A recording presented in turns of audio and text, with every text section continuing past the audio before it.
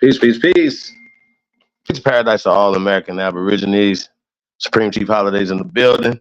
And we got this late night smoke session going in, man. So hold on one second, y'all. Let me get this. Let's get a video going real fast. Sonetta is an ally of yours. No, that's not it.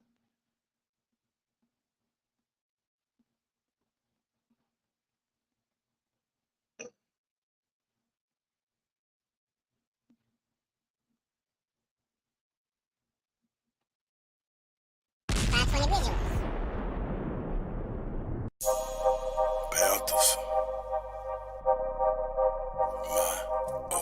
Shout out to my OG.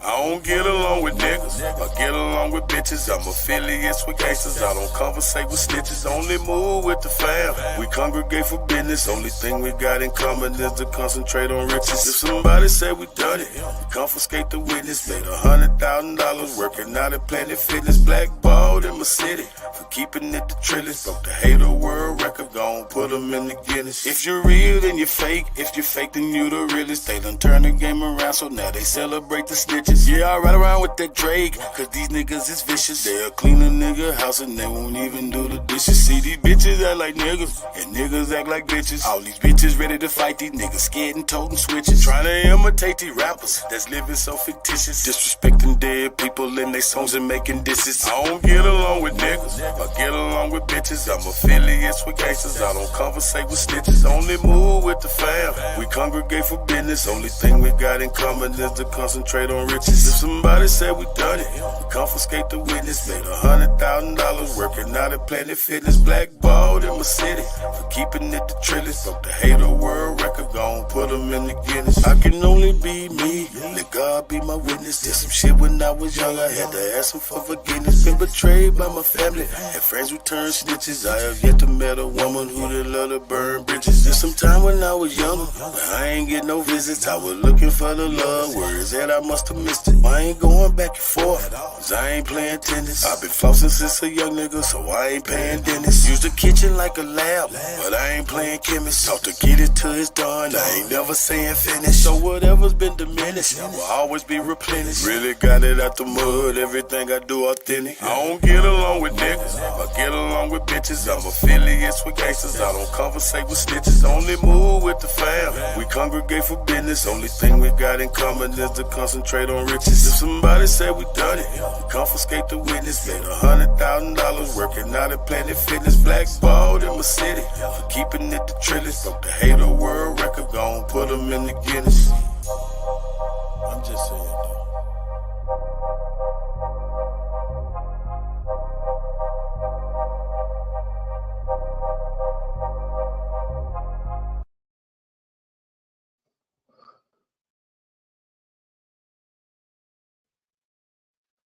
Shout out to everybody tapped in, man. Let's see what we got over here. See, Darius is in the building. Sister Bethy, Brown Liquor, No Ice, Bronze, Sagittarius, Mr. Miller, GG, Takeoff. Shout out to my brother Takeoff. Tyson is in the building. Lady Moon. I would say peace to the guys, man. Appreciate you guys tapping in, man. Do us a favor, man. Like, share, subscribe. Share this on all your social media platforms, man. Tell a friend, tell another motherfucking friend that you tune into the grace of all motherfucking time. It's the GOAT. Yeah, I'm waiting on Truth. Pop in here. Links in the chat room. Everybody will come in, man. CEO gonna be in here. I don't know. We're gonna have a late night bill. We'll get into a little bag. You know what I'm saying? We're gonna talk about some stuff, current events stuff too. You know what I mean? What's going on? And I missed a lot of stuff too, y'all. So y'all gonna have to fill me in on what's what I missed. Daniel Berry Sports Highlight. He said, "Happy Easter." Well, which is ironic, you know, it's the resurrection of Jesus and stuff, but it's the death, it's the anniversary of the death of Pan-Africanism. You know what I mean? And so this is what this show is about tonight, basically. You know, I'm just kind of breaking that down, you know, talking about that. And maybe we can even Might even get into a little discussion about it, you know what I mean, tonight. But we definitely have a panel discussion, open panel discussion about this, man. You know, Sister Bethy was a part of the joint we did last year, the death of Pan-Africanism. So yeah, it was crazy. I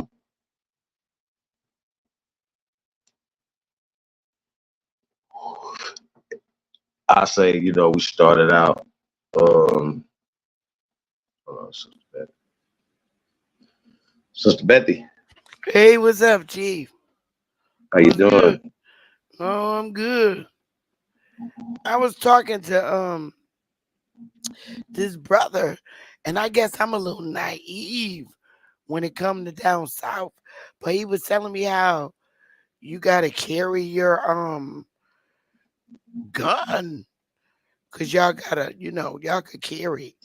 He gotta carry his gun in Mississippi. I didn't know Mississippi was like that. Um, They got open carry in Mississippi, right? yeah. Yeah, he told me when he do his lawn that he got to carry his gun. And I was like, in Mississippi? Y'all have it that bad. He lives in like Clark's. I think he said something about Clarksdale, maybe. Am I I saying it right? mean, um, Hey y'all. what's crazy is I'm in Mississippi right now. Mm. So, you know what I mean? So I say this, you know, it's like anything else, man. You know, you have not enough and too many people and not enough, you know, resources and things like that or whatever. You know, people gonna fight over the resources. You know what I'm saying? And not enough Mm. opportunity being given. Like I said, it's definitely um, this is definitely a play that's been, it's a generational thing. You know what I'm saying? But just the mentality and the conditioning. You know what I mean? We got to stop thinking like that. You know what I mean? Shout out to Wilmington, Delaware, man. I was out there, man. People tell me the same shit. It's dangerous, man. Be careful. Blah blah blah. You know what I'm saying? All this other shit. And I'm like, I think it's how you approach it. Yeah, How my we approach nieces live out there. My nieces live in Wilmington, Delaware. it. Yeah, man. Shout out to Wilmington, man. Um, I say this, you know, once again, man, you know, I go everywhere, you know, and I I'm in the trenches. I'm talking to the people. You know what I'm saying? Um, and once again, some of us, like I said, we are so programmed to think old ways. Like we even pass that up to the or down to the youngsters. You know what I'm saying? Like, well, y'all think like that. We're not the enemy. I'm not your enemy. I'm your brother. It's your sahab. You know what I'm saying? You feel me? So, um, yeah, you know what I'm saying? And we talk about this, man, but you know, this knowledge of who we are, right? And exact knowledge of who we are brings us together too. You know what I'm saying? It brings peace. It not only the power to know who you are, but now you don't believe that you come from this negative and thing. And once again, when somebody's putting us in a black box, that's a problem. Be like, well, why don't nobody support black? Because it was set up for that. It was set up for to be negative. You know what I mean? When we're talking about psychological warfare, we're talking about word spells and them casting spells and cursing us and us passing down these generational curses. We got to stop that. And so just taking our power back, you know what I mean? So, yeah.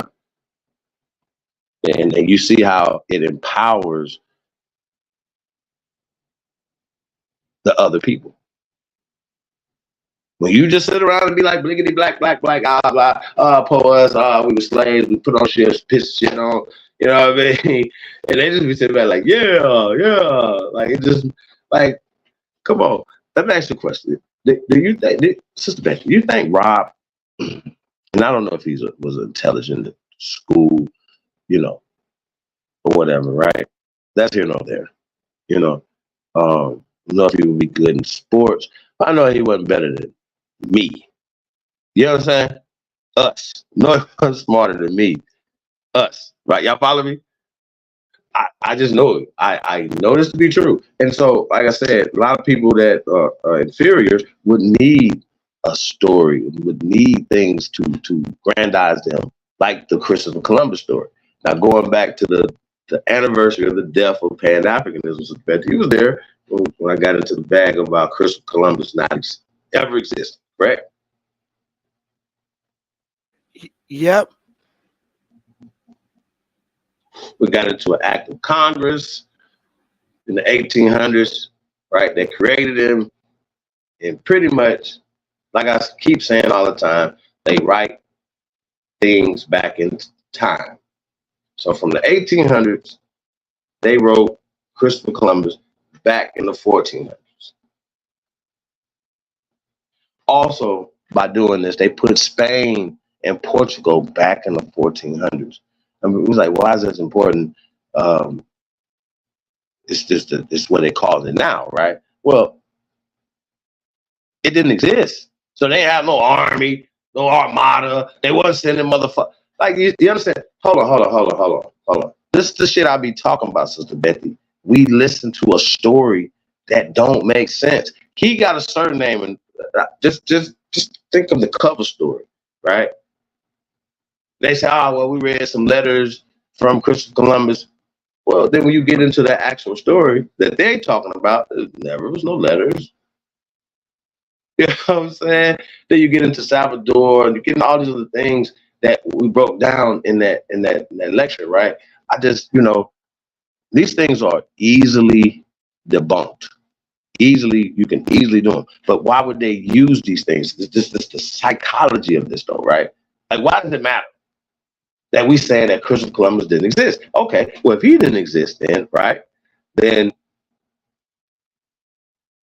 this imaginary person coming here to America, well, to the Americas, because he never came to North America, right, but coming to America and creating a system of death and murder and all these things, right, all these crimes under the name of the Pope and the Vatican and all that. Y'all remember that? That's what it was. The Doctrine of Discovery, blah, blah, blah, right?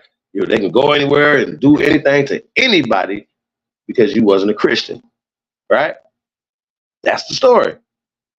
Yeah. Okay. Ain't that the story? Right, the story. Right. But it so is. If Doctrine he don't of Discovery, yeah. Right. So if the Pope rescinds the Doctrine of Discovery and say, hey, now keep in mind, y'all, Yasaha been telling y'all this for years. This shit don't matter. It has nothing to do with us. When we talk about the Doctrine of Discovery, what the fuck that got to do with us?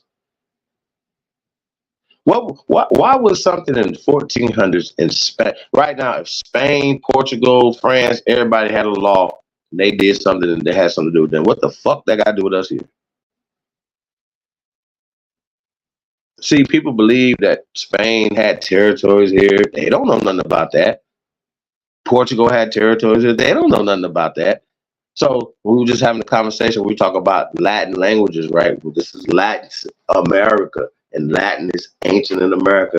I don't get into shit that's written by these Europeans that stole shit and wanted to make it seem like Europeans created language, art, math, all this other shit, which is dumb, doesn't make any sense, but let them tell it. So they wrote it down like that. But going back to Christopher Columbus, if he didn't exist, right, and this is the crux of the whole thing, if he doesn't exist and they rescinding the Doctrine of Discovery, right, now they didn't say he didn't exist, I said he didn't exist, and also Act of Congress that created him and everything else said he didn't exist. Also, if you need some pale skinned people, we had Anne Hakey, the book, The Myths That Made America, right? We talked about that, right? So, yeah, it's because some of y'all might need a pale skin, and A German pale skin. That's not even American. Anywho, the point is though that it's documented that this didn't happen. It's documented the document discovery is it's nothing, has nothing to do with anything. Nobody used that to come over here and kill millions of people and take shit. That's just not true, right? So if those things didn't happen and he doesn't exist, why does he have a goddamn holiday?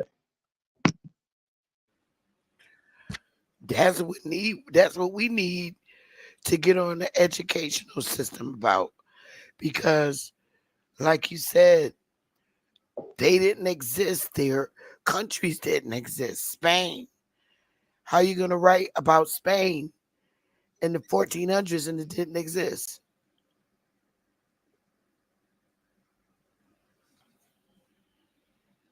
That's bad. That's real bad. Sister Betty, what language you think they were speaking in Spain in the 1400s? How could they if they didn't exist?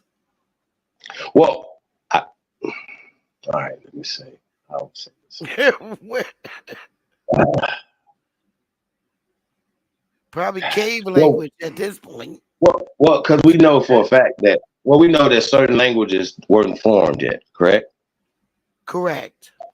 So we know that the language that we're speaking as we speak right now didn't exist yet, just like Spanish didn't exist yet. Correct. So these are trade languages, but they are Latin languages, right? So they were speaking 1700s. I'm going to the 1700s. In Europe, they were speaking all of them different Indo-European languages were all Germanic, Deutsch, German languages. That make sense? Yes. So you got northern, eastern, western, different dialects of Indo-European languages, which is German for just a Germanic form. Hungary is German. Russia is like German. This is German, just for the the modern terminology, right? Indo-European languages is German. Proto-Indo-European. We can go back Proto-European, Indo-European language, right? Yeah, this shit get weird. Like it's levels to this, Sister Betty, but I don't want to go too far. You know what I'm saying? When we get into the Proto-Indo languages and stuff. But Latin is from America. It mixed with the Proto-Indo-European languages to create these languages in the 1800s, what is called the Romance languages. American, right? English, Spanish, French, right? Italian, Portuguese, right? But those languages are created here and taken there. They wasn't created there and brought here. And I know people say, well, Chief, you tweaking. I'm not tweaking. This is what why would they, if they miseducating us, wouldn't they teach us that they created it with no evidence? They don't have the evidence of it, because any evidence that they bring out, we're going to say, okay, well, this was just your evidence. Okay, well, we have this right here. And we can show how that's connected to this and how that came from this, not the other way around. So that's just them, once again, not only whitewashing things, but reversing the story. Oh, well, how you invent basketball, how you invent football. You didn't bring it from Europe, correct? Same concept. They make us believe that they brought everything from Europe here. That's not true. And it was already here when they came here. For thousands of years.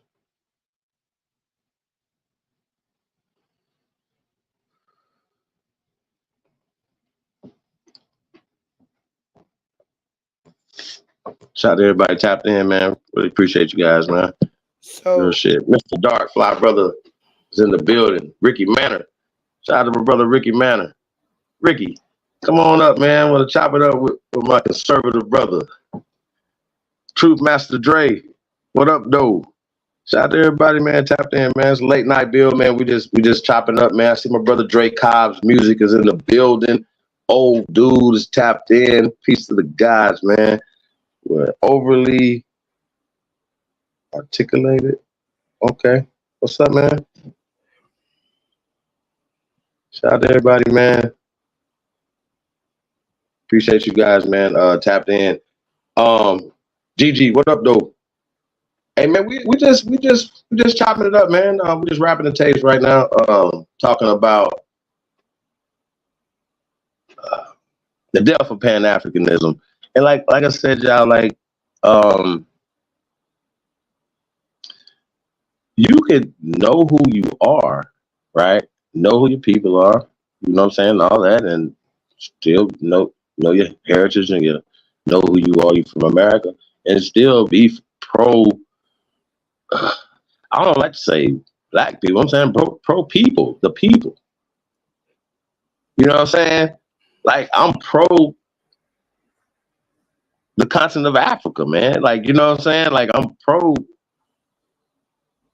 the people, man. So I'm not against nobody. I'm definitely not against nobody else. But we for us, and you know we got a lot of work over here, man. We are under attack, bro. You know what I'm saying? What do you say? What do you say, Sister Beth?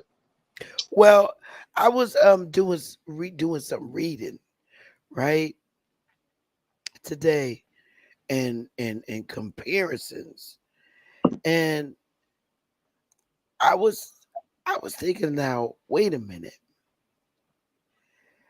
In order to get our landmass here, the mainland,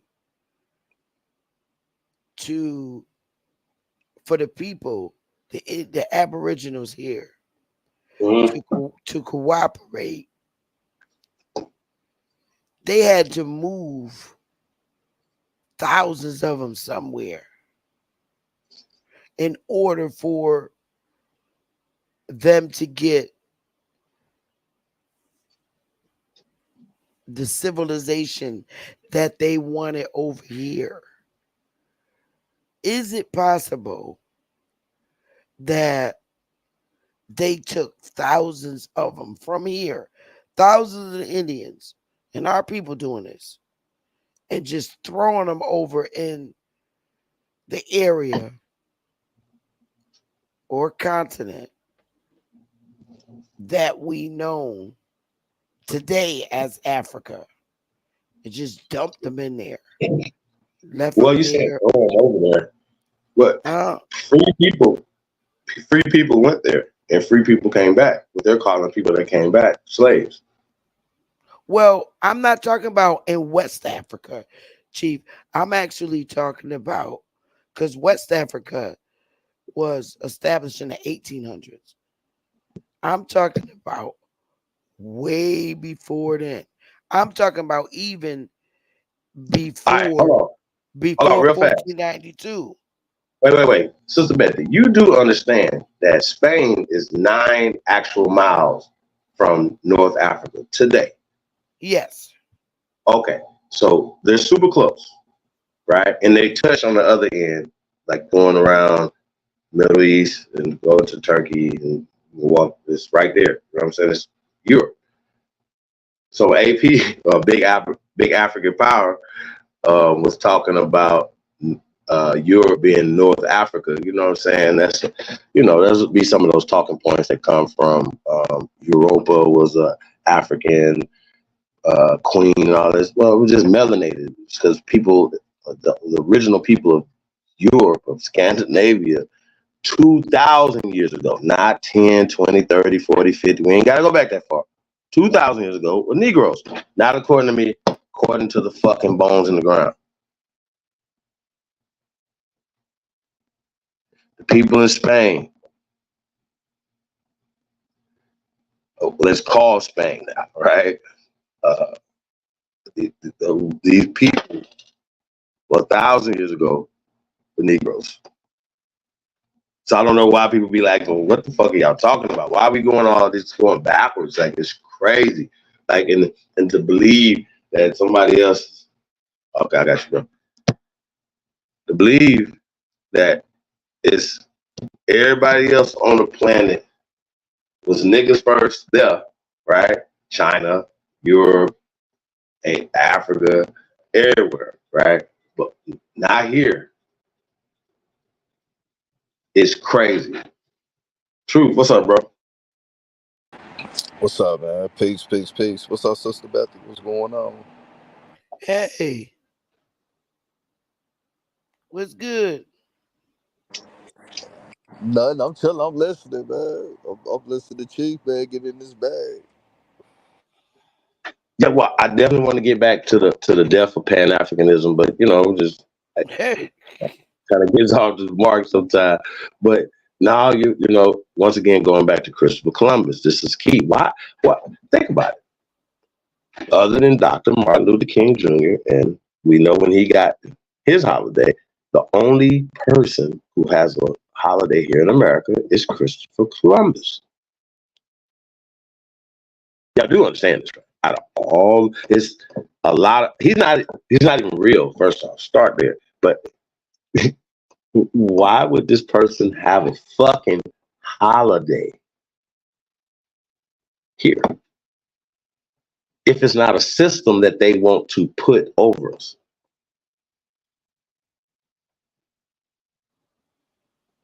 they talking about changing that too to Indian. No. They're not talking about doing shit, Sister Betty. No. Biden just remember last year, not this one that just passed, the one before that. Biden said, he said, oh yeah, we feel so sorry for all the stuff that happened to indigenous people, this and the third. But we're gonna still call this Christopher Columbus Day. We played it. We played the shit when he said the shit 2 years ago. Not the one that's passed, the one before that. Yeah, Biden's like, yeah, kiss my ass. Sound good and all that, blah, blah, blah. Yeah, but it's still Christopher Columbus Day, y'all. Because he needed it. His people, he needed it. Him and his people needed it.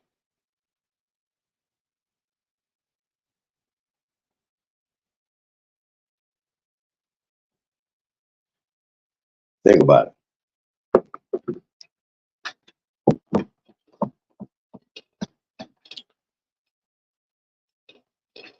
They need it.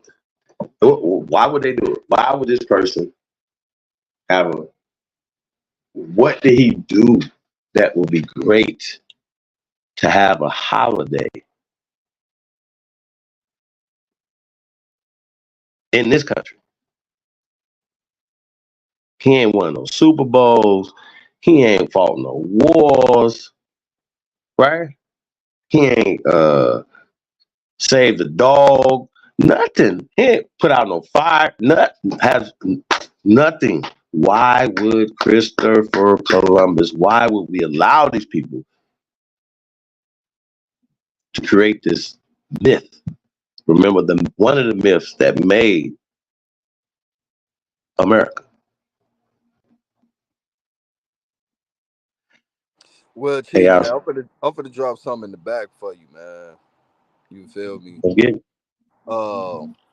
And man, with all this bullshit about all Christopher Columbus was looking for India before the spices and shit, like they didn't know where they was coming, bro. That shit bullshit. The evidence been out there, they just don't talk about it. So I dropped something in the back to let it be known, bro, that bruh, the goddamn Pope wrote a bishop in Greenland. How the fuck they don't know about America, bro, if he wrote a bishop in Greenland, brother? That's crazy.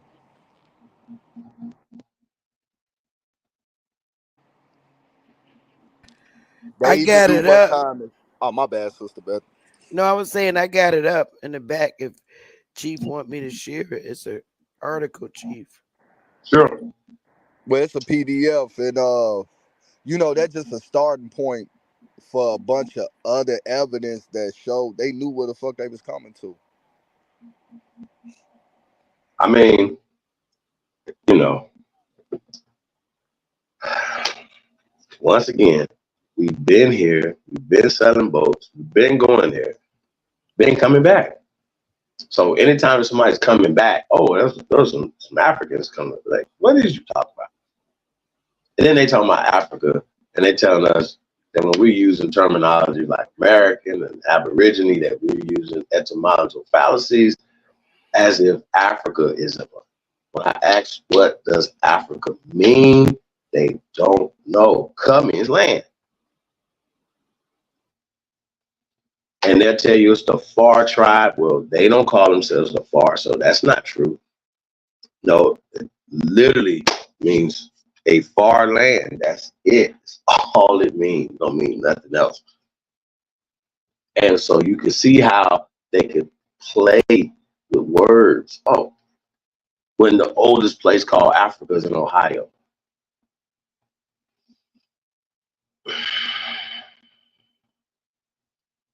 So yeah, I don't know. Y'all got a lot of work to do. But I don't think that I think we got to stop working so hard or putting so much, I say this, putting so much energy into trying to prove to somebody who we are. That's crazy. Like, you know what I mean? Like, really? Like, I'm gonna put that much energy on you. I'm gonna debate you niggas all the time. Like, you know what I mean? Like, we put a lot of energy into that. I don't know. Like, we should be debating fine points of stuff. Feel me? Sounds good. Yeah. Like, this dude right here, like, what are you talking about? Like, you gonna debate that? What are you saying? Like, no evidence that you're gonna read is gonna bear witness to what you're saying. At this point. Like, you know what I mean? And they be reading shit, and I be like, wow. They just like, wow. They literally are reading something that helps us. That shit crazy. I remember Nine Quincy was reading an article. It was literally talking about the Negro, like the newspaper. The Negro was speaking Indian language.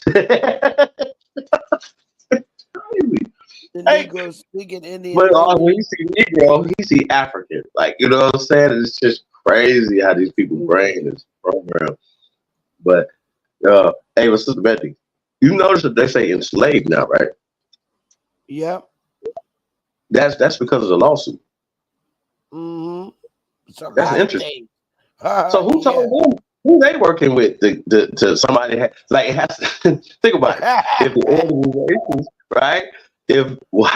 Who told them who told Jabari he had to say enslavement ships? Like I want to say like 5 years or so ago when we said the shit for the first time, I was just like, yo, what the fuck did you just say? Every time I hear it, it sounds stupid. Enslavement ship. So you had families on the ship, you had people working on the ship, or everybody was free? Were they working? Did you have workers? Mm-hmm. See what I'm saying? Come on, bro. Like, this shit is dumb. I don't like dumb shit. And once again, they like to tell us dumb shit. They want us to believe stuff. But going back and forth with Robert, it's like, bro, why you gonna just keep pressing on me who I am? Like, that's weird. Like, you know what I mean? Like, come on, like how do you how did that work? How do you tell me who I am? It's weird. Facts. That's crazy. That's like it's crazy to me, y'all. Did Smoke have his debate today? Oh, what happened?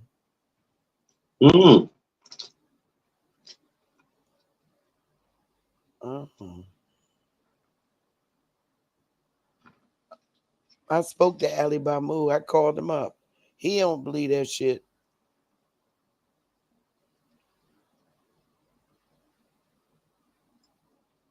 Cool. Glad I got that worked out. Yeah, because that freaked me out. I don't talk to that boy like that. He's Ali Bamu know he lying because he should have known it from the beginning. Cause his real name ain't Ali Bamu. Mhm. Big dummy.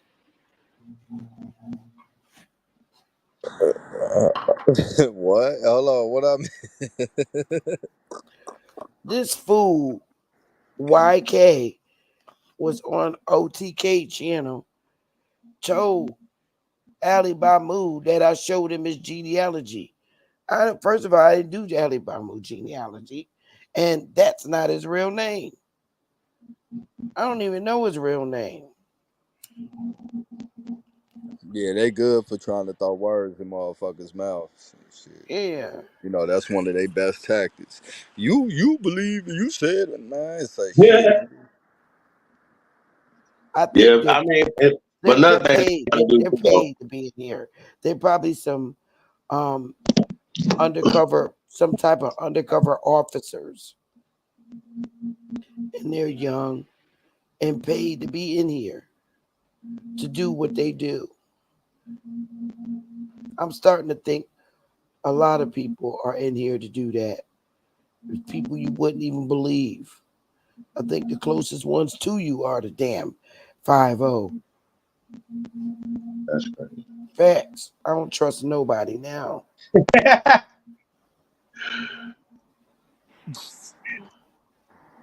Man, I ain't even gonna lie. They definitely doing the work, but I think they too stupid to ask for pay. Big dummies, man. That Yeah. shit crazy. The most paid look like agent is that goddamn fucking Jabari. No, Oh he's yeah. definitely paid.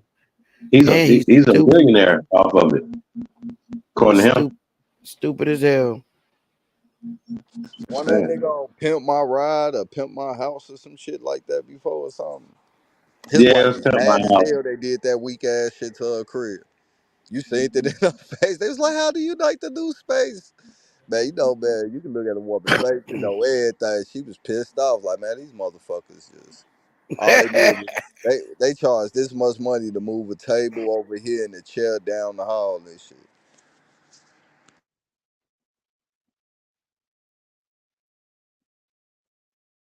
That's crazy. Did you see him say none of that?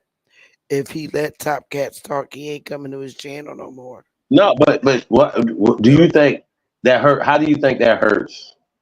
See, I don't be liking to be in people's business, but Jabari, Sane gets paid for Jabari to be on there. Period. I believe it. Jabari is funded, heavily funded, well funded, I believe according it. to him. Not according to me, according to him. I believe it. Just saying, don't shoot the message. And the same thing with his wife, so-called wife. They're just professional YouTube content creators. Yeah. And some more things, but we'll keep that on the hush. Yeah. It's bugged out. But yeah, that source I dropped though, man, that's something that I've been trying to, man, just let motherfuckers know, like, hey man, it wasn't no accidents. Columbus knew came over here. This land was not I could pull it up, mysteriously but I don't want to. unknown. I don't want to read. You gonna read it? I don't Oh, want to read it. I'm I talking could pull about it up, but I don't want to read it. none to my bro. I mean, yeah, we could read shit, really the first page just to show people the date and who was the letter to and from so they can kind of Okay, get an pull it idea. up. I'll pull it back up, and you do it, right, Chief? Right, True. But Chief, Yeah. you got to move the banner. It's in the way of the Okay. Truth be on point. Better. I don't want to read it. I don't, not today. I feel like you, Sister Betty. I couldn't get out of bed. I just woke up like about an hour ago. I was just burnt out from working. Okay, here we go. The Papa letters. Okay. Waiting on you, Chief. Here we Oh, hold go. on. Bam. You Uh, put on the screen. Bam.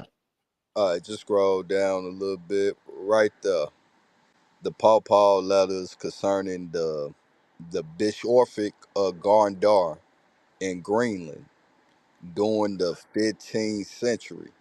Letters of Nicholas V, September 20th, 1448. So I mean, yeah.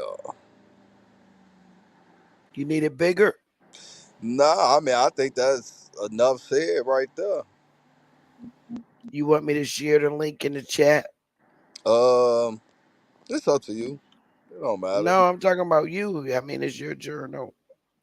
No, it's cool. It's I mean I ain't tripping because that's really just like a scratch and sniff.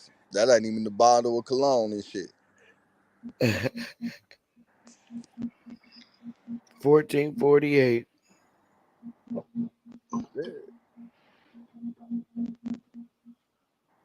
You can go down to the next page if you want to. I think it right there it say damn Cuddy in the way. I can't see. Uh, the island belonged to the Kingdom of Norway and under the illustrious jurisdiction of Archbishop Thornedine received the fake Christ almost 6 centuries ago.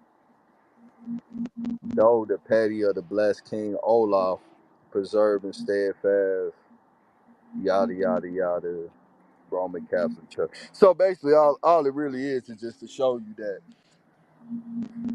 50, 40, 44 years before Columbus set sail, they was already writing letters back and forth between Greenland and the Pope.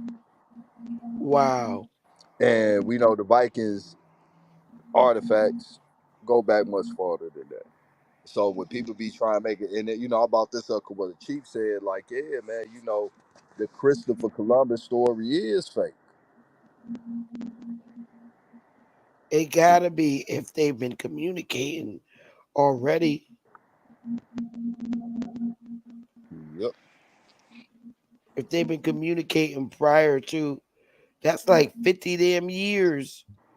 50 or 60 years before he supposedly discovered America, but they were communicating. That's Wow. great. That's wild. Yeah, that's like 50 damn years. Yeah. That's a hot mess.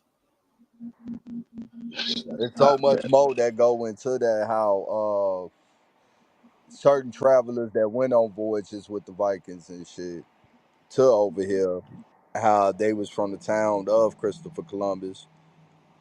You feel me? They also know when to sail and when not to sail.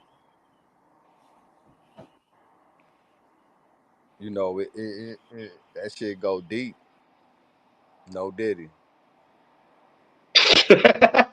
Letters of hold on right there. Letters of Alexander the Sixth, written in the first year of his pontificate.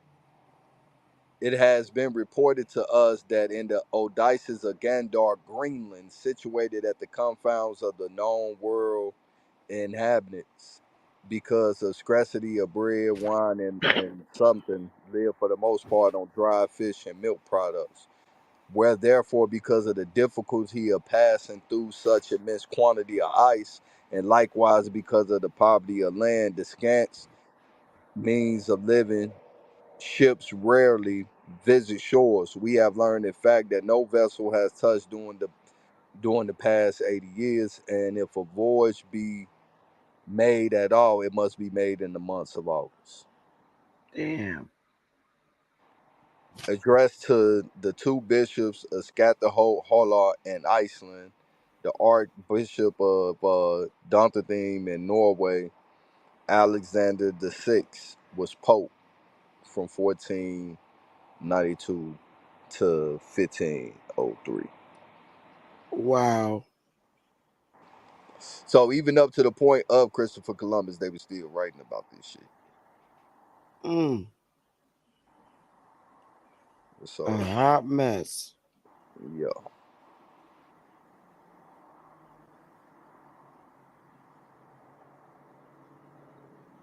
No Europeans. The Englishman John Davis in 1585 visited the west coast of Greenland, but found no Europeans. Interesting. Denmark, Norway. It's interesting.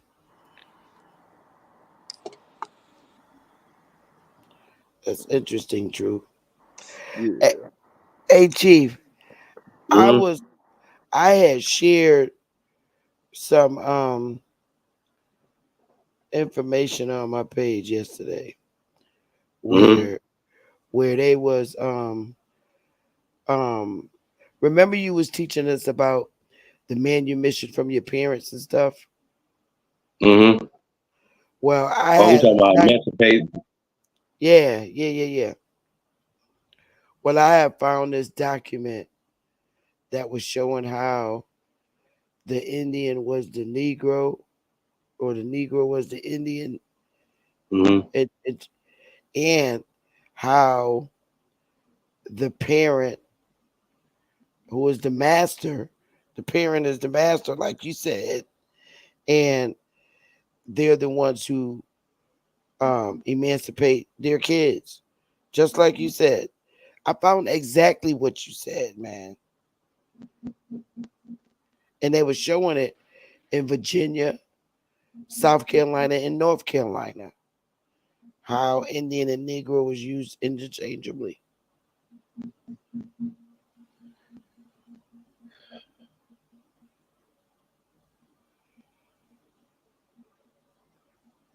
I understand it. You want to see it? Absolutely. Okay, I'm gonna share it. Hold on. Let me do this shit.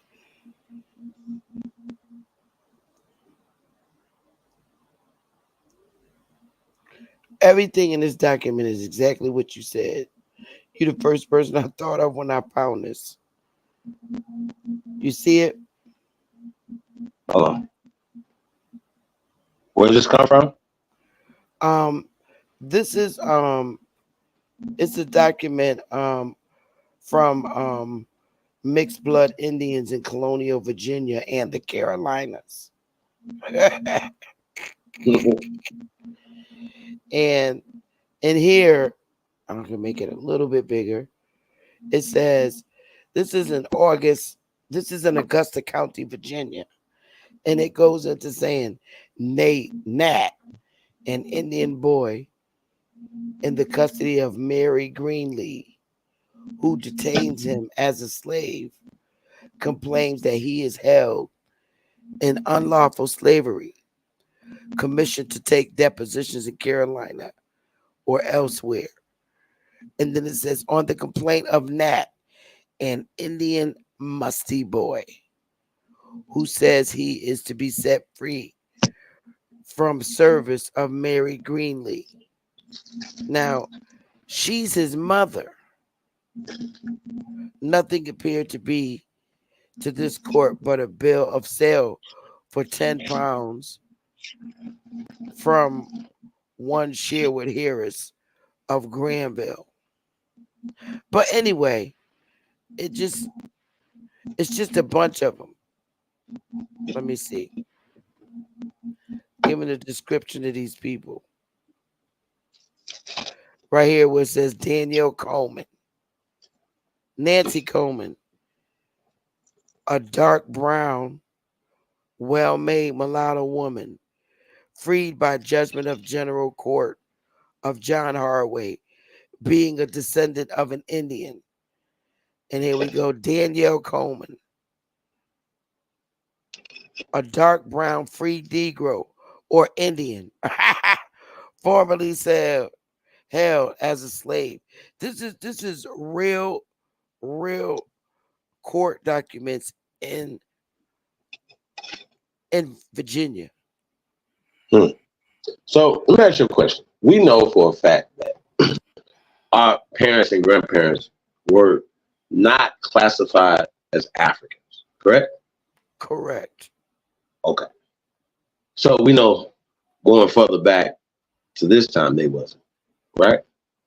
And they Yeah. show it right there. So why would anybody be surprised? But going back to what I said about these guys, when they see Negro or colored, they put Africa on it because that's what the play was told by to do. Like the Yes. same way with the lawsuit make them say enslavement ships. Mm-hmm. We were enslaved Africans. This is some bullshit. When the Correct. same dude that says that, Shabarbi, the fuck are you talking about, sir? You talk about Al-Kabalon. You talk about all this other stuff. So you know that that's not a word. But he'll come up with some slick lawyer talk to try to make you believe, makes weak people believe that something he said makes sense. No, this shit does not make sense. But yeah, he's definitely funded. According to him, not according to me. You would think with his intelligence, you would think with his so-called intelligence that he know that damn spit test is some bullshit. You know, it's a part of the program. It messes up his intelligence. It don't make no sense. How you gonna have a degree and promote a spit test that tells you that it's entertainment? That don't make no sense. Well, you seen when the young man was trying to play that video what he was doing. What? Try to act like he didn't know it existed. And then when he tried to play the part with Skittles saying the accuracy of it was less than 0.001%, he didn't want that to be played. He went crazy. Yep. So he shows his hand. He's a man. But listen, according to him, once again, not according to me, I'm not going to ever go nowhere, Africa or nowhere, and they're not going to say or call me a word that means sissy boy. Okay? Never. I'm never going to go nowhere, and that's never going to happen. See how that works? Did he say that? That's what they call him over there. Oh my God! Listen, That's horrible. I wouldn't even tell nobody.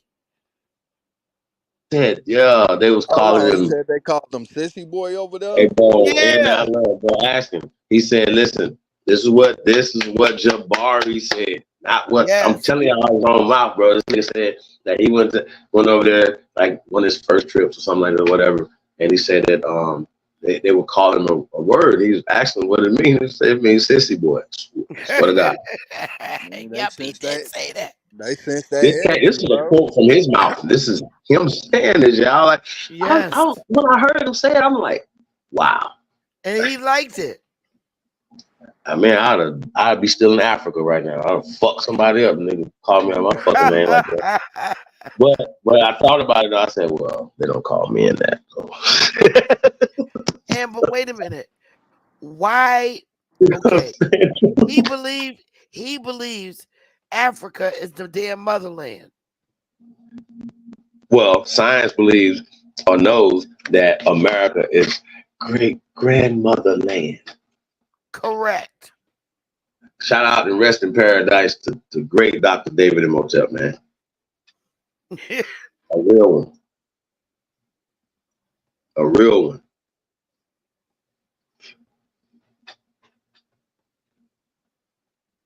Just saying. But yeah, these guys be funded.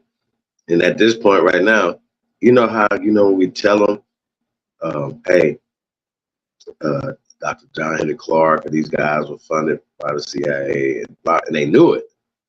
It wasn't like they didn't know it. They didn't know it, and then, found out later and then tried to, get with the people. No. These niggas was going to classes in Langley, all type of shit. I can't make this up, bro. I wish I could, but I can't. I can't make shit like this up. Niggas is Franklin. Yeah. So that's what we dealing with. But getting back to the the science of, of America, we've been here. Facts. We can prove that. So all the other stuff is just craziness. The actual documentation is here, but they're like, no, no, no. You guys got to believe in out of Africa mumbo jumbo. You know what I'm saying? Or you got to believe in the slave trade, which we do not. We don't believe that. So, and you can't prove it. Nobody know about it, They can't. and that's What crazy. freaks me out? What you want to know? What freaks me out when I think about it? When they came over here in the 1400s or 1600s, I don't even think they came in the 1400s. I They think they did. literally came in the 1600s.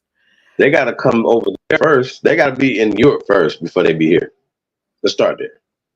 See, y'all got to keep in mind, like Correct. sometimes things that was written, like think about it. With the Greeks and the Romans at that time period, be pale skin, just think real hard. Ain't no such thing as a black Greek. That sounds crazy to me. Feel me? But once again, once you create that system, you could create a whole narrative. Now you got motherfuckers in close to Africa, in a place where the people there at that time are carbonated, melanated, whatever the term you want, niggas. But they'll make a movie though that puts this imagery in my head that this is what these people are supposed to look like, right? It's supposed to be smart people right now arguing that Cleopatra looks like, swear to God, Elizabeth Taylor. But they smart, degrees and shit.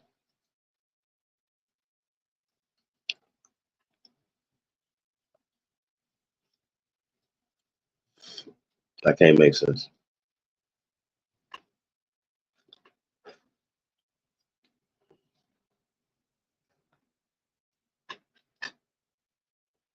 What y'all on?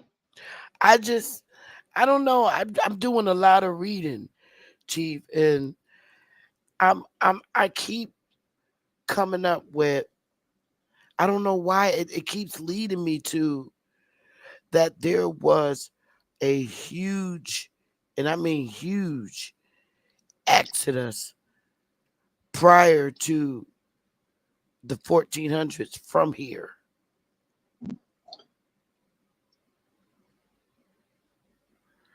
A huge ass exodus From here to there? to over in that landmass, In the including 1400s? prior to that. I'm sure. Before, I'll even take it a step further. Even before they started the world over again, prior to, because they started this damn world over at year one, all the way to 2024. What I'm thinking is the huge exodus took place prior to year one. Because then when they said, okay, now we're going to start this civilization over, this is what I'm thinking. That prior to year one, that's when a huge exodus took place from here. And they populated these European countries. Like they, prior to year one, because they started it over again, Doctrine of Discovery. It started from year one. Prior to that was when a huge exodus took place, and they went. got them out of here, and they went and built Europe, France, Germany, all them fucking countries. This is what I'm thinking, including Africa. Well, it wasn't called Africa always. You know what I like to do? Mm? You know, like a lot of times we only focus on what's going on in certain time periods where we at, right? We should be like, wait a minute. In 1492, what was going on here? 1776, what was going on there? 19, you see what I'm saying? 1901, what was going on to for these conditions for these people to be coming in on these boats? What was going on in Europe, right? So if certain things are going on in Europe, right,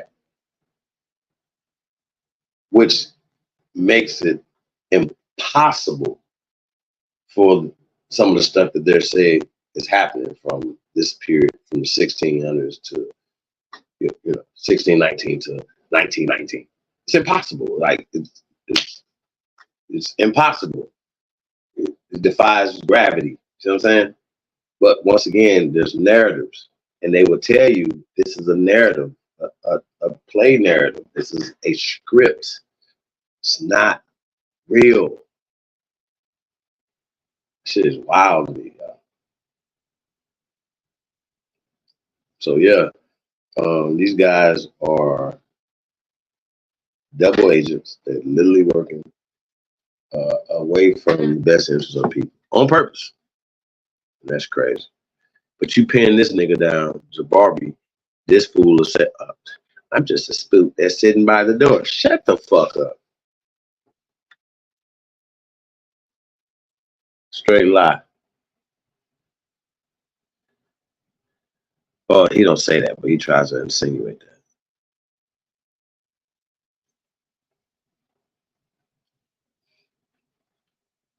Who tries to insinuate that, Chief? Barbie. Oh.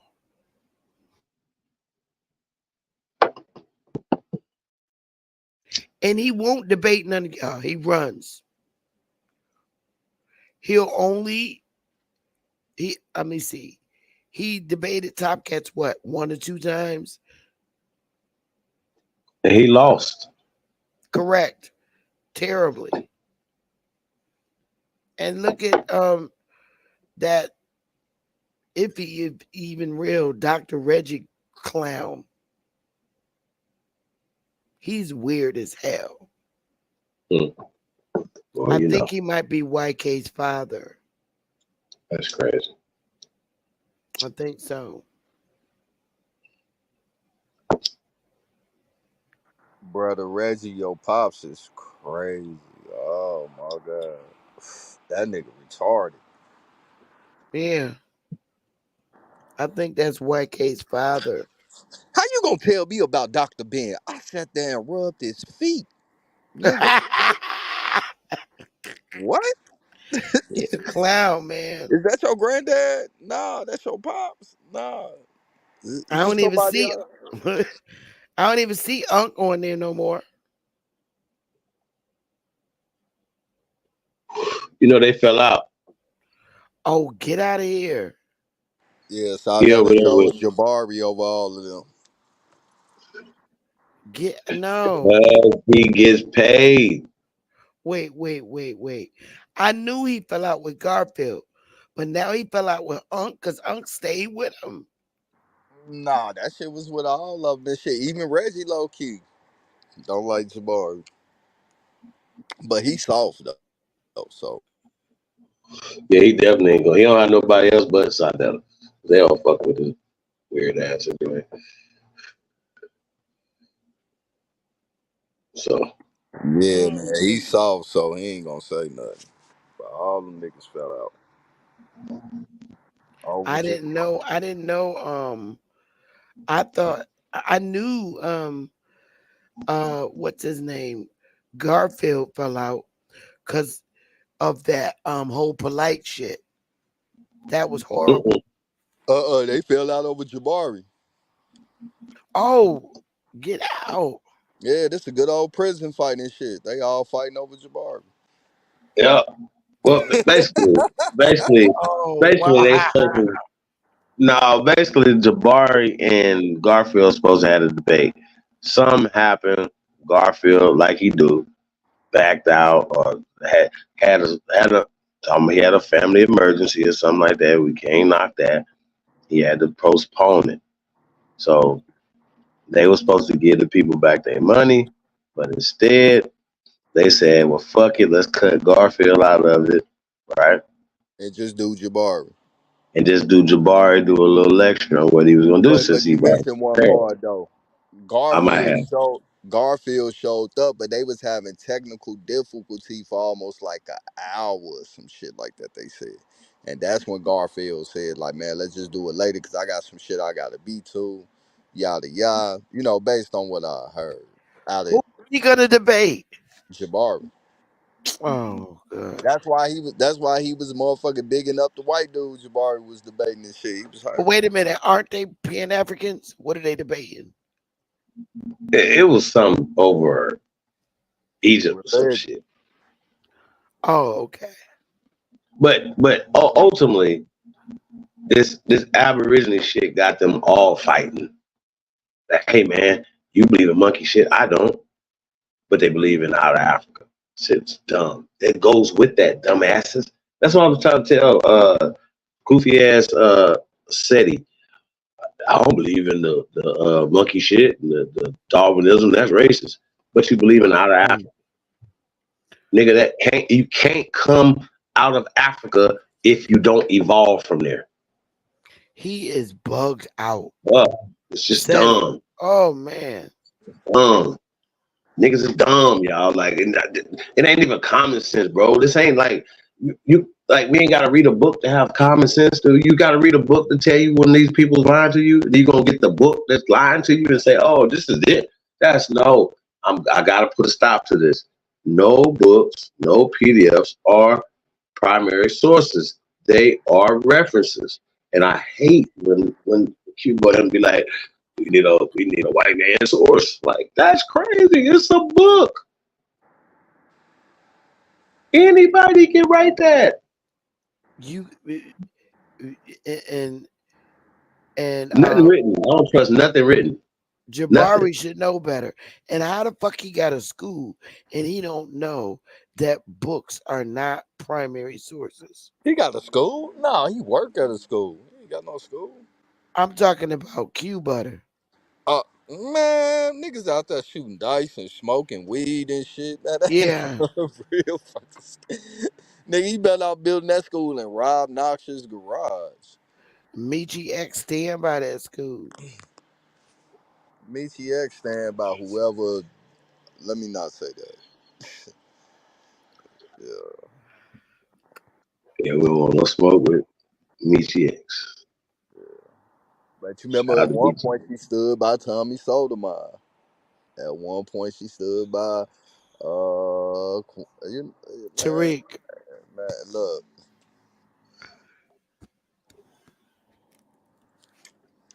Oh, We call that standing by your man until it's no longer your man. Ooh, That's your man's in them. I don't know Yeah. nothing about Our that. man's in them. I don't Man. know It's your nothing about man's in that. them. Hey, so man, listen. Is it me or these Negroes to be scared to hit this panel? Is it just me? I Because I know I'll be cutting them off, y'all. Sometimes we want to entertain it, though, like, punch it. But we need to get some new people, though. That's what it is. I think that's what it is. Exactly what it is. That's what it is, I y'all. don't Like, want I'm to just see no fucking YK debates. it's no how I want to put it. It's no challenges. Like, we need some professors of these universities. We need to kick their ass. Yes. Like, for real. Some deans of some of these universities or whatever, right? Yes. I had met this brother that's the historian of Delaware State. You know what I'm saying? We chopped it up for a minute, but I do know one thing that every streets of America, our people know that we're from here, and that's why I think these people are working overtime to disrupt us, to try to discredit, which is crazy. Like I think the more they say the stuff that they say, if anybody would just listen to them, just was neutral or just on the fence, was listening, would be like, if they actually just listen, they'd be like, wait a minute, that don't make no sense. They say what they're saying. When we're saying that we being here, we the first Americans, right? Right? Hey, look, I remember that one time on Another channel, I called Unc up in the trick bag for some shit he said to a nigga that didn't catch it. So I asked him, I was like, did you say that the first Americans was light, then changed to dark because of the climate, then went back to light? And he like, yeah. And I'm like, how? He's like, well, modern technology like air conditioners. I'm like, hold on, air conditioners turned the That's nigga light skin? crazy. And Sinetta cut me off. Jabari came in. That nigga long winded as fuck. Thank God, motherfucking Ali Muhammad popped up. You feel me? And he took it right back to it. Cause they weren't gonna let me take it back to it. This shit, bro. But yeah, that nigga said Hey, that and you notice they motherfucker only be was on light the net, skinned from air conditioners. and them niggas are scary as hell. Think about it. They only want to be on their own little channels where they can control shit. They don't want to talk about toughest environment. Man, we laugh at that little shit y'all talk about. Y'all Niggas be just got motherfucking cherry picking who you niggas, let up. Y'all be cutting niggas man. off. You feel me? You don't let Oh motherfuckers talk. man. Only time they let motherfucking aboriginals up there is when they feel like Hey, they can fuck them up quick. quick. But when they hear a nigga talking that real shit, they ain't trying to fuck with it. They're threatened by Top Cats real bad. They would not let him talk. They gave him 30 seconds to debunk something. It was terrible. Everything was controlled based on what Jabari said. That was Yeah, he was Sinetta doing scary. that shit. And he's steady in the background on the phone calling motherfuckers to come up on the panel. And then you got aboriginals in the back waiting to get up, and he wouldn't let them up. That's why I don't do his channel. He's a dirty dude, man. He pulled AP up and seen his face and dropped him. I was And like, dropped him. Yep. hell I no. saw that. That was terrible. And Jabari, man, he ain't want. You right, man. Like he ain't want to let Top Cat speak at He's all. He was threatened, scared. He threatened, was very scared as threatened hell. by him. Yeah, and he kept cutting him off when he did get his chance to talk. But yeah, them niggas knew, man. They knew who the fuck let up there and who They not. didn't beat Ali Muhammad either. He fucked them up. Yeah, And then he lets Rob jump his little goofy Slav ass up there and let him stay. yeah. They timed me out in the chat because I typed it that motherfucker. I was like, man, I was like, y'all slave master going in. He mad y'all don't want to be his slave. Oh, Yeah. he was heated. Like y'all don't want to be my slave no more. Like like I don't get that shit. Like at the end of the day, I know I ain't really with the like, oh, don't let nobody, come speak on shit, especially if they coming with like some sources and man, just woo woo. But after a while, that shit get to the point like, hey man, you being disrespectful because you a white motherfucker over here trying to tell motherfucker who the fuck tell us who the fuck we is, bro. You don't know how disrespectful that is. Like, oh, I'm not trying to be disrespectful, but you are. Shut the fuck Yeah, up. I mean that's crazy, bro. That's like if we was talking to a person who's Korean and we just kept telling them they Chinese. And we went on a platform too. Went up there like, yeah, man, I Yeah, just want to we say, like they come to all you ours. Yeah, they motherfuckers came from China. Y'all really Chinese. Y'all ain't Korean, bruh. Yeah, That's that weird. man, we probably around get locked up for hate speech or some shit. I don't know why they not. Like that's crazy. Like how you like you know what I mean? Like I don't understand it. It's wow. And then they working with him. They was happy to that's like they boy now. Like oh man. Like I could never do that. Damn what's going on. That's wild to me. But they don't have nothing else. They listen, Hail Marys. They throwing Hail Marys right now.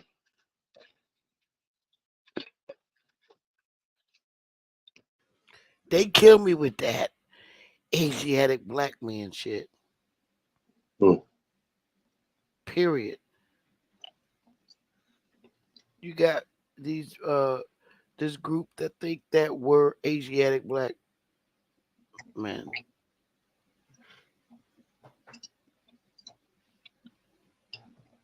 I don't even know what that means. Asiatic, Asian. Yeah, see, automatically false.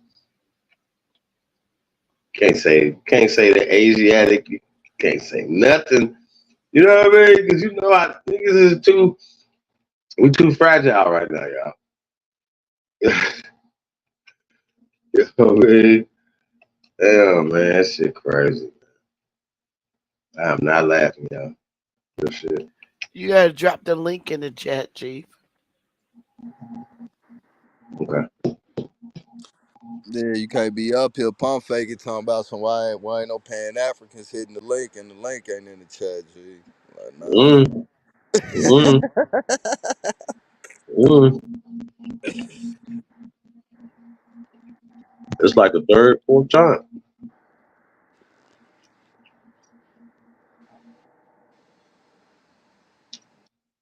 You know what I'm saying? I ain't with none of that. I dare them pan Yeah. boo boos to hit the link. Let's see how brave they are. It's the An- death. It's the anniversary of it. Another good, you know who would be good to dialogue with? Well, debate with them damn Hebrews. Why? Huh? Why? Well, I think it would be a good argument because it's like they're way too far back. I mean, and I'm cool with Hebrews. They're they only read out of one source, the Bible. They have no other source.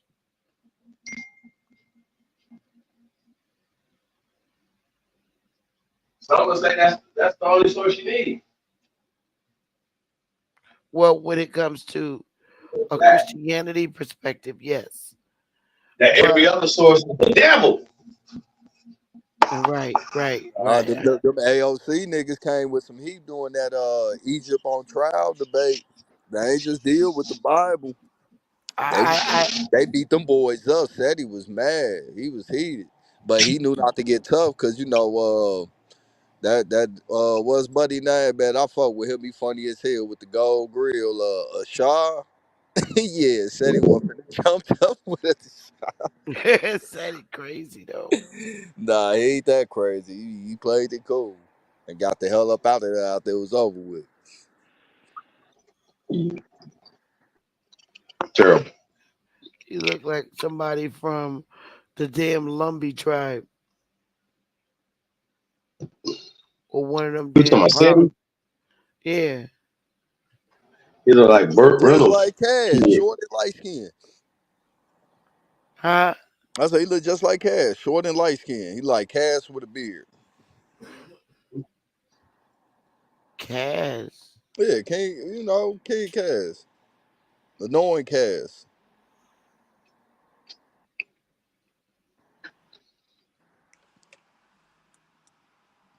You know who King Cash is, Sister Beth. No, yeah. Oh yeah. Yeah, yeah.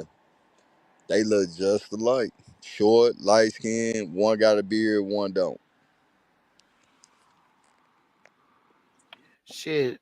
Said he as his red. He looked like one of them damn Virginia Indians. The Lumbee.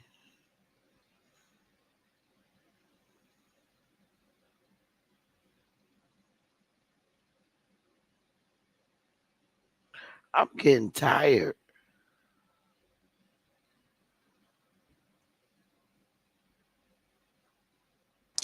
Yeah, man. I'm But over Chief here Garfield, weak. you still ain't spoke to Garfield about the 20th? Nope. I don't want no smoke. But he didn't cancel though, right?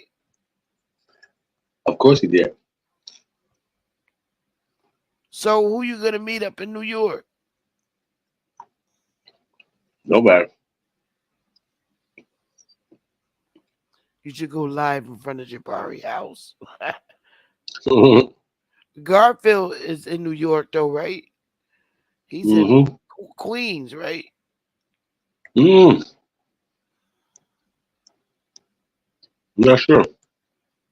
Jamaica Queens. Why did he cancel? Did he say why? After he came out that dope, I realized he did. Say that again.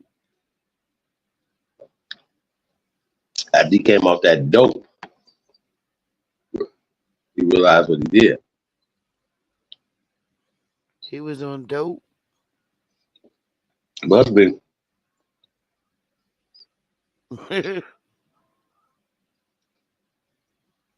This should be a layup for him though, right?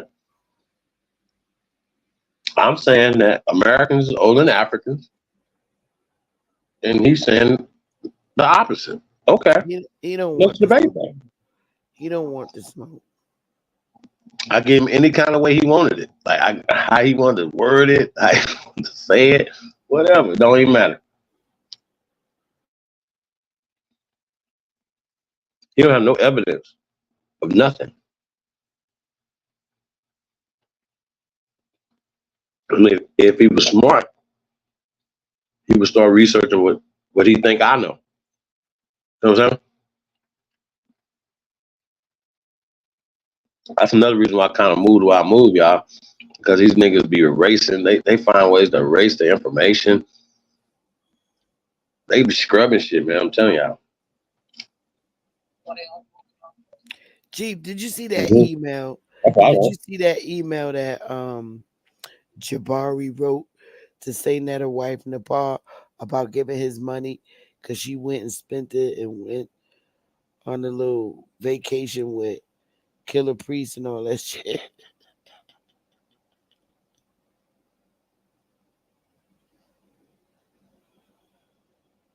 Did you see the email? No, I didn't see that. Yeah, they somebody shared the email that he sent her for that money that he didn't never get. He didn't get paid. And I think Saynetta gave it the money to her mother to hold for that debate. And somehow Nepal spent it and went to fly out there where Killer Priest is. Shit is bugged out. It's bugged out. Yeah, But that's crazy. Garfield kept. I think Garfield shared the video. I mean the email. He had a lot of shit, man. Oh my goodness, he had a lot of stuff. He was exposed.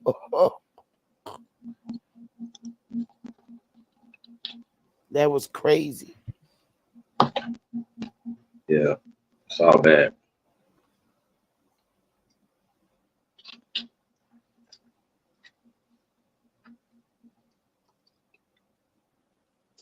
So, Troop, you ain't got no debates coming up?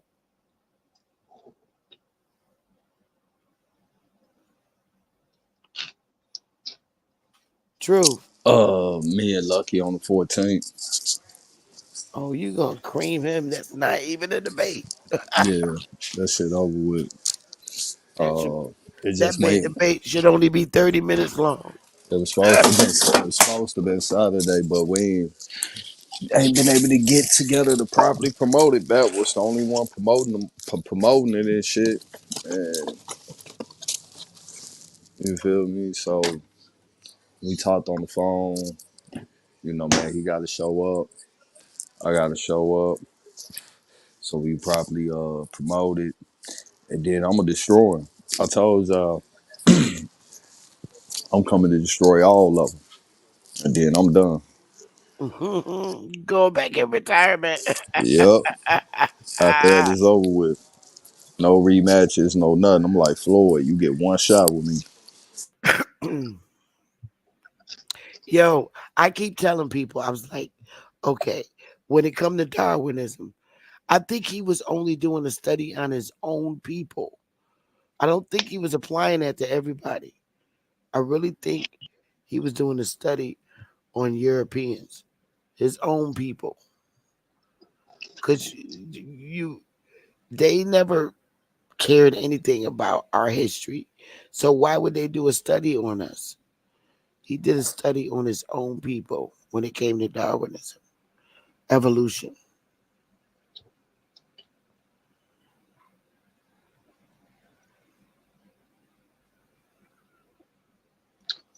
I'm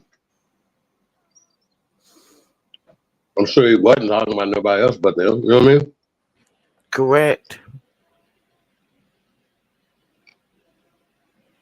I know you just got people, I don't know. I ain't going to say nothing because I don't want to hurt nobody's feelings. So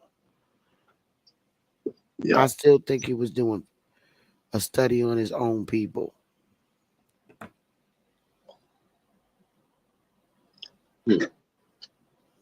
Why would he even care where niggas come from?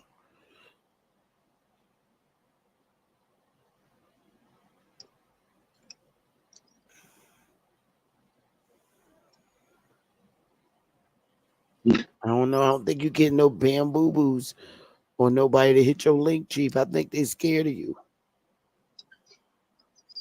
They go on BAP channel, but they scared to hit your channel. I think you scare them away, Chief. Hmm. I think that's what it is. I think they scared of you. They don't want to be embarrassed, so they're less reluctant to hit the link.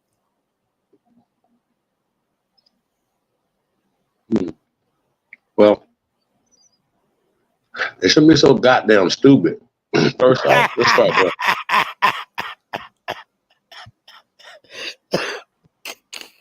I mean, damn though. Like, really, for real? Like, think about it. Some of the stuff they be saying, they be like, listen, some of them, they say the same thing over and over and over and over. Like, you gonna get a different answer? You get a different result. And now they got a little game plan too now. I'm watching. Little rat patrol. Little rats. Who? The little doom patrol. Lucky now.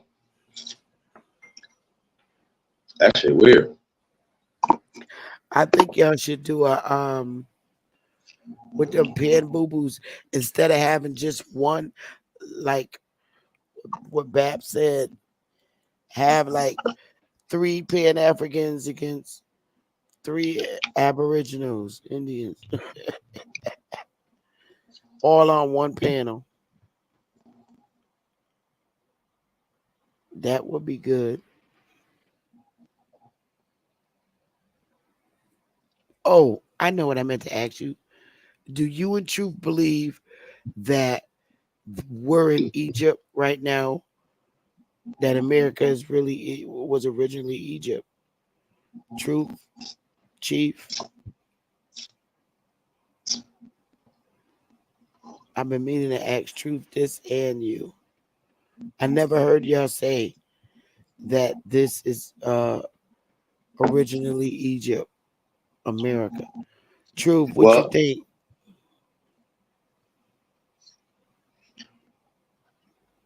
Truth or well, Chief? you know, I did Egypt to America. So I said the system. This is ancient Egypt. Egypt is a Latin term that comes from here. It doesn't come from there. Remember, it didn't get called Egypt over there was 1948.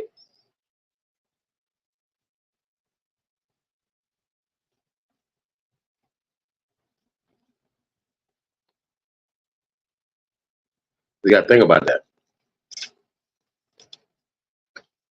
So, well, this is ancient Egypt. Absolutely. Okay.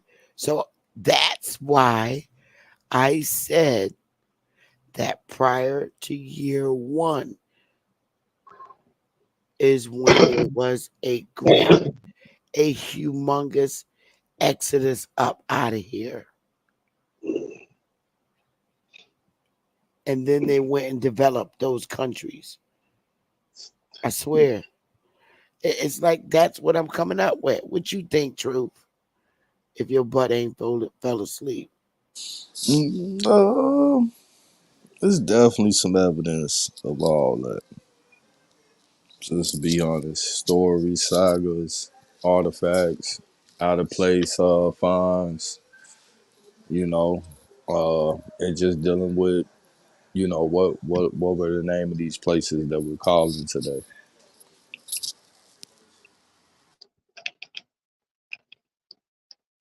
But I can see why anybody would say that because I just seen all that myself too.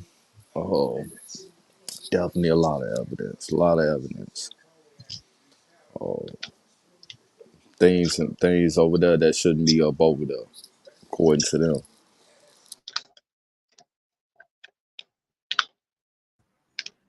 That's why I believe this was ancient Egypt, because now I know the movie The 10 Commandments is fake, but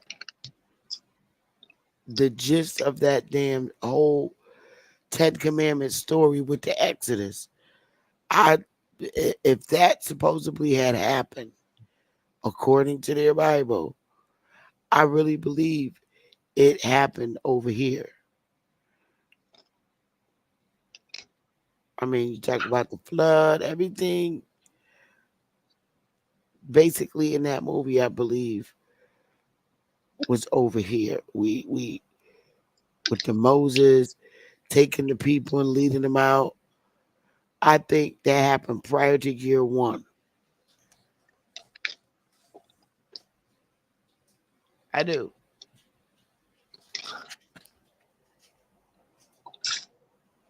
And they went over there and built those countries that we know today. The Europe. I don't think Europe was built or established. I don't think any of those countries were until we kicked them out of here. The Great Exodus.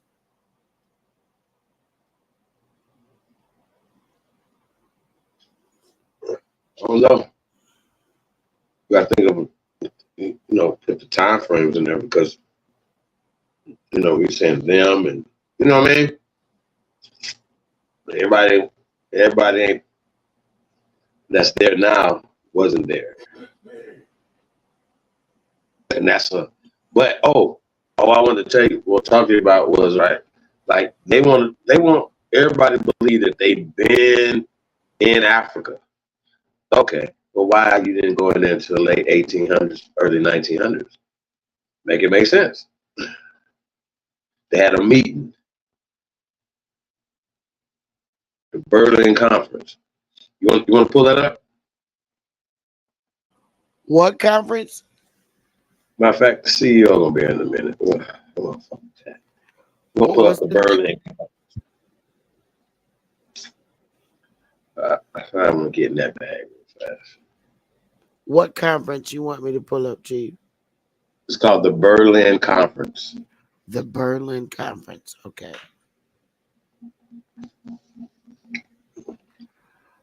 The Berlin Conference. Oh, there it is.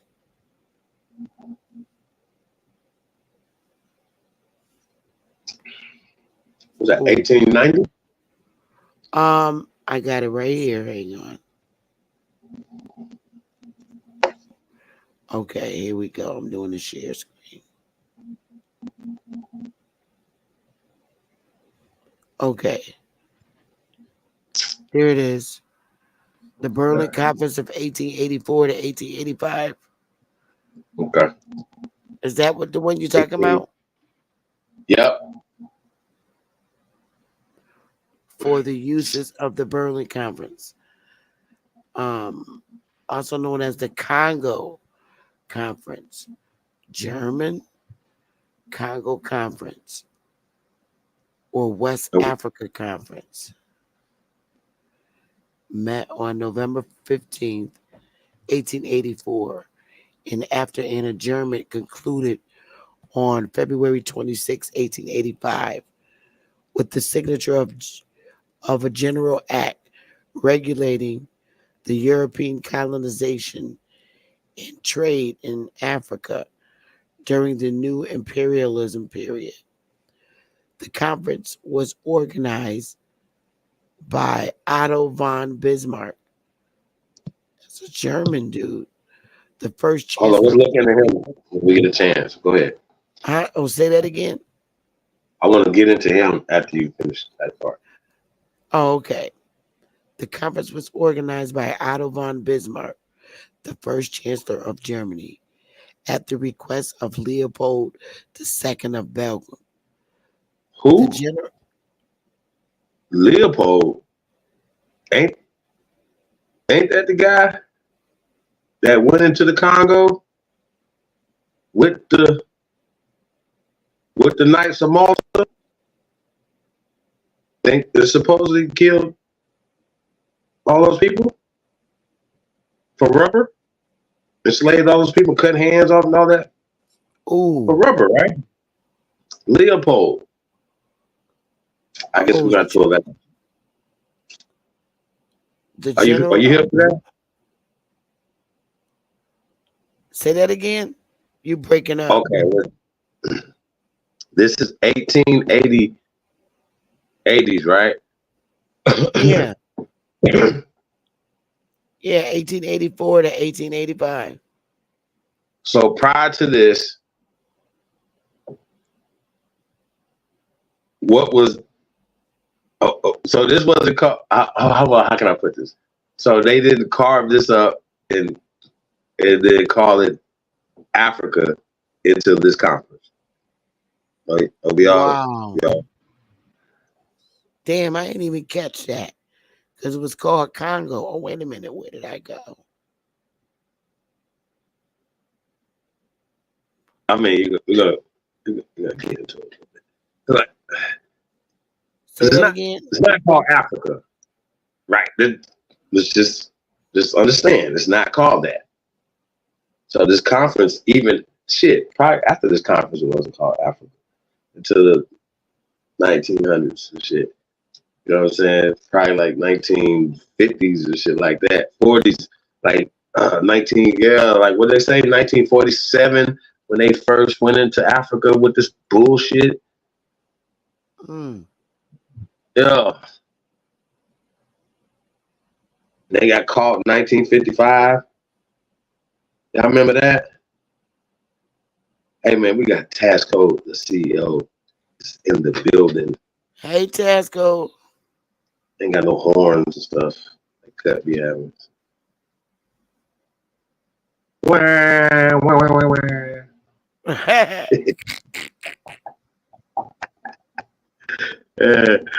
Yeah. So yeah, the Berlin Conference though, this is when these people carved up Africa. These European guys got around the table in the late 1800s and said, okay, this is when we're gonna go into Africa. This is what we're gonna do over here. This is what you guys get. This is what you guys get. You know.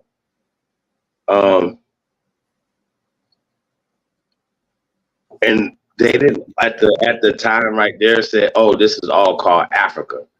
Feel me? Because think about it, they were taking parts for themselves, like, you know, for to enrich Europe. But guess what? Guess how you think that they got into that position prior to that? To be industrialized in the 1800s, to be able to go into these other places and subdue everybody else around them, because they couldn't do it prior to that until they got industrialized and had the tanks and all this other shit to whatever to do it. and the guns and the stuff the other to do it. When these guys in Japan and China and stuff, they got the numbers, but they don't have the technology because they don't, you know what I'm saying? They got this right here, and these niggas got machine guns. See what I'm saying? And cannons, shit like that. Feel me? So, but that shit wasn't in the 14, 15, 16, 17, 1800s. That shit just happened in the 1900s. So that they're writing themselves back into history. That makes sense? Name Yeah, it stealing does. and placing themselves on other people. You know what I mean? And if they make up the term like Roman and Greek, guess what? That's them. They made that shit up. Ain't no ancient people called Greeks. Nobody. We ain't called. I mean, these people crazy. These people are diabolically crazy. You guys. So be careful. Other than that, man. Yeah, man. Everybody doing this evening? What Well, we got it's here? almost 1 a.m. here, and it's about what 10 o'clock y'all's time. It's 1 o'clock. It's almost 1 o'clock in the morning. Uh-huh. What's up, You got work Tasco? tomorrow? No, I'm off, man. I'm relaxing. Nope, I'm off. I'm took a mini long vacation. We That's had Friday off, so I just extended it so I could rest because I was doing a lot of work and I just burnt myself out. hard. So I'm relaxing. I told Willie, I'm not Uh-huh. cooking. I ain't doing nothing, man. I'm just relaxing. Sometimes you gotta relax, man. Yeah, Can't do too much. that's a fact. What's up, Tasco? If she got her mic muted, if she's talking.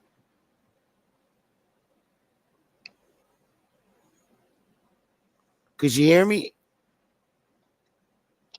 That's that boy. Oh, Truth done fell asleep.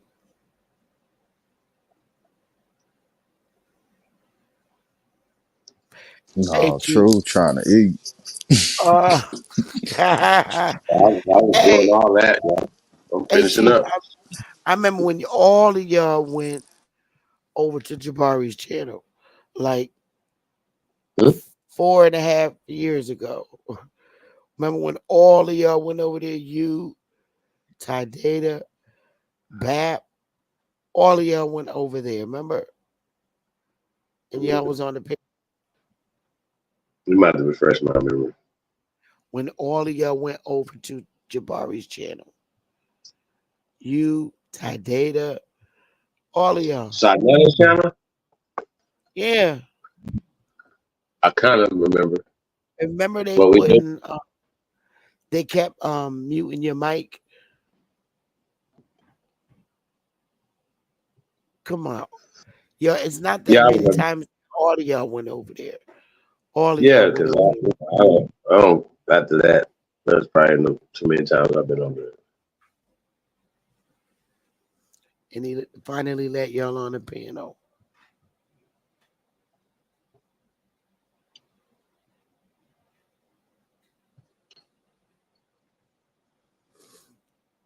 I don't know, but I'm getting tired. I know that, Chief. I'm about to hop off, bro, and go in the chat. Got Tasco up here, so I'm about to go jump back in the chat. Shit. Okay? Man, peace, sister. That's peace. Yeah, man. Word. I'm, I'm I'm gonna come tired. off the mic in a minute, man. I'm Yeah, just trying to eat. yeah. All right, y'all. Take it I'm about to easy. find something. Yeah, hold on a second. Huh? I said I'm about to find some stuff, some content. Oh, oh, okay. All right. I'll be in the chat, Chief. Take it easy, y'all. All right, thank you for sliding through.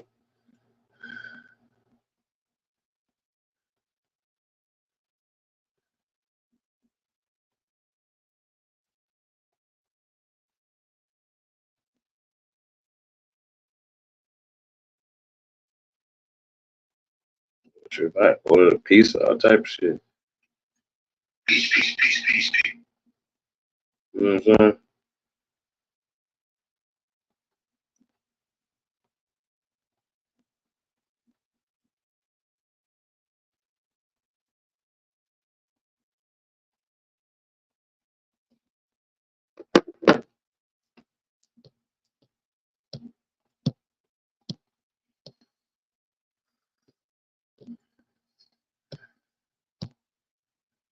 Stone, what up? Juice.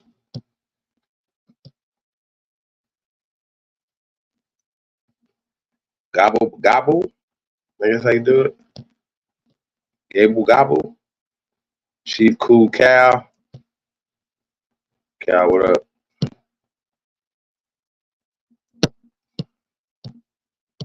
Yeah, we just chopping it up, man. Mr. Death of Pan-Africanism. It's been there, John. We just did that joint last year.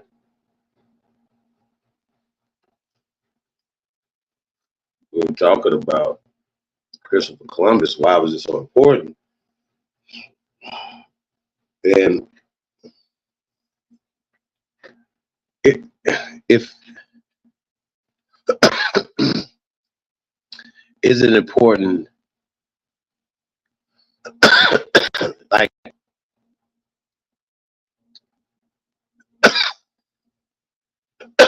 if it's if it if it's not important,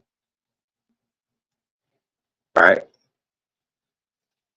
Then it won't matter to us, and it doesn't matter to them, right? So on our end, it wouldn't matter. We don't care about y'all, you know, holiday or whatever, right? But the flip side of it, socially, it still is a one of those things that the story of Christopher Columbus is a demoralizing story. Why would anybody get a holiday for that story? What did he do good? Like, who would come up with that concept? Well, they came up with it. They came up with the concept, and that concept was to put them in a social, political, economic power and make us inferior based off of this story.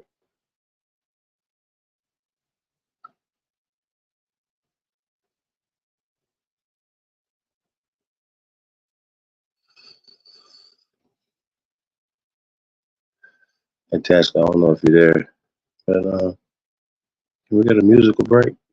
Because we never really had one. Just had like one video, and then I want to find this video I want to play. Y'all, there's a couple things I want to talk about, but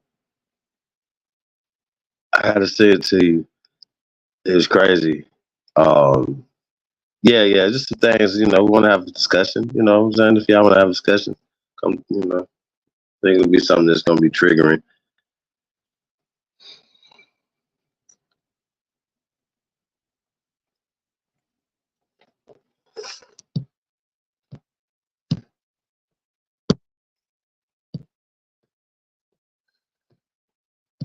What's we got here? Enoch. Nunya.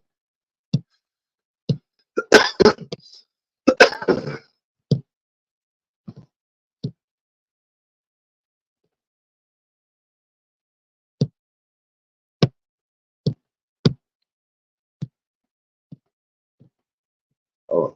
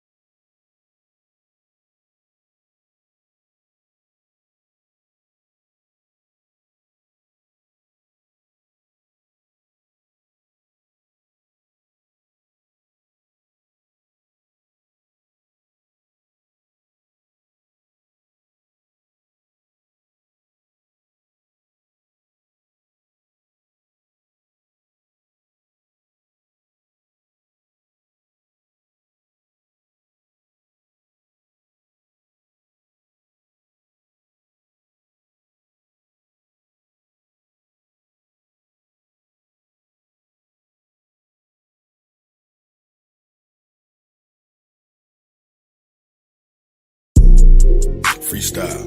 What the fuck need? Yeah, I inhale a weed. Yeah, and what they telling me? What they telling me? What they yeah, what that fella need? What that heifer need? Can't get caught with these. What are those felonies? Trying to keep the hood straight with they felonies. When I made it back safe, I just fell on knees. Thank the Lord for the hustle that just fell on me. In these streets, I'm trying my hardest not to felony. Keep a popper and some paper for my bell on me. If I have to pop, I pray my blick don't fell on me. Ain't gon' tell me when they coming, they gon' bell on me. Every time them hoes get caught, they gon' tell on me. There's a lot of people out here wishing hell on me. Niggas ratting law enforcement got they trail on me. Cause they know that I got something that's for sale on me. Nothing heavy, private stock, and some mellow weed. Yeah, mellow weed. Car, mellow weed. Make you say ooh la la when you inhale a weed. You can tell I keep that Zod cause the smell on me. Probably why these pretty bitches wanna smell on me. I don't sweat up seed, I just let her be. I might call her something that start with the letter B. I just let her see, you'll never be. Just be all that you can be, never me. I can sell a key, I can sell a pea. Make her think it's lemonade, I can sell a pea. Got a big ol' ass shaking like it's Jello seed. Every time they see me with her, I smell jealousy. Built like Meg Thee Stallion, but she got some better knees. Got her gossiping and looking for some better tea. Find you something else to talk about instead of me. I'm just trying to find a plug with some better fees. I'm just trying to hit a plug with some cheddar cheese. Catch me whipping up another, I got recipes. I be whipping up that butter like a yellow tea. Catch me cooking like my mother in a yellow tea. I got stripes like a zebra in a referee. I gave everybody a slice and save the rest for me. I got 40 dead homies, may they rest in peace. I'm still praying for their families, may they rest in peace. I can't give you everything, this is just a piece. There's a big storm brewing, this is just a peek. 10,000 new followers, it's been just a week. She been fucking everything, she's just a freak. I ain't had to say a thing, open sesame. Something strange for some change, get that neck to me. I ain't had to pay a thing, got the neck free. Pussy fat, fuzzy, man, like a nectarine. When she giving up that neck, I'ma name her nectarine. In my phone, under neck, get that nectarine. I proposed to the neck, made that neck a queen. I got married to the neck, gave that neck a ring. If the neck disrespect, get that neck a ring. Where you at? Bring that check and that neck to me. Where's destiny? That's my destiny. If I had an eye on my knee, bet my legacy. Legacy, get it, legacy. If I had an eye on my knee, bet my legacy. Legacy, yep, legacy. Ask them what my real name, they say Lester C. Yep, Lester C. Yep, Lester C. Yep. I done seen more than most, now it's Lester C.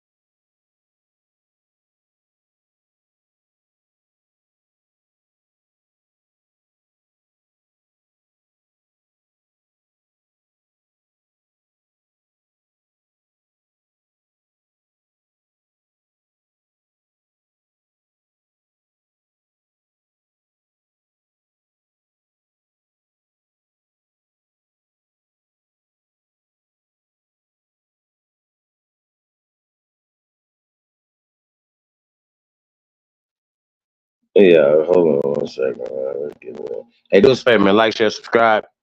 Share some on your social media platforms. We're gonna get a couple of videos in.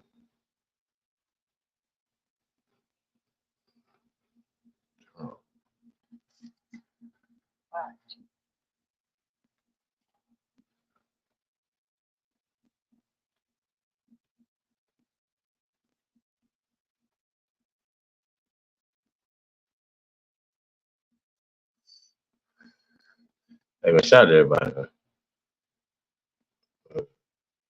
Truth, you still eating? Yes, sir. Hmm?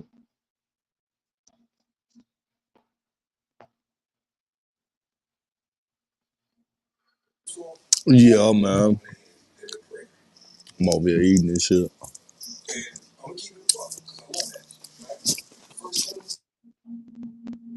All right, we'll get a couple of videos in here,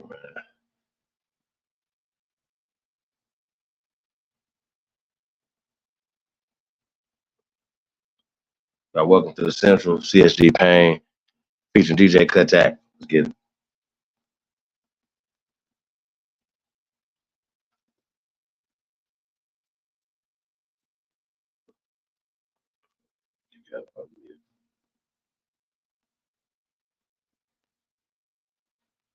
We're gonna be able to rock some of this good old what? Yeah, we're gonna get busy today. This is some good music, and it's gonna cool your savage soul. Yeah.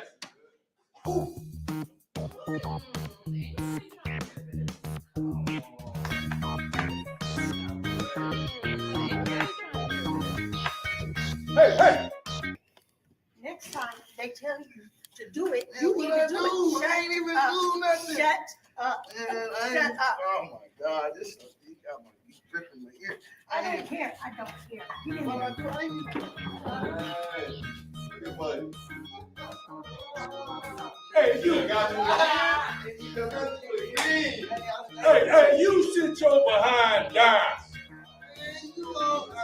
and enjoy this good music. Hey, what you know about that?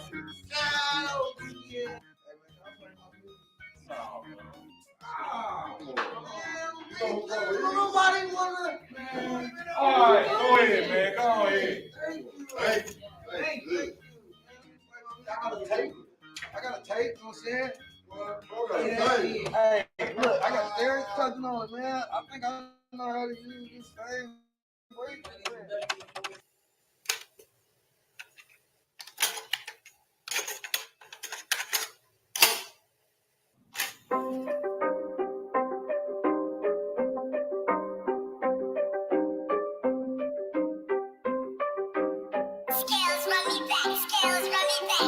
Me and my little nigga, we grew up in the mud. Age of 14, I was hustling. You ain't get no love if you wasn't the plug. And you can't leave the house without the stick if you was. Welcome to the Central, let me show you around. Keep your head on a swivel, 10 toes to the ground.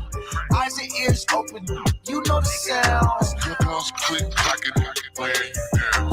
Now when we in the Central, I'm gonna keep it a buck. See you lacking and they you up. Them little feel more new, not the new to trust. From lane to the beat, them little niggas a bust. My mama used to check if there's some guns in my waist. I'ma catch a body, I know niggas and snakes. Crosses on my face, pain, KB race. I miss my nigga Holly, hope he saved me some space. I miss my nigga Melly, got him locked in the cage. Crackers have a nigga like a mouse in a maze.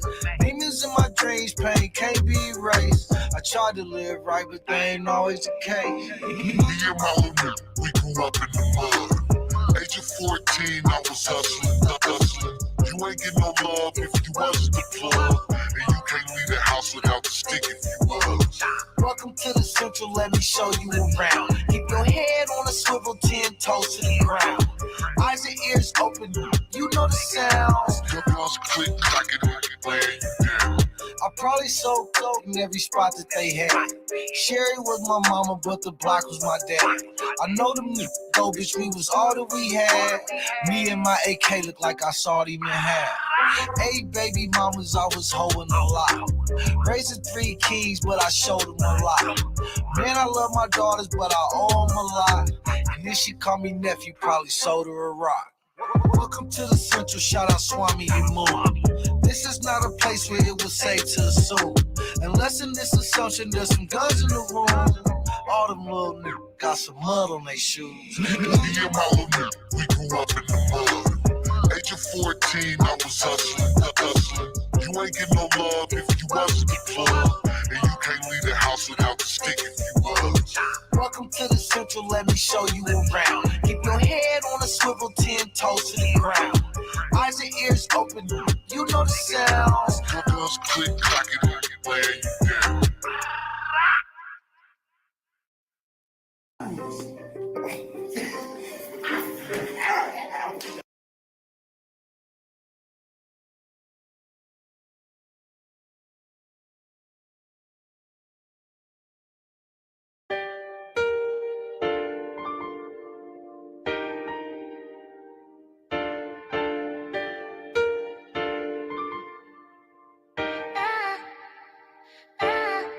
Cause I feel like there's armor on me. You gon' need an army for me. I feel like there's armor on me, yeah. You gon' need an army for me. I know niggas not my homies. Why I got this chopper on me? Flying through the Central, TPD got helicopters on me. Know they said the top is lonely, but I lost Selena before she got to know me. So no, this is not about the rolling. Cause now I feel like I'm dying slowly. So please don't act like you know me. Me and Tony. Never leave the house without her. Always got the blicky on me. Now I gotta chase it down. Can't nobody get it for me. Married to the block, me and this Glock and holy matrimony. Gun look like an action photo. I'm getting off this 30, I wouldn't pass a coat, nigga. Cause I feel like there's armor on me. You gon' need an army for me. I feel like there's armor on me, yeah. You gon' need an army for me. I'm taking blunts in the air for all of my niggas that's dead. I ain't not smoking no ops. My niggas been through a lot. I'm taking blunts in the air, see I heard what niggas was saying. That's why I keep one in my hand. That's why I keep one in the head. Ain't no time to reminisce. You know what the business is. You know what we living in. Every man get it in. Would I give $1 billion to see my mama? Well, it depends. What would that be leaving my kids? Might make me think again. I can feel the reaper coming. You better hope that I don't see him coming. I got the chopper with the titties on it. I can hear that motherfucker drumming. You gon' need an army with you. Most these niggas artificial. Take you to the Central, they gon' see what type of heart is in you. I ain't a killer, but don't push me. Revenge is like the sweetest joy next to getting pussy. Cause I feel like there's armor on me. You gon' need an army for me. I feel like there's armor on me, yeah. You gon' need an army for me. I'm taking blunts in the air for all of my niggas that's dead. I ain't not smoking no ops. My niggas been through a lot. Taking blunts in the air, see I heard what niggas was saying. That's why I keep one in my hand. That's why I keep one in the head.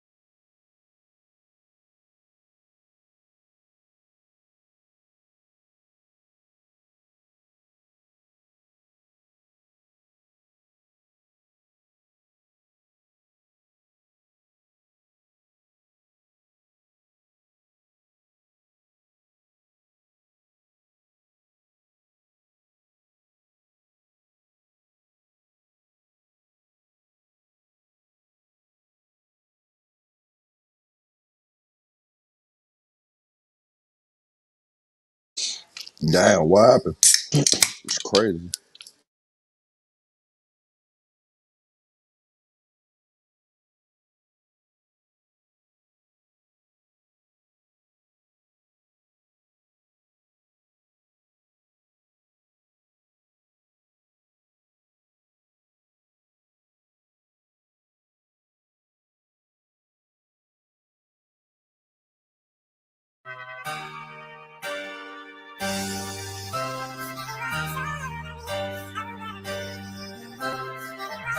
Look, what you know about loyalty and respect, nigga? Honesty and trust.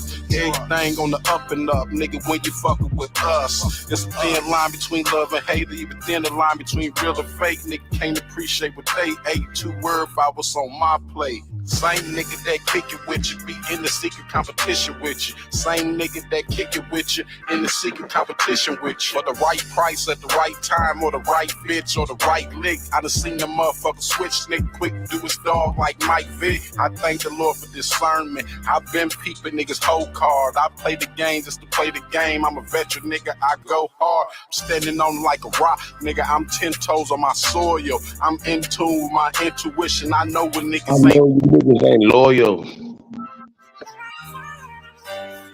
Go. Shout out to Rick Jilla. He's Hammond. Go. No down bad, no cash on that love for me. Now you down, wanna hang around, you don't fuck with me. Catch on the body, trying to bring it down to loyalty. Your best friend, your main bitch, your family.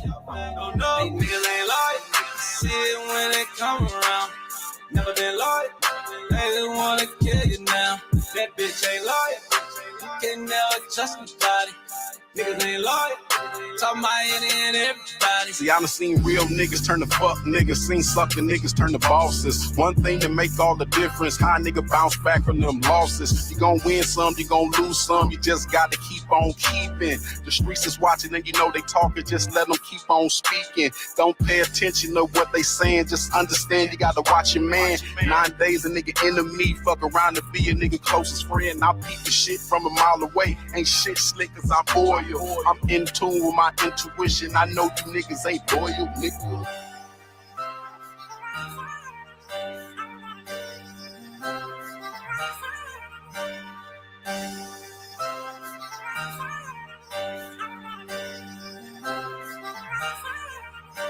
No down bad, no cash on that love for me. Now you down, wanna hang around, you don't fuck with me. Catch on the body, trying to bring it down to loyalty. Your best friend, your main bitch, your family. Don't know, these niggas ain't loyal. See it when they come around. Never been loyal. They just wanna kill you now. That bitch ain't loyal. Can never trust nobody. Niggas ain't loyal. Talking about any and everybody.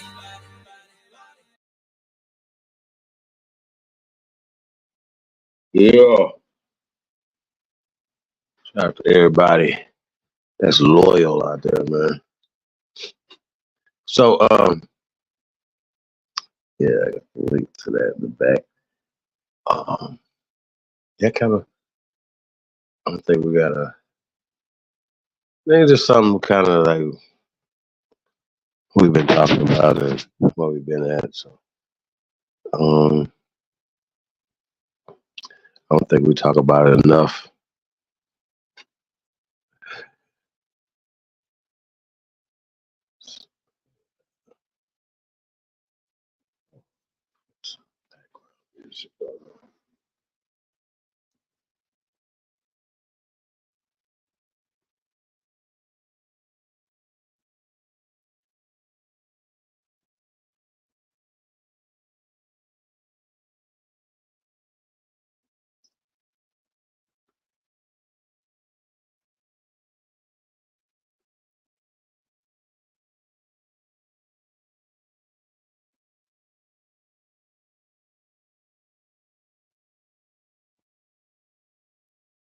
I'm back. What's up? True. True. Shit, man. Man, I had to eat something, nigga. Nigga, I hung over today, man. I ain't get out of bed till like 7:30. And I had to force that shit.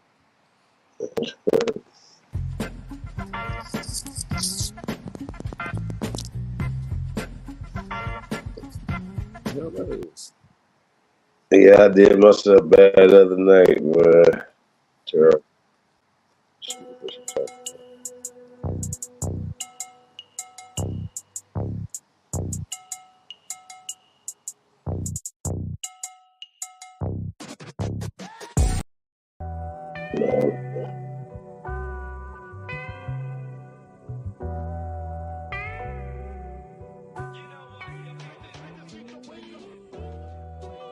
DJ cut that. Like Mo Can. Boogeyman. Yeah, man, y'all need some audio visual production, man. Tap in, cheapholiday@gmail.com. Get y'all right, man.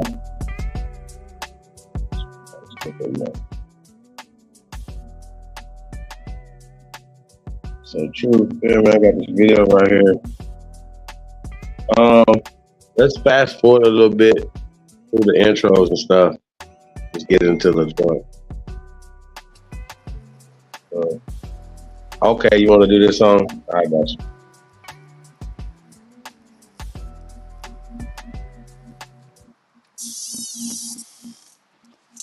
You got it.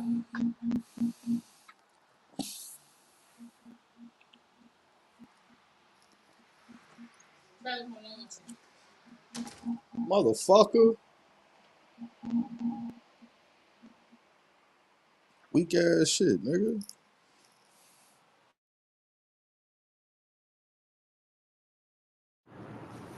Oh, wow. You're doing great with that twirling. Dad, I'm spinning. Oh.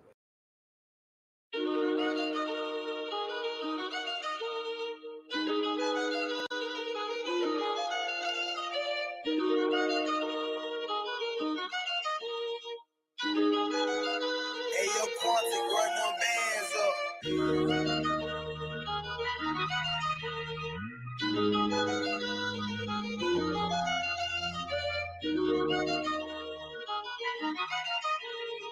Yo, we got homie. Yeah.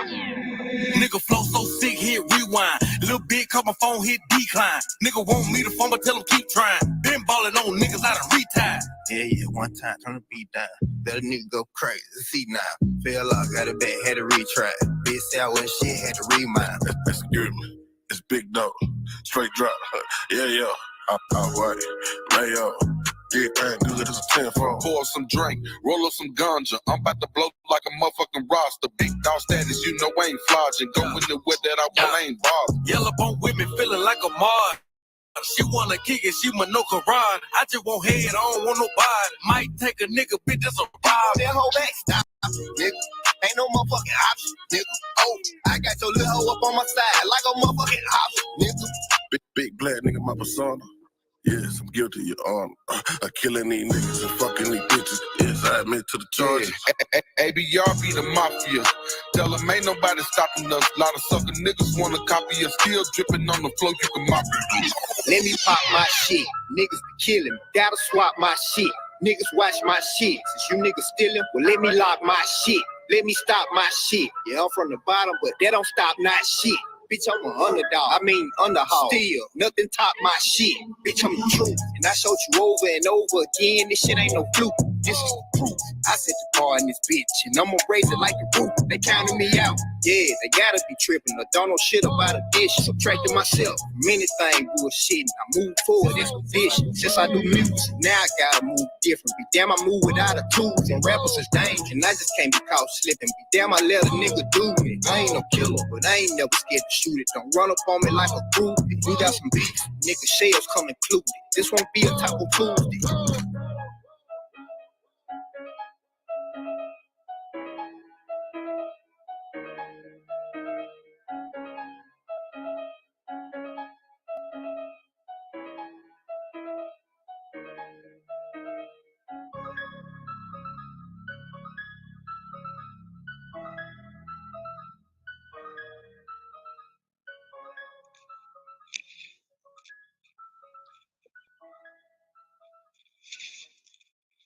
Peace and paradise to all American Aborigines.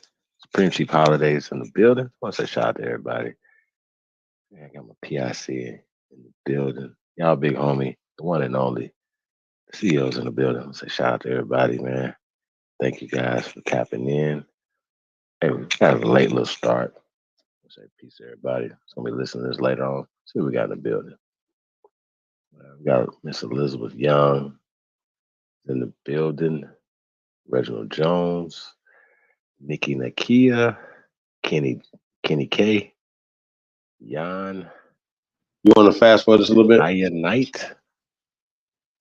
Mound City Mellow.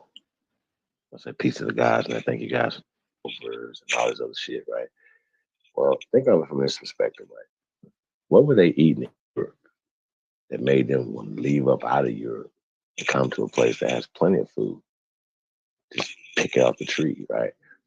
You know, just think of that mentality. You know what I mean? So you come from somewhere and you don't own anything, right? And you don't have any land. That means you're gonna have to work. You're gonna have to beg. You're gonna have to steal. You're gonna have to do a lot of things. Hence, prisons, nursing homes, orphanages. We didn't have these things before they came. I just wanted to point that out. Yeah, man. See, Misa L, only the wise in the building. Libra Sun, peace to the guys, man. Shout out to everybody, man, tapped in. You already know, man. If you guys, you already know about the Only Builders membership club, man. Hit us up. Only Builders 2022 at gmail.com. Also, anybody looking for any opportunities, hit me up at cheapholiday at gmail.com. Yeah, man, we're just matching people up, good people, good companies. If you have a need for employees or any services, also hit me up, cheapholiday at gmail.com. Keep it super simple, you guys. Also, tomorrow, we're going to be having a Only Builders pop up. So, if you're not Only Builders, you're Only Builders. Be on the lookout for that tomorrow. We're going to be posting that and we send you guys notification for that via email. So, be on the lookout for that. What else we got going on? So much going on, y'all. Now let's just get right into this thing. What I want to do.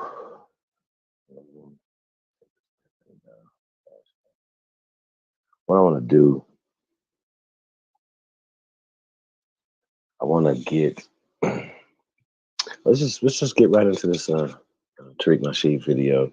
What I want to do once we hear something, then we just basically go to it and explain it. Matter of fact, before we get to that video, I want to pull up the etymology slave. If you guys seen this before, bear with us. Whatever, we're gonna go through it a little bit, just so we understand who it is, whatever. Put in the chat room so you guys can have it yourself. Let's just get right to this real fast, you guys. Real fast. As a noun, right? Just real quick, you guys. Late 13th century, right? So late 1200s. Okay, think about it. Quote: a person who is in chattel or property of another. Okay. Now when we think about property of another, right? That comes in different forms. Even when we talk about husbandry, husband, basically a wife, a husband having ownership of his wife as well as his children, right? Let's keep going. From Old French, esclave. We're just gonna ride through this real fast, you guys. Medieval Latin, sclavus, slave. Source also Italian, schiavio. French, esclave, right? Spanish, esclavo, originally Slav. Now let's go see what Slav are. It says originally slave comes from Slav. Okay, let's go to Slav. See Slav. Just real quick, you guys. Go to Slav. Real quick.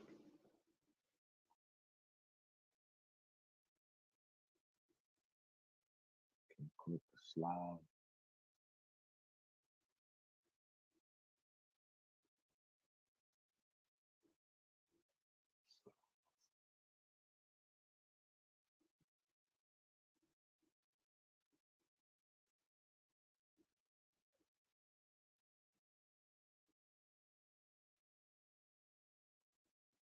I don't know if you're on.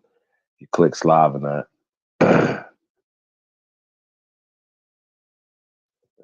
Slow. All right, Slav. Also a noun, you guys. It's kind of interesting. It says it's late 14th century, right?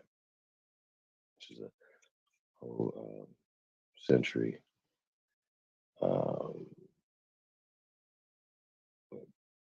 younger than, like, I don't know if how something can be the origin of something is 100 years or 100 century, right? So younger than where it came from. But anyway, we'll get back to that. It's Sclav from medieval Latin, Sclavus, 800, right? So from Byzantine Greek, Sklabo, right? Proto-Slavic, Slavonia, a Slav, probably related to Slovo, word speech, which suggests that the name originally identified a member of a speech community, right? Compare Old Church, Slavonic, Nemishi, Germans related to Nimu, dumb, Greek, Herophonos, right? Foreign, literally of different voice, and Old English, Piod, which meant both race and language, right? Let's go back to slave. We're going to get into that a little bit.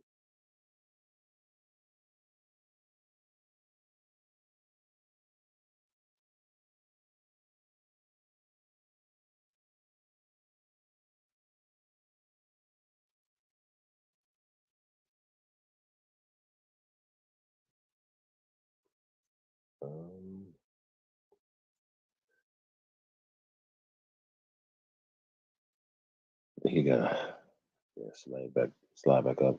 Okay.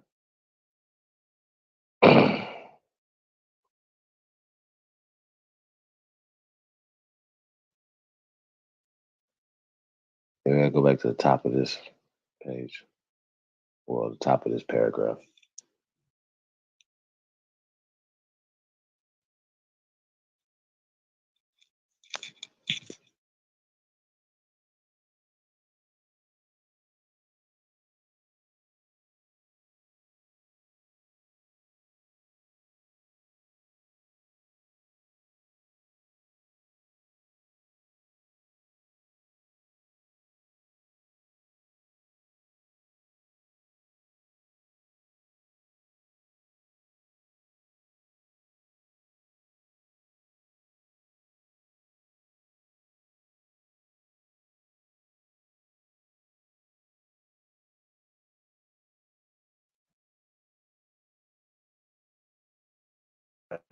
Kicked out.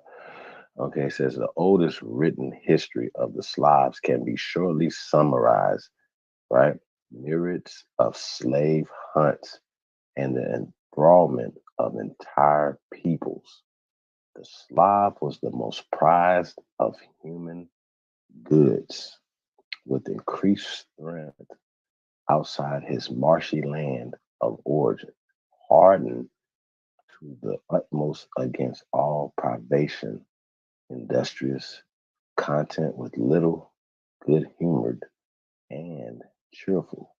He filled the slave markets of Europe, Asia, and Africa.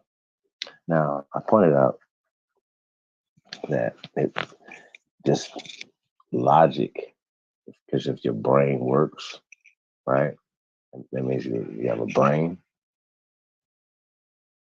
If Slavs came to America, right, then they would have also been in America.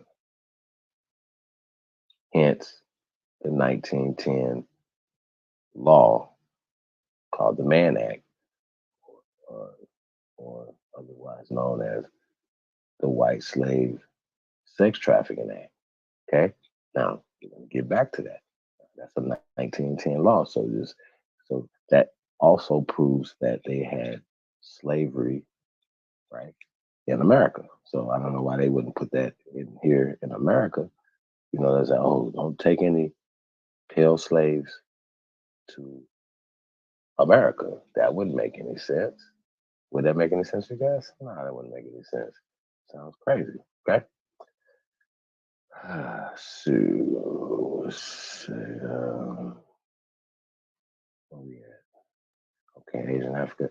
It must be remembered that for every Slavonic slave who reached his destination, at least 10 succumbed to the inhumane treatment during the transport and to the heat of the climate. Indeed, Ibrahim, 10th century himself, in all probability, a slave dealer says, quote, and the Slavs cannot travel to Lombardy on account of the heat, which is fatal to them. Hence, their high price.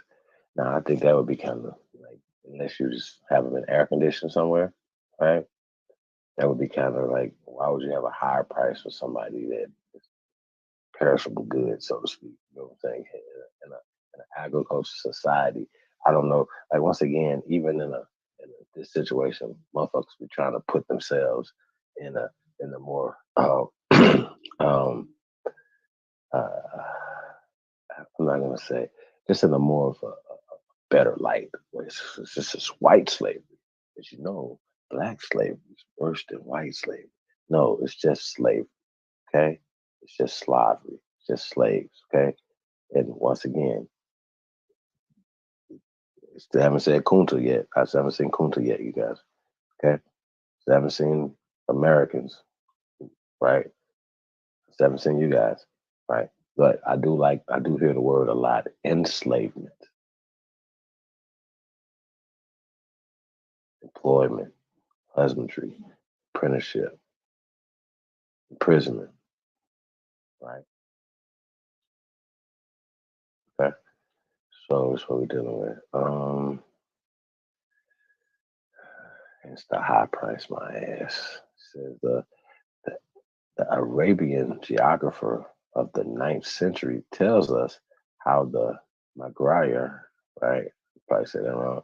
And the Pontus steep. Now, remember the other day when we were talking to Seth,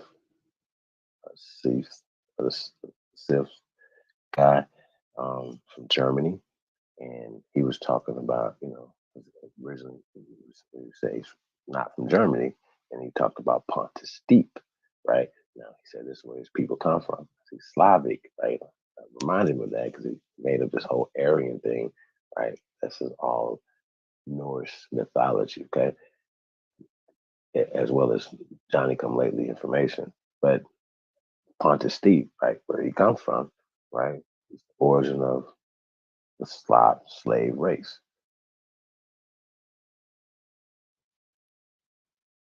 Okay, it's not me.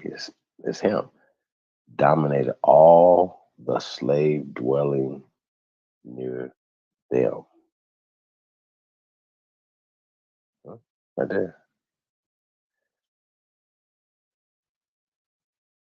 The Maguara, right? The Maguaras, right? Like Maguires, right? Made raids upon the Slavs and took their prisoners along the coast of Kirk, where the Byzantines came to meet them and gave Greek brocades and such wares in exchange for the prisoners, right? All right, and that comes from the Cambridge Medieval History, Volume 2, 1913, okay? All right, it says, meaning one who has lost the power of resistance to some habit or vice. It's from 1550s, okay? All right, so let's go out of this and let's pull up that video, last video I sent you before we pull up the Tariq video. Talks about the history of um, pale slavery, right? It's just slavery. We won't say pale slavery, just slavery. I just want to point out as well that black is blotted out, or pale, or bleached out, or blank, right? Without color.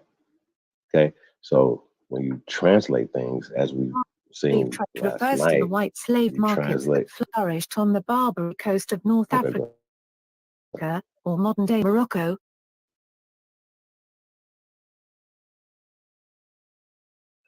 Well, I was talking about how they change words like maroon from brown to runaway slave, right? Seminole, as well as they can change black from being blotted out, bleached out, without color, right? Blank to black, and white is blanco. He still be scratching his chin like, huh? You would think that blanco would be black, right? But it's not. It's negro.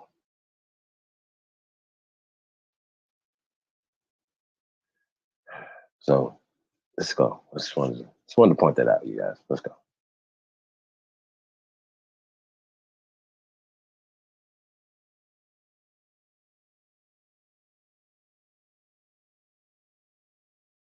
Trade refers to the white slave markets that flourished on the Barbary coast of North Africa, or modern-day Morocco, Algeria, Tunisia, and western Libya, between the 15th and 19th centuries. These markets prospered while the states were nominally under Ottoman suzerainty, but in reality they were mostly autonomous. The North African slave markets traded in European slaves. The European slaves were acquired by Barbary pirates in slave raids on ships and by raids on coastal towns from Italy to Spain, Portugal, France, England, the Netherlands, and as far afield as Ireland and Iceland. Men, women, and children were captured, to such a devastating extent that vast numbers of seacoast towns were abandoned. Ohio State University history professor Robert Davis describes the white slave trade as minimized by most modern historians in his book Christian Slaves, Muslim Masters, White Slavery in the Mediterranean, the Barbary Coast and Italy, 1500 to Euro 1800. Davis estimates that 1 million to 1.25 million white Christian Europeans were enslaved in North Africa, from the beginning of the 16th century to the middle of the 18th, by slave traders from Tunis, Algiers, and Tripoli alone, and roughly 700 Americans were held captive in this region as slaves between 1785 and 1815. 16th and 17th century customs statistics suggest that Istanbul's additional slave import from the Black Sea may have totaled Wait. around Hold 2.5 on a second. million from 1450 to 1700. Hold on one The second. Did they say 700 from 17 something to 18 something? So that's kind of a weird number, 700. How did Americans? Who are they calling Americans at the time? Especially if it's before America was formed. Can we go back? I got to hear that part again. The actual dates that they're talking about. That Americans were held by the Barbary. Not saying that it's definitely possible, um, but if this is happening at the same time as so-called Cristobal Colon and De La De La Casa and all these other guys, how are they going into Africa? How are they moving all these slaves if this is happening to the 1900s in Africa? Y'all have to make this make sense. How are you going into Africa and they're enslaving you in Africa into the 1900s? It doesn't make any sense. Okay, you have to make it make sense. You had to pay tribute. You had to do certain things. It was too.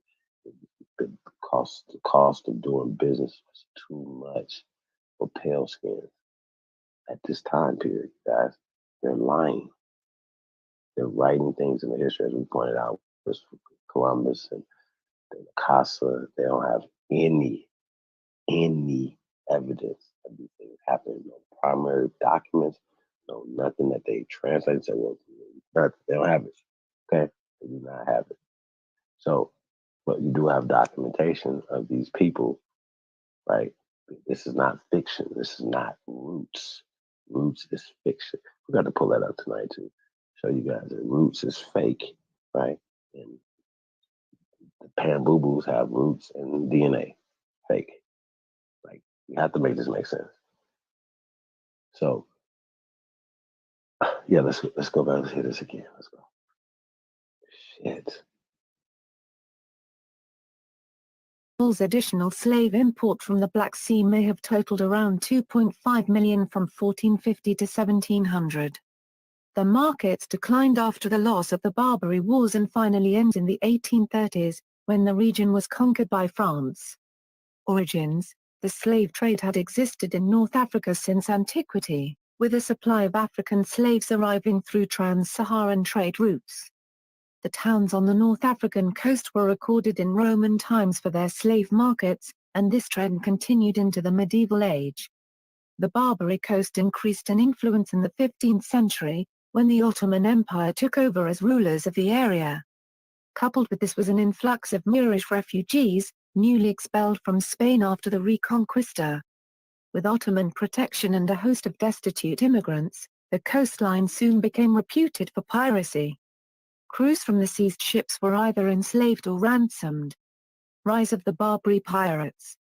After a revolt in the mid-17th century reduced the ruling Ottoman pashas to little more than figureheads in the region, the towns of Tripoli, Algiers, Tunis and others became independent in all but name. Without a large central authority and its laws, the pirates themselves started to gain much influence. Pirate raids for the acquisition of slaves occurred in towns and villages on the African Atlantic seaboard, as well as in Europe. Reports of Barbary raids and kidnappings of those in Italy, Spain, France, Portugal, England, Netherlands, Ireland, Scotland, and as far north as Iceland exist from between the 16th to the 19th centuries. It is estimated that between 1 million and 1.25 million Europeans were captured by pirates and sold as slaves in Tunis, Algiers and Tripoli during this time period. The slave trade in Europeans in other parts of the Mediterranean is not included in this estimation. Famous accounts of Barbary slave raids include a mention in the diary of Samuel Pepys and a raid on the coastal village of Baltimore, Ireland, during which pirates left with the entire populace of the settlement. Such raids in the Mediterranean were so frequent and devastating that the coastline between Venice to Malaga suffered widespread depopulation, and settlement there was discouraged. In fact, it was said that this was largely because there was no one left to capture any longer. The power and influence of these pirates during this time was such that nations including the United States of America paid tribute in order to stave off their attacks. Supplies from the Black Sea appears to have been even larger.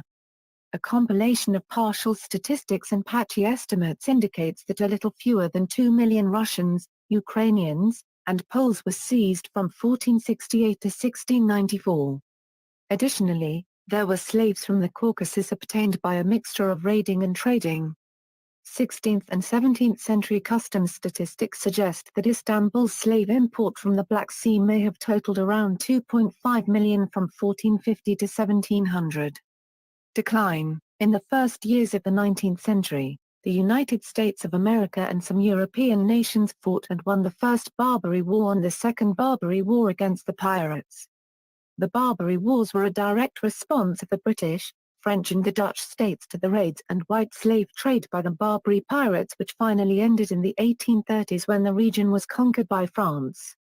The white slave trade and markets in the Mediterranean declined and eventually disappeared after the European occupations. After an Anglo-Dutch raid in 1816 on Algiers immobilized most of the pirate fleet, the Dey of Algiers was forced to agree to terms which included a cessation of the practice of enslaving Christians, although slave trading and non-Europeans could still continue. After losing in this period of formal hostilities with European and American powers, the Barbary states went into decline. However, the Barbary pirates did not cease their operations, and another British raid on Algiers took place in 1824. Finally, France invaded Algiers in 1830, placing it under colonial rule. Tunis was similarly invaded by France in 1881. Tripoli returned to direct Ottoman control in 1835, before finally falling into Italian hands in the 1911 Italo-Turkish War. As such, the slave traders now found that they had to work in accordance with the laws of their governors, and could no longer look to self-regulation. The slave trade finally ceased on the Barbary Coast when European governments passed laws granting emancipation to slaves. See also, Ottoman slave trade, Arab slave trade, Barbary Corsairs, Barbary Wars, North African slave narratives, Republic of Salah copyright.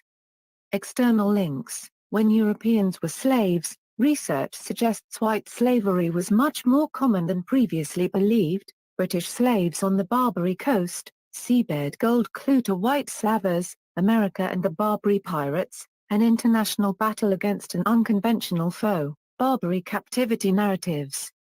References.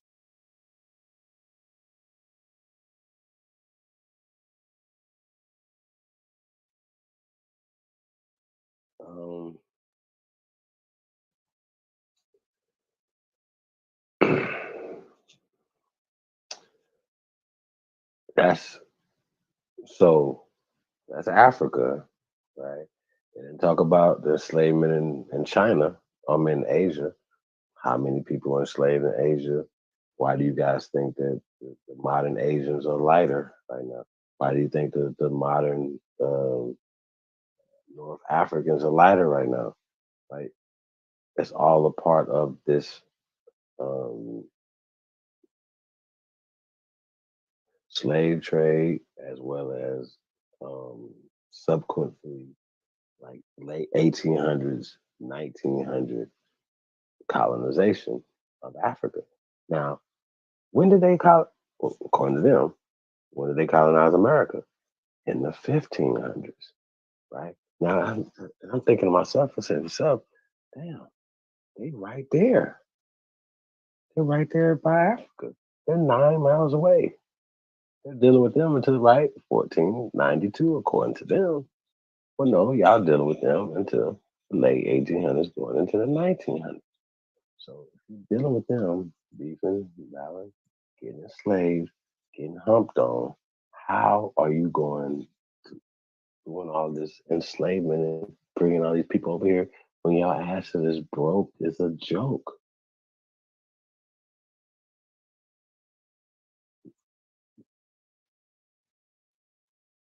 Dusty broke.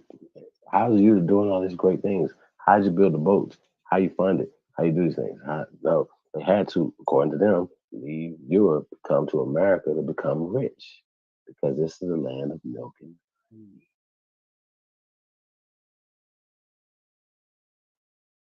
They didn't go to Africa to get rich. They had to come to America to get rich. So I just want to point it out.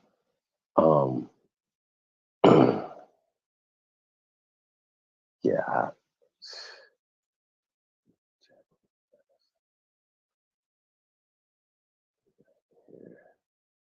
Choctaw, Montana, 808.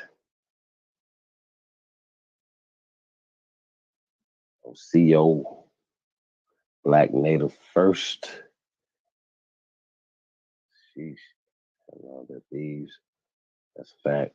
Christopher Creer, Peace King. Peace to the guys, man. Tapped in. Appreciate you guys. Yeah, man. We definitely be going, bro.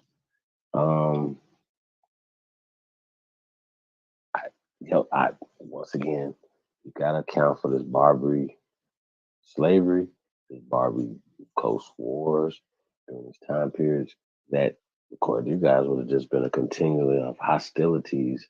If you guys just if they had just ran out the air quote Moors out of Spain, where'd you run them to?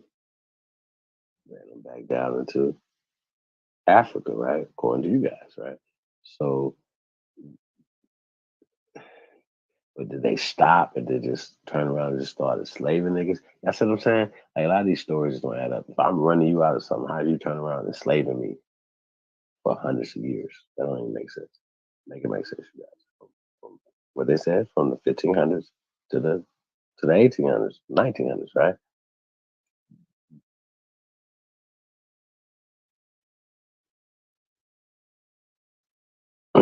So I don't know, yeah. Just even their story is not adding up. Doesn't add up with time, doesn't add up with anything. So I just want to point that out. Yeah, let's pull up this Tariq video, guys. And it's really interesting. Once again, we wanted to give a kind of a baseline of what we're talking about. So when you're talking to somebody, you kind of have a context, a foundation, because etymology matters, especially when you're talking to people who are trying to put slavery or slave on you. You will know what etymology of this word come from, not a new dictionary that was written in 1988 that's putting right slavery on you and Kunta. Okay, no, slavery comes from Slavs who were historically slaves. Period. Press go. Yeah, so I'm gonna pull this up right here, you guys. So shout out to everybody, man, tapped in. Man, I'll put the link in the chat room. Hold on one sec.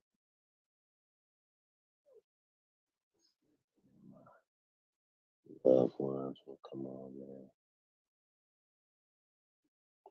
Rapper Taste.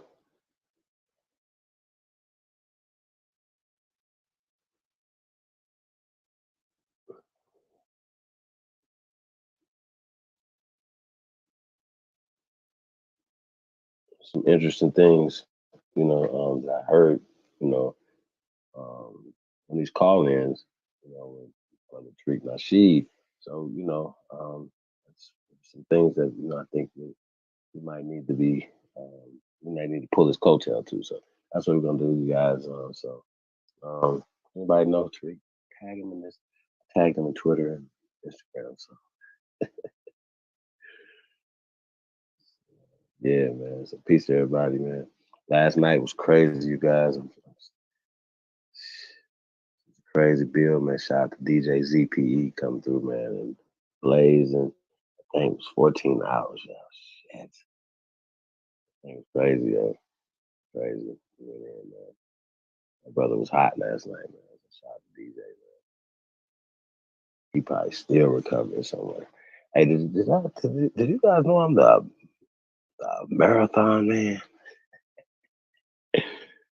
Hashtag a marathon man. Let me put that marathon. Let's go. Let's go.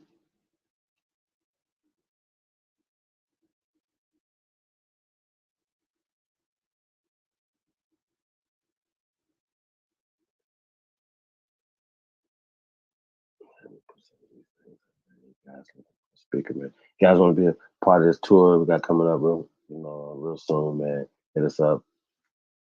I don't give a fuck. Bookings at Gmail. Bookings at gmail.com. Look Sahab up. Chief Holiday at gmail.com. You already know, man. Only Builders 2022 at gmail.com. You guys are interested in Only Builders group.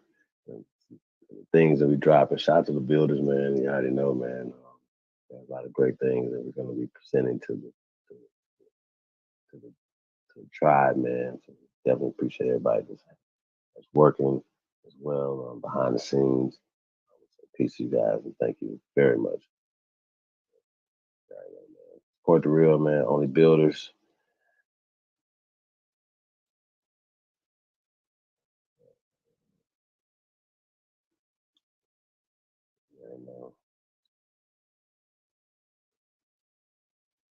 Y'all get y'all Aboriginal drip at weare2am.com. weare2am. As well, you already know, man, walk like God, AmericanAboriginalShoes.com, man. You know what I'm saying, man? Shout out to Lieberson. I'll be showing something a little later too, man.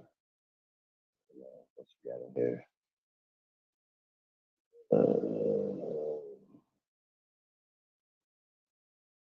Black Uhuru. He said DJ ZPE was pseudo. He said that the buildings in black neighborhoods were ancient and made of alabaster.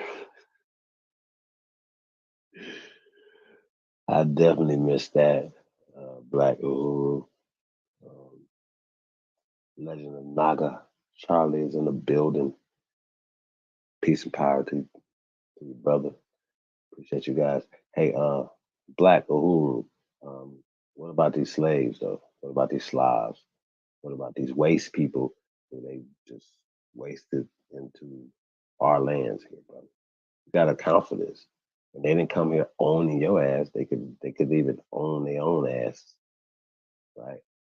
No skills, no anything, and that's just what it is. So you guys are pushing a narrative because you're pushing like black and African. You know what I'm saying? So I just wanted to say that. Shout out to Sun Baby in the building. Peace to the God, man. Thank you for tapping in. Hey, Black and Hulu, thank you for tapping in as well. We definitely appreciate it. But as far as, I don't know if the brother said it the way you said it, black neighborhoods, ancient and made of alabaster. Well, we'll say this. Well, I would say this, that everything was built on top of our shit. So, you know, our ancient land, our ancient grounds, let alone ancient cities that were flooded, tore down, broke up, blew up. It's just facts, right? So I just wanted to let you know that if you didn't know that. So once again, you guys got to get on the right side of history, okay? History, right? Gotta get on the right side of history, man. So I want to point that out. So peace paradise, everybody, man. Like I said, man, y'all tuned in to the greatest of all motherfucking time. It's your Sahab. I come in peace, man. I really do. Yeah, let's get this Tariq video up from his Twitter. You guys, let me Twitter up in here. Oh, that's not it. That's a StreamYard.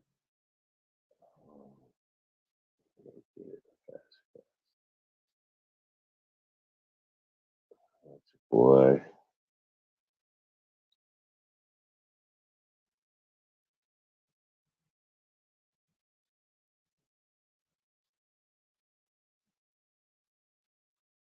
Follow me on Twitter. I'll follow you back.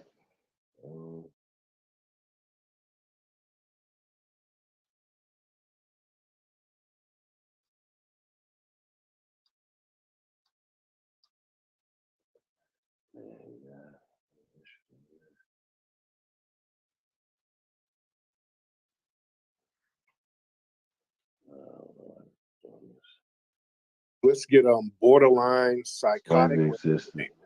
Speaker. Let's get borderline in here.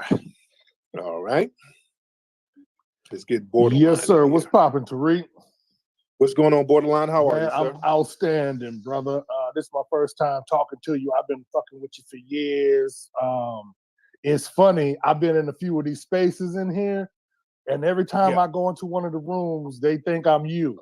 There's a few people in this room right now who know what I'm talking about. Hilarious. So I am the official Tariq nigga when you ain't around. Oh, wow. I just left a room right now. They in there fighting about your museum and everything else. And the shit is funny to me. So, you know, I'm just in there having a little fun. But I just want to say that I fuck with you heavy. We out here watching what you're doing, man. And fuck the haters. Shit. Real talk, man. Real talk. I'm not even tripping on whiny niggas with daddy issues. These niggas just whining for attention. But thank you for the call, brother. All right, let's get some more folks in here. Yeah, those are other time wasters too. Niggas who just get in rooms and whine about another man. That's very homoerotic. And it's a time wasting, attention whoring type of thing. Niggas just trying to latch on to another man for attention. It's very basketball wife-ish. A lot of these niggas got basketball wife syndrome. These are goofy dudes who can't get no shine, and they got to latch on to another man for some shine. That's real that's hoish. That's real basketball wife-ish. I'm Mendices and them niggas is Yandy. These are some old love and hip hop niggas latching onto another man for some shine. You ought to be ashamed. I won't even entertain niggas like that. Stop it. Let's see who else. We got a lot of folks. We got a lot of folks in here. Let's have some real combo in here. My dude from the UK is trying to get back on, but okay. And I wish some UK people, if y'all in the UK, let us know what's going. Not the UK, but in the Ukraine. I'm sorry, because it's going down out there in the Ukraine right now. All right, let's get we got a few people I'm putting on. What's up, Rick? What's up, bro? Who is this? Who is this? Ace? What's happening, Ace? man? I just real brief, man. I just wanted to say we appreciate everything you do, bro. You know, from Ohio to Atlanta. You know, I'm a little bit everywhere with the production side, but we appreciate everything you do, bro. You still in Brazil? I'm in Brazil. Yes. Oh, okay. Oh, okay. How's everything going down there in Brazil, my nigga? We are experiencing worse economical troubles than the U.S., but it's still doable. You know, we're living. At least we're not in Ukraine getting bombs on our heads. At least you're not getting bombs on your heads? Yeah, yeah. All right, yeah. That's cool. You know, y'all in those favelas out there doing what you have to do to get your... Yeah. I hope you ain't out there running around the favela looking for a fella, trying to get your little money.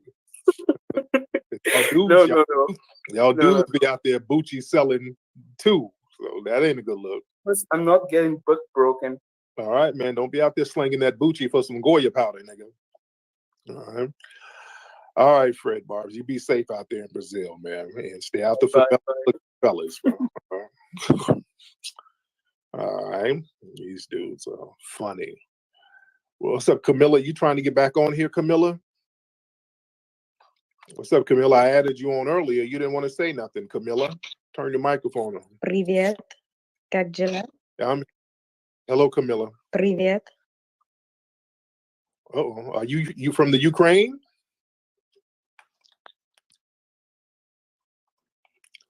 Camilla? Okay, Camilla, you over there doing something real strange. What are you doing over there, Camilla? What's up, man? What's your name, sir? Where are you from? From a lot of places, actually. But had something to ask you. Okay, before you do that, I just want to know a little bit of something about you, sir. Where did your family immigrate from? No immigration here, 100%. American born and bred. Okay, well, somebody in your family had to immigrate here. So who immigrated?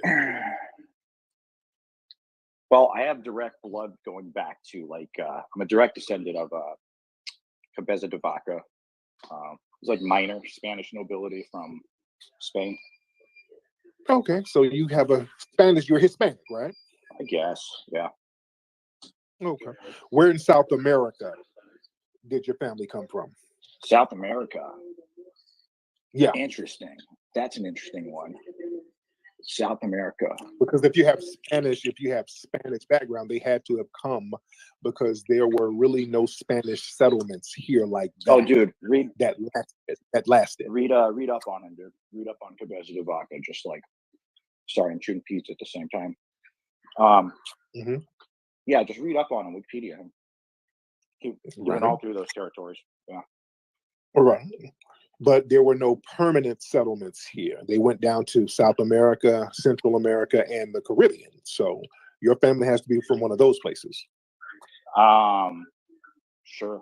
There's a lot I don't know, man, honestly. So which one? Which one? Because you're stalling. Why are you ashamed to say where you're from? No, I had a question for you. I'm not stalling. I'm just kind of answering your question. Okay. You are kind of stalling.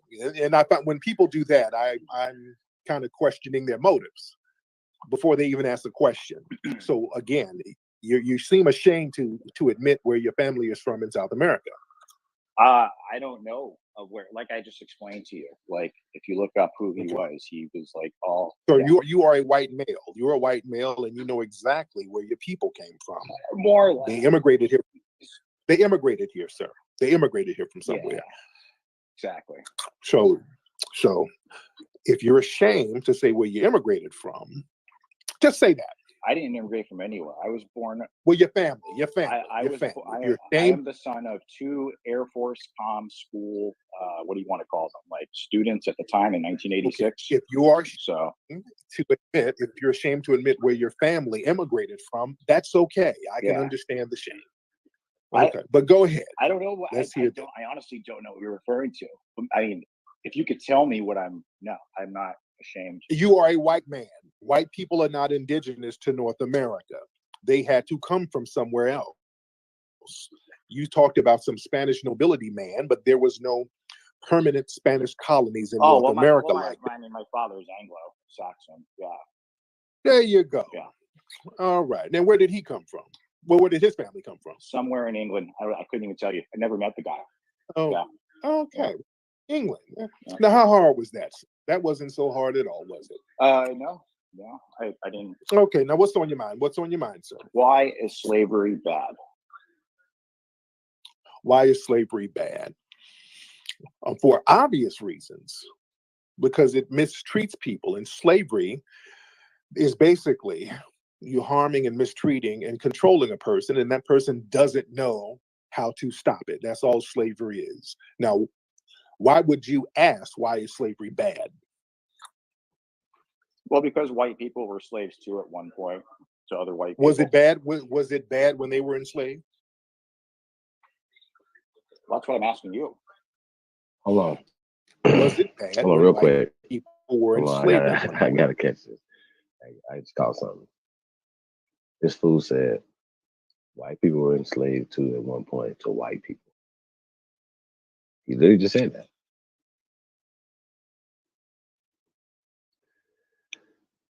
Even though white is a social construct, right? If your ass was property, chattel, or whatever, you wouldn't be considered white in that social construct. You also, as a woman, as late as the 1920s, didn't have certain rights that men had. Y'all remember this? Susan B. Anthony and all that shit. So it was interesting, though, that he said something that was facts. That keep saying white. You can't say white. Pale people, pale Europeans, Slavic people, hence Slav, Slavonic people are not indigenous or aborigines to America. That is a 100% fact. Right? Neither are mestizos, the mixed people that they created to become the buffer class in this caste system. You understand? We talk about Indian schools, we're talking about bleaching out the Negro or the Indian. Negro predates Indian, same thing. Same descriptive term of the same people. We're talking about the West Indies, and you know what we're talking about.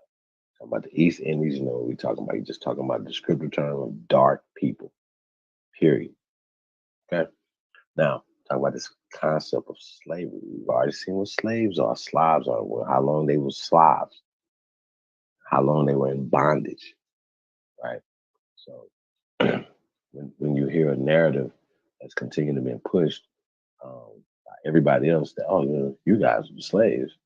We wasn't the Slavs. We wasn't the slaves. You guys were the slaves. And if we were slaves and we were only owned by other pale people, that's just not true. They say that the Irish were the first slaves here in America. Well, once again, for us, slavery never existed. It's not legal in America. But guess what? If you are a Slav, you've always been a Slav. You've always been a slave. You came here under whatever laws that apply to you. You guys act like British law applied to us or certain laws apply to us. Those are concepts that they are writing into history. They're writing colonization. They're writing ownership of other people, right? Of other things, of inventions, of ingenuity, attributed to other people. I just want to point that out. So once again, Tariq, we're not slaves. They're the slaves. We're not black. They're actually the blacks, but that's too confusing. No black, white shit. Leave that alone. Specifically, go to the tribe. The tribes are Slavs, period. Okay? Let's go.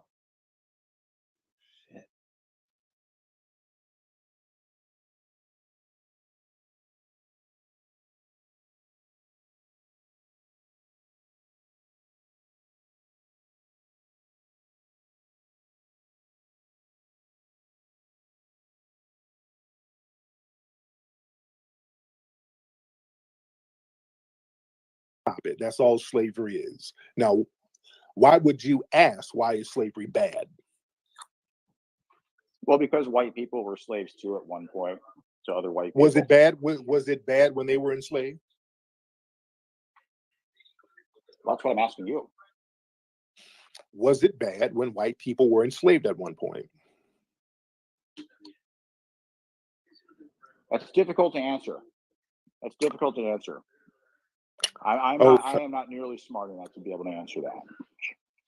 Yeah, slavery was bad. When any mistreatment is bad, and the fact that you think that there's some type of caveat to mistreatment, oh man, what kind of mentality do you have? Do you think mistreating people is good in any shape, form, or fashion?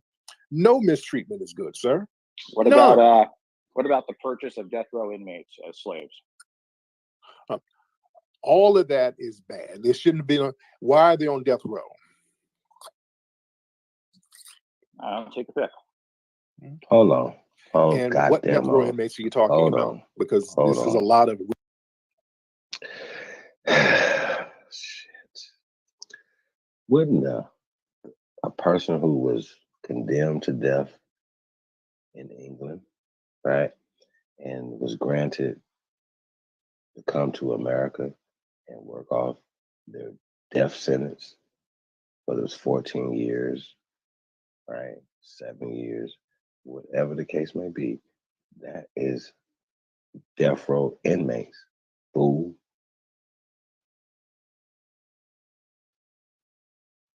See, once again, people say stuff without logic, or like examining everything that's coming out their face.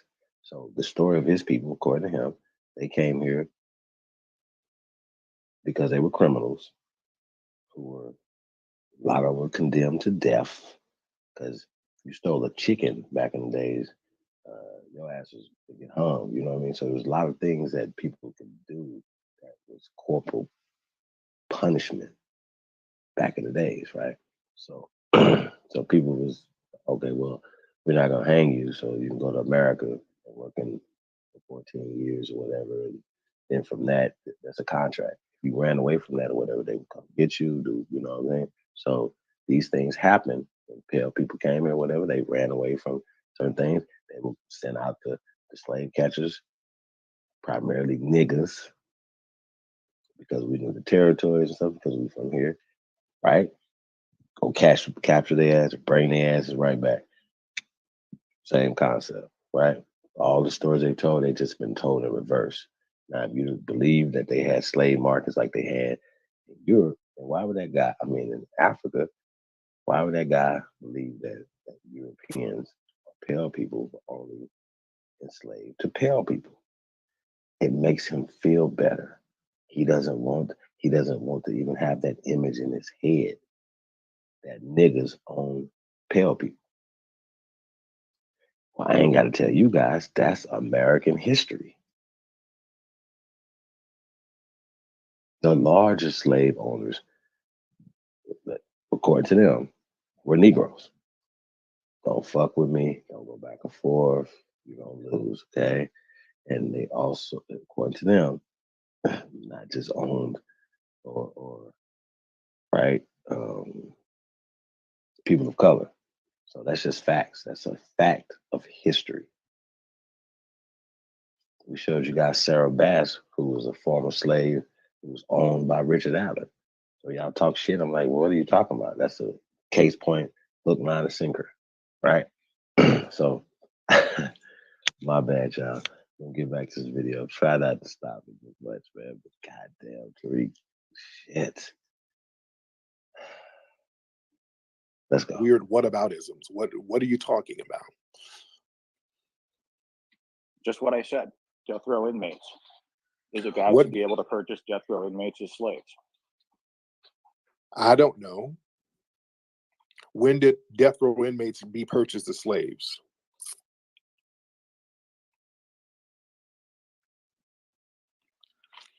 Sounds like this is a lot of deflective whataboutisms to kind of justify enslaving and mistreating Black people. Is that what this is?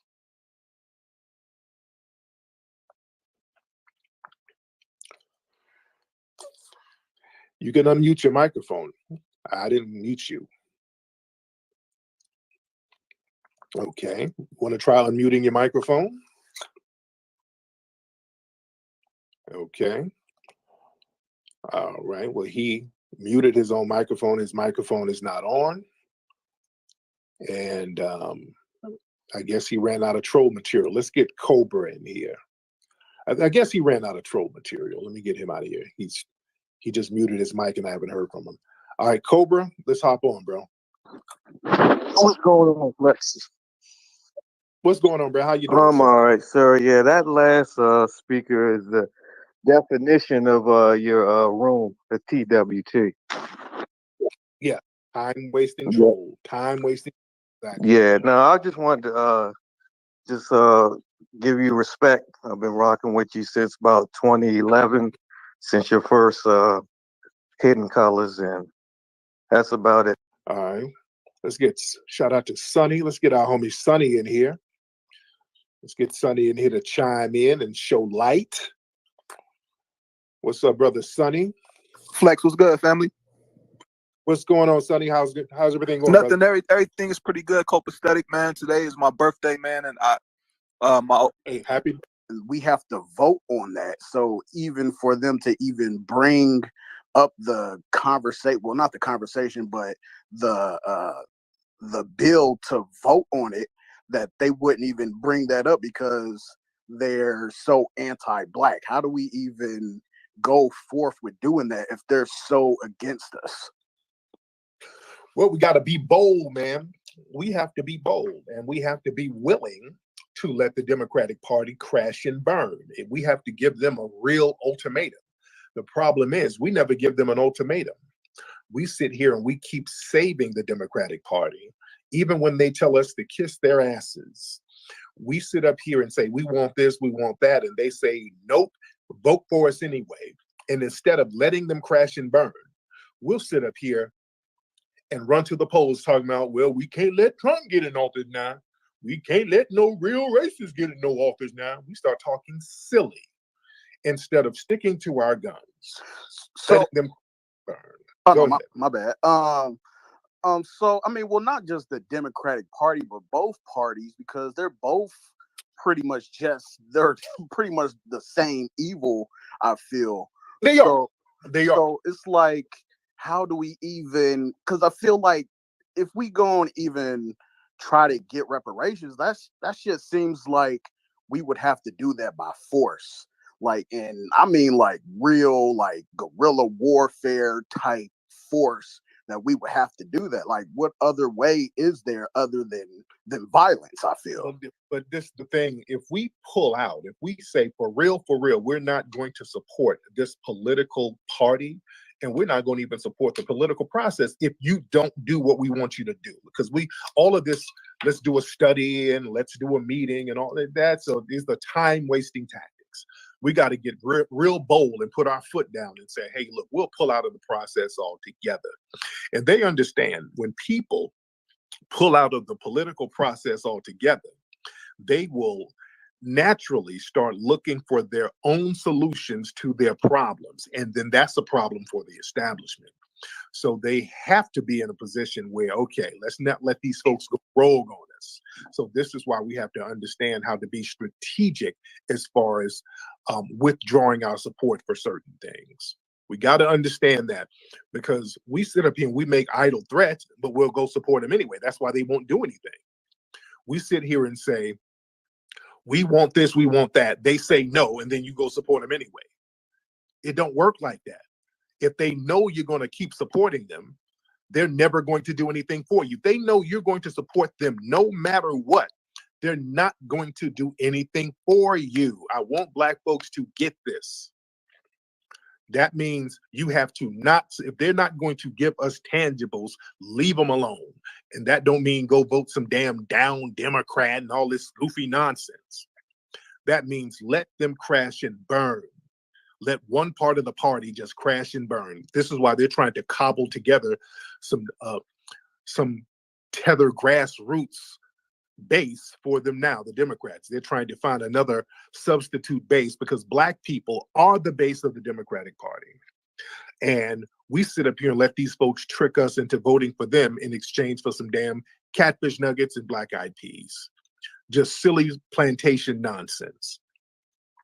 If we stay focused and mean what we say and say what we mean, we can make these people give us some reparations, but we have to be focused. And this is why they keep putting these tethers our way. They keep throwing these people in because they know ultimately they're going to have to give in with the reparations. So what they're doing now, they're going to muddy the reparations water. This is why they're putting all these tethers around us and trying to expand who should get reparations. Because they know ultimately, in order to get our support, because the reparations movement has a lot of momentum going on right now. So they know they're going to have to say, okay, we're going to give you reparations. But what they're doing now, this is why we're talking about this. They're in the process of getting all of these non-FBA tethers in so that we can somehow include them.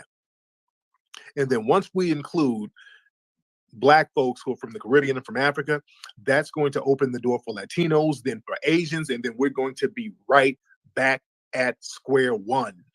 This is why we cannot,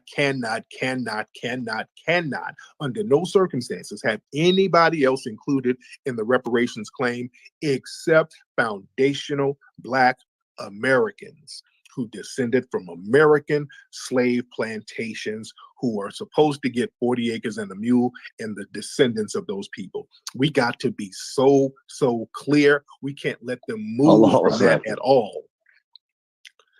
And as you see in these reparations. Now, here's the thing, right? When you say that, right, Tariq, who are the foundation of Black Americans, right? Now, I think this is interesting because now if you have somebody that would qualify, say one of the parents would qualify as a foundational Black American, right? And the other parent is half foundational Black American, right? Not full, half.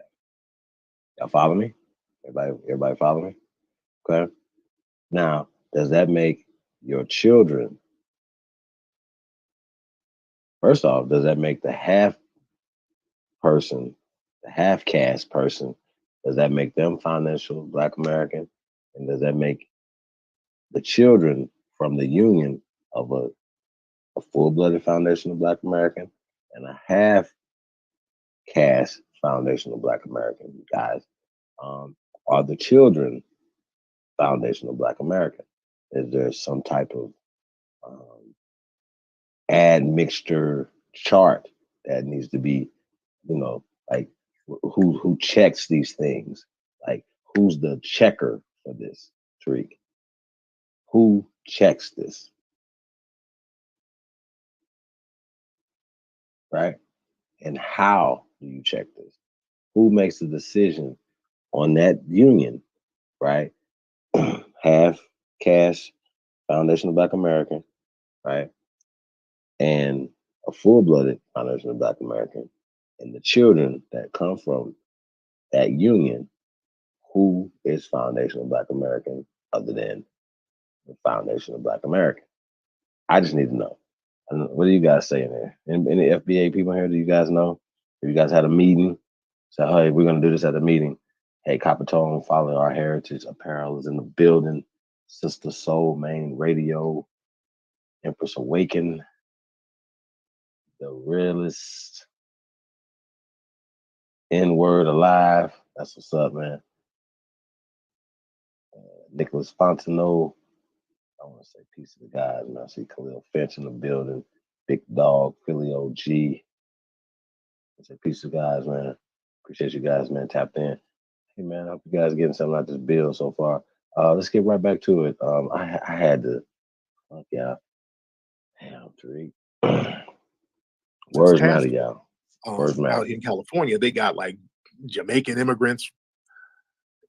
These people who are all on these immigration platforms, their goal is to ultimately try to undermine us. We got to keep our eyes open on that. Amir, turn your microphone on, man. Tariq, what's up? What's up? What's up, Amir? How are you, sir? Yeah, man, good, bro, good. Been checking you out for quite a while too, like many say, and it's a lot of different sources for that information, but it's great to see how you put it together, bro, for sure.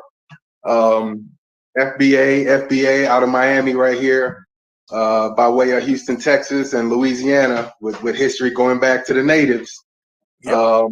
Yeah, and I think it's interesting, man. I was doing some research recently, looking at how Native Americans who have connections to tribes within the past, with a grandparent or a direct parent that's a part of a Native American tribe, they get free schooling at a lot of different universities and colleges.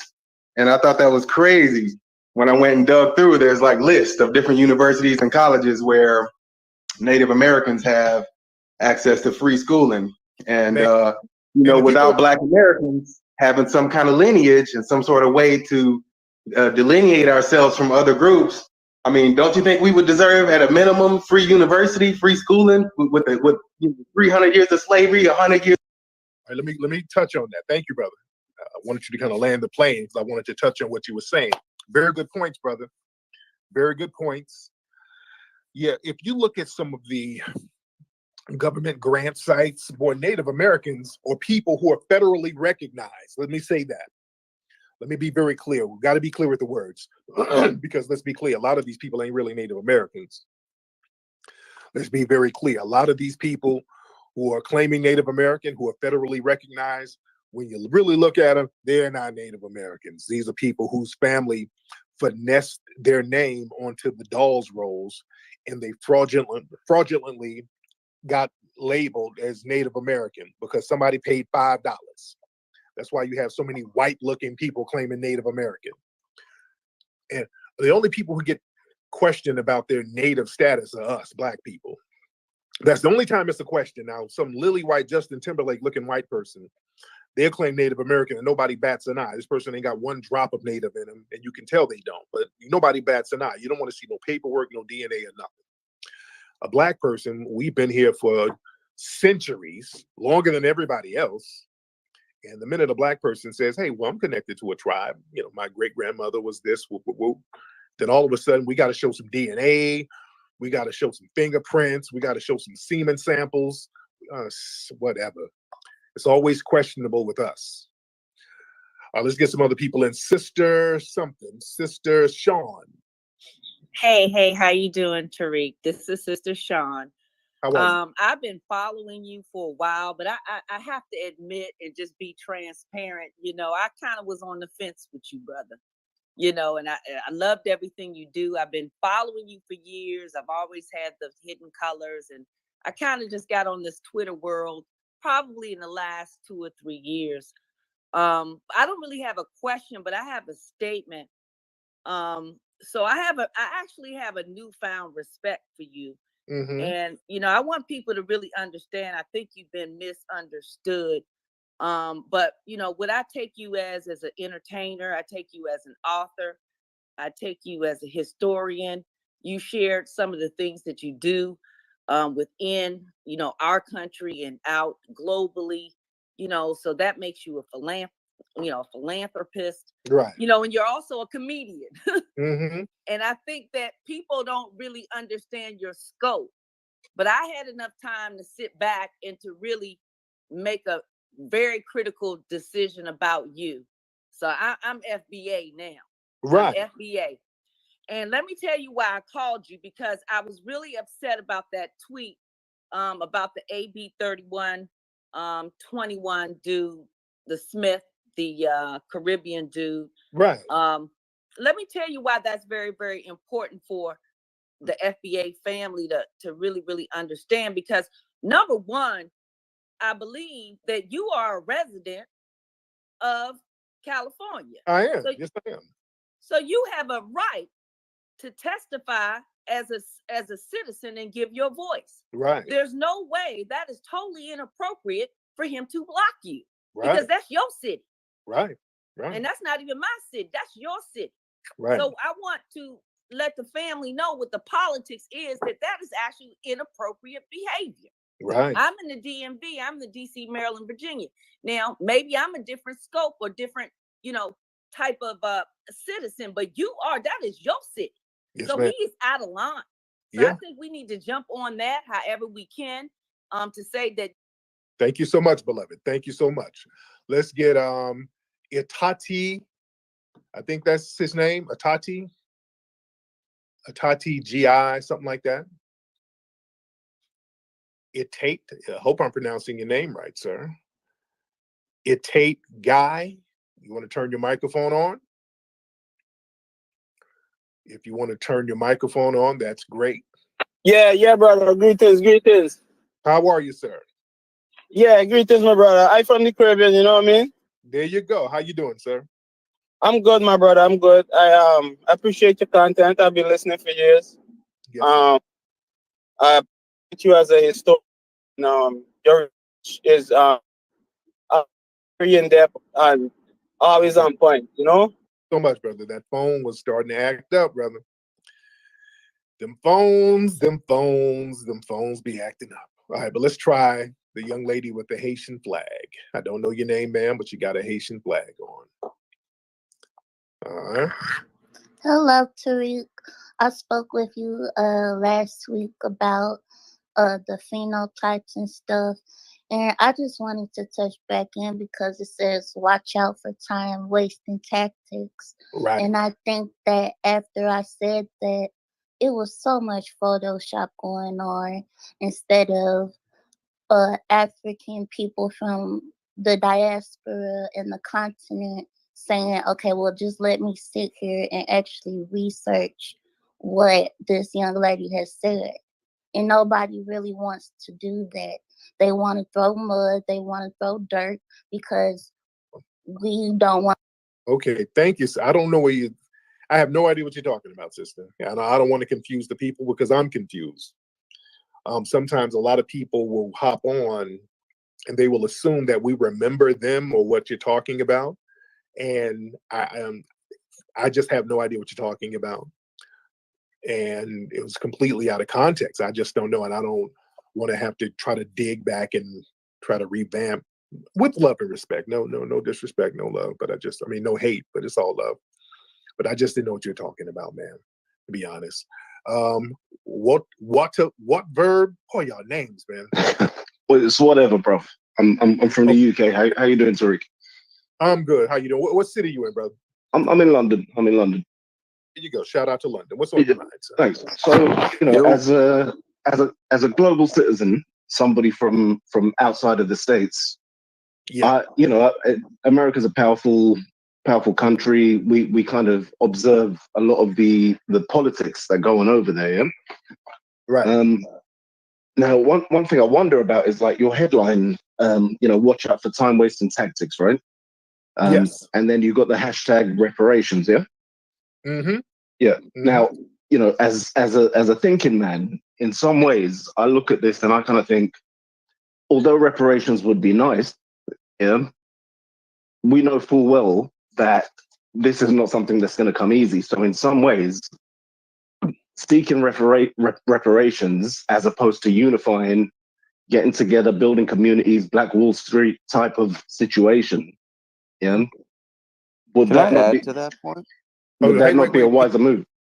Hold on. Can I just D, add to that hold on, point? D. Bruh, hold on, bro. Hold on, D. Hold on. Let my man finish speaking, brother. Let him finish speaking.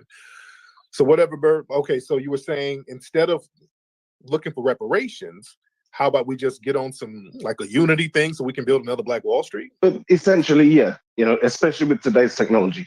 You know. Okay, so we're already, you know, Black people, especially foundational Black Americans, we're already building what little communities that we have. For example, down in Atlanta, I was just in Atlanta. They got some great things going on down in Atlanta. A lot of Black businesses there. Foundational Black Americans got a Black Wall Street type of mall area down there. So that groundwork is already being done. There's a sister down there that I'm going to meet up with again. My brother Raheem Shabazz hooked me up with her. She has a lot of acres of land where she's building a town out there in Georgia, and they're getting a lot of people to invest. I'm going to invest in that property as well. So we're already doing stuff like that. We're doing that. We're already doing that. While Very we're interesting. Let's be clear. We're not just sitting around doing nothing, waiting on reps. All right. Let's be clear. Mm-hmm. We're already building. We're already doing stuff. I'm still getting the museum. When I find a place, I'm still getting the museum. So we're building, getting property, acquiring land, acquiring buildings, and all of that. And we're still trying to get those reparation packages popping off too. So we can multitask. We can do both, right? Okay. Okay. Yes. Very good. Sounding good. Thank you so much.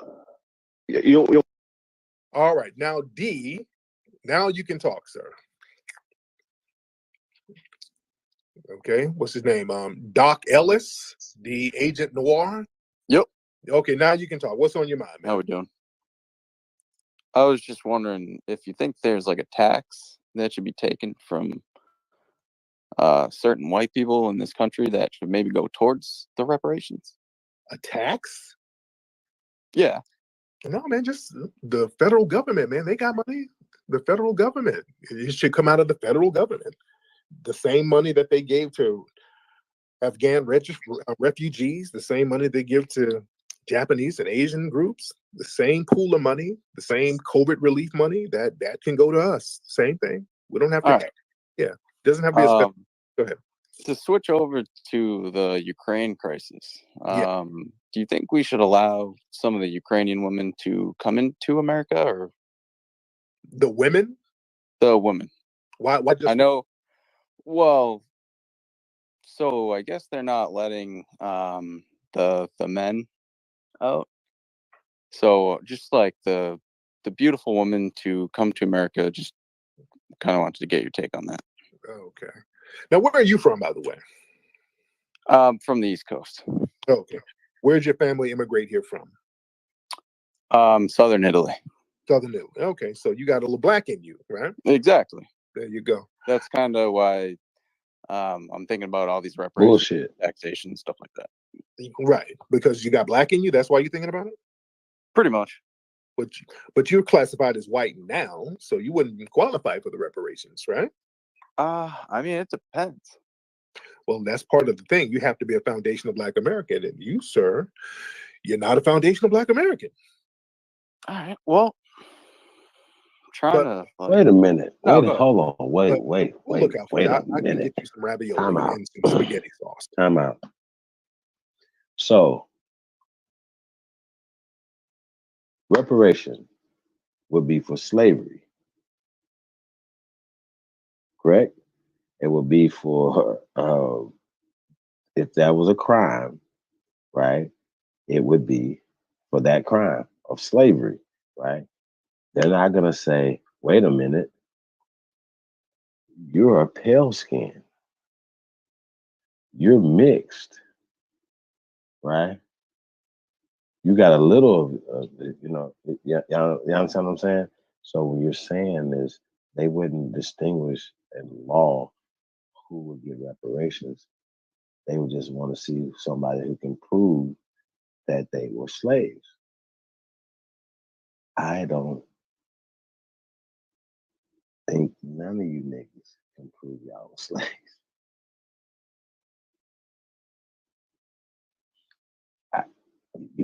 Some of y'all might be descendants of slaves because these people were taken in. Word mixed into our families. That's a fact. But they didn't own us. See, the narrative that Tariq believes in and that the pale skinned guy believes in or whatever, he believes that slavery is only for black people. But you're not foundational Black America. Now we got to have all these conversations about who's black, how much black they got in them, what type of black you got in them. Once again, I asked the question: as a half caste foundational Black American, are they eligible for reparations to FBA members and Tariq Nasheed? I have to ask this question, guys. Once again, it's too many answers, too many questions that have to be had when we're talking about FBA. So I just want to point that out, man. We'll say, man, press GOAT. Let's go. Like, share, subscribe, man. You already know, man. Support the real. Appreciate everybody. Shout out to all anonymous. The way I see it is, if you're like 2% Cherokee, you can own a casino. Terrible. In the U.S. If it, probably the white ones, they'll let the white looking ones do that. They don't let the dark skinned natives do that at all. Cherokees. Yeah. But anyway, like I said, look, man, if I get some reparations, even though you're not qualified, you got a little black in you. So I get you some Lowry seasoning salt and some pasta. I'll do that for you, my good buddy. Well, do I take at least like some of the reparation taxation? No. It'll come out of your tax dollars, but you're not qualified to receive a check. We get a check. You're not qualified. But I'll give you a coupon to Olive Garden. That's the best I can do. Oh. Yeah. Oh. Yeah, come on. All right, brother. Thank you so much. All right.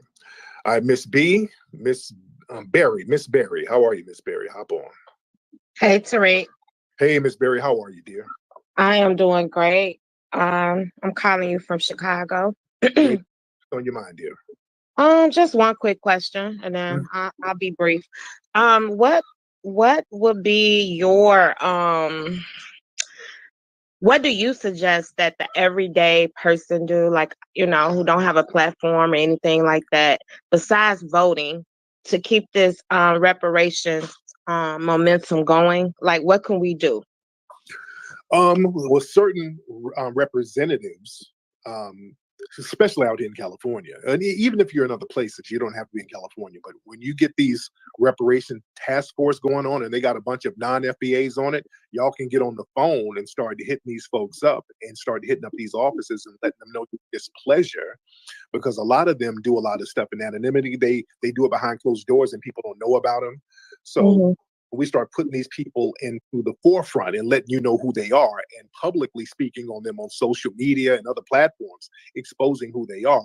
That's the way that you can let folks know who's with the flim flam out here, because there's a lot of folks out here trying to flim flam everybody. So using your social media, even if you don't have a lot of followers, a lot of people tweeting about the same thing, even if they don't have individual followers that's in large numbers, that makes an impact. Okay. All right, let's see who else we got. A lot of folks in here. All right. Let me get some new faces in here. Let's get Andres, and then we'll get the Jehovah, and then we'll get the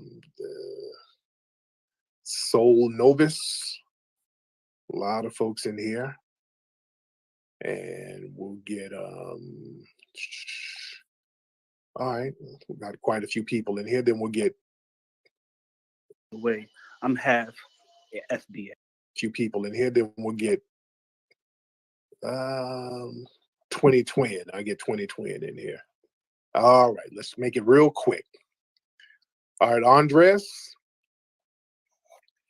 turn your microphone on, sir. Peace, family. What's going on, man? I'm good. How are you, Mr. Andres? Man, all is well. All is well, man. I was looking at you. Well, just to get it out of the way, I'm half FBA. Okay. You know what I'm saying? But I'm black. Where's your I'm black. I'm sorry. Go ahead. The other part of the family, where they from? My father is from Honduras. Okay, cool. Yeah, but you know what's interesting, like, I was looking at the title of this particular space, and I was like, thinking about a conversation that I was having, and somebody was like, "Oh yeah, but you only half black." I was like, "Nah, first of all, I'm all the way black."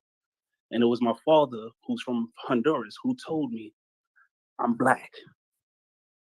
And when I had that conversation with him, I was young, so I didn't really understand race and this, that, and the third or whatever. But I could tell by his face. He was like, "Hey, it don't matter where I'm from, I'm black." Yes. And no matter how many books my mama gave me, and reading about the Hebrew Israelites and the Nation of Islam, and all of these different books that I've been reading, and all of that, it wasn't until my father said, "I'm black." From that day on, I think I was probably like 12, and now I'm pushing 40. And listen, black first. And, No doubt. You know what I'm saying? And just real quick. Thank you so much, bro. Let me get Jehovah. Jehovah, how are you, sir? Hey, what's up, Flex, man? What's going on, brother? How you doing, man? I'm following you for a long time. I just had one real question. Yeah. I'm bad. I'm from Texas. I'm from Austin. Cool. We talk about reparations and stuff.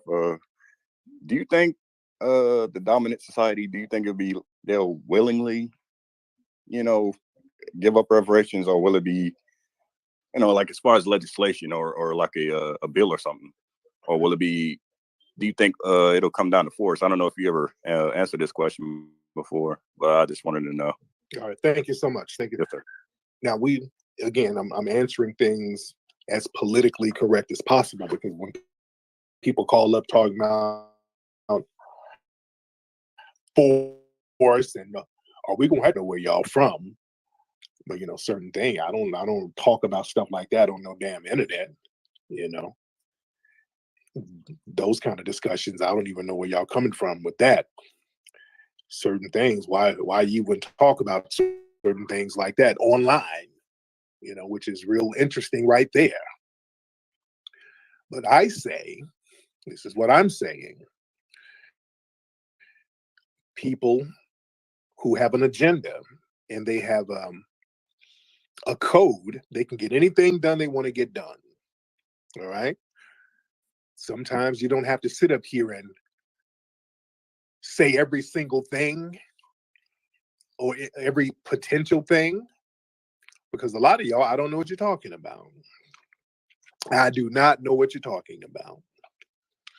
Certain things like that, I don't even discuss those things online. You understand?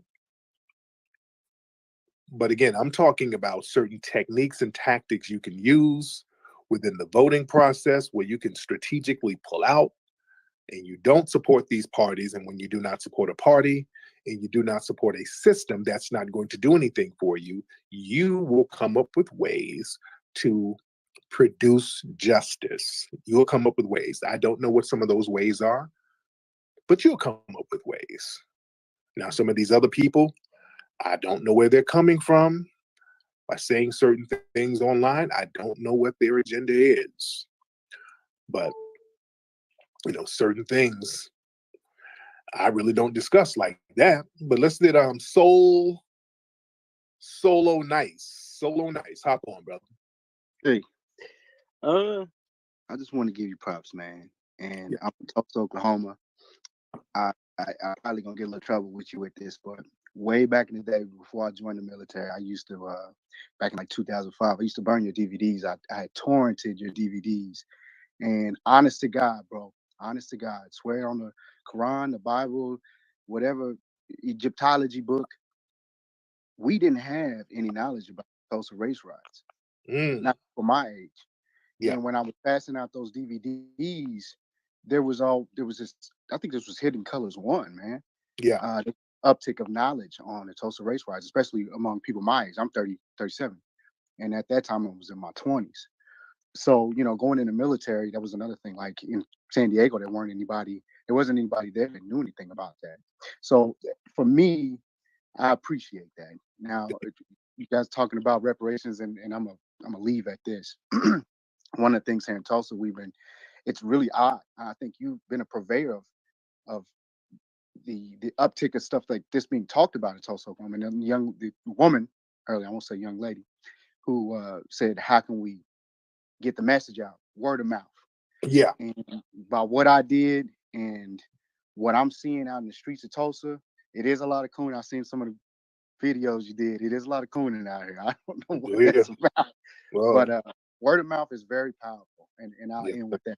thank you so much, brother. Let's get Kevin B. Mr. Kevin B in here. Hey, Drake. Hey, Kevin Beavers. How are you, sir? I'm doing well, thanks. Where you from, Kevin?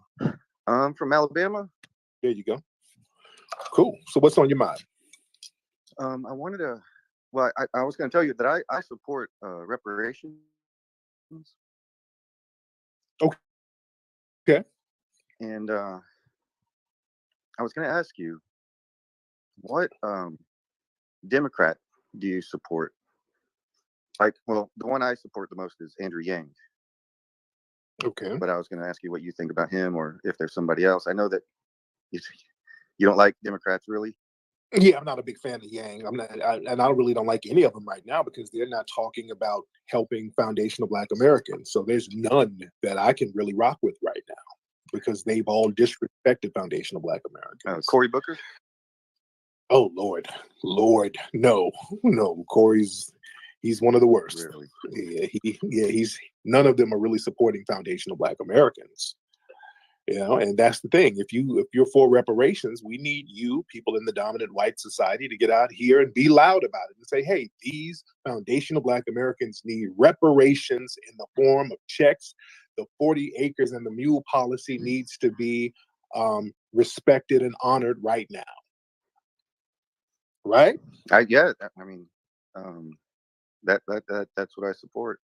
Well, I don't know specifically, but specifically. I don't know about the 40 acres. What constitute reparations in your opinion? Money, cash. Well, yeah, cash.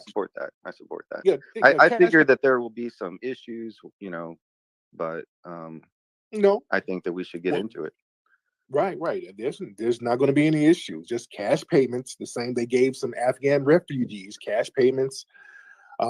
Asian people, they give them cash payments. Their organizations, even white LGBT organizations, they're giving them money. They give money to these organizations. So same thing with us.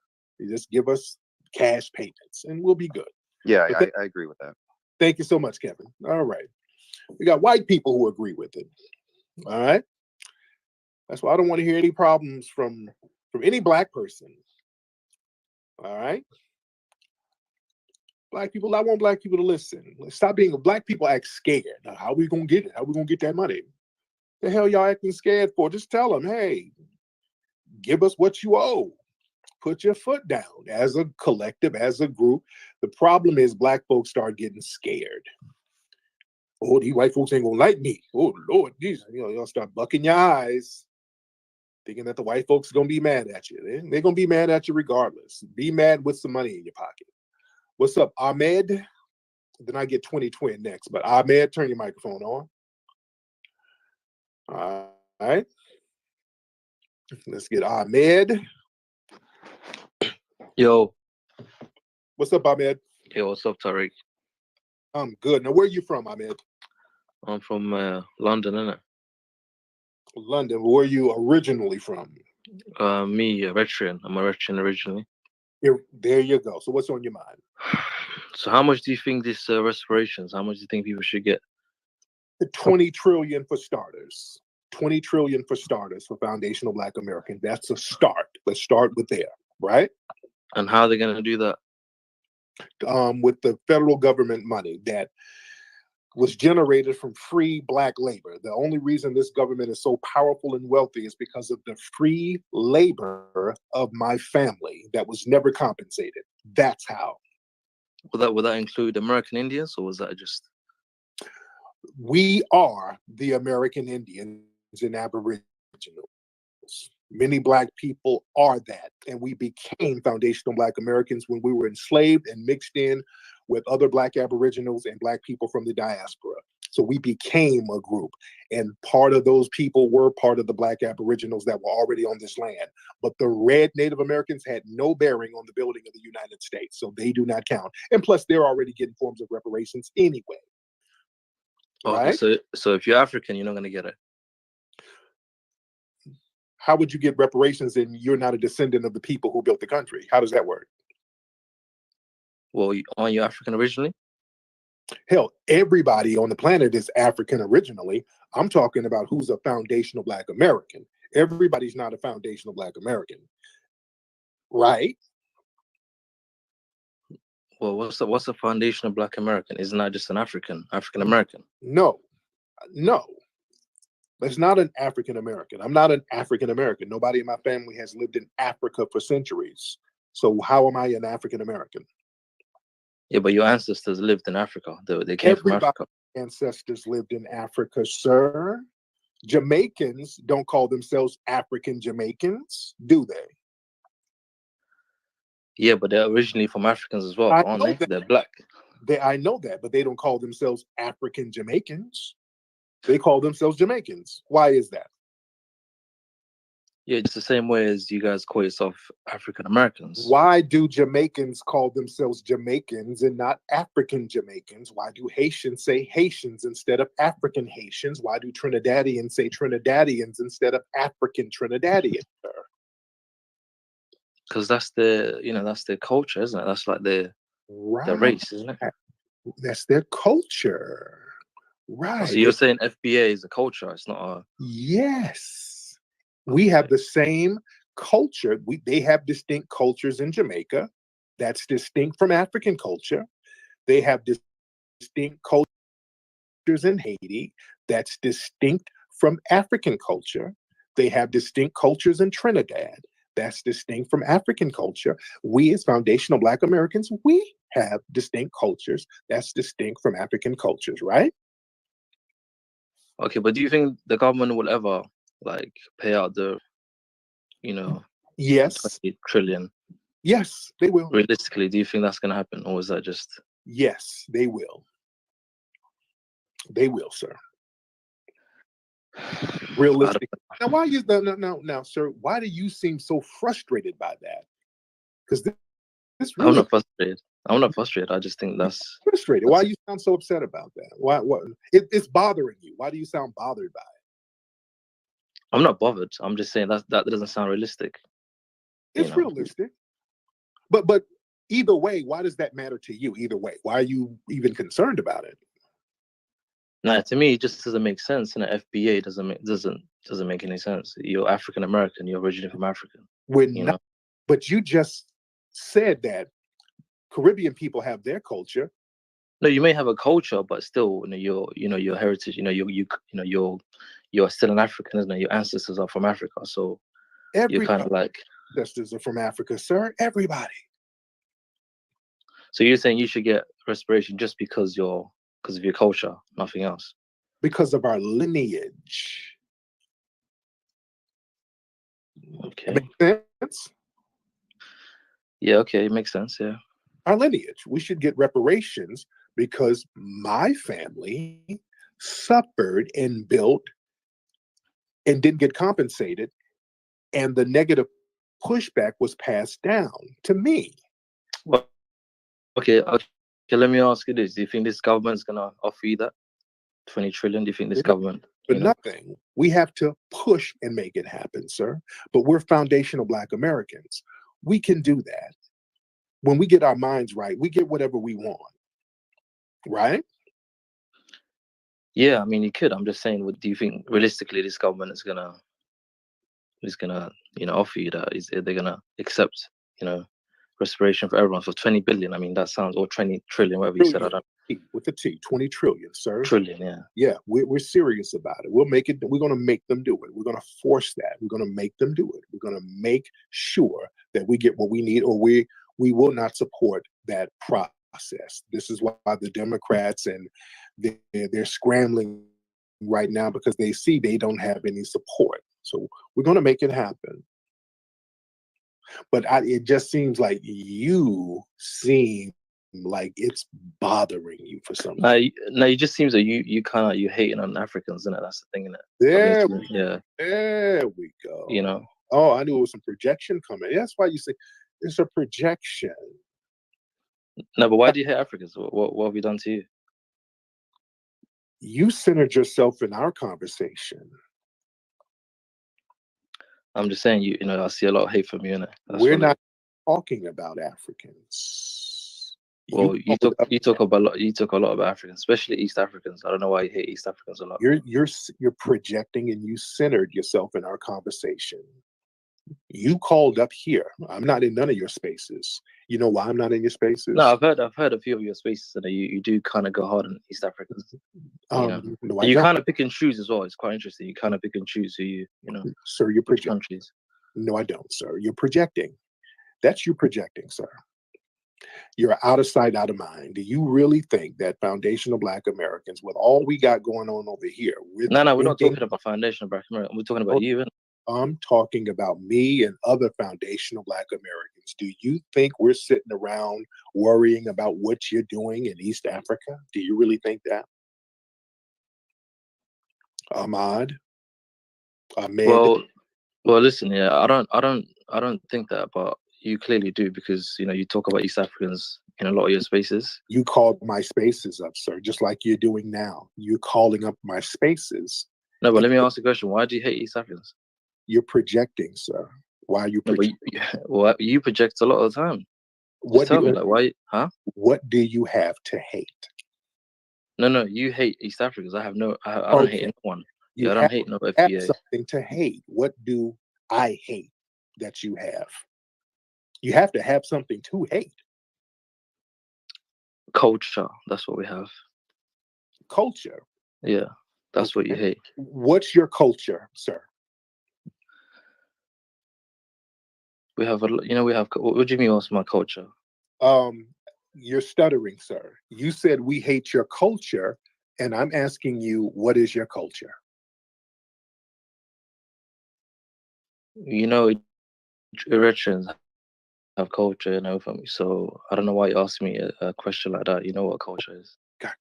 I replied to your question, which was what's your culture, sir? Wow, so quiet. Why is it so quiet? What's your culture? What's the FBA culture? Food, every single music genre, that every single music genre, clothing. Isn't that just African culture? No. Isn't it part of African culture? No. Oh, it's not, yeah. So music, food. R&B and hip hop is not African culture, sir. So where does it come from then? It comes from foundational Black Americans. Are you trying to say that hip hop comes from Africa, sir? Well, the people that are singing are African, so yeah, technically, yeah, it comes from Africa. Sir, name the African Rakim. It doesn't matter. At the end of the day, the Africans the African they've come from Africa. Okay, then name the African Rakim or Nas. The Africans, though, you know, the ancestors are from Africa. Sir, so, if it came from Africa, where are all the African MCs that are comparable to foundational Black American MCs? The Africans, man. It's like Nipsey Hussle. What is he? Is he an African? Are you going to claim him to be FBA? And Nipsey is part FBA. No. He's not part. Come on, man. He's. I know he's from Eritrea, so don't say he's part of this, part of that. Yes, that's what I'm saying. You're picking and choosing. You know, whoever you like, you're picking and choosing. Like, sir, Nipsey was a very good friend of mine. Yeah, no, I ain't saying anything bad about Nipsey. I'm just saying that he's African. Sir, don't go there. Don't start talking out of place now, because now you're starting to talk. No, but Nipsey is African, isn't he? He's Eritrean, so I'm just asking you. He's also FBA. His mother is FBA. So Nipsey is a part of our culture as well, sir. You understand that? Yeah, he's part of your culture. Okay. That's so why what's your culture? That's why he respected foundational Black American culture. I'm telling you our culture. Our culture is the modern toilet. Our culture is the modern refrigerator. Our culture Isn't that just the European culture? No, it's not, sir. No, it's not.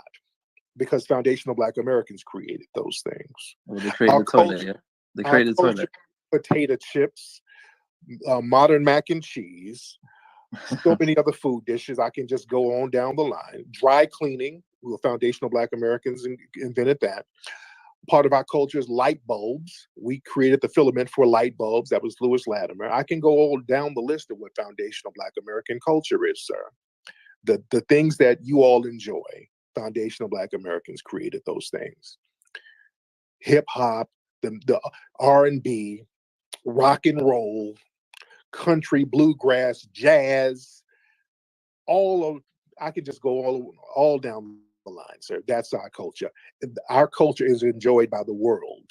The world enjoys our culture. What's your culture? Let's see, because you got kind of quiet. I just named some The of my. thing is that's Sir, like a subculture, you know. Sir, I just named some of the things in foundational Black American culture. Name some of the things in yours. Go ahead.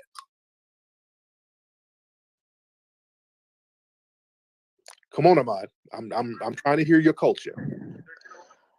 I'm asking you, all those cultures, all those things you just named, that's a subculture, isn't it? Sir, it's foundational Black American culture. What's yours? What's your culture?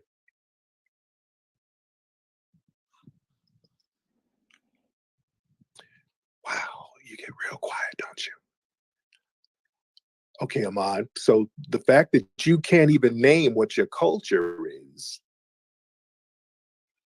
when you come in these spaces, don't say somebody's trying to hate on you and you don't have nothing to hate on. You can't even name something that we hate on. You understand how that works, Ahmad? You don't have nothing for us to hate on. Therefore, we're not hating on you.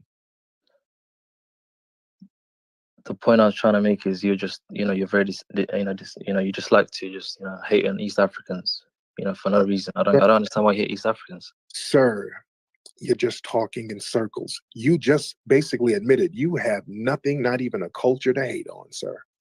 I gave you an opportunity to name this culture. You couldn't name one thing, sir. Not one. Yeah, but you're trying to say that FPA is not African. They're not Africans. They're Sir, originally from Africa. That's sir, what I don't understand. everybody comes from Africa. No? Yes, they do.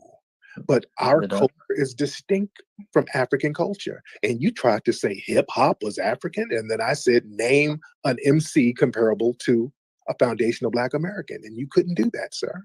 Why? Why couldn't you do that if we're all the same? Wait, how are you saying everyone's come from Africa? And you're like, aren't you a historian? Don't you know about history? Yeah, everybody's DNA. Everybody came out of Africa. Africa was the birthplace of mankind. Every human being can trace their lineage back to Africa. Right? No, that doesn't make sense. How does that not make sense? This is science, sir. The first people on the planet out of Africa, then they walked around the planet. They traveled around the planet, sailed around the planet. They started from Africa, sir. Just Google the out of Africa theory. Right? Yeah, why don't you ask me this question? Why do you hate East Africans? Like, why? Sir. Why do you hate Africans in general? Okay, you're just trolling at this point, sir. You're trolling. No, I'm asking you a question. Like, why? Why do you hate East Africans? You're just trolling because you run out of troll material. So now you're just saying the same thing over and over again. Like, you're how old are you? You're like, what, 40? Sir, stop it, sir. No, but I don't understand. Why do you hate East Africans? Just answer me the question. Why do you always, talk bad on East Africans? Again, sir, just projecting, and we don't want to hear you project anymore. This is your way of tapping out. When people repeat the same thing over and over, that's called tapping out, and you're just trying to save face, sir. So I'm going to allow you to tap out with dignity, okay? Okay, all right, cool. Have a good day, sir. All right. Now, wasn't I very respectful? I was very respectful. Foundational Black Americans always check them when they try to play that culture nonsense. Always check them. For a long time, we sit here and let these people talk about some damn culture.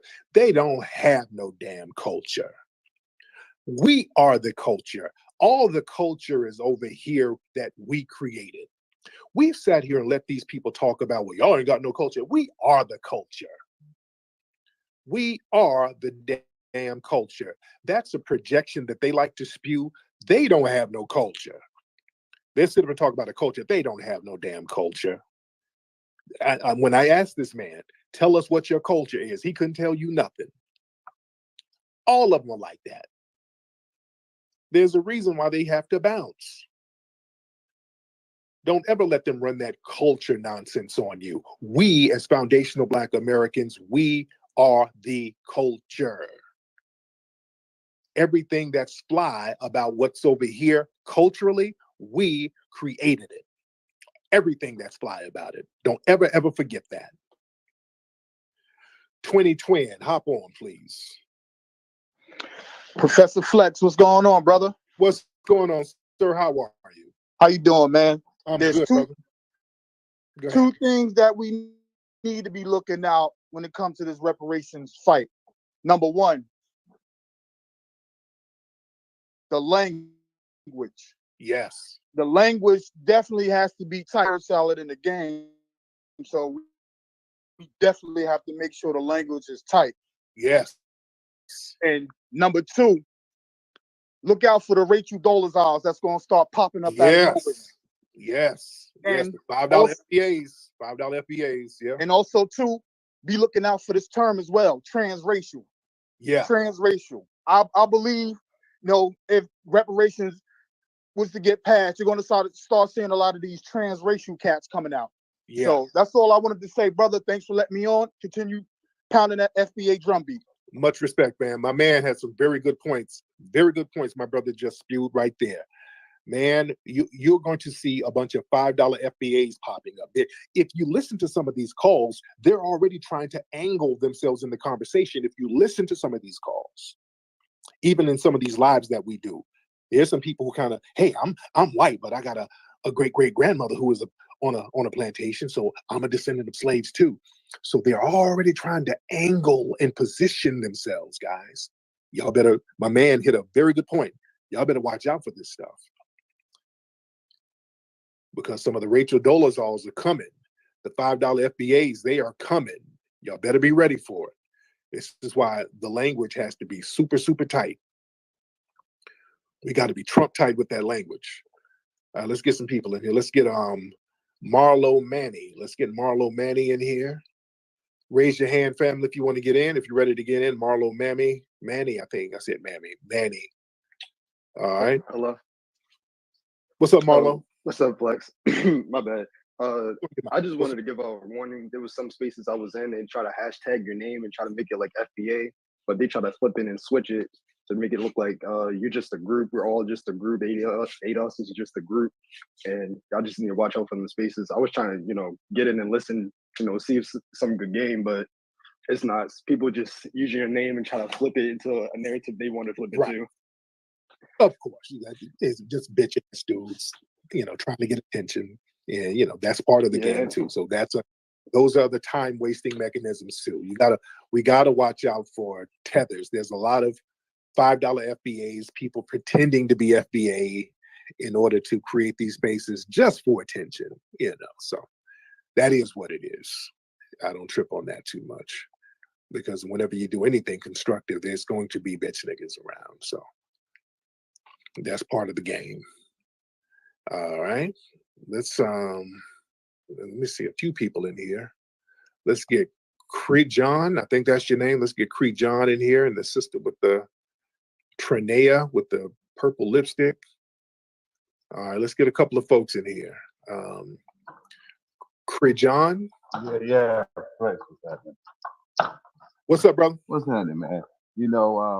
FBA out here in Florida, give you a call. I talked to you before, but it's just so funny how when we are claiming who we are, everybody have a problem with it. And like you said, we are the culture. You can't, if they say, we always hear Americans, y'all need to leave this country. We've heard that for many years here.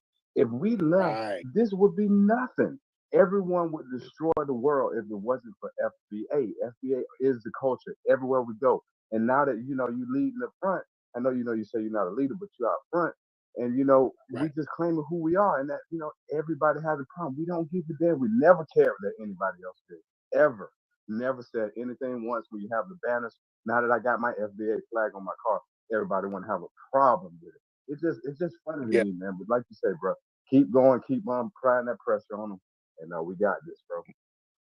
Much respect, fam. Just like the guy who called earlier when he was, notice he was like, why are y'all calling yourself FBA? Aren't you just African? Because he couldn't latch on.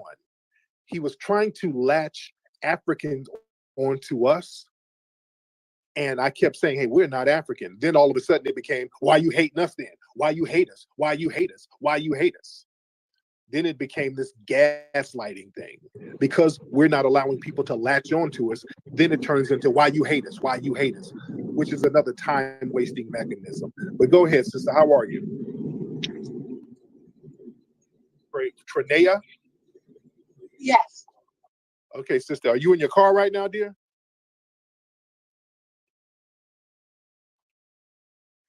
Hello? Can you hear me? I can hear you, Trinea. Are you in your car right now? I'm actually a truck driver. I'm sorry. Okay, that's a loud ass truck, ma'am. Wait. Lord. I love you, Tyree. What kind of I truck love you, is that? brother. Yes. I'm here in Arizona. I'm driving through Arizona right now. I'm going to Florida. But I love you, Tyreek. I love you so much. I have all the hidden colors, 1804. But I wanted to, and we damn sure are getting them reparations. It's coming to us. Yes, But indeed. I also want to say this, Tyreek, and I'll let you go. I'm gonna be petty right now. I'm gonna be petty, and I'm from Cali. Okay. I was doing a little research. Do you know that Nigerian women are mail order brides? Kenya women, mail order brides. Ghana women are mail order brides. And that little Somalian that was on the phone, Somalian women are even mail order brides for European men, men in Canada, and men over here in the US. Isn't that something? Yeah. Just wanted to leave you with that. There you go. All right. Now, sister, you be safe out there on that truck. Hold on. I hear your theme song. Hold on. I hear your theme song for your truck. Oh my God. All right, sister. Oh my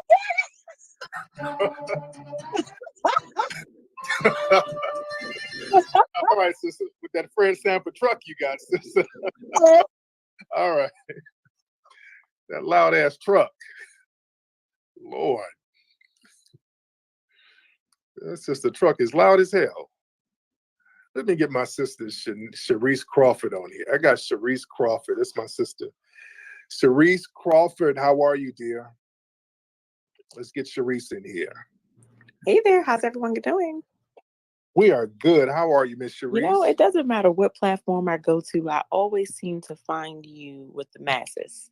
And it, yes, you know, it's yes. almost like glue, some type of universal magnet. So I'm grateful for that. You know, I learned so much as I attempt to educate my young people. I have an entire generation of young people right now who are making up 95% of the population of violent crimes. And I know it is solely based on the fact that we have failed in many occasions. And one of them is to foundationally ground them in their identity. Yes. So I can't engage in the public debate on whether or not CRT is a thing. I mean, the public debate in itself is a distraction. It just needs to happen. Go ahead, Tariq. Now, are you running for office right now? Right now, Tariq, right at this very moment. So you're running for city council out there in DC? Yes. Where can people go and support your electoral efforts, ma'am? The fact that you would even that really means a lot to me. You probably know I'm in the fight of my life right now. You can go to crawfordatlarge.com. We are available to receive all of your contributions, no matter where in the world you're located. The maximum we can receive is $100 per person, because I don't do pay to play, and I am unbought and unbossed. Yes, indeed. Yes, sir. But our doors are open. We accept your contributions. We are in the fight of our lives here in the District of Columbia. It is a war on our babies. And the only answer the current leadership has basically is to lock them all up and starve them economically. And we know that when you starve a village economically, the consequence is war. Yes, yes, indeed. Yes, indeed. Thank you so much, beloved. Thank you. All right, let's get my brother Nas on here. What's up, brother Nas? Hop on. My brother Nas Esco. What's going on, Tariq? What's going on, family? How are you? I'm doing good, man. I had to decompress after that thing earlier today, man. After that thing earlier today, man, I fell asleep, man. It just knocked me out. It knocked me out. Wow. Wow. Yeah, man. It's draining, the finesse that they're trying to do out here, man. It's draining. Yeah, and you can tell they weren't, and that's the only reason I raised my hand is to say that they weren't ready for the onslaught of people calling in and people saying lineage, lineage, lineage, lineage. Like it was just nonstop. Yeah. Yeah. Yeah, they thought it was going to be an easy finesse, and they thought they were going to kind of do this under the radar, I think. And people came in like, hey, no, this is a lineage thing. All of this, who's eligible, it's not even a question of who's eligible for reparations. The lineage, people who have a lineage to slavery in America, everything else is obsolete. And they're postponing things and stalling. Man, we have to call this stuff out and let this thing crash and burn if they're going to play little games with it. Exactly. And I actually feel like we need to really do a deep dive on these people on that commission, because that Lisa Holder lately, if you look at those videos, just look at Lisa Holder's face every time lineage comes up, because she's some type of lawyer, 20 years in the game. I imagine she's been failing for a long time, and this reparations thing, this is her big chance. And if she could turn it to all Black people, then she could be in court for the rest of her life. And just make a big bag off of us, and we get nothing. I just want to say, when she started talking about her baby, look, I don't want nobody to have a bad situation where somebody, they lose their baby. But when she tried that fake sympathy thing, I didn't like that. I didn't like that at all. But that's all I wanted to say, Tariq. Thank you so much, fam. See, the thing is, we got to understand, fam, a lot of these people, they are co-opted by the Democrats. A lot of the Democrats send these shills out here, and they're trying to find new versions of Clyburn, Negro whisperers. They need Black folks to go out here and Negro whisper to the Black masses to get us in line, to dangle a carrot in front of our faces in order to get us to vote no matter what. I want y'all to understand the political game. What they do, they don't want to give Black folks nothing, foundational Black Americans anything, but they have to get us to vote. So they got these people out here to sit around and make the promises for the white Democrats. They go out here and say what they're trying. I'm trying, I'm working hard, I'm out here, I'm really out here, I'm really trying to make something happen. Just support me and support the Democrats. I'm out here trying. These are Negro whisperers, because when we start talking about something real, these niggas get to rolling their eyes, they get to huffing and puffing, they start blocking you, and we say, no, we have to stop stalling. Let's stop wasting time with this reparations conversation. This whole thing about who's eligible, that's not even a debate. Only one group is eligible. And the fact that they're trying to stall and crowbar all of these other groups, that right there shows that it's already raggedy. The game is already flawed with these people. So we have to start calling this stuff out and calling these groups out. We cannot allow no type of finesse. All right, let's get some more folks up in here. All right, let's get let me see. We got a lot of folks in here. All right. Listen, what's up, John Walter Lewis? Let's get John Walter Lewis here. All right, John Walter. Side fan of you, bro. My man, what's going on? Man, nothing much, man. Just to kind of elaborate on that bullshit that AJ said about it being nonsense. We just experienced this past COVID that the government just gave trillions of dollars to Americans to bail them out. So that's nonsense to say that it's bullshit that we can't get reparations. And so that's pretty much what I just wanted to say. When people say that whole narrative about it not making sense, it makes complete sense. Because if they were able to give trillions of dollars to pretty much everyone, whether you were unemployed to the person that is self-employed, and they can definitely give us our reparations. Absolutely. But thank you so No much, brother. problem. Yeah, yeah. They start trying to say, "Oh, this is ridiculous" and all that because they're not included. Because they're not included. And when that guy called up, the non-FBA dude, you can hear the frustration in his voice. He's all huffing and puffing. I'm like, listen, reparations are for foundational Black Americans, but you're African. No, we're not African. He's all huffing and puffing. I'm like, why are you mad?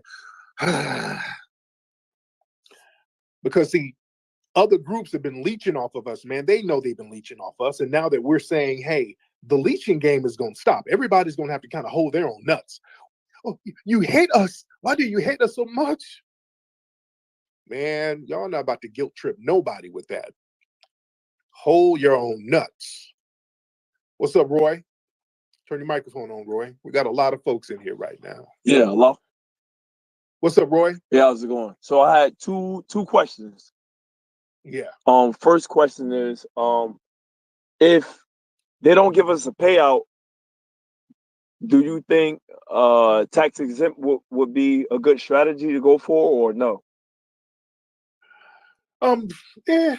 That's something we could try, but we're gonna have to get that payment. We're gonna need that payment. We need that money. We got to really focus on that because we can try different tactics, but we really need to focus on cash payments because I don't want them to try to give us education vouchers or none of this crazy stuff. Cash. But go ahead. Next question, sir. Indeed. So the next question is, so I hear a lot with other Black people that's not Black American, and also Black Americans. It's like I see it as infighting. Do you think that the white supremacists could be online perpetuating a lot of it, like making fake screen names and shit like that? No, I think these are genuine tethers who really have a bug in their ass about foundational Black Americans. We got to understand it. The white people ain't making them do it. Let's stop that. A lot of these folks got a lot of jealousy and contempt for foundational Black Americans, and they're calling, letting us know how they really feel. So yeah, the white supremacists, they've been calling up some of these guys. They'll call up, they'll try to be slick, but a lot of these folks, nobody's putting them up to it. A lot of them just kind of have a certain vitriol for foundational Black Americans.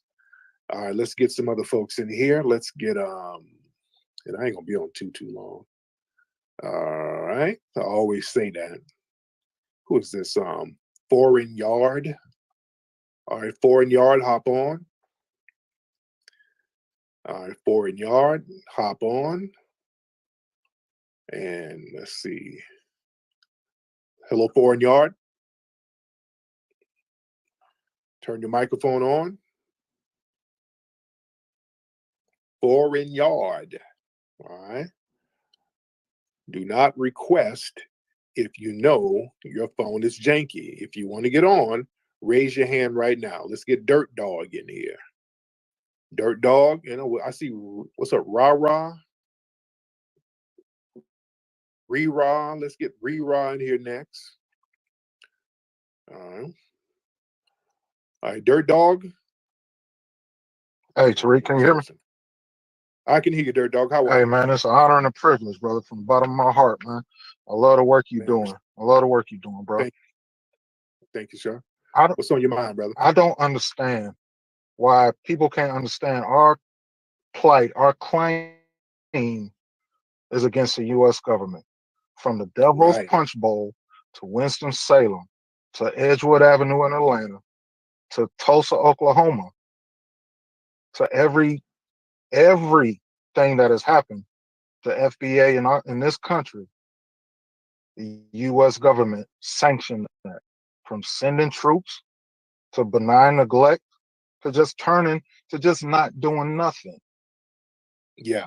From these land grant colleges where they brought these white immigrants in here with the promise of you get your guns, you get your 2 slaves, you get your however many acres of land, and you could go online and Google and find all these flyers where the U.S. government is encouraging people from Europe to come over here and take advantage of this new source of capital that the world has in FBA people.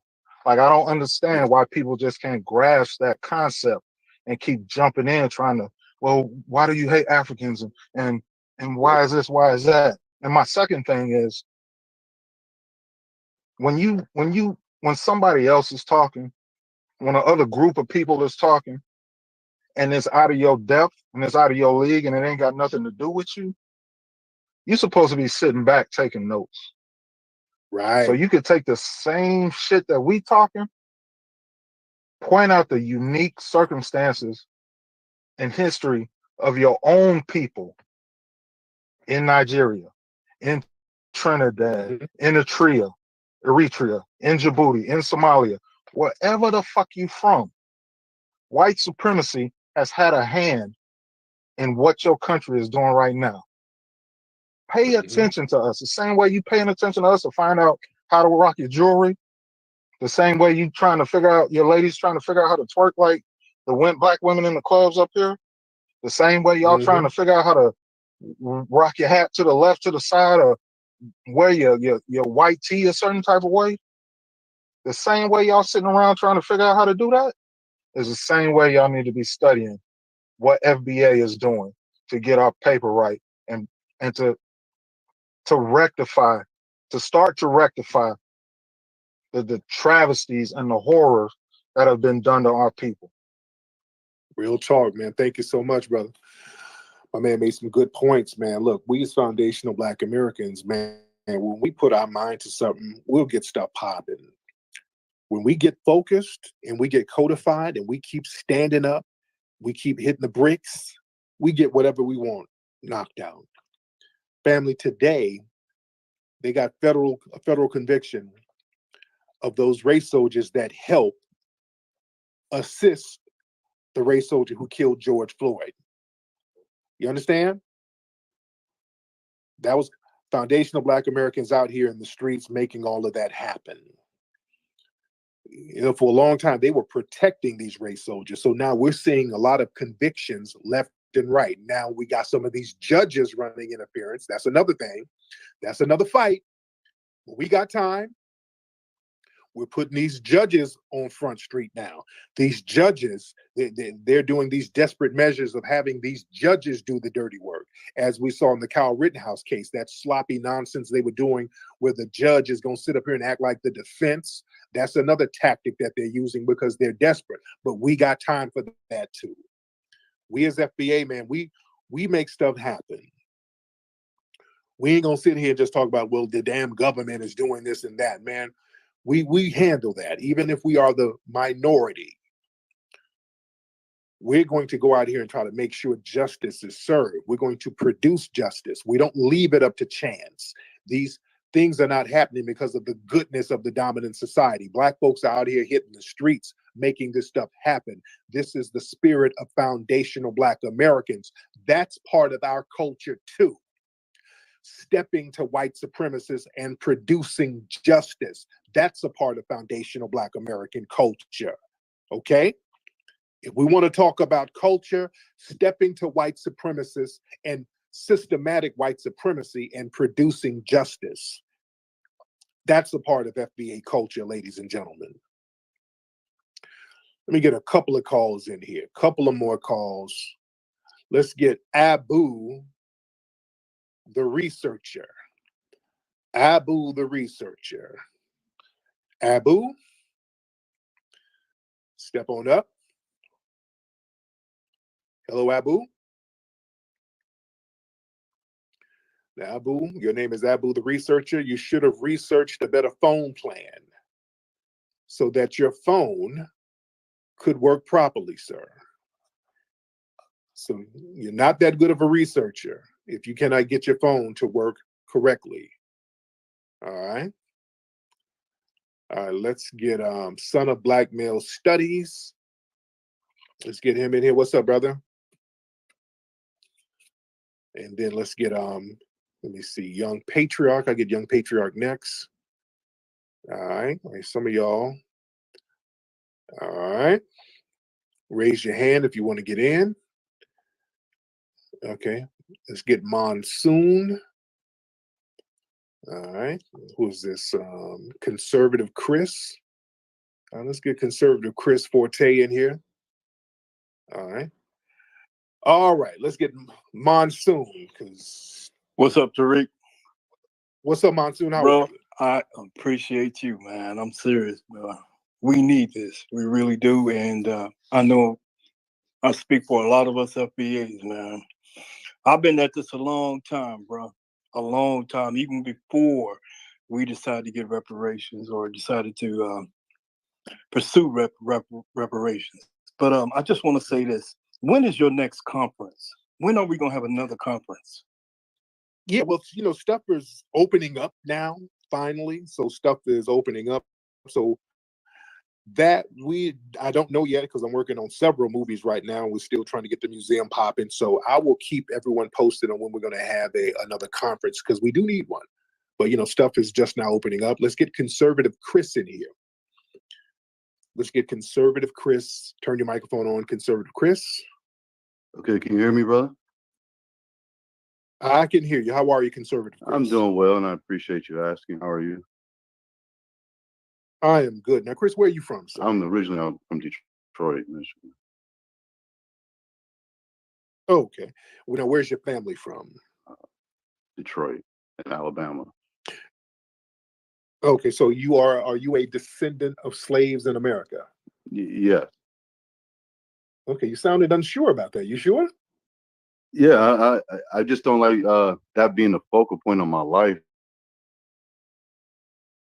being a descendant of a slave. Yeah, to answer your question, yes. It's not about being a focal point. History is history. Either you're a foundational Black American or you're not, sir. So that wouldn't be a focal point. That's just a historic fact, if it's a fact. Yeah, and indeed it is. Okay. Okay. Okay. All right, so I just had to go ahead.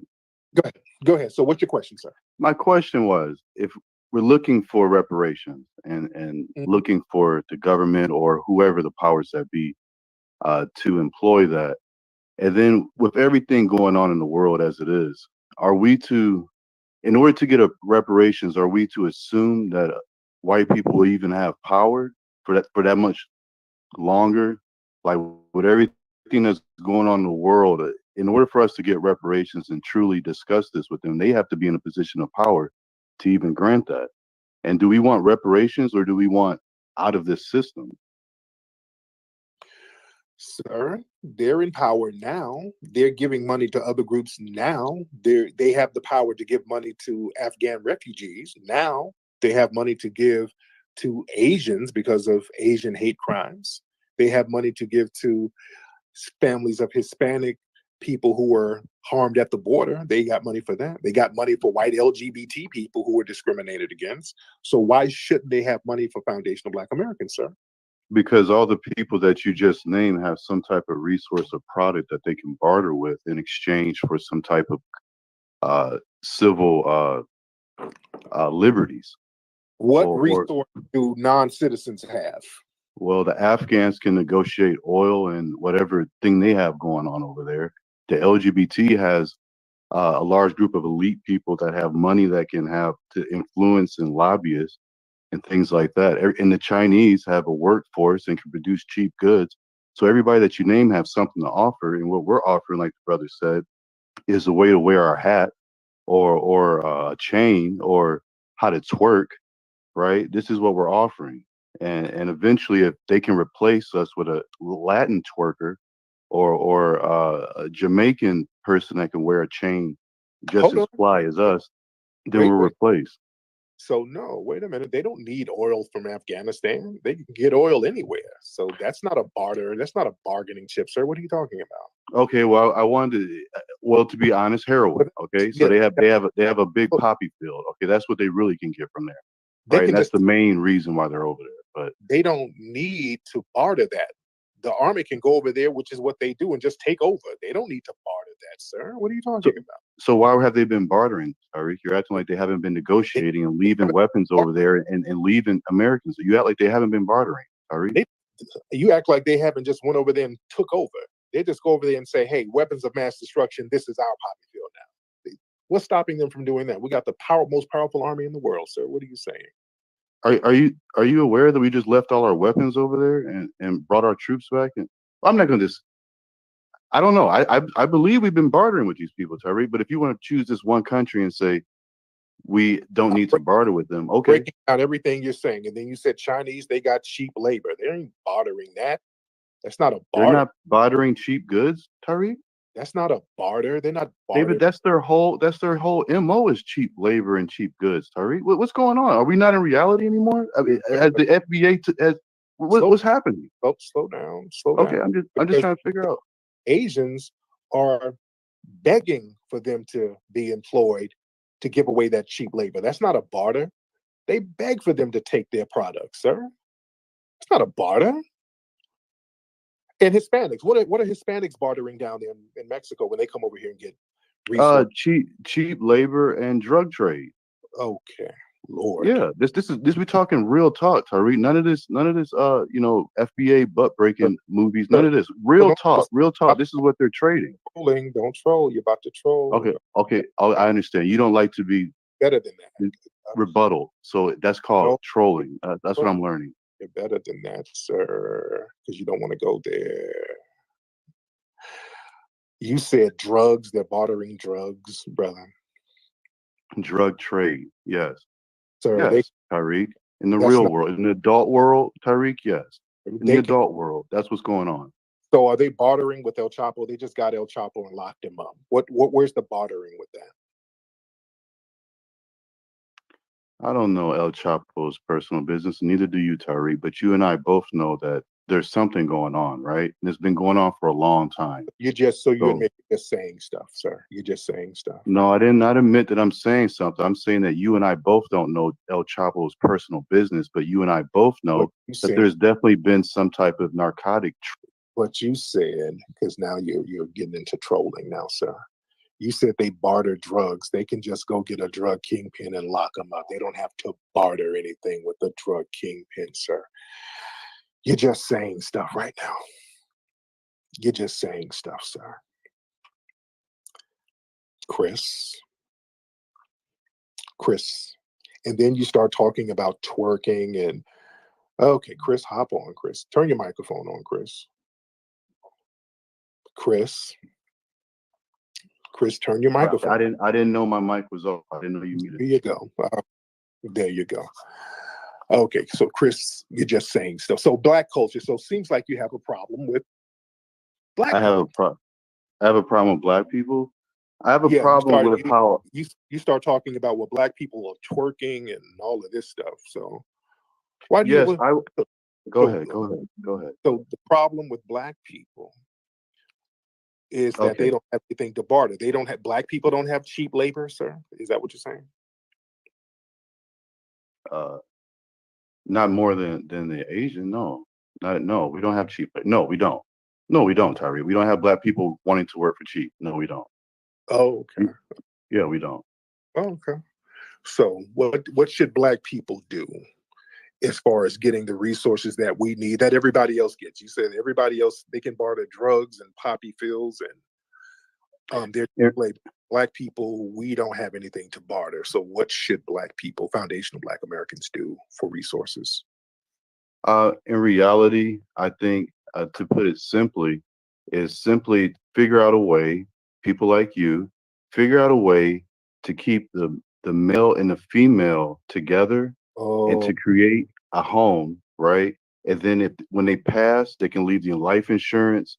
In a couple generations, we should be able to get back on some type of playing field. Just in a couple generations, just simply, if we can stay together and use the life insurance and it's not like they're zoning us out anymore. They're not putting us in projects. So stay together and get life insurance. Yeah, I mean, this is simply a way to do it. That's the way I think, instead of begging someone to, because I honestly don't want that money, Tariq. I don't want to accept that money. Because you're not FBA. I am. I'm so tired of that argument, Tariq, and it's really redundant. I have light-skinned parents. They're both black. Maybe I don't speak with the same jive. You're $5 FBA. You're not a foundational black American. You're another $5 FBA. That's why when I asked you if you're a descendant of slaves, you paused because you had to think, should I lie? Yeah, I'm gonna go ahead and lie. Most people don't lie about that or pause about that. Well, you pause before you lie. And a lot of people will lie and pretend to be FBA. You're not FBA, Chris.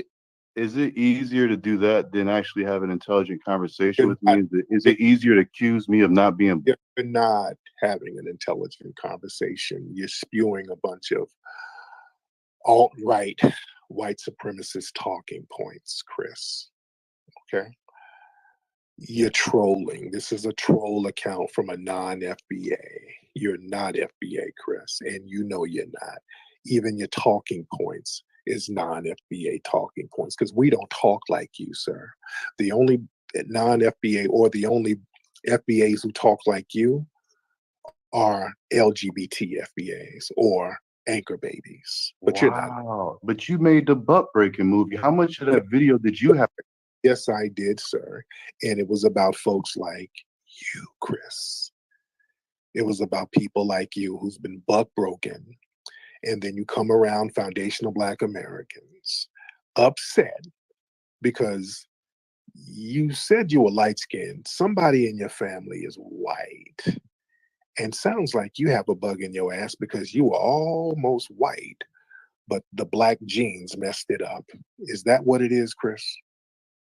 I say put your money where your mouth is, debate me where you can't mute me and call me names, and then we'll see. I'm not calling you names, Chris. And first of all, you're a nobody. You're a nobody to debate. And you're on my platform trying to troll, and your trolling is being put in check because now we're having an intervention, Chris. We're having an intervention about your life and why you have to pretend to be a foundational Black American. Are you ashamed of your background, Chris? Is that what it is, sir? Not at all. And how much of that video, that butt breaking, did you have to edit? Sir, you're very hung up on buck breaking. I guess buck breaking really touched a nerve, didn't it? Because you done mentioned buck breaking over and over. That movie touched a nerve. Did it Says the reveal, producer of the movie. did it reveal, sir? Did it reveal something that happened to you, sir? Because whenever you see a non-white person such as yourself with all of these anti-Black talking points, that's a lot of self-hatred going on. And usually somebody white did something to him. Did a white man do something to you, sir? No, that's the thing, man. I want us to get away from all this butt breaking. We didn't quit talking about that stuff. You called me LGBT simply because I disagree with you, man. And everybody can hear this if they're not simply blinded by being a follower and being bored. Sir, you got a picture of you with Jesse Lee Peterson, and I've been on Jesse's show, and I've clowned Jesse to his face. I tell people this to their faces, and people question Jesse Lee Peterson's sexual background. I'm not going to put it out here right now. And you sound just like him. So, sir, that sounds like it touched a nerve with you, and you're very hung up on buck breaking. Sir, Says the person who made an hour yes, I did. I made a movie exposing the racism in the white LGBT community. Yes, I do movies about racism and I expose racism from every community. But buck breaking really touched a nerve. Why is that? Why did it touch a nerve with you so much, sir? You have disgustingly changed the subject, honestly. No. You have disgustingly changed the subject in a very vile, lewd way. Like you're disgusting a little bit. Sir, you're projecting. I've been very polite to you, sir. I've not called you a name. I've not called you any name, and I've been very polite with you, sir. But you're pretending to be FBA, and you're clearly not, sir. And again, I'm informing you that you're incorrect, Tyree. You can only do that because that's all you can resort to is saying LGBT. Sir, you've already proven yourself to be a liar. You've already sat here talking about people bartering drugs, and you're just saying anything. So that's why I don't believe you're FBA, because you proved that you'll say anything on this phone. If you'll lie about one thing, you'll lie about everything else. So you're not even honest. That's why I don't believe you're FBA. You're not FBA, and that's okay. But the fact that you're ashamed of your background, sir, that speaks volumes. Where's the shame of the background? What are these words you're putting? You're just saying this stuff. I have never said any of this stuff. But sir, just by your talking points and just your whole disposition. All I'm saying, Tariq, is that our behavior has to get better. It has to be edified. We can't do this whole when someone speaks to you, you have to insult them, right? That's Nobody that's insulted you, sir. juvenile. And all I Nobody, asked you, go ahead, go ahead. nobody insulted you. Okay. Since the problem is black folks need to do better, why aren't you doing better as a black person? I mean, all I'm saying is for the family to stay together, right? And produce good children for society. I am doing that. The most simple thing Where that helps. is your where's your black family that you're producing? Do you mean like in the home with me, Tariq? I don't. Is that a trick question? I don't understand it. What you're asking. You said black families. You don't have a black family, sir. You don't have a wife and children. Yes, I do, Tariq. Why do you assume that? You have no Sir, idea who I am, Tariq. And in your sir, eyes, you may think it's a sir, nobody, but you have no you, idea who I am. you don't have a wife and children, sir. I can just Okay. tell. No, you're literally a bad psychic, right? Sir, And are you saying, honestly, okay, sir, really horrible psychic. show us a picture of your wife and your family? You sound. Why don't you answer my question about white people having to be in power and Sounds remain in power? This sounds like Cory Booker claiming he was dating Rosario Dawson. This sounds like Cory Booker claiming that he's now dating Rosario Dawson. It's just not believable. And any real person, anybody in real life, is not going to put their wife and children on a picture because some weirdo asked them to. Sir, my entire family is online. I have nothing to hide. My wife, my children, my mother, my father. I have nothing to hide, sir. You don't have a wife and kids, sir. You don't. No, that's your choice to put them. I said, Sir, you're sitting at home waiting on a Bucci call to come through right now, sir. And that's why you're so hung up on buck breaking. Your whole house smells like Badussy right now, sir. And you're waiting on a Bucci call. And you're sitting here trying to fake the funk. I will not let you spread no more lies, sir. Thank you so much. Okay, let's get some more people here. Lord, I'm just not gonna let this nigga spread lies.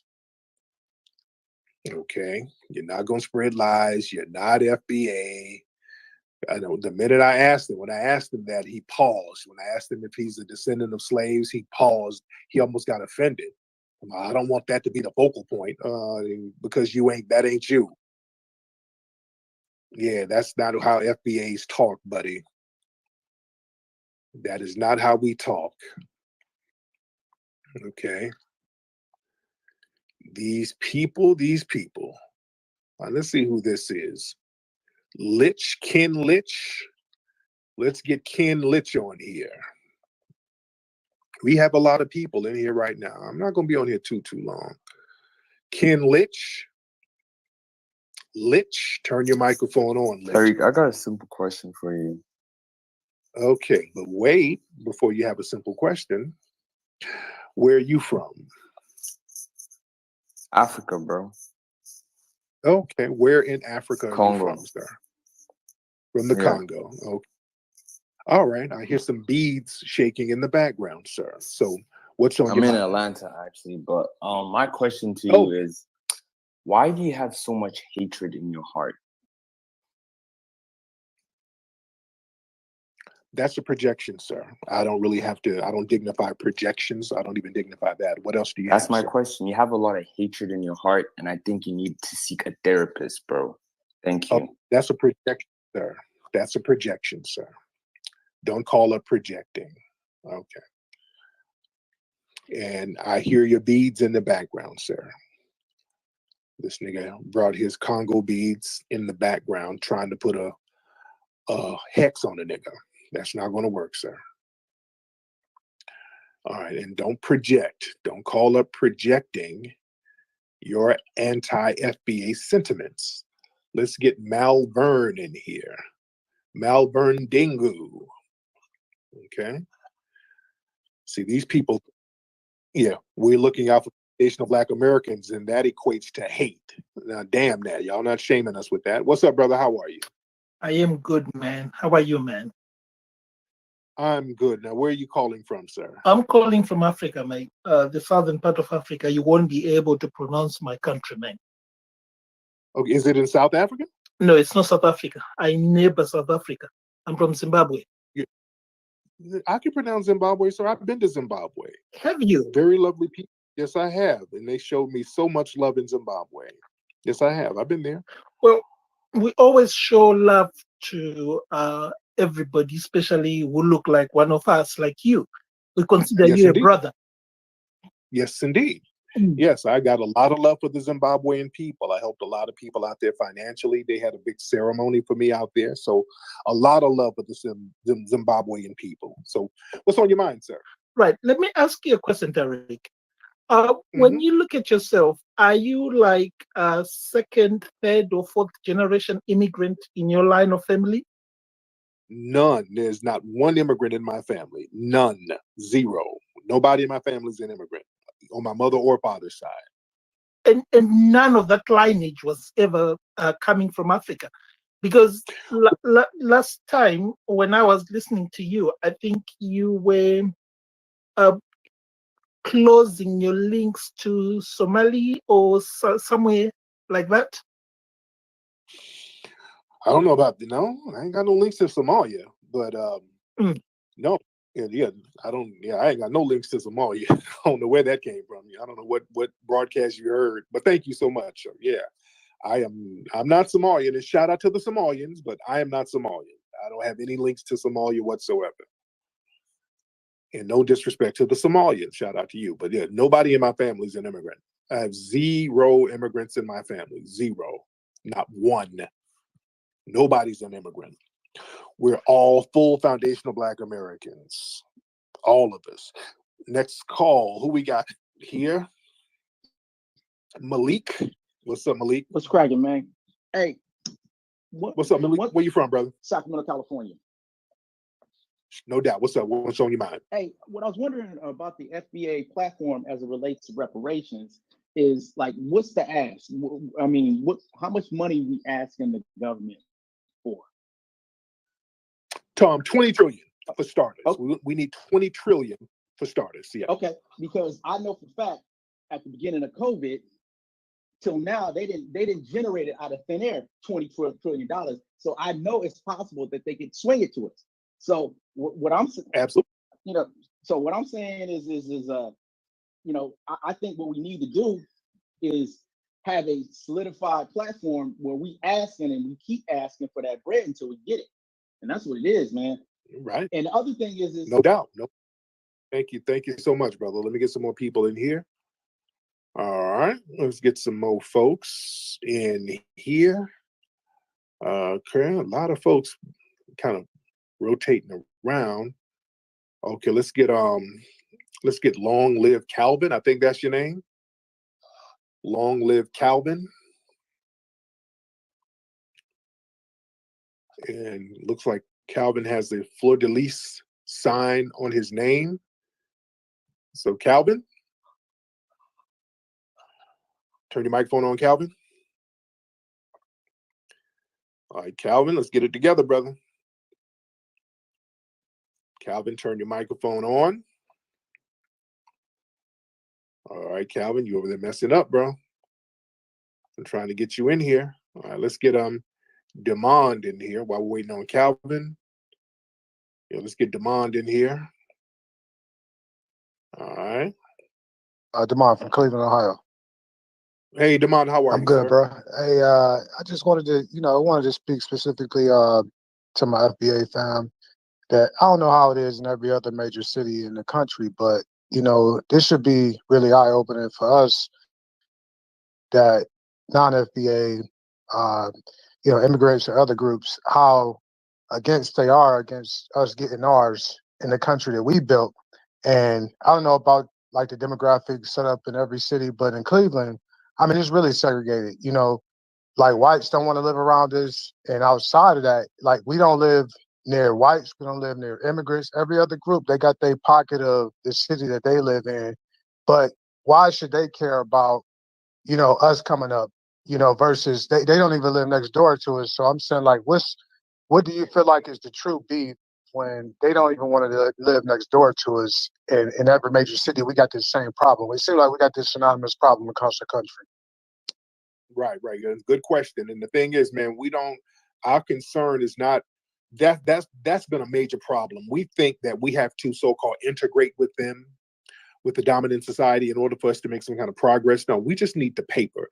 Even when the Brown versus the Board of Education situation happened, that wasn't about integration. That was about Black schools getting equal funding. That was a money issue. The NAACP came in and flipped it and turned it into an integration issue, meaning, okay, instead of giving Black people money, let's just put them in some of the schools with the whites. And Black folks got the short end of the stick as far as that. Pablo, what's up, Pablo? Turn your microphone on, sir. What's up? What's going on, Pablo? Where you from, buddy? Calling from Southern California. Southern California. You're a Mexican gentleman, right? Yes, sir. All right. So what's on your mind, Pablo? I just had two questions for you, just two questions, and I would beam out. Yes. Would you consider the Aztecs and Mayans, were they FBAs? No, because they were not the ones who built America, but some of the Aztecs and Mayans were Black-skinned people who would be classified as Black. Some of them were. There were different phenotypes out there in Mexico. And truth be told, there were a lot of the Aboriginal people of Mexico and Central America were Black-skinned people who would be classified as Black. Today, if you look at the Olmec statues, you can see that. And again, there were other different types of phenotypes out there in Mexico. And when the Spanish came, they brought a lot of Moors and other Black people with them. That's why so many Black people in Mexico, in your hometown, in your home country.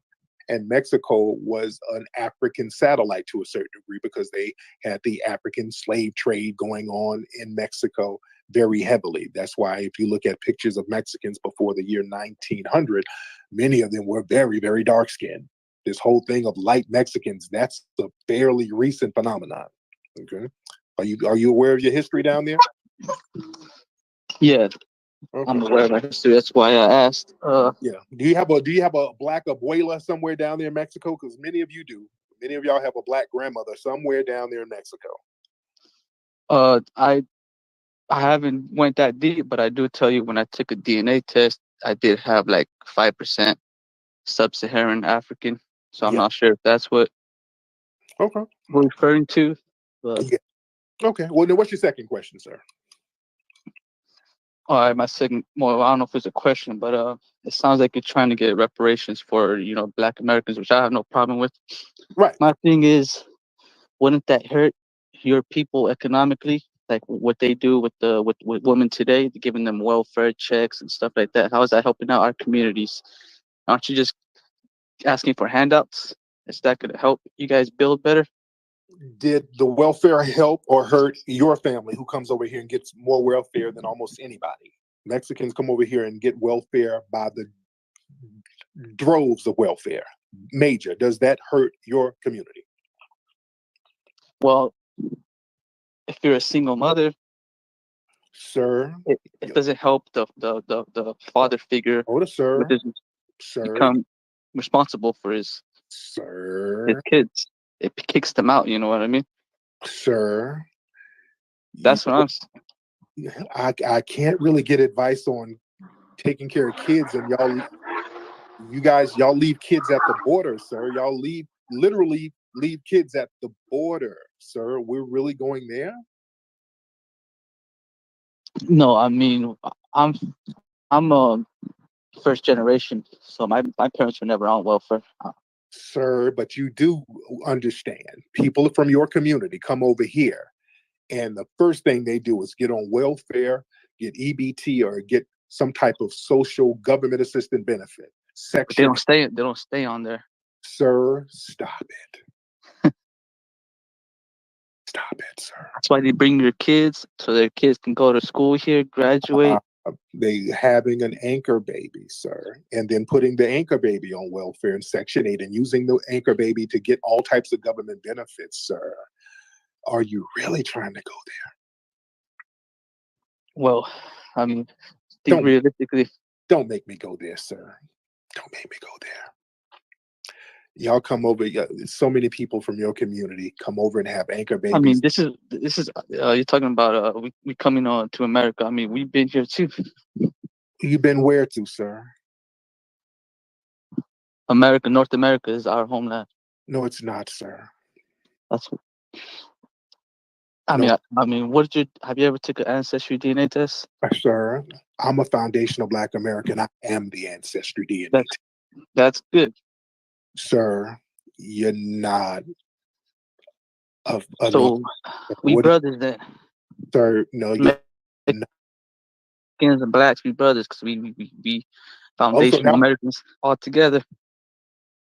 Oh, wait. So you want us to be brothers so you can be foundational too? I want the reparations also. How do you get reparations? How you get it?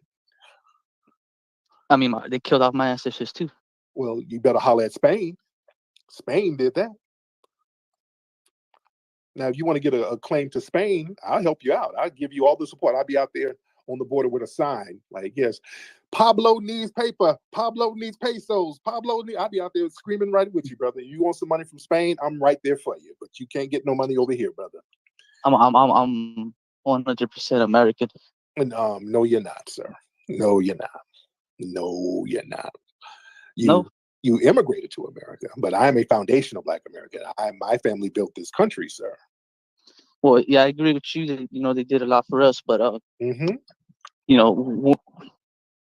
one point, 1800s, 1600s, your ancestors did come on a boat. Not all of them, sir. Not all of them. A very small percentage of African people came on a boat to North America. Many of them came to Mexico. Many of them came to Central America. But only about 3% of those people brought from Africa came on a boat to North America.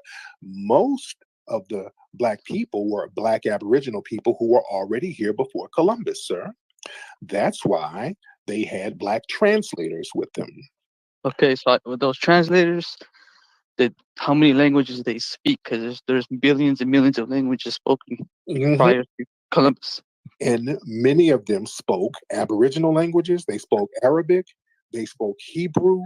Well, they can't speak all languages. Not all, but they spoke many of the Aboriginal languages, sir. One of the people who the Spanish brought with them down there into your land, down there in Mexico and Central America, was Juan Garrido. That was a jet Black man who was a Moor, who was the first person to cultivate wheat in Mexico. It was a Black man who did you know about Nahuatl?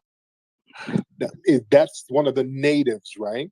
Yes, one of the languages we spoke. Nahuatl. But here's the thing.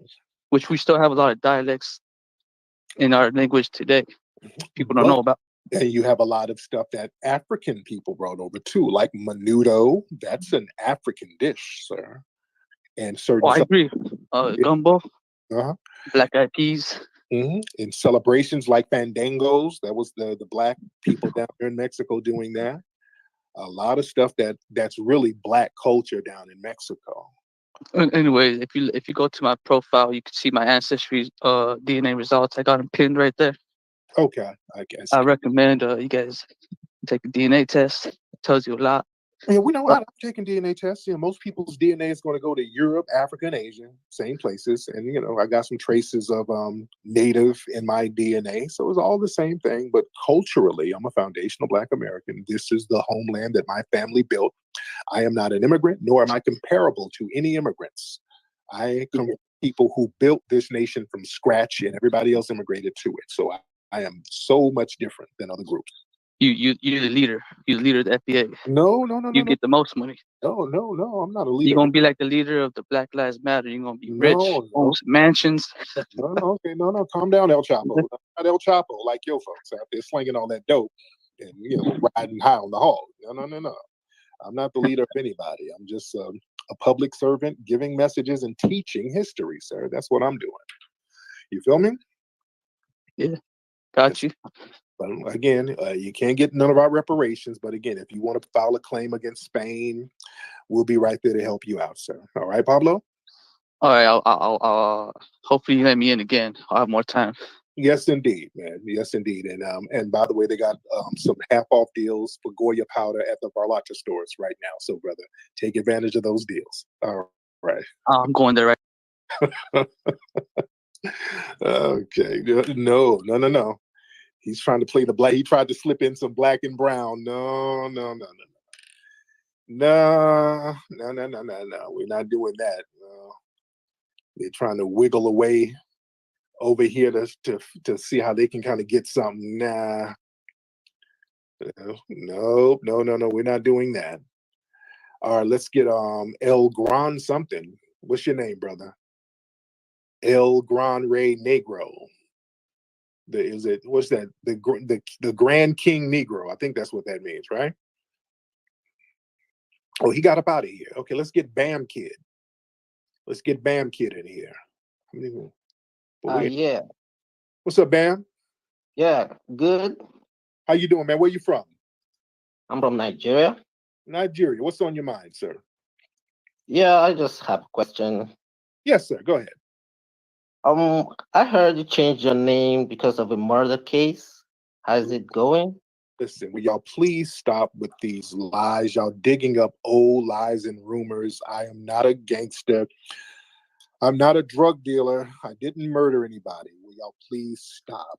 Okay, look, stop. A lot of y'all immigrants, y'all latching on to some of these old rumors and lies that they've been circulating on the net for about a decade. I am not a gangster, not a drug dealer, none of that stuff. Didn't murder nobody. Y'all been telling these lies for over a decade, sir. Bam.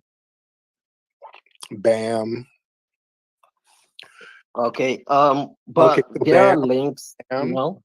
Stop being a lying immigrant. Don't be a stereotype. Now you're being a stereotype. Don't be a lying, scamming immigrant, because now you're just lying and scamming, and I don't want you to have that stereotype stuck to you, okay? Well, if you say Okay. you're not a murderer, no problem. No, I'm not none of that stuff. They've been saying these rumors about me for years. I'm none of that. All of them are lies. And sir, even if it were not a lie, what we don't do is dry snitch. That makes you a bitch. Even if it were true, that makes you a bitch by just getting on the internet saying something like that. That makes us, No, sir. there are links, you know. I could, Sir, give that's the difference between foundational Black American culture and tethers. Even if I was a murderer and a gangster and a drug dealer back in the day, who gets online dry snitching? That's bitch behavior. You understand? That's dry snitching and bitch behavior, guy. You understand that? Even saying something like that shows the kind of character you have anyway. That's why a lot of us, we got to distance ourselves from people. Because let's say I was in the game doing all that stuff, but let's say somebody else is out there doing whatever. We got some idiot next to him ready to dry snitch on the internet. What kind of bullshit is that? That's the same stuff y'all do back home. Y'all dry snitch on each other, lie on each other, cut each other's throat. Nobody's snitching. I just pointed out something that is open to the whole Okay, world. but that's dry snitching, and it's not even true. It's lie snitching, sir. It's not even true. It's lie snitching. But even if it were true, it's still a bitch move to do, to get on the internet and say stuff like that. That's Okay, why I have one more question. Can't survive on the streets. I have one more question for you. Go ahead, sir. Go ahead. Yeah, the museum, is it a museum or what you collected so much money for? Yes, over $1 million for the museum. Yes, I did. Yes. There's no land, no building, no plan, nothing. How do you know there is? Because that's what's happening. How do you know? It's all over the news. It's all over the internet. I'm sure you know that. Only thing on the internet is lying tethers, sir. Y'all don't know what's going on with the museum and what I've been doing. It's only been a few months, sir. Just because y'all can put up a statue of white Jesus in 2 weeks in your homeland, that doesn't mean we can do the same thing with the museum. Sometimes we There's have no white obstacles. Jesus in Nigeria, so I don't know what you're Yes, you talking do. about. Stop it, sir. Sir, we usually don't get stuff popping like that within a couple of months. It's only been a couple of months since we've announced that we're doing the museum, sir, and we're still working on it, sir, and we're not in a rush. But you're So falling why? behind the time No, I'm not. frame you No, gave. I'm not, sir. Everybody understands what's going on with the museum and the obstacles we're facing, and we're still going to get the museum. Well, I don't understand. Sir, That's why sir. I'm asking to be Okay, enlightened. but sir, it's none of your business. That's the thing. It's none of You your. don't know if I contributed. You don't know. Sir, please. You have not put together your Postmate money to the museum. You have not. Let's stop it. You're sitting there hoping that the museum is a failure because you have jealousy and hatred that we were able to raise that type of money in a month, and hundreds of millions of people in your homeland can't even raise that kind of money in 10 years. You're And saying we. You mean you? we No, done you. unity. You raised the money from We did, ignorant, and sir, lost people. sir. So Ignorant is fleeing your homeland and leaving people destitute, defecating in the streets, sir. That's ignorant. And not building your homeland. That's ignorant. What you're doing is called jealousy, sir. Why are you so jealous of foundational Black Americans? It's always you non-FBA tethers who are mad that we raised that much money. So y'all sit there praying that we fail. The museum ain't going nowhere. It's going to be here. We're going to get it popping, and it's going to be phenomenal. All we have to do is just get the right building and get these people to agree to sell it, because we got the money. We're just getting some political bullshit games about selling it to us. But we're going to get the museum. And guess what's going to happen? You tethers are going to still come up with a brand new excuse to hate on it. I don't like the color of it.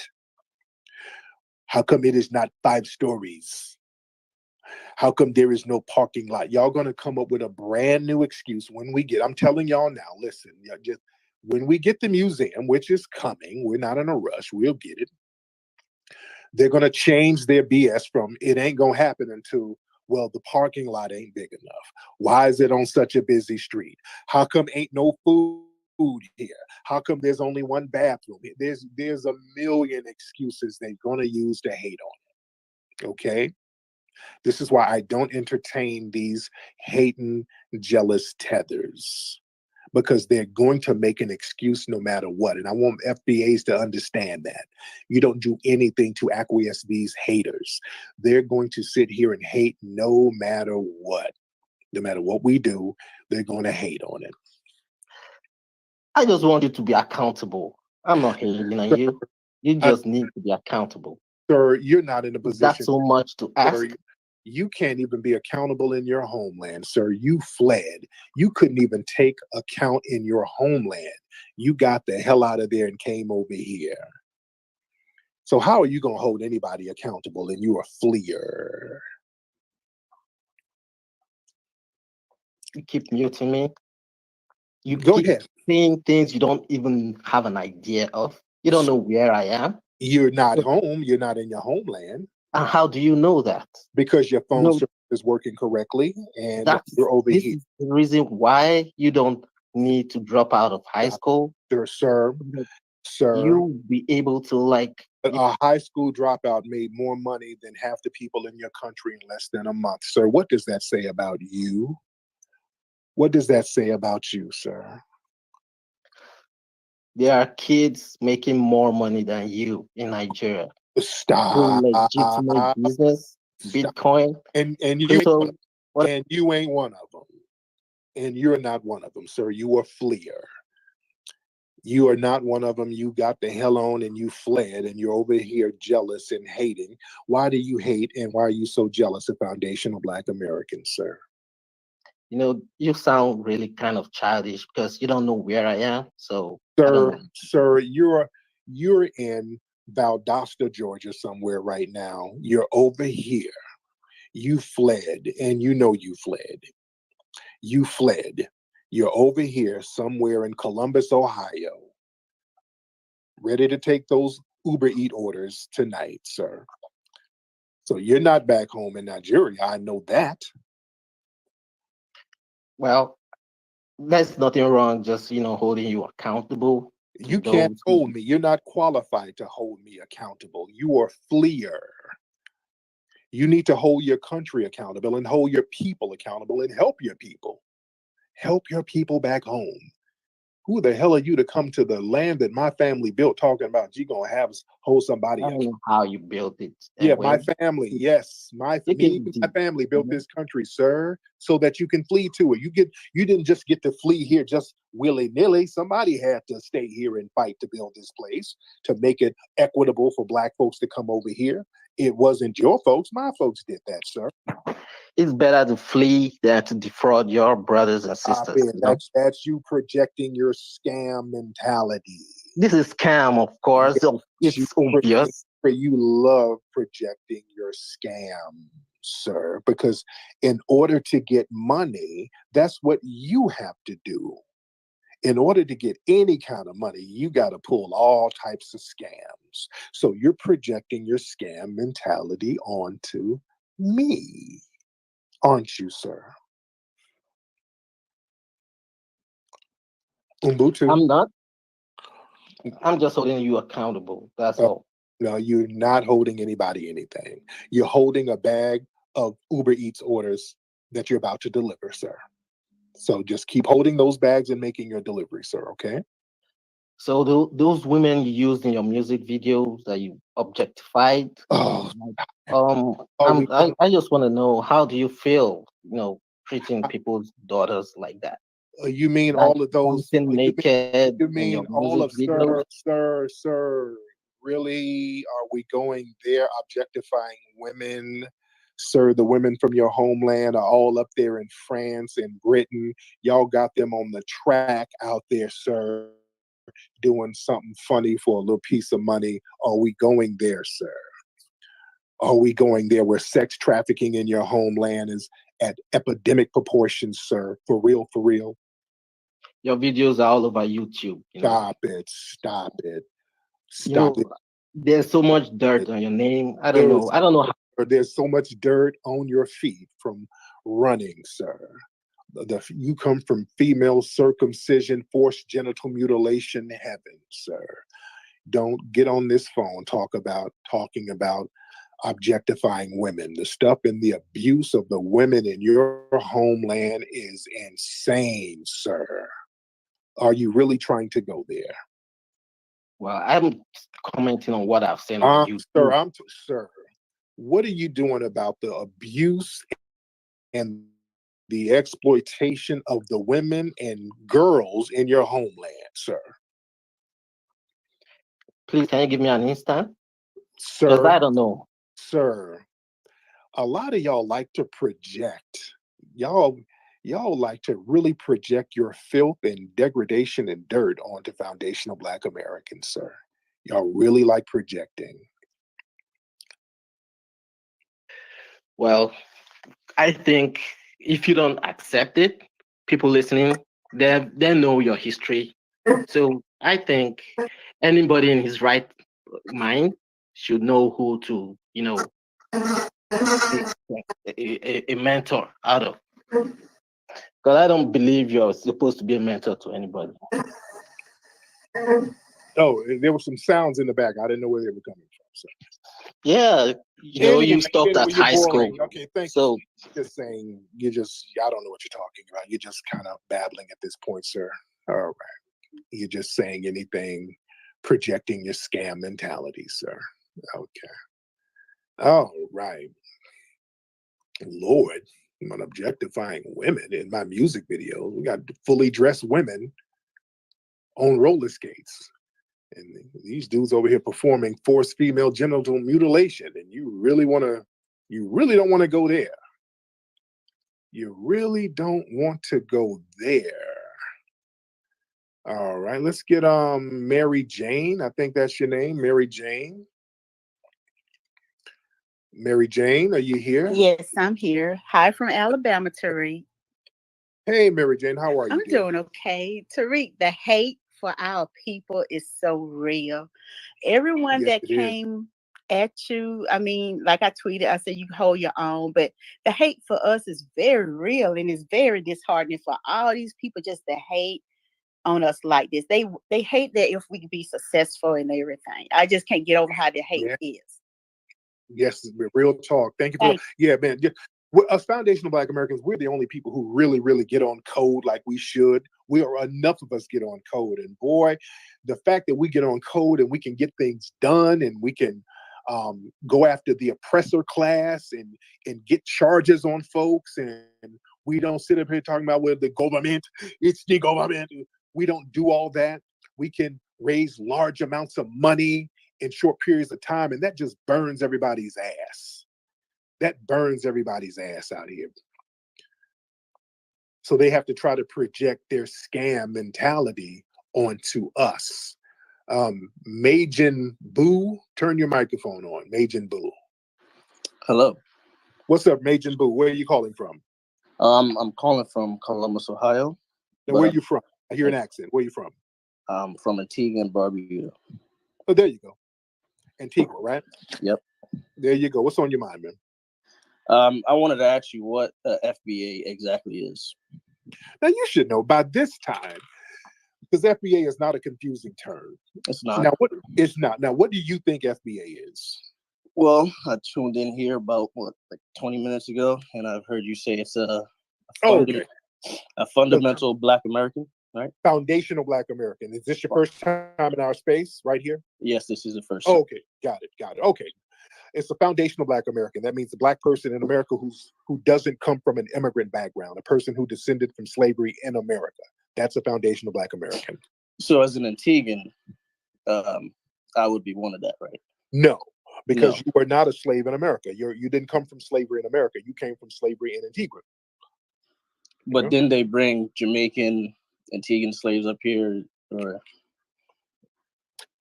in some cases they did, but that doesn't make you one because you immigrated here. Your family immigrated here, and you would have to take that up with the British, Spanish government, right? Okay. And they have something. They already have CARICOM. You guys are included in the CARICOM claim because CARICOM has a lot of the Caribbean nations. They got together and they're making a claim against France, Spain, and Britain. So you already got a reparations organization that's looking out for Caribbeans. You feel me? All right. There you go. And I wanted to ask if somebody isn't what was it again? A fundamental foundation Black American FBA. If they're not that, should they not have an opinion or a word in the topic? No. Why is that? Because this is not your business. So they can't have an educated opinion about the situation, or is us getting unless you're rooting for us to get the reparations. That's all we need you to do. We need you on the sideline with the pom poms. Do you think that's actually going to be done or no? What does that have to do with you? I'm just asking. Okay, because see, this is the thing. We get a lot of people who are not FBA talking about, well, is it going to get done? Do you think it's going to happen? Just coming in here with no, I'm asking questions. Right. But I'm saying this is not a conversation for you. Because one way or another, you're not going to benefit from it one way or another. This isn't for you. Okay. Right? So other people who look like you. The question is, sir, why are you concerned with the reparations claim that you can't be a part of? Why are you concerned about it?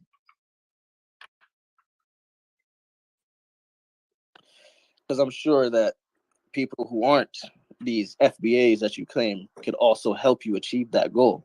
You guys aren't the only ones who are capable of doing that. But it doesn't sound like you're trying to help. I just said people who are not FBA can basically cheer us on But instead of doing that, you're talking about, well, is it going to happen? You think it's going to happen? So you're coming in trying to sow seeds of doubt. We don't need that. You're the one sowing seeds of doubt because everybody. Okay, stop. Stop. We're not going to do that. You're not going to just be intellectually dishonest here. You say something and you don't want to stand on it. All right? If you say something, stand on it. And again, why are you in this conversation when you're really not trying to help us? And truth be told, you can't help us, sir. So why are you in this conversation?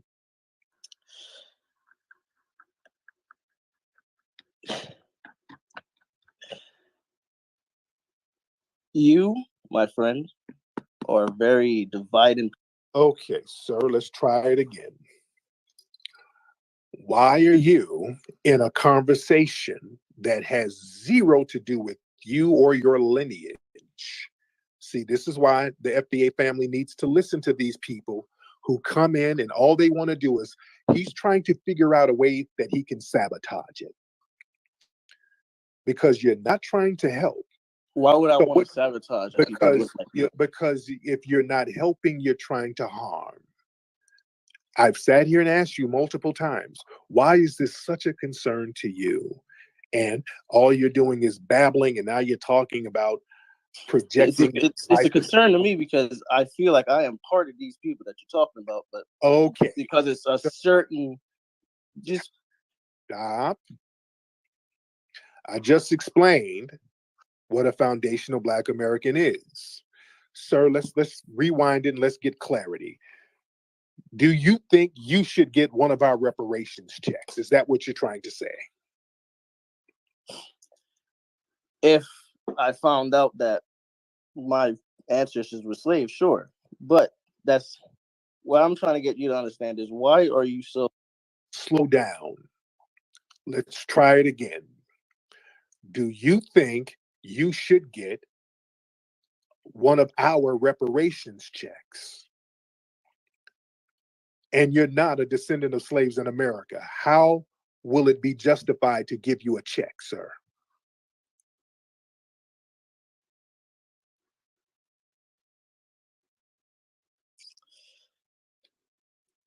I'm listening. I really want to hear your logic here. I'm trying to ask you certain questions and you keep muting me and then asking me. Because you're playing now. You're saying something and you can't even explain it. And I'm not going to let you babble. And I'm going to ask you again, how could we justify giving you a reparations check if we were to get those? How would I'm not asking for a reparations check. I'm not the one asking for one. You are. So you just said that you want to be a part of it. I want to help. I'm trying to tell you. Okay, now you're not being honest. This is what we're talking about. You just said you wanted to get a check. You wanted to be a part of that, but you don't feel like we're letting you be a part of it. Now you say you don't want it. I did not say I wanted a check. Sir, you wanted to be a part of it. That. But when did I say I wanted a check? Yes, you did. When did I say that? Yes, you did. When did I say that, though? Now you're not being honest. I am being honest. You keep muting me, and I can't get my point across, and now you're saying you're putting words in my mouth. I never told you. Because you're babbling and lying, sir.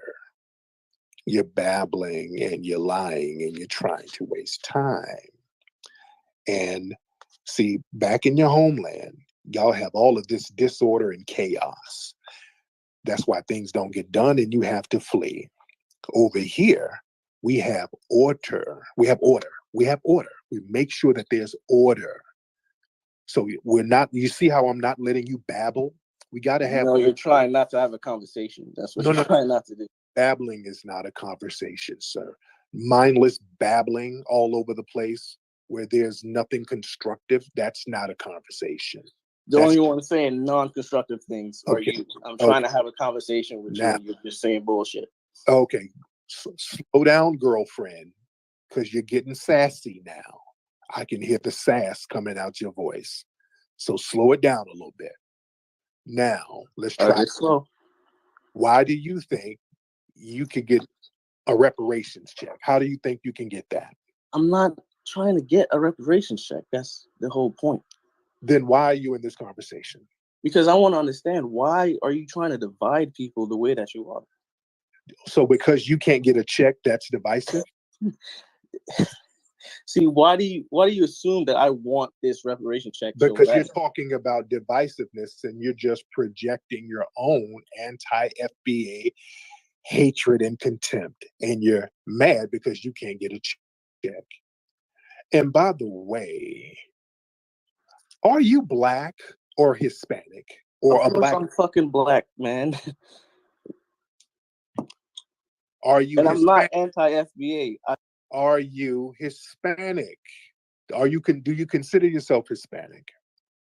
No, my mother's black. My father's black. I'm black. Okay. So why don't you holler at your government or holler at Britain, Spain, France? I'm hollering at you. We're having conversations about reparations. But this You're is a asking why I reparations want to check. This ain't got nothing to do with you, though. But that's the thing. It does.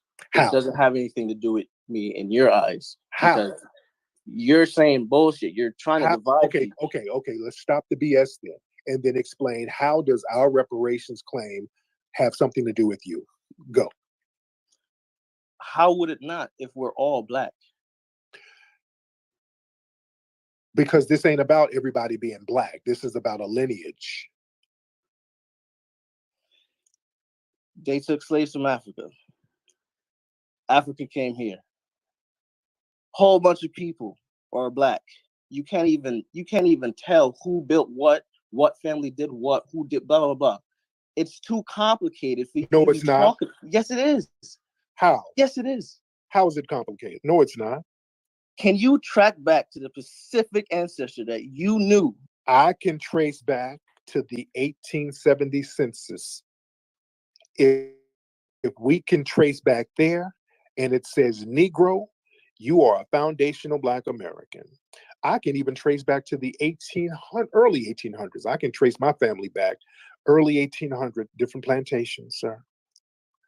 If you can trace your family back to the 1870 census, at least, that's an easy one, then you are a foundational Black American.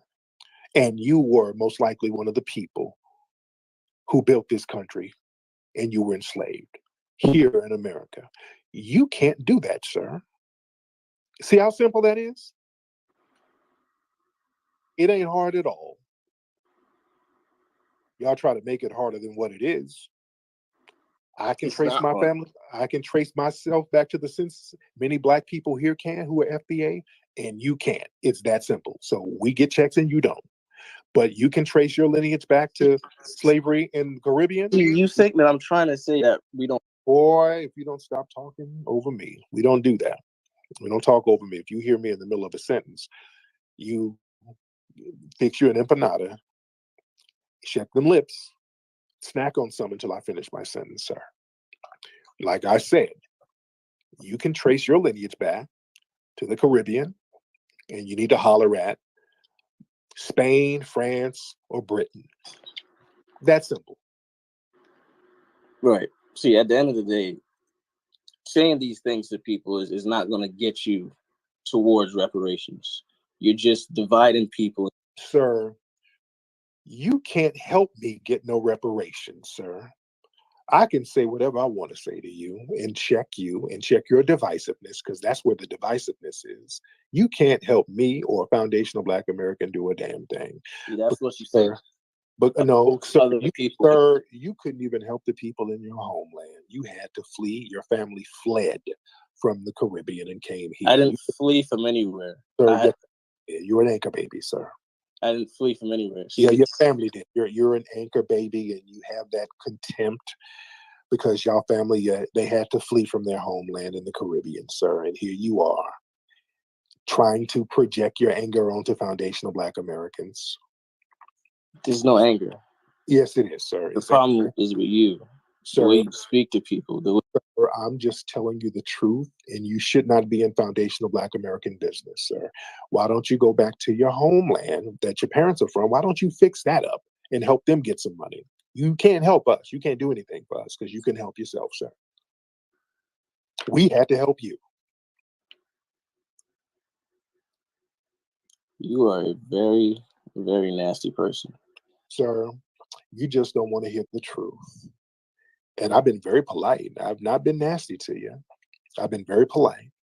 But you coming in here trying to latch on to our reparations claim, knowing that you don't have no real claim to it, that's very disrespectful, not only to me and the Foundation of Black Americans in here, but also to my lineage, my family, who this claim is owed to. My family suffered, and they didn't want to suffer and sacrifice just so somebody can come along and glom off of it and leech off of it, something that was supposed to be for me. My family didn't do that. You're being disrespectful to my lineage. That's nasty.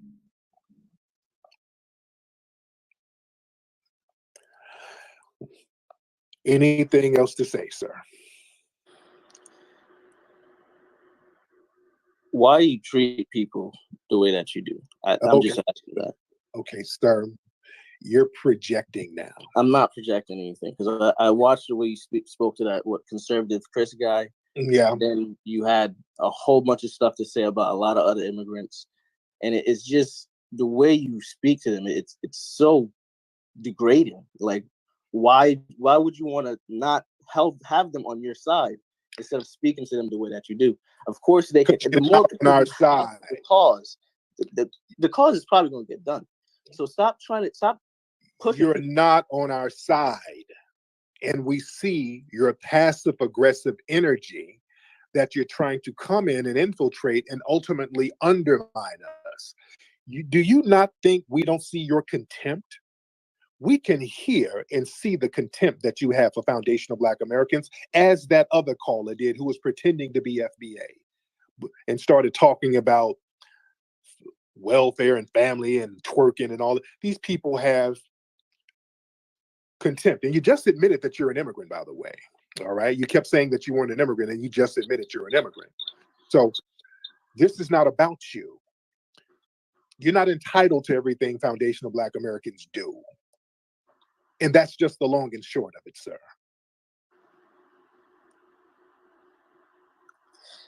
I'm not saying any of this shit though. That's the whole thing. That's how you're acting. Yes, you are.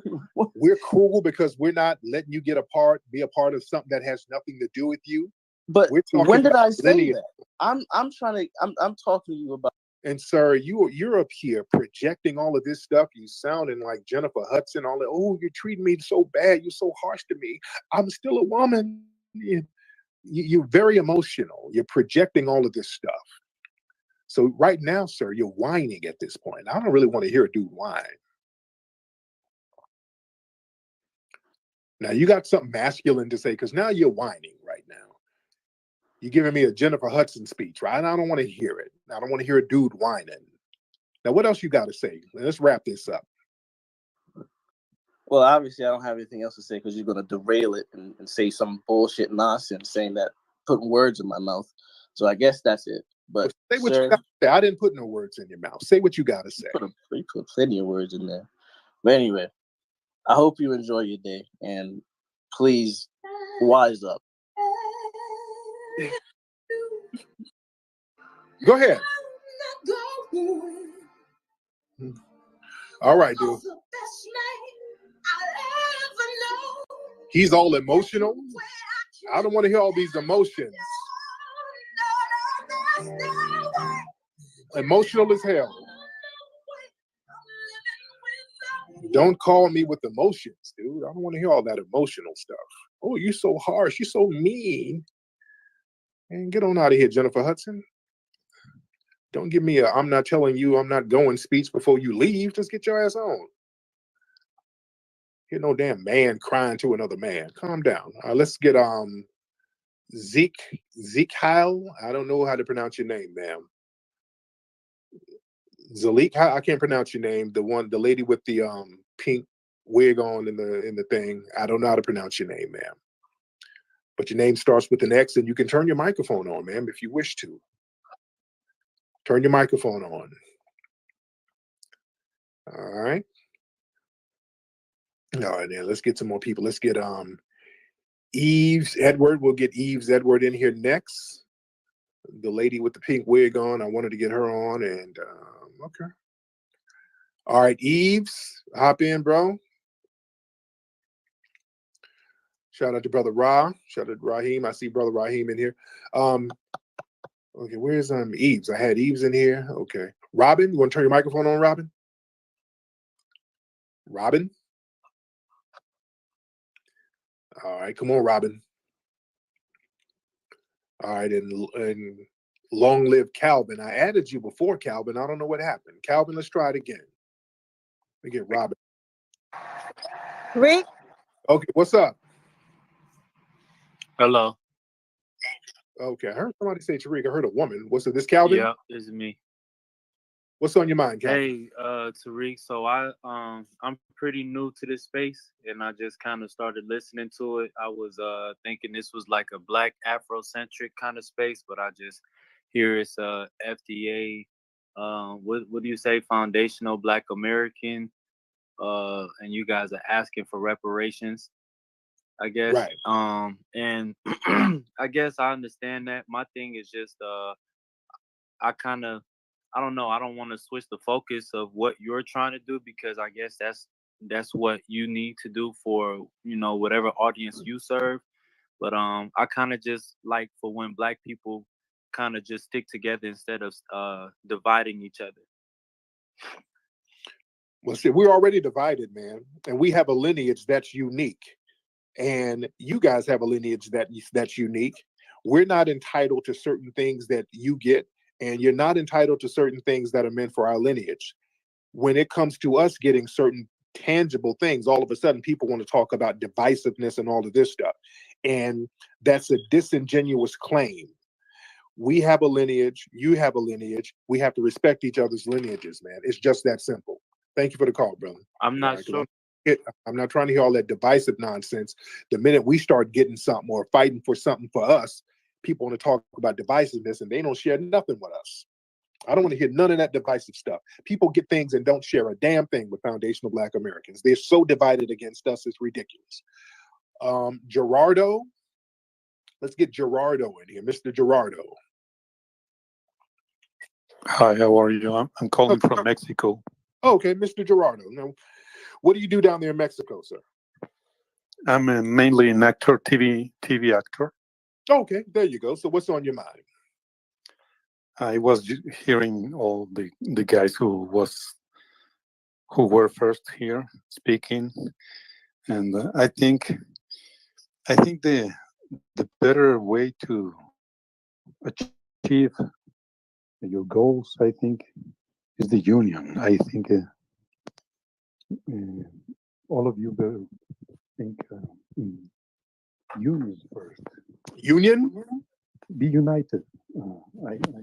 I felt in some way, I heard some kind of not united people. Hey, Gerardo, that phone, brother, that phone is a beast right now. That phone is hella janky, bro. Gerardo?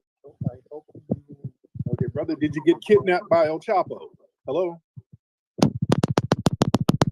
Okay, is that a machine gun? Okay.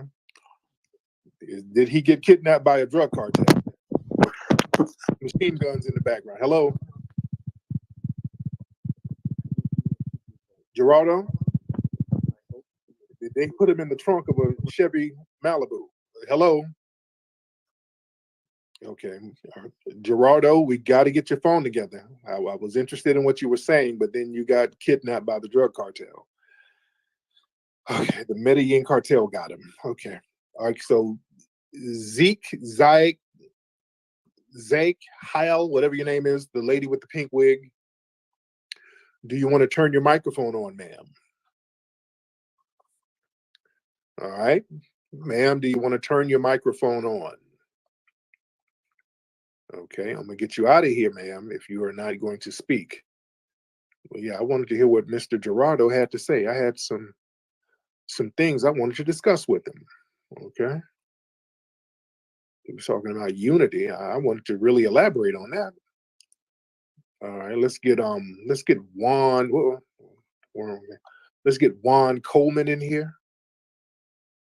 Let's get Juan Coleman in here. All right. Okay, Juan Coleman. Hello? And then yeah, what's up, Juan? Hey, what's up, my man? Hey, I just want to tell you, man, you're doing a hell of a job. I'm gonna keep it real short, and you gotta continually to explain to these people, and tell them, to just, stay out the room. If you're here to try to put FBA down, and they don't understand it, and I know you're being, very, very concise, and you're welcoming everybody. That's the thing on your platform. And so I just want to say, man, I support you with the museum.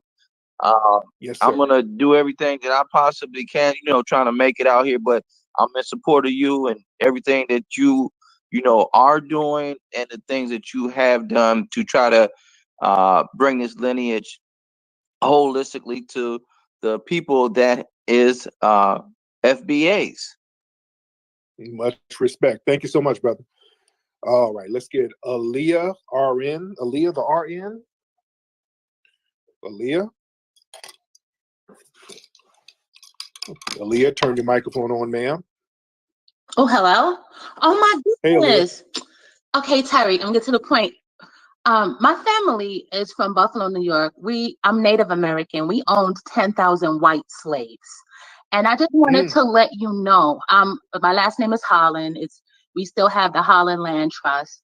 When the people of non-FBA come over here, it's like we're the Palestinians versus Israel. They stole our land. We also own Seneca Village. They stole our land. So this is more ammunition. Is it like I get furious when I hear immigrants come over here and just disrespect us. We have to start thinking from a place like Palestinian. They came over here. They asked to come over here. With my family, they only bought white slaves. I'm supposed to be related to Joe Biden. It's my cousin. I met Leona Helmsley. She's my cousin. Mariah Carey is supposed to be my cousin. Josephine Baker and this mega pastor A.R. Bernard. But their white family was slaves on my family plantation. And they were sent over here as convicts to work their debt off to Britain. And a lot of the documents is fake. It's this organization with NASA. They spend trillions and trillions and trillions of dollars to erase our history, but they can't. And I wanted us to go back and look at. It's easier to trace how our stuff was stolen from us than to find our 256 grandmother that was here millions of years ago. It's like how you. There you go. Thank you so much, beloved. Let's get Mark in here. Mark, let's get Mark in here. Sir, yes, sir. Yes, Okay, hold on. Wait. We'll get you, Zyke. We'll get you next. But Mark, what's up, buddy? Yes, sir. Hey, I was listening to the one guy that just couldn't get it through his head that what FBA meant and everything. And I was wondering, got me thinking, what do you think is a immigration policy that would be sort of good for our country? I don't know at this point. At this point, I do not know. Now, where did your family come from? Mom is Puerto Rican. Her parents came from Puerto Rico, and dad is Italian. Okay. Yeah, and to be honest, as far as foundational Black Americans, the immigration thing ain't really working for us. It always kind of, turns out bad for us because when people immigrate over, they usually, they don't let them amalgamate into white society immediately. They really just kind of dump everybody off on us, and we got to eat the brunt of that. So, this is why we're having these conversations on why, we should, as foundational Black Americans, should support immigration, and it just doesn't work for us. Let's try the Zyke lady again with the pink hair. Let's try you again because I hear your mic coming on and off. Okay, want to try it again? Zyke Heil, I think that's your name. And hi, everyone. Hello. Now, how do I pronounce your name? From Philippines, I'm Sai Kaya. Okay, now where are you from? I'm from Philippines. Oh, from the Philippines. Okay. All right. So what's on your mind? Okay. Okay. Well, shit. That ain't working.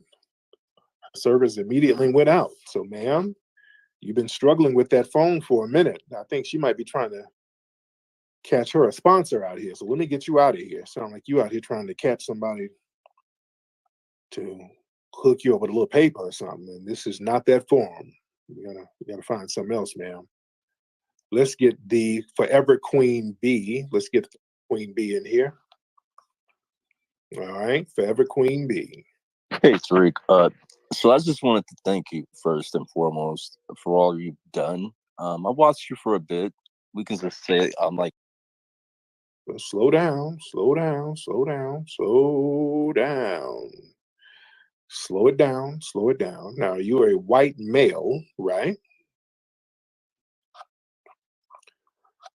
Hello, white male. Can you hear me? There you go. Now, you're a white male, right? I am not a white male. I'm a black male. Black male. Where you from, sir? I'm from Chicago. And where's your family from? Well, my family, they're pretty much descendants, I think, of the, of slavery. They come from the South, come from Mississippi. My grandmother's 90 years old. She's still living. So any immigrants in your family bloodline? No, not that I know of. I mean, I know some of my family married immigrants, but no, we're not immigrated. Okay, because now I have to ask, why are you using a woman's profile? Using a profile like a woman? I know that's a whole nother subject. Yeah, I know. So what are you out here trying to catfish for some pussy? What are you doing? No, I'm not catfishing. Well, I kind of maybe need to make another profile for this, and I get that, but I didn't want to miss out on the message, and I that's a huge distraction. I get it. Yeah, bro, that's real strange for a dude to have a whole profile of a girl you pretending to be a chick, and Well, that's kind of weird. It's not a chick. It's Little Kim, and I'm not pretending to be a woman. I don't want to be a woman. I love who I am. I mean, but your screen name is Forever Queen B, and the B stands for bussy. Okay. Okay. I'm not knocking it. Right? Are we not being inclusive? Are we excluding me because I'm a gay black man? Are we doing that? I was just about to say. Yeah. I was just about to say. I understand your lifestyle, and I'm not knocking your lifestyle. If you got a hankering for some Boochie Cat, that's you're still my brother. That's not what I'm here for, though. You're still my brother. I don't have any porn on my page. I don't get into that. That's what I do. Private is what I do private. You know what I mean? You're still my brother. You're still my brother. Now, what's on your mind, sir? I just wanted to thank you for fighting how you fight, and I can appreciate your brashness. Some people can get offended by it, but we need that. We need that voice because we're not used to standing up for ourselves. We're not used to demanding it. We're not used to. We can be angry. Yeah, a black man can be angry. We have a right to be angry. It's like when we're angry, it's a crime. You're not racist. Even though you put comedy in it, and I like that because you tell people just like it is, just like they tell us the same way. I get called nigger plenty of times. I get looked down upon by immigrants that come over here. They hate us. I see it every day, and I don't know why I'm hated, but it's the skin of the color of my skin, and the fact that I'm a black man. Most people can't tell that I'm gay all the time, but it's just contempt. I feel the contempt, even from jealousy, and when they feel like we're getting something. It's like even more contempt, and some of us don't feel deserving. Like we don't deserve reparations. Like, they feel like it's not going to happen. So I don't like pessimistic individuals who figure like, nothing can ever happen. Yeah, we deserve it. I feel like we came from this land. This is our land. We built it. And thank you so much, brother. My man made a good point, a very good point. A lot of people, and notice a lot of people who are kind of pessimistic are people who ain't even FBA. Notice these people calling up who ain't even qualified to get reparations. Well, do y'all think y'all gonna get it? I don't think y'all gonna get it. I don't think y'all think it's realistic. Like, dude, why are you even in this conversation? We don't need your pessimism in a conversation that you don't even benefit from. You understand? We got to start checking these people because see what they're saying is, I want to be included in it too. And no, we're not including everybody. And don't let nobody shame you with all of that divisive talk. Anyway, y'all, we got a lot of people in here, but I'm going to go. I've been on here very long, and I think we've had some very good, constructive talks in here today. Much respect, everybody. Go to my YouTube channel, subscribe to my Tariq Radio YouTube channel, ladies and gentlemen. Go to hit. Racism is the most powerful system on the planet, yet it is often perceived as the most taboo subject to discuss. World-renowned activist and best-selling author Tariq Nasheed takes on this challenge head-on in his new book, Foundational Black American Race Baiter. This is the most important book you will need in order to understand the mechanisms of systemic racism and how to counter this system. Get Foundational Black American Race Baiter now at Amazon and BarnesandNoble.com. Also get limited autographed collector's editions of the book at officialfba.com.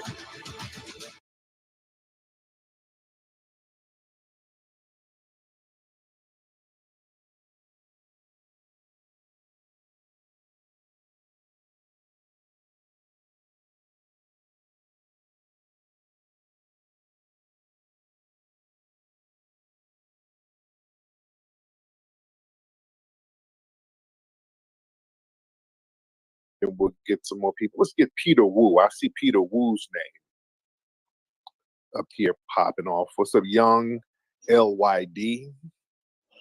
Young LYD. You can turn your microphone on. Yo, Tariq. What's up, Young LYD? Yo, what's going on? I'm good. What's on your mind? Yo, I wanted to ask you, so do you think it's a better idea to not vote at all with the next presidential election cycle, or should we just all vote for Trump? Well, Trump, I don't know who's going to run. They're saying Trump is going to run. I don't know who they're going to bring. I say we don't vote, period. I say we don't vote. Some people said it might be a good strategic move to vote for a Republican. And, you know, that's an option too. But what we're definitely not going to do is vote for no damn Democrat. We're going to do anything you need to do except vote for the Democrats. Whatever option you want to do, make sure it is not for the Democrats. That is suicide at this point. So if you want to vote for Trump, I won't argue with you. If you don't want to vote, I won't argue with you. I'll probably just go that route and just not vote altogether. But definitely, we got to get this thing out of our brains that we have to vote for some damn Democrats. And Biden and all of these people, they have shown us nothing but contempt. Voting for them is suicidal at this point. But thank you for the call, sir. Thank you so much. Peter Wu, you want to hop on? Then I'm going to get Shay. I get Shay after Peter Wu. Peter Wu? Yo, what's going on, Tariq? How you doing? I'm good, Peter Wu. How are you, sir? Doing good. So I just have a question. What's the difference between like the Red Mongolian Native Americans and the FBAs? Okay. And then also, if FBAs have been in North America for thousands of years, why hasn't their phenotype changed? Like, because like in some parts of the U.S. it gets really cold. Right. So that's my question. Okay. Now, Peter, well, let me ask you. Now, where is your people from? Where are your people from, sir? Eritrea. Eritrea. Okay, there you go. Now, foundational Black well, Aboriginal people, because foundational Black Americans, that ethnic group was a creation. Okay, let's be very clear. That was a creation, just like many ethnic groups. Ethnic groups start by different groups getting together for whatever reason and having some type of commonality, be it constructive or traumatic. And that usually forms a different ethnic group. We are a combination of the Black Aboriginal people who were already here, mixing in with the African people who were brought over for the transatlantic slave trade, and that became the new foundational Black American cultural group that we see. So as far as phenotype, I mean, we've been mixed so much over the past few centuries, you know, our phenotypes have changed to a certain degree. And one thing we do notice is that we look different collectively from many continental Africans, because we can kind of look at somebody and tell if they're not FBA. Also, when I go to Africa, they can tell that I'm not from there. They can tell that I'm a foreigner at the drop of a hat. So after centuries, people can start getting different phenotypes and different looks, and you can tell that certain people are not from their geographic region. That makes sense? Yes, definitely. There you go. And then the Red Mongolian Native Americans, Right. like who are they and why are they like different looking than FBAs? Oh yeah. If you look at, I'll give you an example. There's an old painting that's centuries old called The Wall of Warriors. You can Google that, and that gives you an idea of how some of the Aboriginals look, particularly down in South America and Central America. It's like an old Mayan painting, and it showed lighter skin Native people, and it showed black skin Aboriginal people. That gives you a great idea of the different skin tones that were here. Just like in Africa, if you go to Africa, and South Africa in particular, they have the Sand people that I've seen who are fairly light-skinned people who've been there for thousands of years. And they're an Aboriginal tribe there. And they have almost an Asian type of phenotype facially. Their eyes are somewhat slanted. So in all continents, you have different people with different shades, different facial features, different phenotypes, just like you're Eritrean. Over in East Africa, the phenotypes are different. The faces are slender, more slender. A lot of people have a lot of pronounced foreheads. You can tell if somebody is from East Africa. Just like over here, you could tell people from different regions. A lot of people who were on the Aboriginals who were on the East Coast, many of them had classical African features. Some of the Plains natives, they were more the Mongolian red type. Out here on the West Coast, you had many of those with the so-called Negroid type. Many explorers and many archaeologists and people said that the West Coast Aboriginal people, they look like African tribes. So when you have big continents, you're going to have different groups of people with different phenotypes. That's everywhere. If you go to Asia, there's black tribes of people in Asia right now. Malaysia, Thailand, you can go down in those jungles, some of those remote areas, and you'll see black-skinned people who look like African tribes over there. So in any continental area, you're going to see different phenotypes in the people. So that's what it is. It was very diverse. It was diverse before the Europeans came, and it became more diverse after they came. So does that make sense, sir? Yes, it does. There you go, my man. Thank you so much, people. Thank you. You too. All right. All right. I'm bringing some clarity here. Let's get Shay. Let's get Shay in here. Miss Shay. Yeah, how you doing? Hey, Shay, how are you, dear? Great. I just have a question regarding the FBA thing. Yes, ma'am. Like, why the name change? It's a designation. It's really a designation, and us understanding that we are a different ethnic group. We have a different lineage than other people that's very unique and very exceptional. And we're basically acknowledging our lineage. So that's what that is. That makes sense? So Black Americans, African Americans no longer the lineage? No, that term, African American, doesn't work. That term doesn't work at all because it's too broad. And we are not African Americans. Do you understand that? We're not African Americans. So you really don't believe that you did not descend from slavery? We are descended from slavery. Of course we are. That's where the confusion comes at. So what do you mean you're not African American? I am not an African American. Are you African American? Yeah, I'm Black. Where in Africa did you or your family live? Well, my ancestry says the Congo, Benin, Togo, Ghana, Ireland, British. That's your 23andMe account. Culturally, do you remember any family And then when members? I did my lineage, I found I think a British man. Mm-hmm. Yeah. Do you know that That's most went to the 1700s, but okay, that's your 23andMe account. Do you know almost everybody on the planet's 23andMe account will say the same thing almost. It will trace back to those same areas. Do you realize that, ma'am? But then my mom's side traced back to no, because she's Haitian, and her side was pretty correct too. Ma'am, Mm-hmm. like I said, do you know everybody's 23andMe account, their DNA will trace back to those same places? Everybody. So that's kind of a broad net. And since everybody's name or lineage will trace back to those areas, does that make everybody African American? But like for instance, I took 2 tests. Ma'am, 23andMe traces back. ma'am. All right, Can you carry answer, on. ma'am? Carry on. I'm not being hostile. I just want to bring Yeah. clarity. So do you think, because everybody's DNA will trace back to Africa, would that make everybody African American? But whose DNA traces back to Africa? Is the White Caucasian trace people. back to Africa?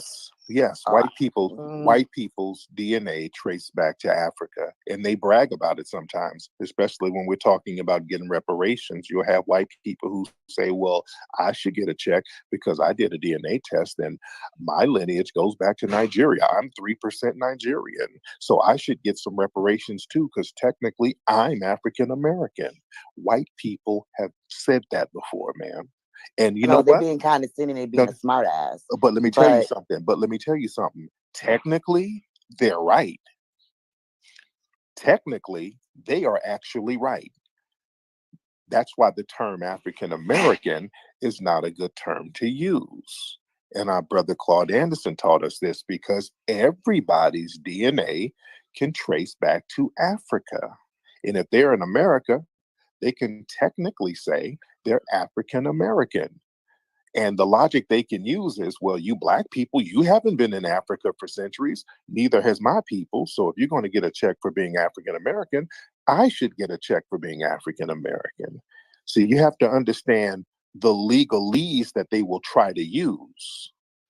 You know, this is why the names and the words have to be precise, Miss Shay. You understand?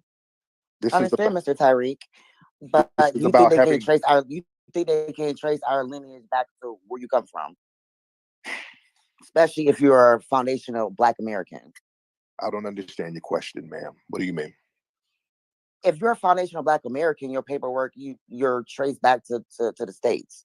They already know who you are. So anybody who's trying to get mixed in reparations, they're not going to be able to even get claimed reparations. What? What do you? You lost me, ma'am. You're saying that anybody can state that they can be African American, right? So why did FBA start it? Regarding reparations, correct? Because not just reparations. Okay, let's be very clear. It's not just reparations. We have to understand our cultural lineage in general. And with the term foundational Black American, that's a term that people can't leech off of. It's an exclusionary term, and it's a Trump type term that cannot be remixed. Because again, African American, a person coming over from Ghana right now can say, hey, I'm African American and I should get everything that the descendants of slaves got because I'm African American too.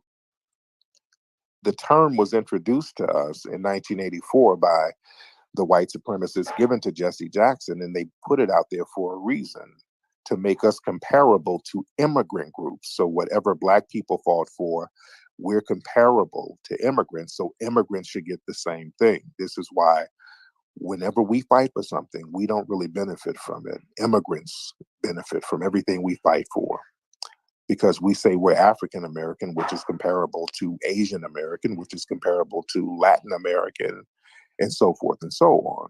You see, we have to understand legal language. We got to be very strategic about language and words. Am I making sense so far, Ms. Shay? Yeah, you make a little bit of sense here, Mr. Tyreek. But I want to make a lot of sense. I don't want you to be confused at all. I want clarity. So this like an internet thing, or is this like it's gonna hit the streets for every Black person to start claiming FBA, or this like where is this gonna go? It's already hitting the streets, man. It's not an internet thing. Well, things are talked about on the internet, but it's already on the streets, man. We've had conferences. Wasn't about no internet.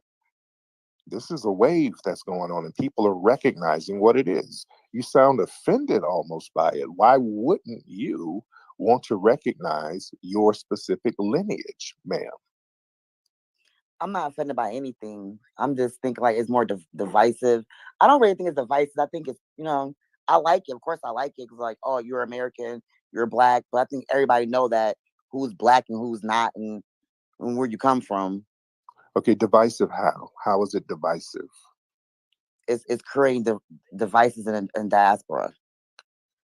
Okay, in order to be divided. I mean, it's like more black people coming at black people instead of black people coming at the white supremacists. Okay, let's stop.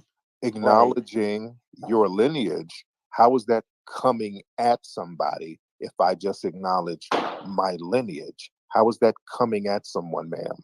When you form this, it seemed like you only attacking other black immigrants. Ma'am, we're talking about a lineage and you're creating some make-believe attack scenario. Who are we? We're not attacking anybody. This is not about anybody. This is about foundational Black Americans. This is not about any other group. We're not concerned with other groups like that when it comes to our social and political and cultural significance. Just acknowledging our culture, if that's an attack, is everybody attacking us when they do it? Because if that's an attack, we get attacked all the time, ma'am.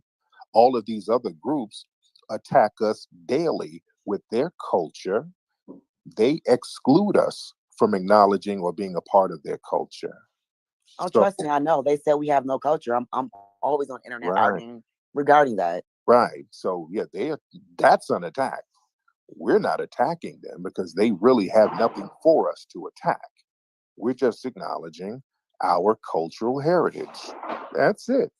Now, other people, they'll hop in our spaces and try to argue and gaslight and center themselves, but that's not us attacking them, even on the internet.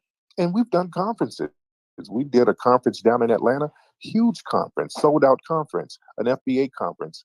Nobody was attacked. In fact, we invited people from the diaspora. This is some real stuff going on here. So nobody's attacked. See, every time, look, we as foundational Black Americans, we're so used to opening up our lane and letting everybody eat off us. When we stop doing it, there's a guilt complex in certain Black people, as if we're being hostile because we're so used to being exploited. Shay, you don't have to be exploited. You don't have to open yourself up so other groups can eat off us. It's okay for us to do something for our own cultural and lineage group, right? Yeah, you're absolutely correct. Okay. But this is seem more like political. It's like every time election year come around, last like 20 years since 9/11 happened. It's like everything has come more political and strategic, and it's always an agenda behind something.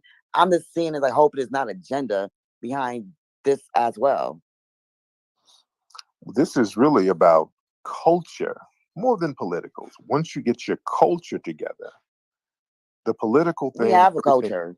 We have a culture. We're Black Americans. Yes, we do. I know this. And once we acknowledge that, acknowledge what our culture is, because we've been taught that other cultures are something that we've gotten and we've gotten from them, and that's not true. Foundational Black Americans, we are the culture that everyone seems to emulate. This is why people come over here to partake in the culture that we create. Because we're Black Americans, so we're more popular. Right. So of course that.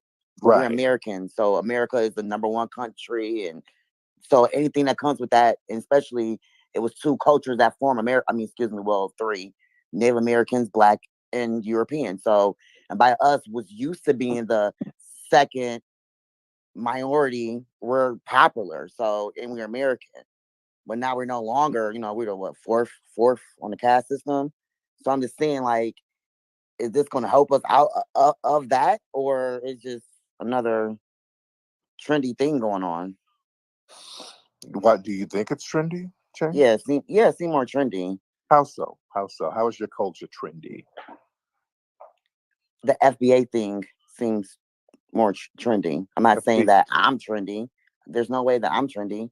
I mean, that's what they say about our culture as a whole, that we're just a trendy culture. So, of course, I don't believe that. Okay. Well, how is FBA? Because FBA is the culture. FBA is talking about foundational Black Americans, lineage, and culture. So a culture is not trendy. Foundational Black American is just the name. So how is that trendy, ma'am? Are we going to call white people foundational white Americans? I don't give a damn what they call themselves.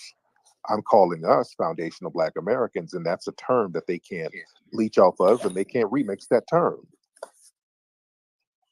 Because there's only one group that are foundational Black Americans. That's us. Nobody can leech onto that. There's only one group of people who are the foundation of this country. That is foundational Black Americans. Right? So we're going to try to get our own country or our own Hey, land, our own space hey, to... let me, Shay. I'm just wondering. Hold I'm on, sorry Shay. to be... Shay. Okay. We are the foundation of this country. Is that correct, Shay?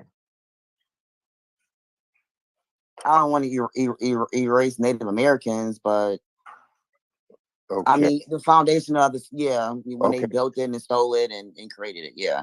Okay, say, which Native Americans are you talking about? Because if you're going to talk about Native Americans contributing, I don't know, it's like 500 tribes. I don't know.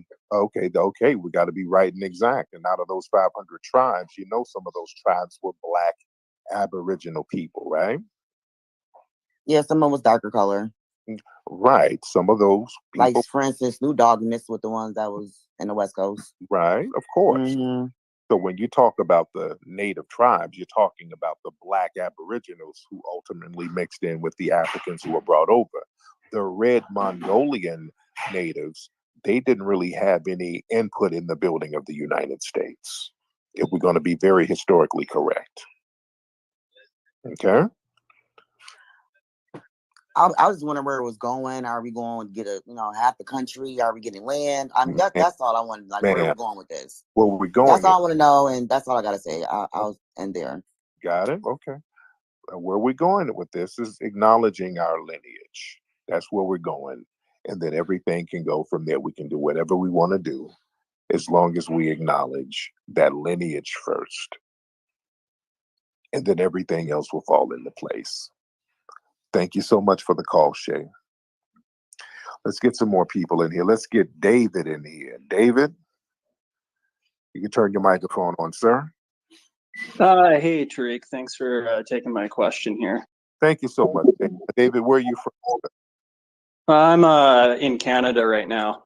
Okay, Canadian white man who's of French descent, right? No, actually, mostly Irish and Ukrainian. Oh, really? That's interesting. Yeah. All right. So what's on your mind, David? I have I guess a two-part question. If we don't have time for the second part, that's all right. Okay. It's about cancel culture. I was thinking about this the other day. Right. And I came to the conclusion that I don't think that foundational Black Americans particularly have the institutional power to be the ones that are canceling people. And so I guess my first question would be, I agree. Yeah, okay, so you agree with that. Right. And so then the second part of that question is, why are the people that are in power canceling people then for saying things that could be viewed as or are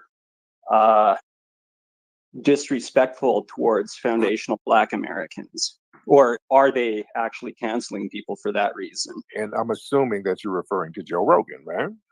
No, actually, I'm not. I was just, because it's in the news and everything, or if in the Twitter, people keep talking about cancel culture for months now. So the question is, why do you think people in the corporate structure are canceling people for saying things that are somewhat rude to foundational Black Americans? Yeah, or are rude or are perceived as rude. It's yeah, either or, right? I'm not again, I'm not referring to Joe Rogan here. I'm referring to just give me the entire media. besides Joe Rogan, give me a couple of examples of what you mean. Oh, well, we could. Well, I guess Whoopi Goldberg wouldn't be an example because she didn't say it was about Jews. Right. But I'm trying to think of an example off the top of my head. Because white people don't get canceled. That's a myth. Okay. White people do not get canceled. In a system of white supremacy, white people never get canceled. That is a myth. A lot of white people online will go around talking about how bad cancel culture is. And the ironic thing is systematic white supremacy protects you from being canceled. You don't get canceled. Nobody in the dominant white society gets canceled. Not even Joe Rogan. Speaking of Joe Rogan, he's the farthest thing from being canceled. Okay. So the only people who get canceled are black people. We get canceled. We get taken out and punished. Yeah, I wouldn't disagree with that. I mean, maybe the first part, but I think my view, and I just want to get your take on this, has been that the canceling, quote unquote canceling, is sometimes more about, well, we wanted to get rid of this guy anyway. He was, let's say we couldn't find another reason to fire him, so we're going to fire this person. And sorry, there's a saying that white people do not get fired, they get transferred.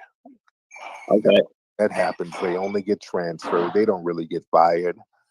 When white people get so-called fired, like some of these people, a few of the white people who got a couple of strays from the whole Me Too thing, basically their so-called firing or canceling was them getting to resign with a big multi-million-dollar severance package. So they get paid to be fired, or they get paid to be canceled, which is not really canceling. People who get canceled are people like Bill Cosby or R. Kelly, Whoopi Goldberg, people who get punished for things that they're accused of, which is canceling is a form of systematic white supremacy. And the dominant society has to pretend that they're being canceled and then act all aggrieved about the pretend canceling. But white society doesn't really get canceled.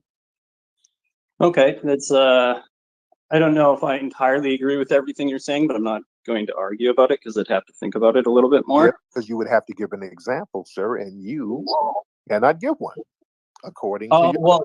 Well, no, yeah, not off the top of my head. Like I said, I'd have to go think about this. Like I could think of, let's say, Brendan Ike. And the fact that you have to do research in order to find an example proves my point. Well, I mean, there's that girl that was fired from Disney for, like, she was in the Star Wars show, I think it was, The Mandalorian. She got fired because she was a Republican.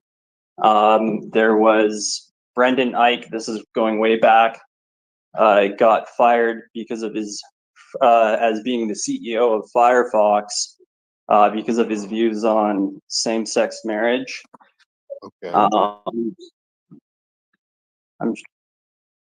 I had another one just off the top of my head that slipped my mind, but those are two examples, and they're both white people. Right.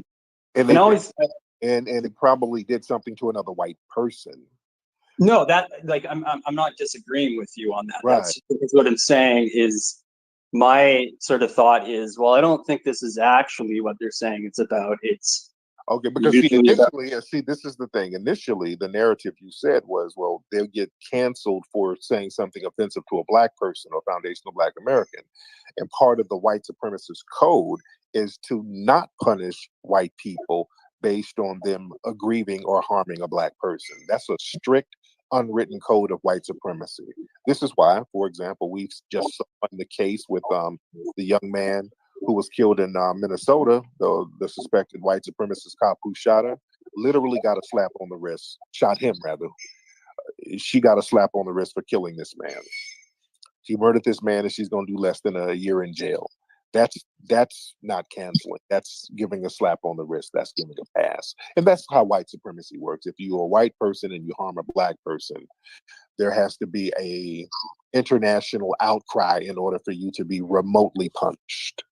So there's no canceling in that respect. And that's the problem. Okay, I see what you're saying. I think that kind of makes sense based off of the question I had, because I was like, well, I mean, I don't think they're doing it for this reason. And I'm like, it doesn't seem to me that like foundational Black Americans have the power really, unless, there's a huge outcry from them to cancel somebody. Generally speaking. And so it would make sense that what you're saying does Right.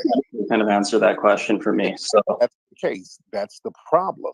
Because when people harm us, a lot of times we don't have the power to do anything about it. When a person is white and they harm us, they're protected by the system of white supremacy. And that's what all the protests and all of these things are about. That's what white supremacy is. They can mistreat us and harm us, and we haven't figured out how to produce justice. I don't like to use the term cancel.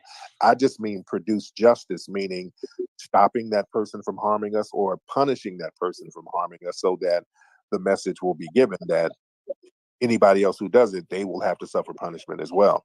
Now, we've, to a certain degree, with a lot of the protests and outcries and things that's been going on the grassroots level, we have been able to administer a certain level of punishment, but the damn country has to be going up in flames in order for that to happen. It has to go to such an extreme to make it an example and to produce a little piece of justice. And it shouldn't have to be like that. You understand? We shouldn't have to have nationwide uprisings in order to punish race soldiers. That's just not good for everybody. That makes sense? Yeah, that makes perfect sense to me. And I think it really, the answer you gave is starting to make sense. Right. So to summarize, just so I'm like hearing you correctly, so what you're saying is when white people are canceled for, well, what do you think, let's say, for canceled for saying something about, or again, quote unquote, canceled for saying something about like gay people or whatever that offends the LGBTQ brigade. Right. And usually even the punishments for that's minimal too. Black people get punished more severely for that, just like with Kevin Hart. They found an old tweet where he made a joke, and then they kind of spanked him publicly and made him go on an apology tour for some jokes. He's a comedian. The comedy stage is sacred, and white comedians make gay jokes all the time. They don't do that to them. Tracy Morgan, he made a gay joke. They did the same thing to Tracy Morgan. They ran him through the ringer. Now with Dave Chappelle, he made some gay jokes, so they're trying to run him through the ringer. They do not do that with white comedians. They make gay jokes all the time. So again, the only people who really get canceled or attempted to be canceled are Black people. Even with white people doing LGBT jokes, they really don't get canceled. Again, they'll get transferred at worst, but they really don't get canceled. Okay. That's interesting. Yeah, that's interesting. I could probably go on asking you a bunch more questions, but I'm sure other people want to speak. There you go. Thank you so much, David. Let me get some more people on. Okay. Get some more people on here. All right, a lot of people in here. Let's get Rennie. Let's get Rennie, the person with some anime on their page. Let's get Rennie. What's up, Rennie? Turn your microphone on. If you can turn your microphone on, that would be... I'm sorry. Hello, how are you doing today? Hello, Rennie. How are you, sir? I am well. I had a bit of a question. So... Hold on, Rennie. Rennie, hold on. Now, where are you from, Rennie? I'm from Virginia, actually. Virginia. You're a white male from Virginia? No, actually, I'm a Black male. Really? Okay. Interesting. A Black male into anime. Where's your family from, Rennie? My family's from Alabama and New Jersey. Are you and your family descendants of slaves in America? Yes, we are. Okay. All right. How long have you been into anime, bro? Quite a while. Probably since my early teens. Okay, interesting. Interesting. Not a lot of foundational Black Americans are into anime like that. Interesting. Oh, but go ahead. Go But ahead. What's I on had a your mind? question, and I recognize it may not be pleasant, but I Okay. did want to ask you. I just stumbled upon the space. Essentially, if I am a homosexual black male, what should I do to avoid being a broken buck? Because I recognize that's not Oh, necessarily that's not something that's desirable, but it's also okay. So not you're a something I white can male. change. That is a white male. There we go. Okay, you're white male. Okay, I knew Black people, especially foundational Black Americans. That's why I knew you couldn't have been a foundational Black American. They're not in.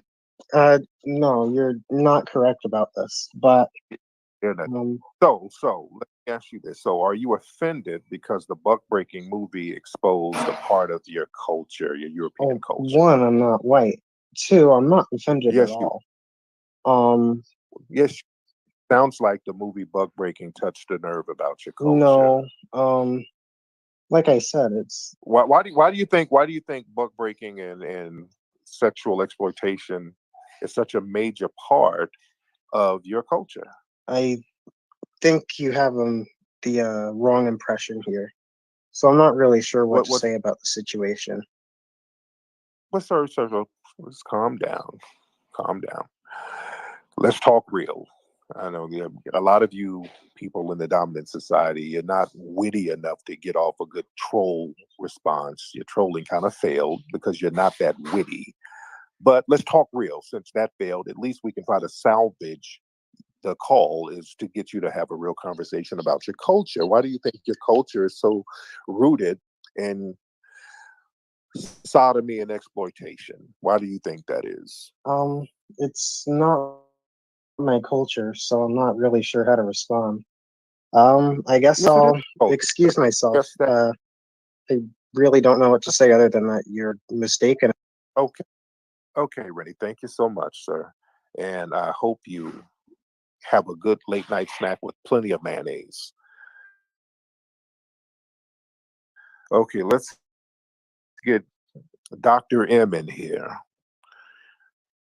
And Rennie and people, white supremacists, if you try to troll, you got to be witty. That's the kind of the sad thing about being a suspected white supremacist. You have to depend on a system of white supremacy in order to hold you up because you're just not that creative or witty. You got to be witty a little bit. What's up, Mr. M? Dr. M, can you get on? Turn your microphone on, Dr. M. Yes, sir. How are you? I'm good, Dr. M. Where are you from, sir? Born in Iran, migrated to the U.S. in 2001. There you go. So what's on your mind, sir? Gosh, I didn't think I would get a chance to speak with you in such a large room, but my question is, do you see a solution to the problems of racism and racial bias that we have, considering where we are today? Like how, let me phrase it differently. I feel like part of it is that part of it just needs to die with the older generations. Do you see any solution that we would be able? Great, good question, sir. The solution is to replace the system of white supremacy with a system of justice. That is the only solution. We got to replace the system of white supremacy with a system of justice. It's not rocket science, but it's very difficult for people to wrap their minds around that concept. Chris, you want to get on, Chris? I just added Chris as a speaker. Chris, turn your microphone Yes, sir. on. Yes, sir. What's up, brother? How are I'm you? good. How you Chris? doing, my man? I'm good. What are you calling? First of all, why do you have to come at Rennie like that? You had me over here dying for no reason. Why you have to call that man out? Yeah, this weak trolling just kind of fell flat. But where are you from, Chris? Where you I'm from brother? Indianapolis. My man. What's on your mind tonight, brother? To be honest with you, brother, trying to figure that out. So I want to talk about cancel culture a little bit. I have a friend of mine that she can't. Okay, we talked about that. We already talked about cancel culture. So let's try something else. I don't want people to get on trying to figure out their thoughts. All right. All right. This is not 976 lust. This is not a 976 number where you just call up with random scattered thoughts. Kind of be focused if you want to get on. Let's not do that. All right. This is not a late night mail chat where dudes want to call up just to hear other men talk on the phone with them. We don't want to have that. You got to be a little constructive. I'm not here for any type of fantasies and all that. What's your name? Dogalan? Dogalan. Yeah. What's going on, Tariq, man? I've been waiting to talk to you for a while. Basically, I didn't really have too much to get on this thing and say, but I just wanted to see like where you was at with like, I've been watching your lives or the last couple like weeks and months and stuff like that. But I wanted to see where you was at with like the Kim Potter situation and how like the justice system and the legal system is basically shitting on blacks and like like making it seem like it's really not a problem for us to be getting killed or right. Like it's not really an issue for us to die in America. It's like we worth like 16 months in the legal system. I just wanted to get your thoughts on that and see like what can we do as got it. You got the question. Sometimes y'all ask a good question and then you don't know how to close it out. You ask the same question over and over again. I got it. Got it. What do we do about this legal system? The Kim Potter situation. They're sending a message with the Kim Potter situation, even with the Kyle Rittenhouse situation. And they just had Kyle Rittenhouse on Fox News running around talking about he's going to sue people for defaming him and folks shouldn't be calling him a white supremacist. And he's running around with the white supremacist group, the Proud Boys, throwing up white supremacist hand signals, but he don't want nobody to refer to him as a white supremacist. They are the white supremacists in the courtroom, the media, the judicial system, the education system. Right now, they're tightening up their screws and they're letting their agenda be known that they want to continue white supremacist domination. And we, as non-white people, we have a choice to accept that or not accept that. And let's be very clear, we can stop this stuff at the drop of a hat. If we wanted it stopped, we can make that happen. We know how to stop other black folks from harming us and aggrieving us. We know how to stop that easily. We know how to stop people from harming us. The problem is black folks, too many, don't really want to because you don't want to be responsible for the aftermath. See, we could have got rid of the system of white supremacy a long time ago, but many black people have been told that you have to depend on white people. And with white people not running things, now you as black people, you got to get up and make everything happen. That's the thing that scares a lot of black people. Us having to stop playing around and start running things. So now if the white supremacists are out of the picture and not in control, that means, family, no more TikTok videos all day. We can't be on TikTok dancing. You can't be going out with your friends eating crab legs every night gossiping. You can't be at the club twerking. That means we have to run a society. Then the hard work and the boring work is going to be left to the black masses. And that scares a lot of black people, if we're going to be honest. Stopping these white supremacists from harming us, we can do that pretty easily. We can do that. And a lot of black folks realize we can do it. Because in pockets of history, we've done it before. We've backed them off of us. Down in Florida, the Black Seminoles, they backed the U.S. government off of them. They were down there in Florida whooping ass in the 1830s in small numbers. There were a very small number of Black Seminoles putting in major work, got the U.S. government off their ass. We know how to get people up off us.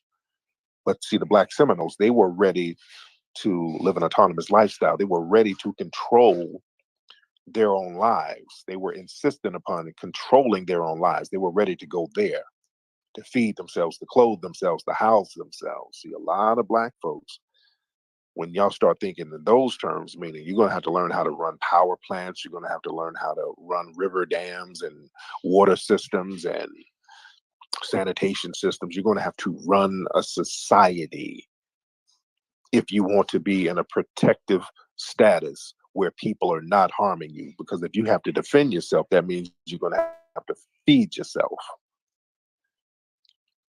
You understand? And the feeding thing, I just want to get up every day and go down to the grocery store.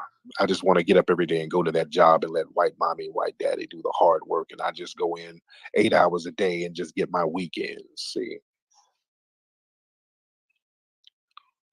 we got to be real about the situation here. We got to be real. But if we really wanted to get stuff nipped in the bud, we can get that shit nipped in the bud. We can stop folks from killing us. We can stop that. Let me tell you something they did in the 70s. I talked about this many, many times. In the 70s and 80s, there was a reason why cops weren't going around killing black folks. White supremacists weren't going around killing black people in the 70s and 80s and even going into the 90s. All of this stuff wasn't going on. Why? Because you had riders making sure that wasn't going to go down. There were black folks putting in work in the 70s. For real. And that's never talked about in history.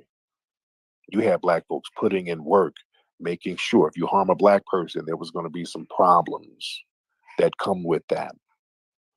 And the people in the dominant society, they got the message. That's why we were relatively safe growing up in the 70s and 80s. Let's keep this thing a buck.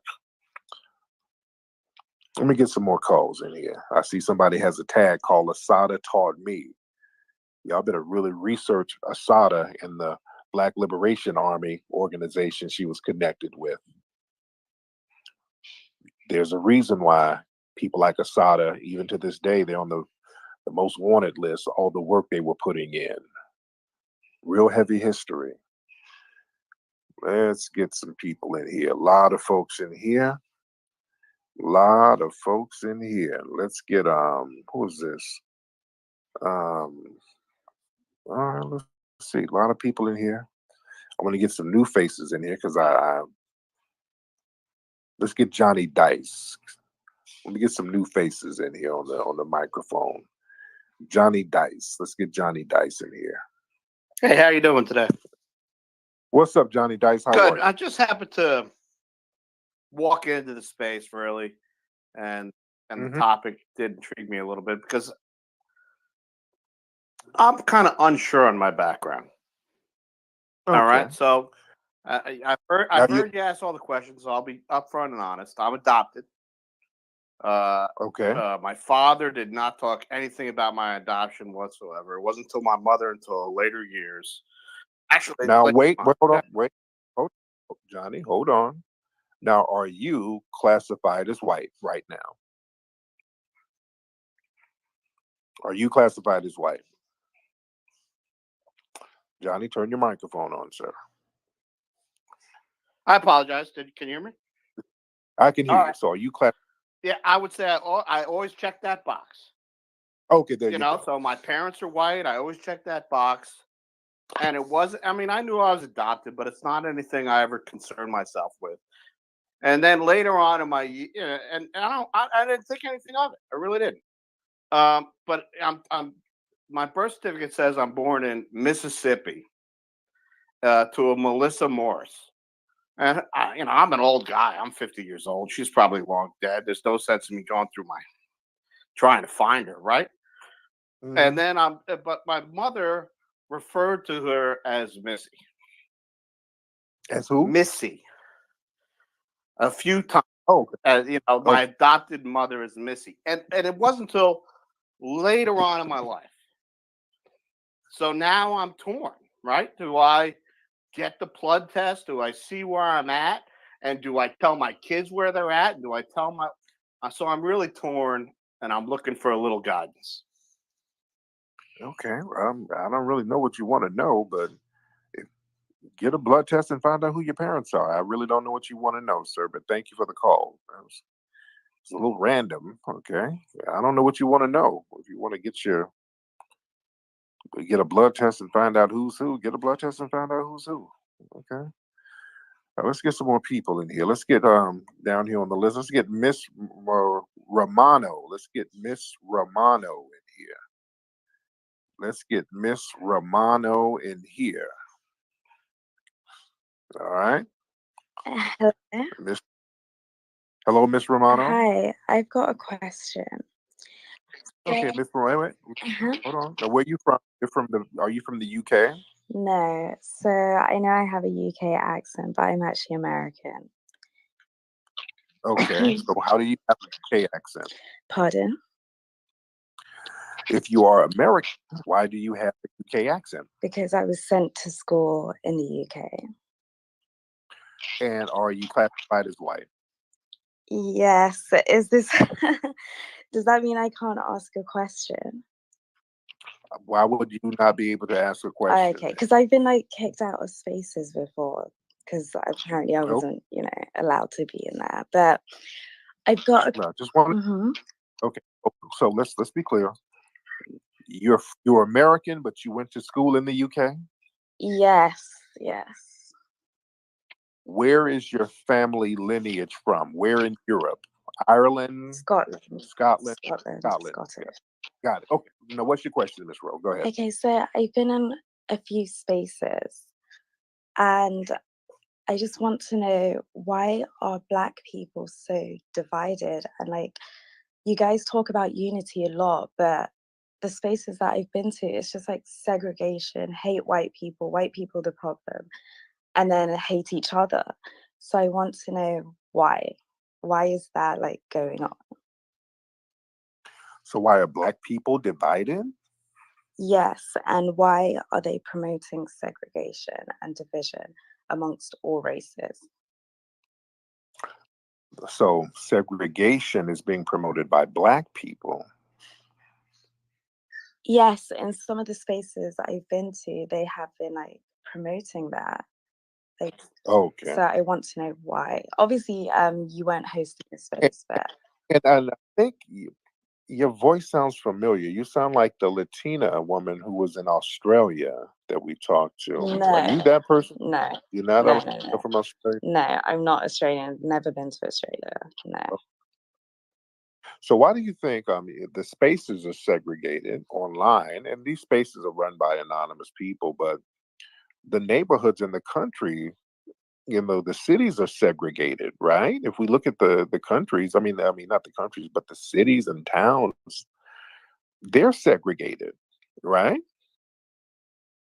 Yes, but also, I always see a lot of Black people also promoting unity, inclusion, and then when I get Well, into okay, spaces, stop. it's Okay, ma'am, let me Mhm. ask, what city in America is there complete unity and inclusion with Black people and white people, where Black people share the power? Can you name one city? No, I can't. So that means that there's segregation all over the country, right? Yes, but in spaces, wouldn't you guys be trying to get rid of that segregation and be unified? Because there's a lot of anti-whiteness, and then there's anti blackness towards each other. Like, I was in another group and it was like literally, oh, we're different types of Black people. And I just want to know, why is that happening? Like, why isn't it this? I know you're probably going to say, oh, it's kumbaya, but Not really, ma'am. I'm just trying to understand why you would prioritize just people talking in a space, but you're not talking about the actual physical segregation that's orchestrated and administrated by the white supremacists. They control real segregation in real life, not just on no Twitter space. So wouldn't that be more of an issue that should be prioritized? White supremacist segregation of all people, right? okay, but like, schools are no longer segregated. Black people can access private education, they can go to top schools, they can do all of that. No, they can't. Not in large So numbers. you're saying Black people can't send their children to private schools? Ma'am, private schools cost a lot of money sometimes. Okay, but they can access good education. Like, you're not Ma'am, bound to bad education. Like, did you go to college? I'm not quite sure ma'am, about your background. are you saying that black people have access to equal education as white people? Yes, I really truly believe that. Ma'am, Hmm. black people, when you live in a certain tax bracket based on your economic status, certain funds are allocated based on your tax status. And certain schools get more educational resources. Black schools normally get less resources. Why do you think that is? And this is documented, man. We don't get equal resources when it comes to educational um, institutions. This is very well documented. No, but my point is black people are able to access good schools. They're able to, you're not bound to just being No, you're not. in a, If you don't have the economics, you're not a. That's a problem, man. okay, but That's some what have the been raised in extreme poverty and they still don't make it. There's Oprah Winfrey. Like, I read about her background. Like, right. so you guys can make it out. You're not bound by your.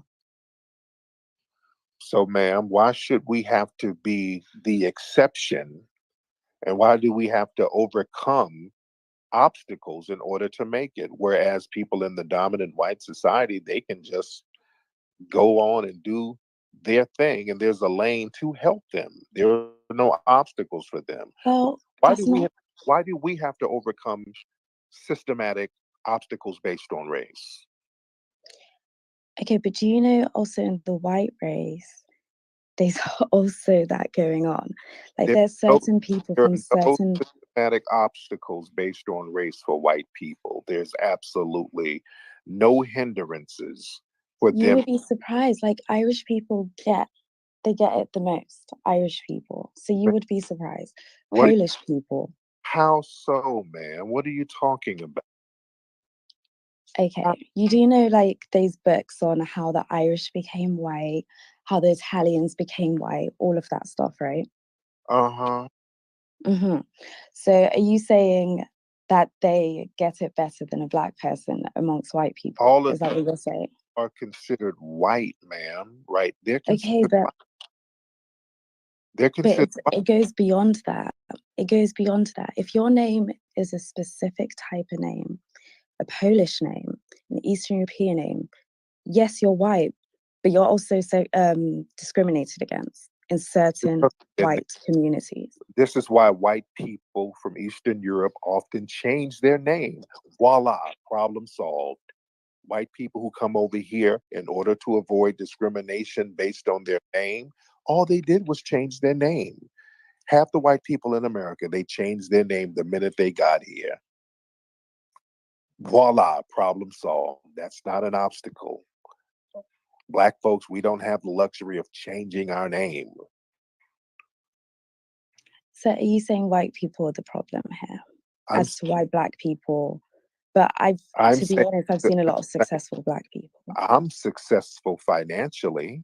That don't mean anything. I'm still a victim of white supremacy. White supremacy is the problem, ma'am, not white people. White supremacy. Would you agree or not? Yes, I agree. I agree. White supremacy is a problem. Right.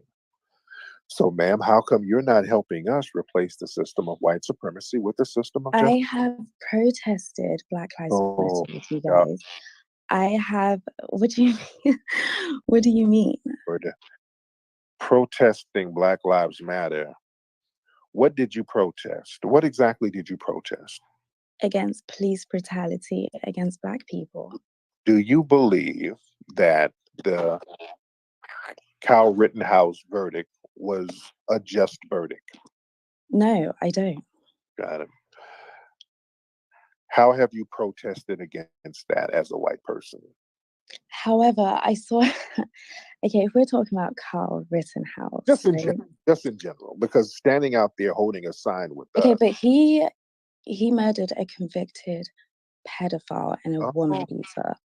Okay, so you That guy had raped two young boys. okay, and I to think Cal? it was two young boys, but I remember he Okay, had a rap sheet. Yeah. so you're saying that Cal was justified in killing them? No, I'm saying again, that was white on white crime. And But why did with you that bring up? situation, they were running towards him. So you are He saying, was, so you are saying that Cal is justified, right? well, I'm saying it was self-defense. However, I truly believe if it was a black person, I'm not delusional. I know if it was a black person, the verdict wouldn't have been the same. But I you, know that. but you are justifying. You just said it's self-defense, so you are justifying the Cal Rittenhouse decision, right? No, okay. Man, So, yes, cannot it was have it both ways. self-defense. You can't have Mm-hmm. it. You can't say you're not going to justify it and then say it was self-defense. By saying self-defense, that means it's justified, ma'am.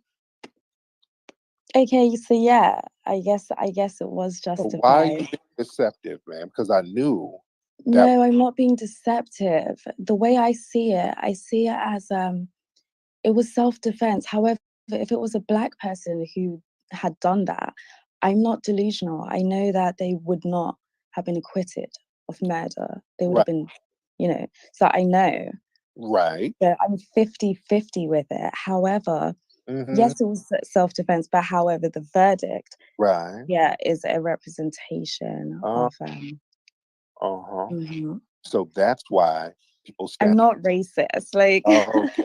Yeah, you standing out protesting with us, but when it comes to these courtrooms, you would have sat there and acquitted Kyle Rittenhouse too.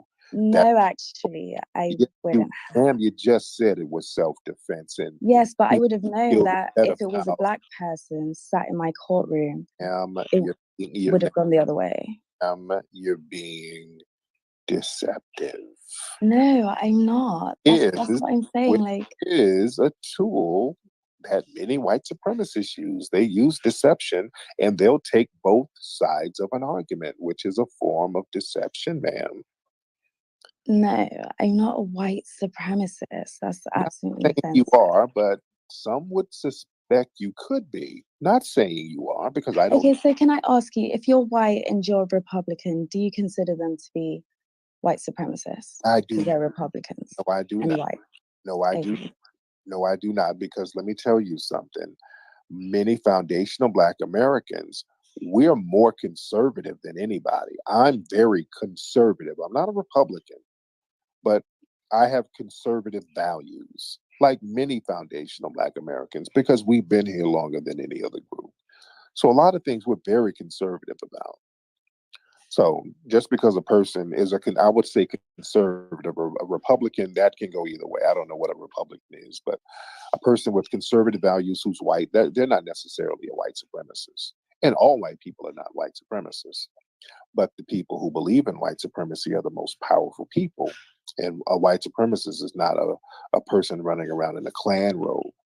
A white supremacist is a person who goes up in the courtroom and watches Kyle Rittenhouse fake cry and watches a judge act as a defense for Kyle Rittenhouse and throw the judicial process in the toilet, and they'll sit there and acquit that man.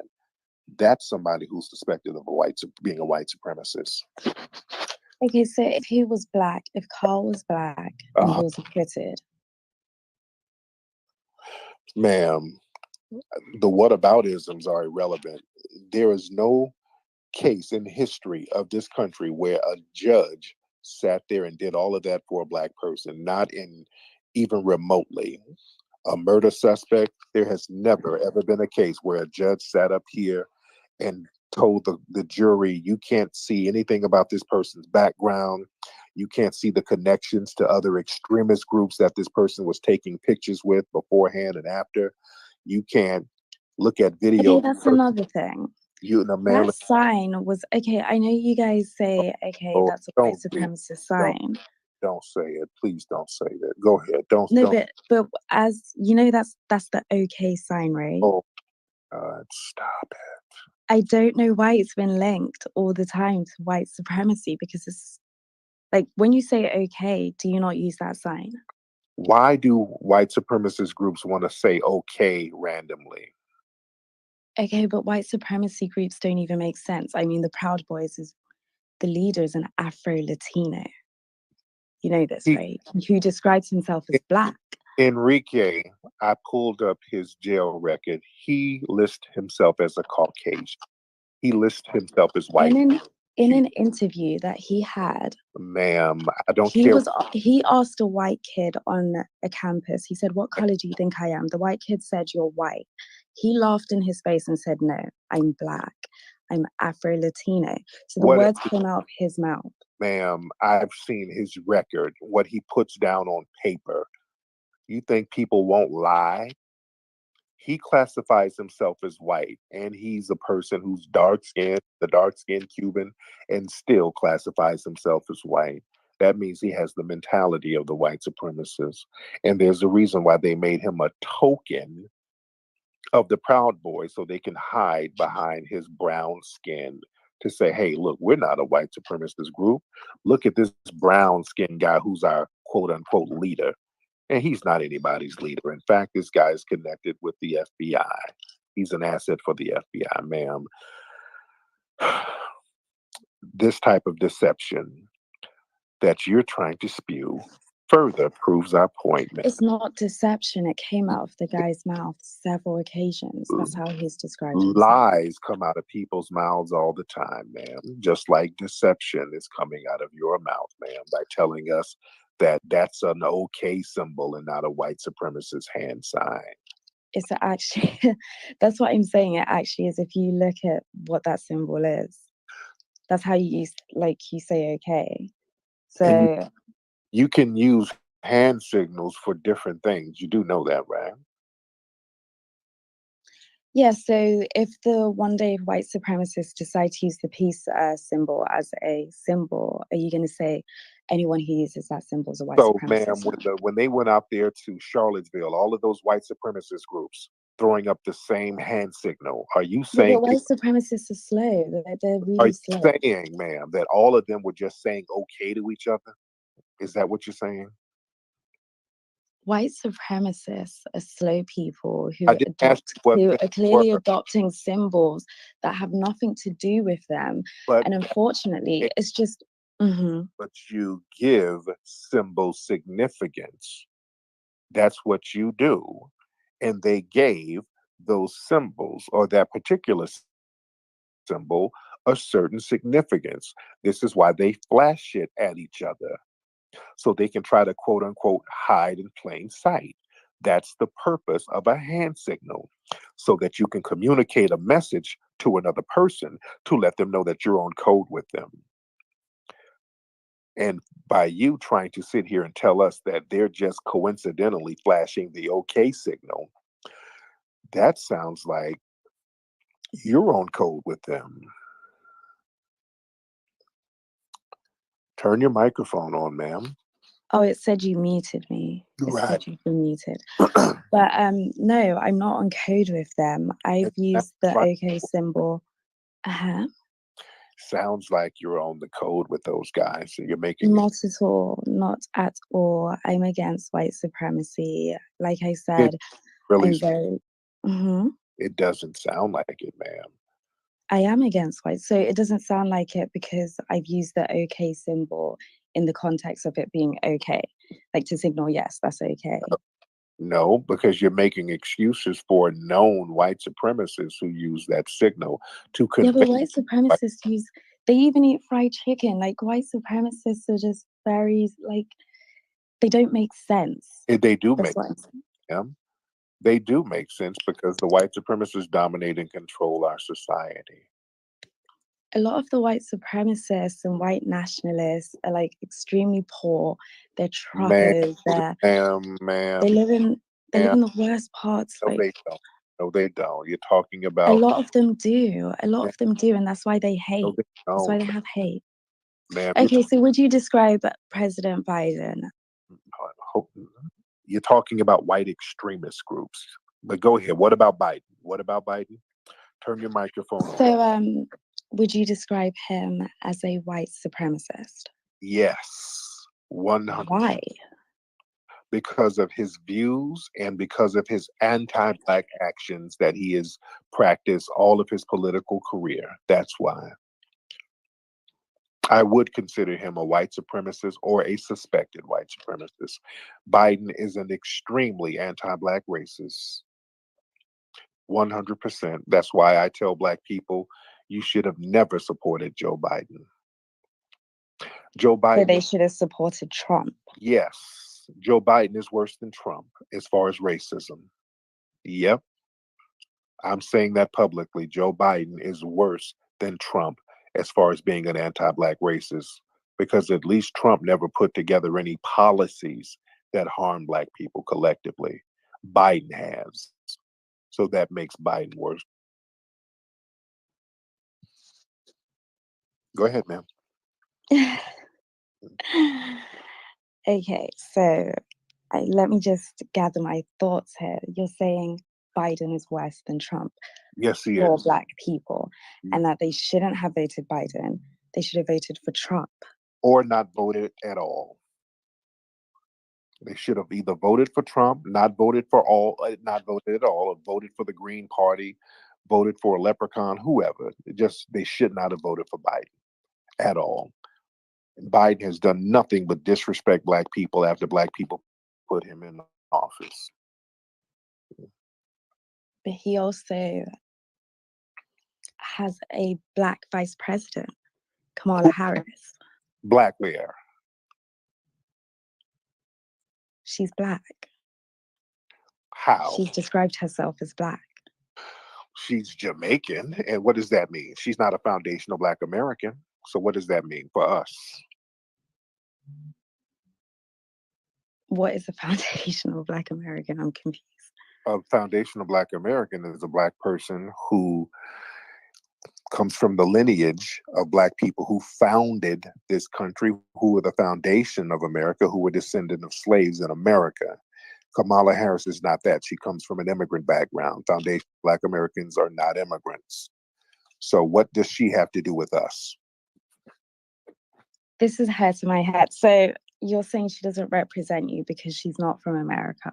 She's not a foundational Black American. And she told us that she's not going to do anything for Black people. She already told us that. So what does she have to do with us?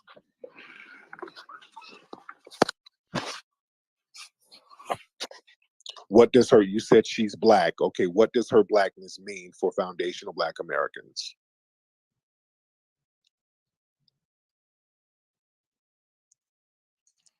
Well, I'm not a foundational Black American, so I don't know what it means for you guys. Okay, so But, why did you bring up she was Black? Why did you bring that up? Because Biden's not racist. Well, he convinced you, but he hasn't convinced me. And I'm the person that he needs to convince, and I'm not convinced yet, ma'am. So I respect that you've been convinced. So respect the fact that I've not been convinced. Of course, I respect your opinion. I respect everyone's entitled to their own opinions. So whatever he did to tell you, and as you said, you're not a Black person, so you have the luxury of believing that he's not a flaming anti-Black racist because it doesn't affect you. But his policies affect me. So I'm going to need a little more convincing. Okay? Okay. So for the next election, you're essentially promoting that Black foundational Americans do not go and vote if Trump runs again. So if it's Trump versus Biden is what you're promoting. I just don't want nobody voting for Biden, period. We shouldn't vote for Biden at all. We shouldn't vote for Biden whatsoever. Or the Democrats, for that matter. They've done nothing but disrespect us and harm us, so we shouldn't vote for them. Why should Black people, a foundation of Black Americans, why should we vote for the Democrats at this point? This is just hurting my head. Like Why does it the fact that logical questions like this is hurting your head that shows what the problem is, because these are simple common sense questions, ma'am. Why should foundational Black Americans vote or even support the Democrats? Give us one good reason why. We are for you. The Democrats are for you. Really? Yes, we are. Like, this is crazy. You're saying Trump is for you. Trump does not. Okay, listen, let me play something very quickly. This is Kamala Harris, in her own words, talking about what she's going to do for Black people. So I'm not going to sit here and say I'm going to do something that's only going to benefit Black people. No. So I'm not going to sit here and say I'm going to do something that's only going to benefit Black people. No. So I'm not going to sit here and say I'm going to do something that's only going to benefit Black people. No. Okay, so are you saying we should support them and that? Why should we support that, ma'am?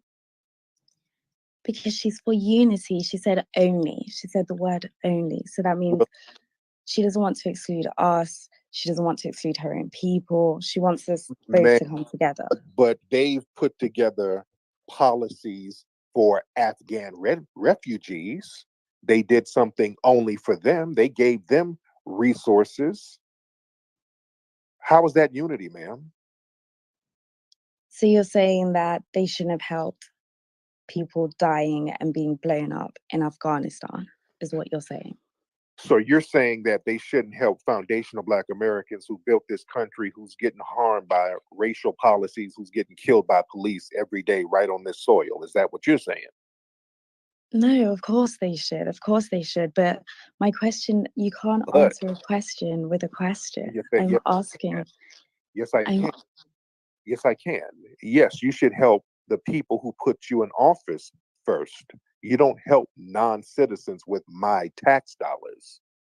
Do you understand? We're suffering here on this soil, and our tax dollars are being used to help people who are not even citizens. So are you saying that's okay? Well, in the case of Afghanistan, yes, I thought that was they. Okay. They're not in the position to. They were okay. This is just hurting my head. My head is hurting me right now. Yeah, I have been protesting for Black people. You called I just feel. We don't need no, ma'am. See, that's the problem. We don't need you doing symbolic gestures and for us and tangible gestures for other people. Why don't you go protest for the Afghanistans and give us the money? How about that?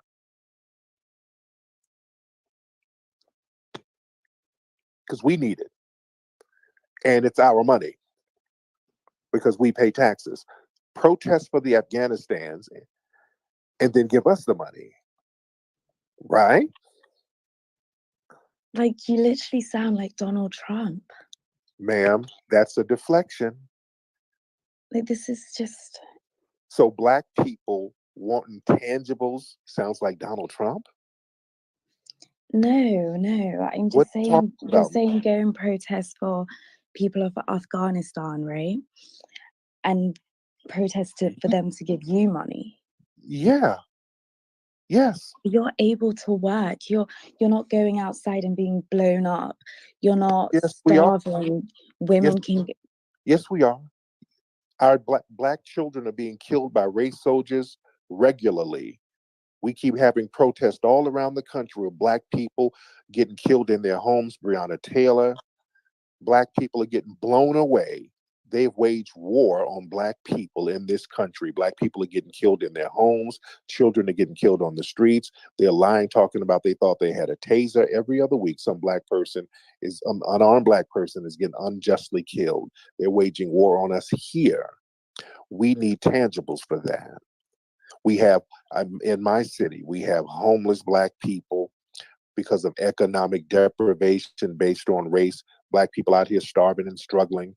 I want them to get help, ma'am. I want my dollars to go to them to help them.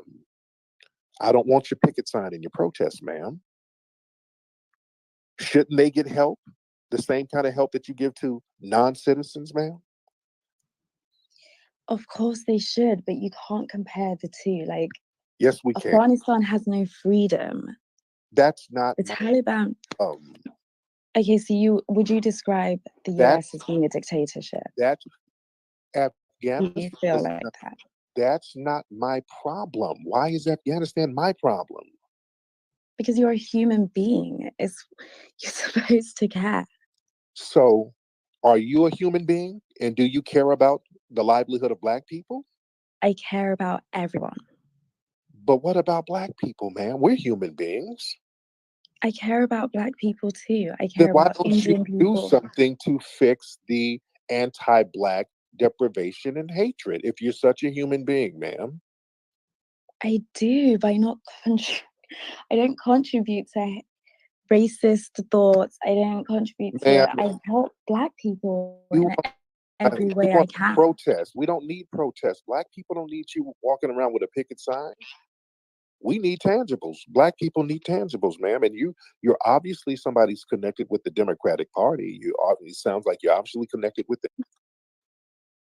So you and No, I'm not for Democrats. I'm not for Republicans. ma'am, you just admitted earlier you were a Democrat. You said us Democrats. So you've already admitted it, ma'am. Okay. No, not in that way. I believe in I will never be a Republican, never. But ma'am, you've already said us Democrats. So you're somebody connected with the Democratic Party. You've already admitted it, ma'am. So let's. The Democratic Party is way better than the Republicans. And I'm just very wow. My head hurts. I mean, you just said that you support Doesn't hurt. Trump. Yes, you've made my head hurt. Suffering based on race, that hurts even worse. And what hurts worse is supporting a party who neglects you and tells you they're not going to do anything for you. And you're sitting here trying to justify that.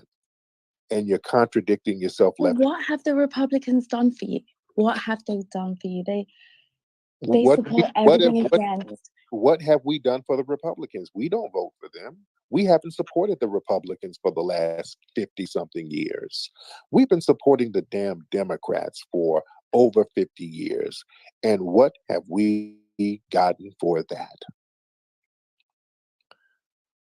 You're making my head hurt with this conversation. These are simple questions. When you'll come to Black people trying to get us to vote for the Democrats, why? If your only answer, this whole thing is, well, they're not Trump. That ain't good enough. Using Trump as the antithesis, that's just not going to work. That's not good Trump enough. is a racist. Why can't you So see is that? Biden, ma'am. So is Biden. What are you talking about? So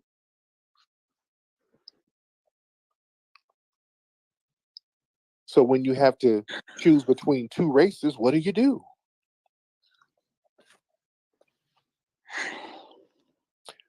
What do you do, ma'am, if you have to choose between two races? What's the best option?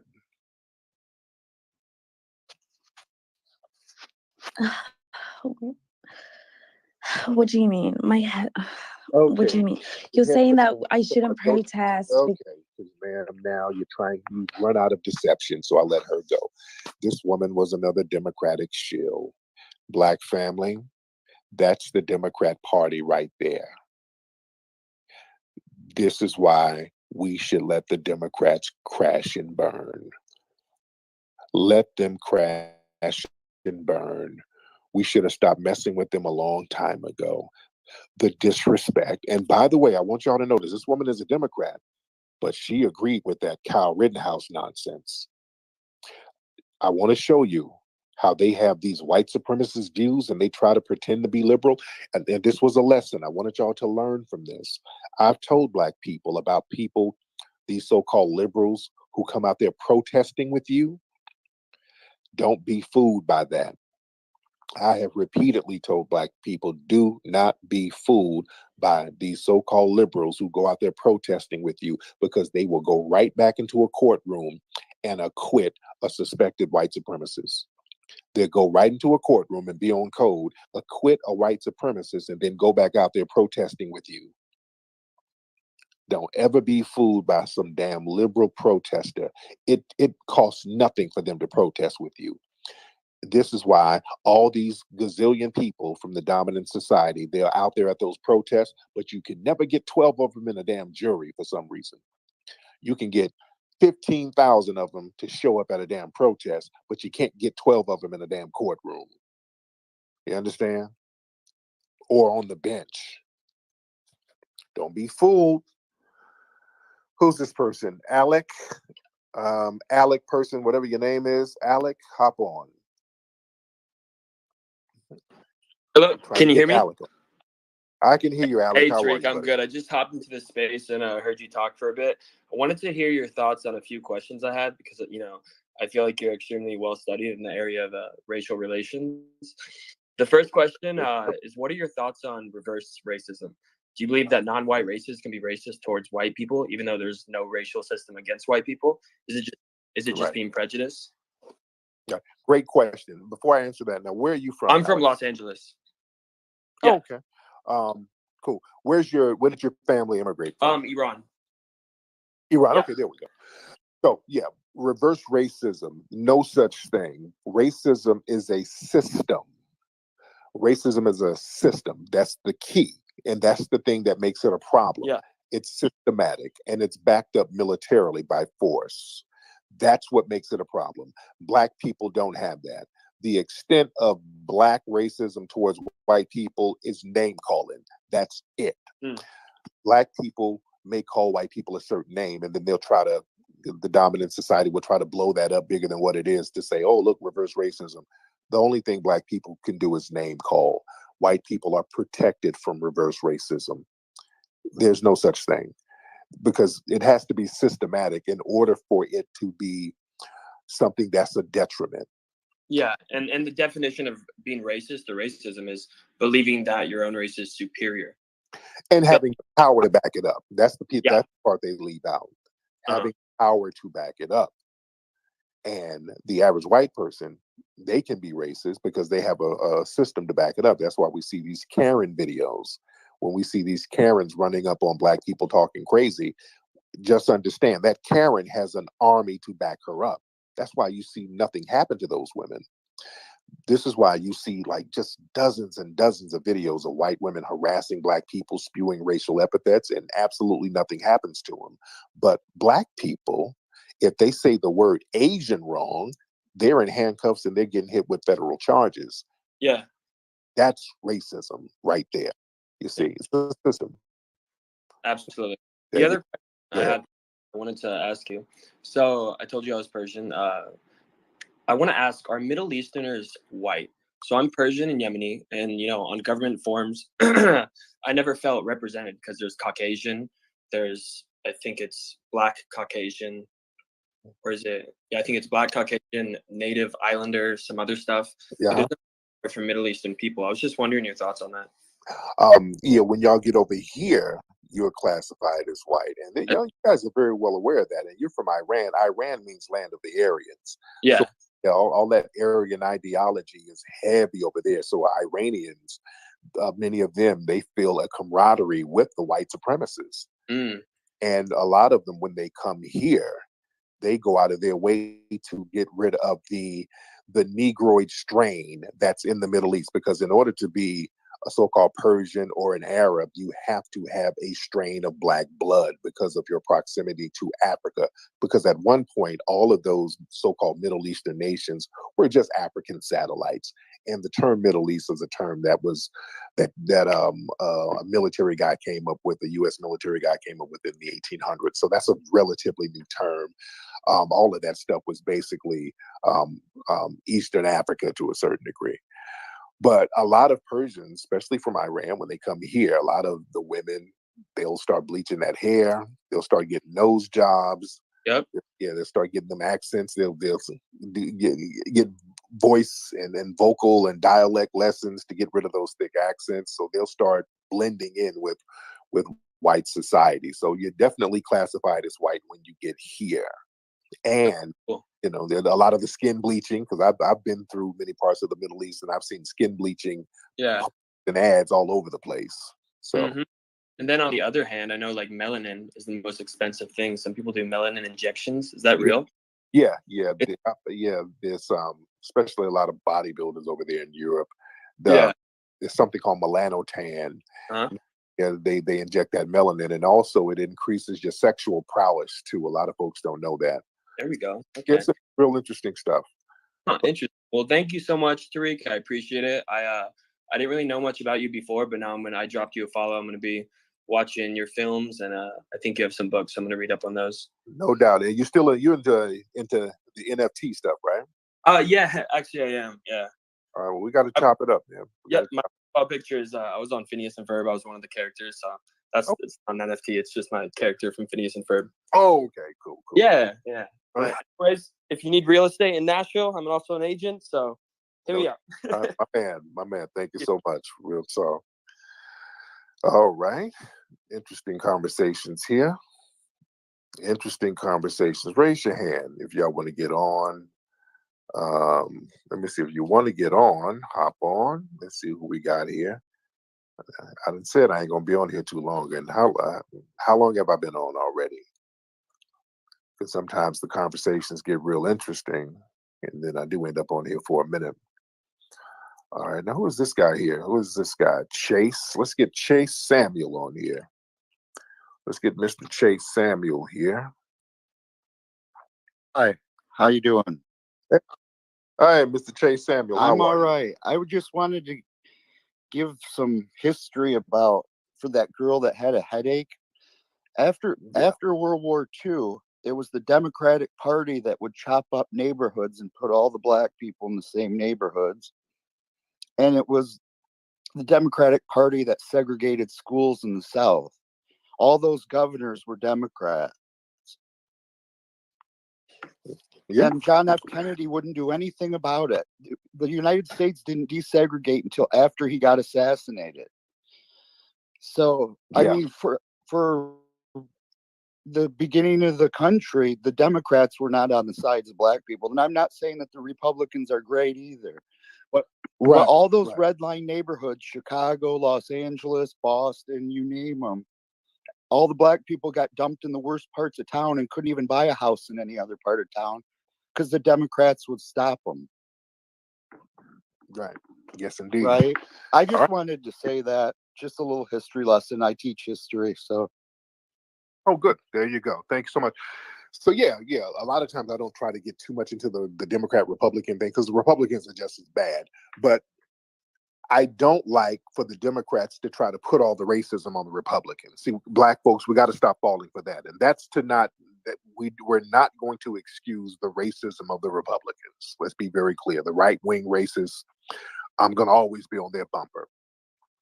But what they will not do, we don't let them, and the Democrats are good at this. They love to sit up and point the finger at about how racist the Republicans are. The only time, and let me tell you something, even in the liberal media, the only time they'll talk about somebody being racist is if they can point the finger at the Republicans. They don't talk about the left-wing racists who are the worst. Just like with Ed Buck, that little racist Ed Buck who was harming all of those black LGBT men in his home. They put the cape on for Ed Buck. They were very quiet about Ed Buck. People like that harming black folks, but he was a Democratic donor. And they never framed him as an anti-black racist, which he was.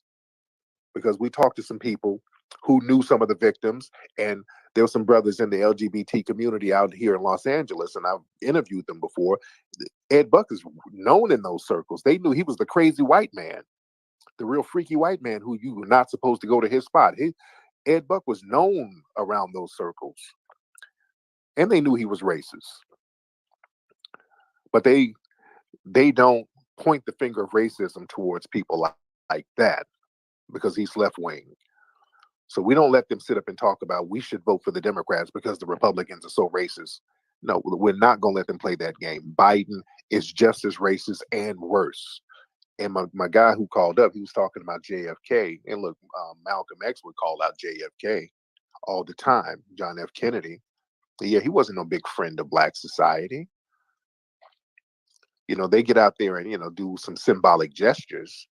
But oftentimes the open white supremacists, or the people who spew open anti-black racism, sometimes you can get them to get policies together, like Lyndon B. Johnson. Lyndon B. Johnson, a lot of stuff got done under Lyndon B. Johnson, and they had him on tape, on them J. Edgar Hoover tapes, spewing nigga all the time. He's using the N-word left and right. But when it came to policy, he got some policies popping. Yeah.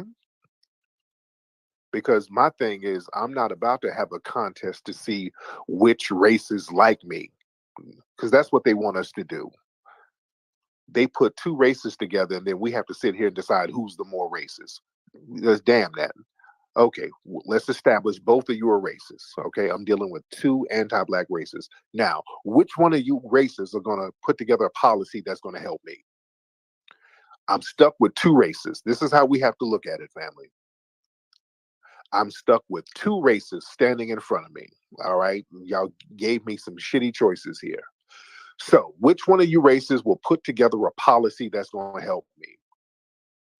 Or if you don't put together a policy that's going to help me, which one of you putting together a policy that's going to hurt me? And see, that's where we are with Biden and Trump. Now, Trump didn't put together a policy that hurt black people. Now, Trump didn't do anything for black people, despite them running around talking about all this stuff they did for black people. Let's be real. Trump didn't do shit for black people. Nothing. You know, they ran around lying. But Trump didn't do anything to harm black people. Trump did not put together any policies that harm black people as a group. There were some inadvertent advantages where he was kind of slowing down a lot of the immigration. Now, that actually helped inadvertently, indirectly, which is cool with us. But Biden, on the other hand, not only did Biden throw these crime bills at us, all of these other policies directly undermined us that Biden put together. So we have to understand how to play this game without emotions. Let's take the emotions out of it. We got to be strategic. See, with us, the Democrats come around us with all that. The first thing they want to do when they start playing music and dancing, when they come around black folks, they showing up in churches singing. They showing up to the HBCUs, doing all that shucking and jiving and dancing, and everybody doing the damn electric slide. Let's stop dancing. And let's sit down and say, okay, what can you do for me? When they come around black folks, it's plantation jubilee time. They got the catfish nuggets and black-eyed peas, and come on, vote for some cornbread. It's plantation time. We got to grow up out of that. We got to be more politically sophisticated. We got to stop playing games. Let's get some more people in here. Let's get emancipated minds. Let's get emancipated minds in here. All right. Emancipated minds. Hop on in, bro. And it's a lot of people in here tonight. How you doing? Can you hear me? Hey, what's up? I can hear you, sir. How are you, bro? All right. I just wanted to say, I think you say, brother. I don't have much to say because you're saying everything I want to say. So just want to tell you, bro, keep doing what you're doing. We need more brothers out here with the same mindset that you have, and I'm one of them. I'm in Tennessee, and this is one of the most challenging states that I've been in as far as racism. Here, yeah. I've been here since 2011. Okay, brother. Thank you. All right, you about to. All right, brother. This is not a video dating service. Okay, brother. I don't know where you were going, but shout out to you, brother. I appreciate you, but brother, I don't know where you were going. You're like, yes, I'm in Tennessee. I'm 6'2". I'm a Capricorn, and I like long walks, and I like to go fishing. And brother, this is not J-date, brother. This is not Christian mingle. This is not black pussy meat. I don't know where you were going with it, brother. Don't know where you were going with it, brother. But much respect to you, sir. Much respect to you. All right, let's try some other people here, and I want y'all to have your thoughts together. I don't want people to call up just kind of rambling around here. Let's get Shake Anarchist. Shake Anarchist. All right, let's get Shake Anarchist in here. All right, let's see what's on his mind. All right. Where you at, bro? All right. When I bring you in, be ready to have your microphone on because I do not want to have to wait for you to turn your mic on. So let's get B Casa in here. Let me get you. B Casa. Hey, I just want to say shout out to Tariq for putting up this forum. Really dope. Y'all need to read. You know, they came before Columbus and it will answer a lot of questions that y'all got for real. Shout out to Tariq. Yes, and thank you so much, Yeah, no beloved. doubt. All right. And that is B Casa, and she is a very cute stud. She's a stud, and she's very cute. Yeah, sister. If you want to come back on the other side, I know some good brothers I can hook you up with. Okay, because you still got some hope. You're not full stud. You know, to the point where you can't come back. All you need is a little rouge and some lip liner. You can come right on back. Yeah. Okay. So if you're ready, we can still bring you back if you want to come on back. Let's see who else we got on here. Let me see. Let's get some more folks in here. All right. A lot of folks in here. Let's see. Let's get Taylor Drake. We get Taylor Drake in here. Then we'll get all right. I'm gonna get some new faces because a lot of these faces are familiar. We get Ardo Gamel. We'll get that person in next. And then we'll get Shaba 26. All right. All right, let's give it a try. Okay. All right. Let's Taylor. Let's get Taylor. Hi, how you doing? Hey, how you doing, Taylor? I just want to ask you a question about probably the most interesting thing that I find about white supremacists, which is their ability to scam and rip each other off. You know, a good example is Ice Poseidon. He just pulled an NFT scam on his own fans and got like $500,000. Why do white supremacists like to do that? Well, system, thank you for the call. A lot of white supremacists do a lot of stuff, man. A lot of them do a lot of stuff. So, you know, certain people do certain things. All right, let's get Muslim. Hey, what's up, Tariq? Peace. What's You up? can hear me? What's up? I can hear you, sir. Where you located? I'm in Brooklyn. There you go. What's on your mind, sir? All right, I just wanna I love what you're doing with the FBA thing, and I'm second generation Muslim. You know, my family came from the nation. Okay. Under Elijah Muhammad, and just to give some historical background, his son Wallace Muhammad brought the nation under Orthodox Islam. You understand? Yeah. So a lot of what you're tackling as far with foreigners, you know, we as Black Americans, we put Islam on the map here in America. And when a lot of immigrants came here, they were coming to our mosques. And a lot of stuff that's coming out, I've dealt with it all our life because none of these people really accepted us as Muslims.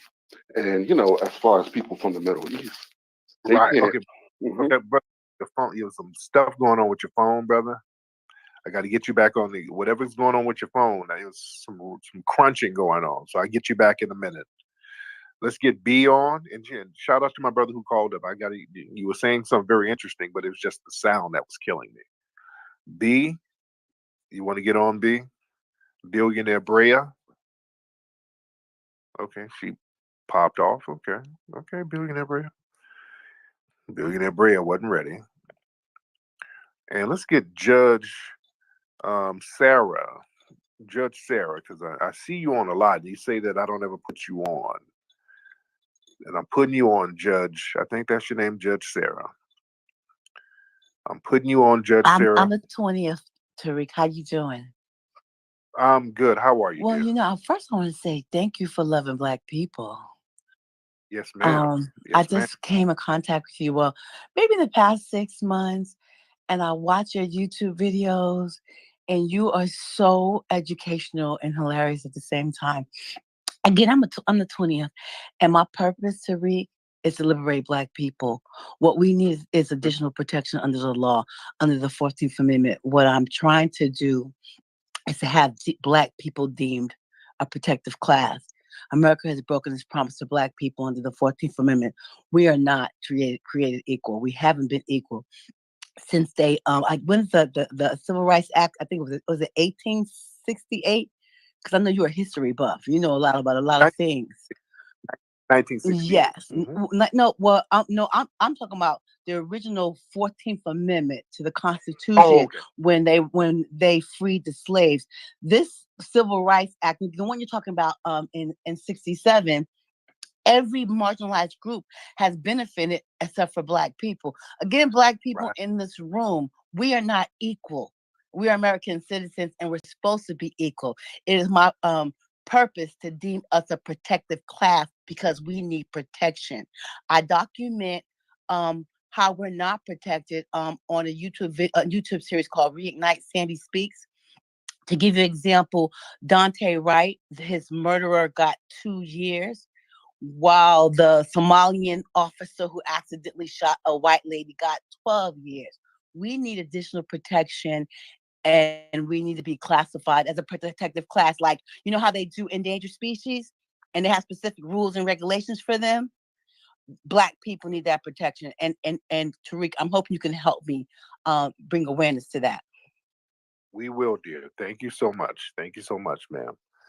Let's get the boomer. Let's get the boomer in here. The boomer, hop on, sir. Hey, what's going on, Tariq, man? I just want to encourage you to say, keep doing your thing. And yes, sir. In this good fight, man, us as a people, we need to invest in crypto, man, because the rest of the world, they invest in our money, and I want to make sure we all put our money in the right place. That's all I want to say. But keep doing your thing, and I support you 100. No doubt, man. Thank you so much, brother. Thank you so much. Let's get Azar. Let's get Azar in here. Azar. Let's get Azar in here.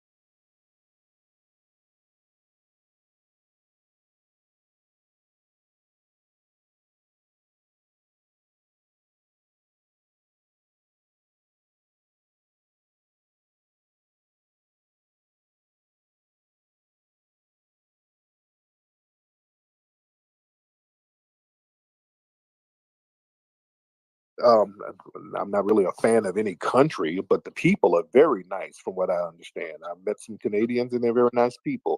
Where did your people immigrate from to Canada? Was it France, Britain? Where did they Well, immigrate from multiple places. From what I know, I guess I know I'm in a Black chat, and I'm happy to learn and hear about your experience. But I come from England, Scotland, Ireland, and Poland. So, oh, there you go. Sort Got of a it. rich history. Very different places, really. Actually, very, very different places, very different histories, and very, very excited to learn about the histories of your people, and I like the sort of political dynamics that go on. So have been interested in learning about this chat, and been enjoying. So yeah, there you go. All right. So yeah, I've enjoyed this chat. I want to have a big shout out to Patriot J. Love Patriot J in this chat. Big fan. Um, I have a question for you, Mr. Go ahead. Tariq. What do you think about the Hotep movement? I mean, I know I've heard some some quellings going on amongst the community. Now, what's the Hotep movement? The What's that? Hotep movement with Hotep Jesus, with Uncle Hotep. Right. So I'm sort of just an observer, of course. Like Okay, but okay, we know. Okay, I know those guys. I know those guys. And Hotep Jesus is called up. But what is Hotep, and what's the movement? What's so the my movement? understanding, and obviously correct me if I'm wrong, but my understanding of what Hotep means is sort of an embrace of Black culture, and a focus on improving the Black community through business. That's see, this is me from the outside. This is my observation, but this is No, where I see is no. like the Hotep movement and just so I can finish here. But Uncle Hotep, he's in it. But Uncle Hotep, what businesses is he starting? He's Uncle Hotep is just a full out troll who's a No, non-FBA. no, that's fair. I'm not 100% sure about that, but what I have to say is like what I see from Okay, him. what? Slow down, slow down. Okay, and a Hotep Jesus, and he's called up before. I'm cool with him. He's Jamaican. He's not FBA. So what businesses are they running? What businesses are they running? Turn your microphone on, Alex. Yeah, so what I've heard from Uncle Hotep is he's a great father. He's raised his family well, and I'm a big believer in family. I think the ground you got to start from the ground up. But that's not a movie. He's married to a chunky white woman, and he trolls the internet, and he's kind of rolling with conservative crowds. Yeah, I'm not So familiar with that. I can yeah, tell I'm that. familiar with Again, I'm just an observer. But what move? What that's not a movement. That's just somebody doing normal things. You're supposed to raise your family. You're not supposed to get chunky white women, but you're supposed to raise your family and raise your children. So that's not a movement. That's Well, just regular. I'd have to say, I mean, I don't know his wife, but Right, I do. She looks like Honey Boo Boo. but I know his wife. he's a good father though. You can't take that away from him, right? He's a father.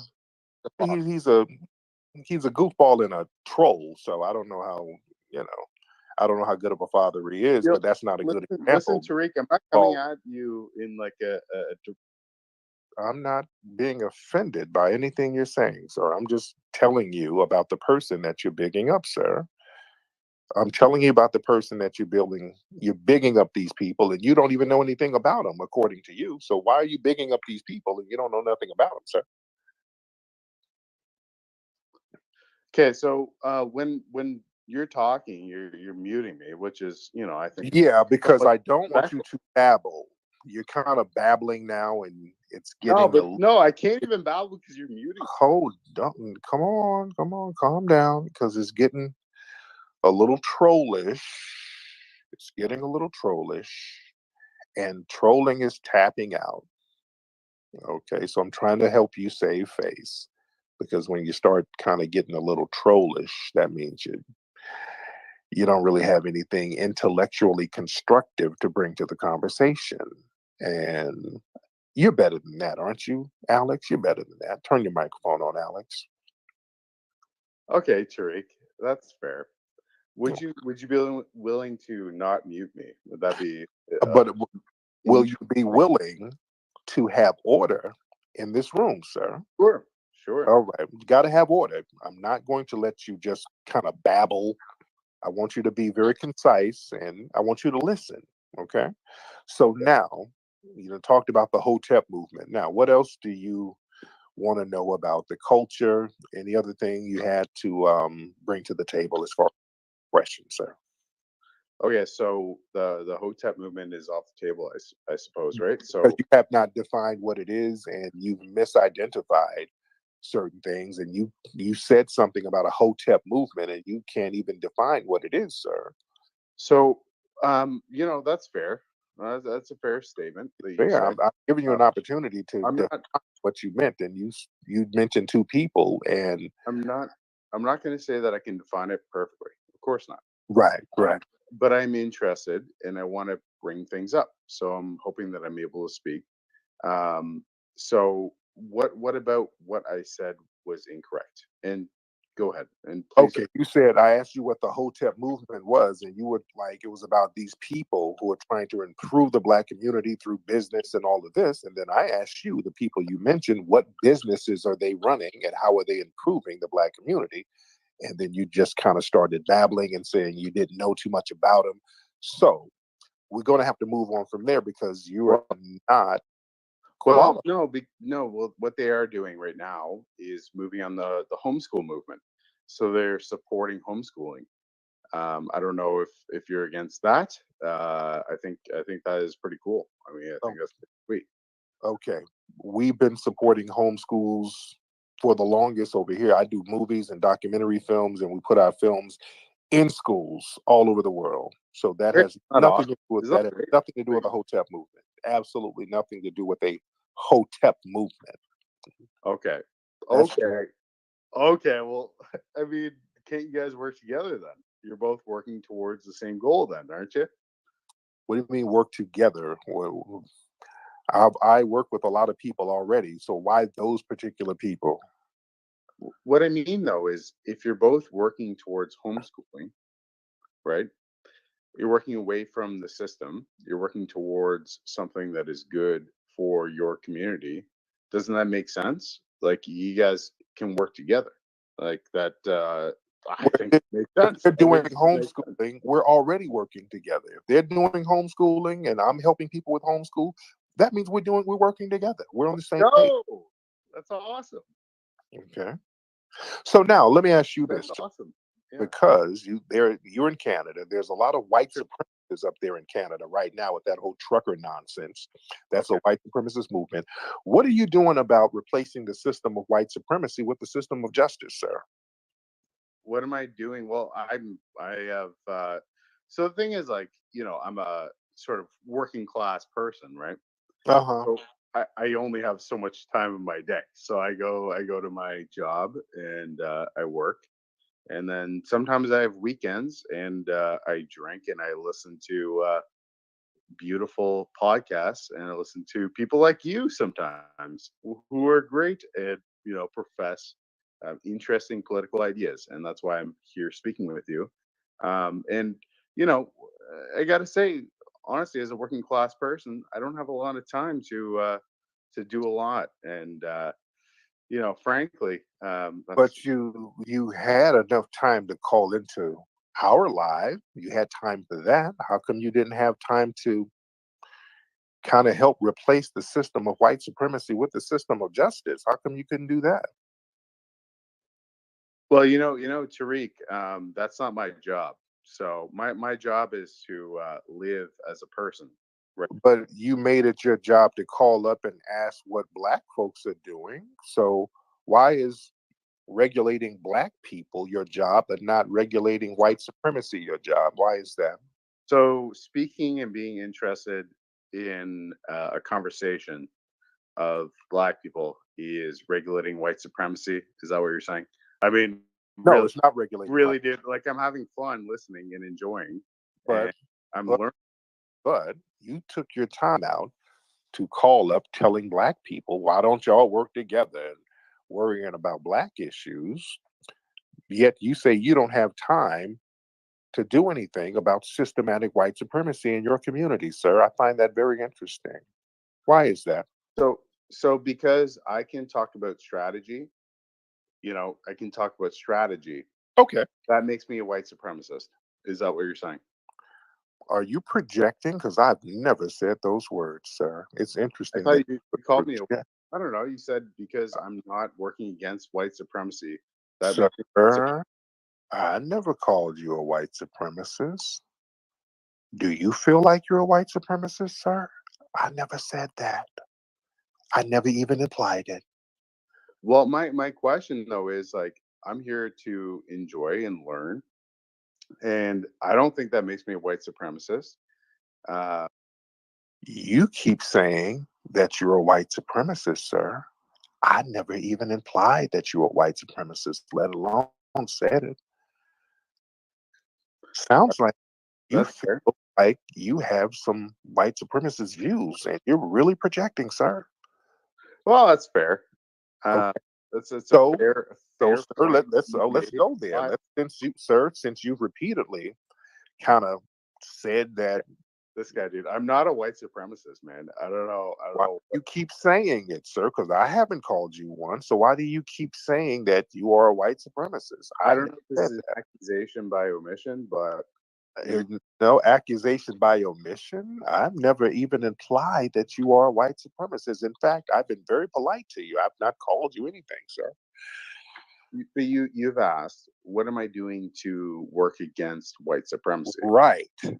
So I'm just a white person, right? Uh-huh. So why would I be forced to go out of my way to go and work against something that doesn't affect me, although it's something that I recognize and see. You mean And something that and benefits you? I have limited resources. Hold I'm on. a You person that so lives in the world. I'm a real human hold, being. Live. let's slow down because what you said is very interesting. Why should you go out of your way to replace something that doesn't hurt you? Sounds like you mean something that benefits you. Why should you go out of your way to replace something that benefits you? Is that a safe assessment, sir? Alex? Is there something that benefits me? Yeah, when we're talking about white supremacy, you said that it doesn't hurt you. And that, if it White doesn't, supremacy. I'm if, talking about my life. I'm not talking about white supremacy. that's what we're talking about. I was talking about white supremacy. You That's said not it what I was talking hurt about. you. Yeah, you No, said, no, I was talking about living my own life. I wasn't talking about white supremacy. wow, white supremacy is a global thing that dominates all areas. So, It's according. I mean, big fan, Tariq, but I gotta say, I don't agree with that. really? Yeah, I don't agree with that. So, okay, sir, Alex, can you name any area of activity that is not dominated by systematic white supremacy? Name one. I mean, I I would say it, but I might get canceled on here.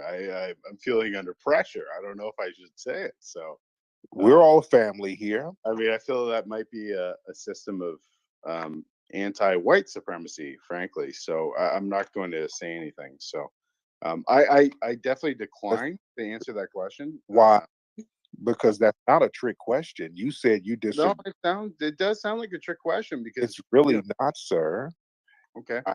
You said that there was white supremacy. You disagree with systematic white supremacy being the I global do, dominant. I do disagree. So then you should be able to point to any area of activity that people do that is not dominated by white supremacy. What's not dominated by white supremacy? I would ask you the same question. I mean, I would say, and then I know All areas are dominated. That's all my areas. That's all. no, that's under your ideology. That's a totally fair thing to say. Not my ideology. It's the reality, sir. This is not something that I'm imagining. Systematic white supremacy dominates all Okay. 9 areas. I mean, dude, come on, dude. Like, Come on, that's what?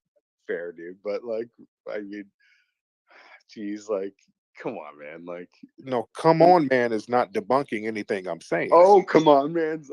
Debunking. Oh, geez. I mean, that's You the haven't surprising debunked, thing, right? Like, sir. You haven't debunked anything. Come on, man, is not debunking anything that I'm saying, sir. So okay, give me a question that I can answer, and then I'll respond to it. Okay. There's 9 areas of activity that people engage in. Okay. Labor, law, sex, war, education, medicine, economics. Name one of those areas that's not completely dominated by systematic white supremacy, sir. So I would ask you the question. I mean, Or you would just answer the question and not ask me anything until you answered the question. How about that? okay, that's fair. I would answer essentially every area, and I would turn it back to you, where I would say, name me one area where whites are legally on the books more beneficial compared to minorities. Where and listen, I'm not like Great super question. white. I'm not like, oh yeah, I'm like 100% down with whites. Like that's not me. I'm down with everybody. That's a great question you asked. On the books. Great question. Listen. I'm not like down with whites and everything, but the question Nobody's is, like, saying that, sir. where is it on the books? Okay, great question. They took it off the books and they practice it in common law. Got it? No, you're gonna have to explain a little bit more. Common law, white supremacy, is now practiced through common law. So they don't even have to have it on the books, so they can hide it and still practice it because the white supremacists are on code. Want me to give you an example? Yeah, please. Common law is what we see going on with these insurrectionists who raided the Capitol building in the United States January 6th. All of these suspected white supremacists are getting slaps on the wrist for trying to overthrow the government. That's the common law white supremacy. So the ones that are like in jail in solitary confinement, those people are like, that's common law? Yes, those are slaps on the wrist. These people are getting Solitary confinement since the event. That's common. yes. Oh, gotcha. Yes. How many years did they get? How many years are they going to be in solitary? Well, it's been like it's been a year so far. How many years did they get? These guys are getting jaywalking years. They're getting the same. They're getting the equivalent of a jaywalking ticket. Yeah, so 25% of them are still in jail right now. It should. And what's Walking their into sentences? the people's house, right? So What's their sentences? they don't have a sentence. They're still in jail. They're in jail without a sentence. No, many of them have been sentenced, sir. Most of them have been sentenced. Okay, so they're For in jail. example, one of them, to the main one walking around with Nancy Pelosi's podium, he just got 75 days in jail. They just sentenced him, I think today or yesterday. You like Nancy Pelosi? So let's not start trolling. No, I'm not trolling. This is the common law I'm talking about. That's common law white supremacy because they're on code. You give them the minimal amount of punishment. That's the common law code of white supremacy. Family, there's Black people who were in the Black Panthers 50 years ago who sat in a room and talked about overthrowing the government, and they're in prison now from 50 years ago. Mm-hmm. But that's the common law of white supremacy. Okay. Did you see that example, sir? I suppose I'm starting to see it a little bit. There you go. Keep talking. Yeah, go ahead. They don't Keep have going. to write it down. There's an understanding among white supremacists that they're all supposed to be on code. Another example is your boy Kyle Rittenhouse. That's common. Are you sure that's white- my boy? I'm pretty sure you support Kyle Rittenhouse. I can. Yeah, I support Kyle Rittenhouse. There Keep going. There you go. I can kind of tell. Let's go. There you go. That's common law white supremacy, sir. The way that judge acted with him in that courtroom, a Black person couldn't pay $1 gazillion to get a judge to act as a defense lawyer in court like that. I mean, I don't want to drop it on you right now, of course. I don't want to drop the OJ thing on you, but dude, Lord. I support Do OJ. you wanna go there? What OJ. the? I support OJ. OJ You know, is there's the red pill. I support OJ. OJ is innocent though. What? OJ is 100% innocent, sir. I agree. Yeah, OJ didn't kill nobody. I agree. All right. So what you talking about? Bro, Kyle Rittenhouse is innocent and also OJ is innocent. Have you No, heard no. Kyle Rittenhouse killed people. No, Kyle Rittenhouse killed people. And not only that, he planned on killing people. This guy. And the judge through this guy. He planned on killing people? Yeah. Oh, just stop. No, don't troll now. There's video of Kyle Rittenhouse saying he wish he had a gun so he can shoot those protesters. And the judge wouldn't even allow that in court. right? Yeah. Yeah. Now, what black person would sit up here and say something like that, and a But judge will sit up and say, "You don't put that in court, and don't call the people they shot victims"? When would they do that for a black person? So, name any time they've ever done that. Well, you can't, so let's not waste time. So well, that's no, because common law. well, what do you That's what's your that's question? We're trying common to law. do this conversation. Slow down, slow down, slow down. I'm just giving you an example of common law white supremacy. That judge in the Kyle Rittenhouse case and the white media all got on code and did performative non-justice in that case. So That's common law white supremacy. so obviously you're well versed in the law. You're Hmm. an intelligent guy. You understand what common law is. Right. Like you are obviously. Hmm. I'm a student. You're much more intelligent than I am on common law, but the idea that this is common law is like ridiculous. This is not how common law is applied. Yes, it is. That's exactly how common law is. Common law is applied through the British standard, and you would call that, I assume, white supremacy. Anything that comes The British standard, my ass. It's I'm white and I say so. That's all common law is. So anything that I'm white and I say so. That's literally all it boils down to. so do you think so the Britain that has embraced diversity is the same Britain that embraces white supremacy? Would you say is that same Britain? Would you say it's that same Britain? What's diversity? Well, what I've been told and what I see and what I experience diversity as is, diversity of race, diversity of ethnicity, diversity of ideas, and that's been presented as all of these different things. And it seems today that Britain has become a very diverse country.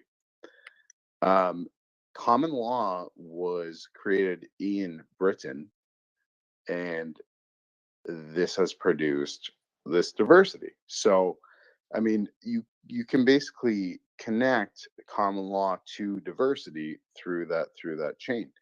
Sir, Uh, so, sir, so that's just do word you salad. think? Do Sir. you think?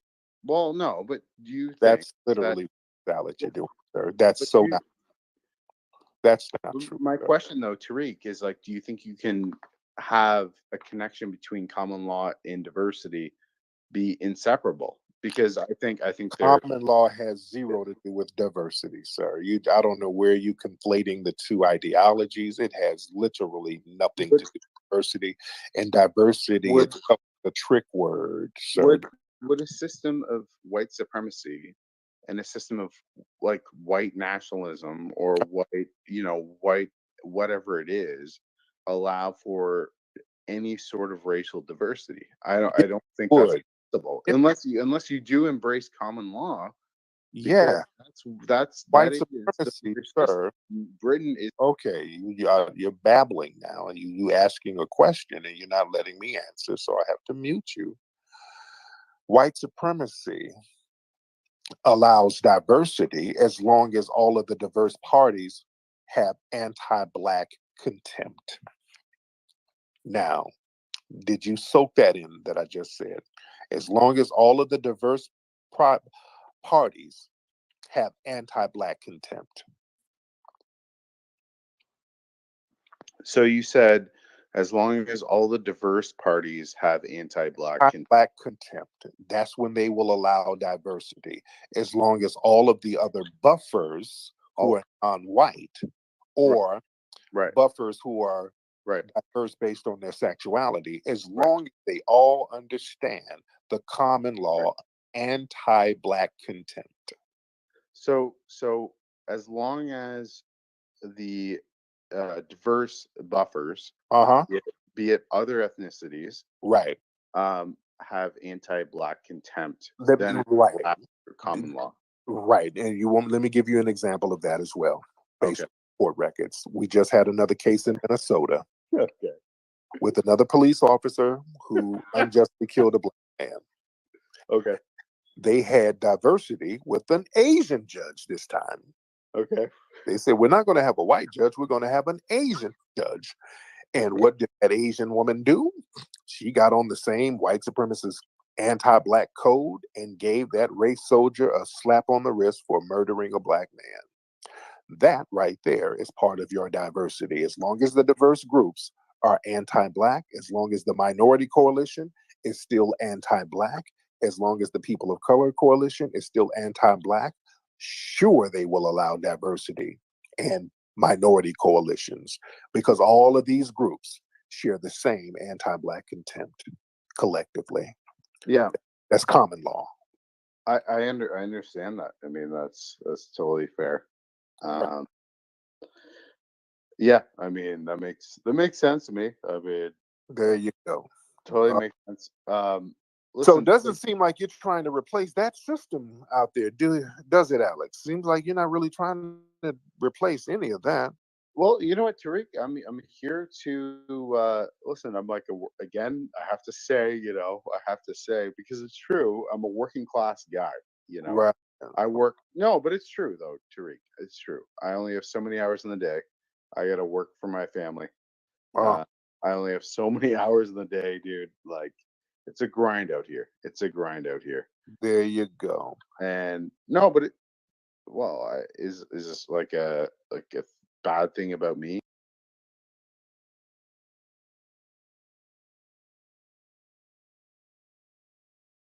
No. Right. I work. No, but it's true though, Tariq. It's true. I only have so many hours in the day. I got to work for my family.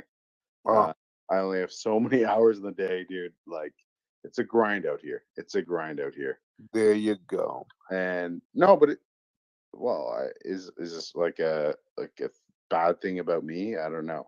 Like, is Alex, my man, No. enjoy your mayonnaise sandwich, sir. Well, okay. Because now I'm not going to have him just keep babbling incessantly. And family, I'm doing these as lessons. Notice how the folks in the dominant society, they try to play dumb. He understands exactly what I'm talking about. And when I give examples, he gives it up. He knows he can't really have a rebuttal to it. So the name of the game is, oh man, it's that DJ Glad. Hey, I'm a nice guy. Stop it. Watch out for these kind of people. I'm giving y'all some life lessons here. And you got to cut them off too. That's another thing, because what they'll try to do, they'll try to play dumb, and then they'll get into this time wasting thing. They'll try to waste your time and just sit here and, hey, we all the minority. Stop it. And he's making up some stuff talking about common law and diversity, just making stuff up. You got to watch out for the time wasting trolls. All right. You educate, but don't let them waste time. Okay. All right. There's a lot of people in here. Hold on, damn. Okay, a lot of folks, a lot of y'all crept up in here. Shout out to the family. There you go. What's on your mind? Yes, sir. Thank you, sir. Okay, what's on your mind? Thank you, sir. Go ahead. Accept to me. Okay, what's on your mind? Okay, brother, come on. Okay, Tasif. I don't think you understand the assignment. Okay, we got this brother here. What's your name, brother? My name is Javorius. Oh, there you go. What's on your mind, man? I just came to say, and I'm gonna keep it real buck with you. You make foundational Black Americans so fucking stupid. Like, look at you. This is what you do. You're a fucking cunt. Kill yourself. You. Oh Lord. Okay, girlfriend. Come on, girlfriend. Calm down. Calm down, girlfriend. You're getting your little thong in a bunch. Okay, let's try it again, because we're not going to let you be an emotional little biatch. So let's try it again. Okay, we got a jealous tether in here. Or I'm a bitch. You.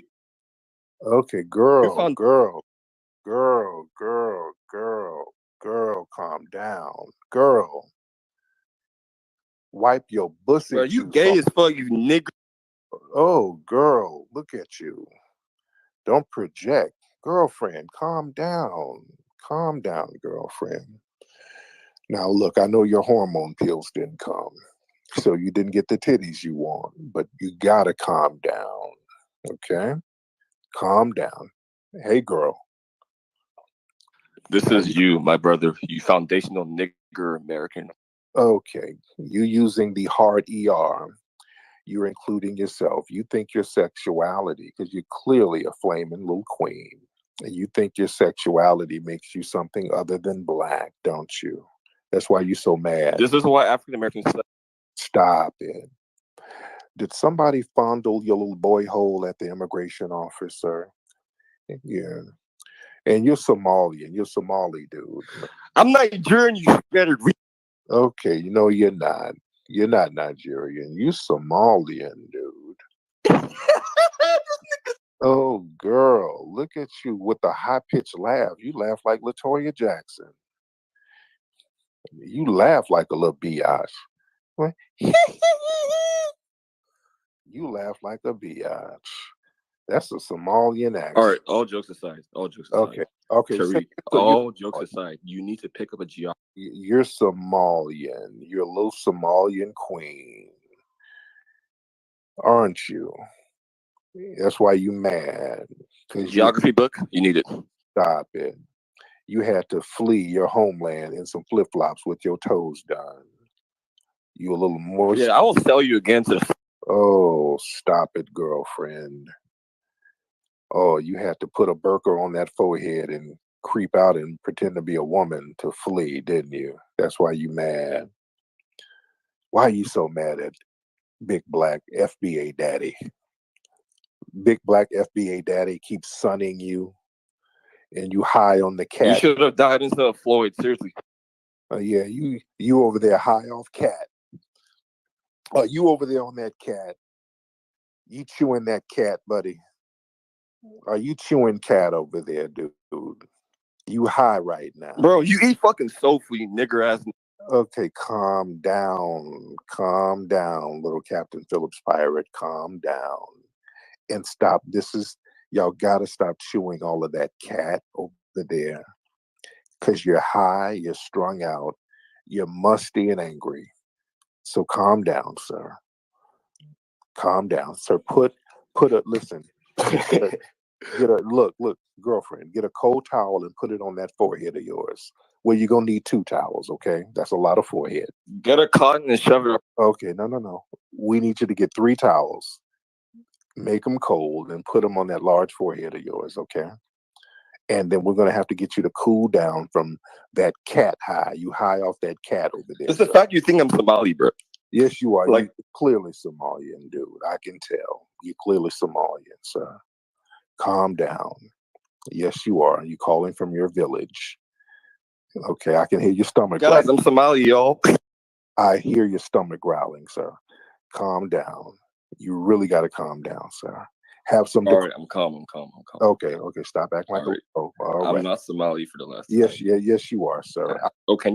Yes, I hear flies in the back, sir. I'm sorry. Now, sir, you got to get your jealousy and envy. You got to get your jealousy and envy for Black Americans, foundational Black Americans. Get that out your system, sir. Get that out your system, okay? Okay. All right, calm down. All right, I'm chill. All right. Time. Okay. I'm not Somali. I'll tell you the truth right now. Like, Somalis don't even like me. Like, no. You know why? Because you corrected. I said Somalia and you said Somali, and only Somalis do that, sir. So that proves you're a Somalian. You just outed yourself. Just like you outed just like you outed yourself when you were selling Bucci Cat to get a green card, sir. Okay. You got to get off that cat. You're high on cat, sir. And not only you're high on cat, you're high on Bucci Cat, a man's butt. On your lineage, stupid. Okay. Okay, so my work with you is done, sir. Get out of here and take the flies with you. All right, let's try some other people in here. Lord. And y'all say that we're divisive? Really? We're divisive? And that's how y'all folks be talking?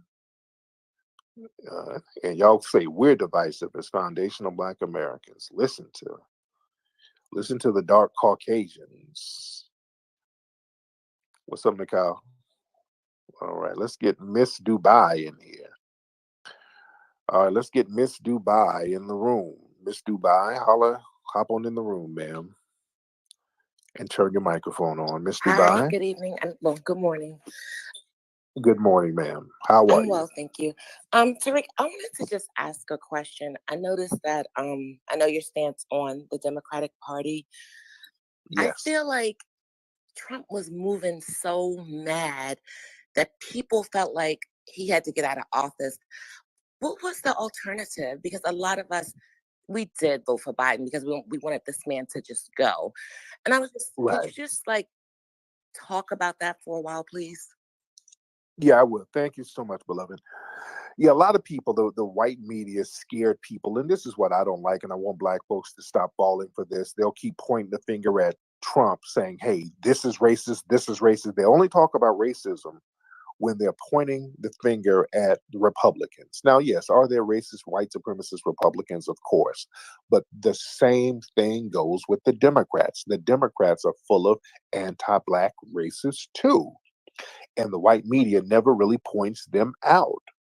Y'all not going to sit here and put all the racism on Trump and make him the embodiment of racism, or put all the racism on the Republicans and make them the embodiment of racism. Yes, they are, but so is Biden. Biden is worse than Trump. The Biden administration is worse than Trump. The Democrats, they put policies together that directly undermine and harm Black people. They're doing it now, and we support them. That's the thing. We support them in mass, and they don't give us anything, and they tell us to go to hell while they paper up every other group. They paper up every other group and even non-citizens, and tell us we got to wait, we got to stop asking for stuff. They blatantly disrespect us and then put together policies and crime bills that break up our families, that harm us. And truth be told, and I'm not a fan of Trump, but Trump did not put together any policies that harm Black people. Did Trump help Black people? No. He didn't do anything to proactively help Black people, but he didn't put together policies that harmed Black people. The Democrats not only did not help us, they actually put together a bunch of policies that targeted us and harmed us. So we want to talk about the lesser of the evils. Let's really talk about that. What's really the lesser of the evils? All right. Let's be real. Let's be realistic here. Let's not let people play mind games on us. We don't have to support none of this stuff, especially if we're not getting anything out of it. We're not benefiting from it. We got to be very realistic and stop being afraid. All right. So a lot of y'all in here. Let me get one more call. I say that, and then end up on here another 3 damn hours chopping it up with y'all. All right. This Rambo guy, I think I had you on here before, didn't I, Rambo? Let's get Rambo, hop on again. I remember you. I kind of remember you because I think you were trolling before. Rambo, hop on. Jog my memory, man, Rambo. And I want to say that, first of all, I do listen to you a lot, and I agree with a lot of the stuff you say, but there's some things I disagree with, like what you just said there. I don't agree with that. Like, what did I say? What did I say? So if you talk about Donald Trump being worse than Biden, I disagree with that because Donald Trump, he emboldened white supremacists. You don't need to have a policy on paper. You have to have a rhetoric that encourages those people to harm Black people, and that's what he did. When he called those white supremacists that they're good people, he told the Proud Boys to stand down, all of that. Called Black people sons of bitches, shithole countries, all of that. You're never. That wasn't us. He was talking about their country. He wasn't talking about. That's Black people. I know you want to, separate FBAs from Africans on the continent and Caribbeans, but we're all Black people. To the white supremacists, they don't distinguish between your FBA and your African. And the white supremacists that Biden and those people in power by not punishing them. Biden ain't punishing no damn white supremacists. That emboldens them. The white supremacists really got emboldened under Obama's administration with Biden and Obama. That's when we started to see an uptick in the murders of black people. And they know that there's white supremacists within law enforcement. The Democrats have done nothing about that. They're not going to put all that on Trump.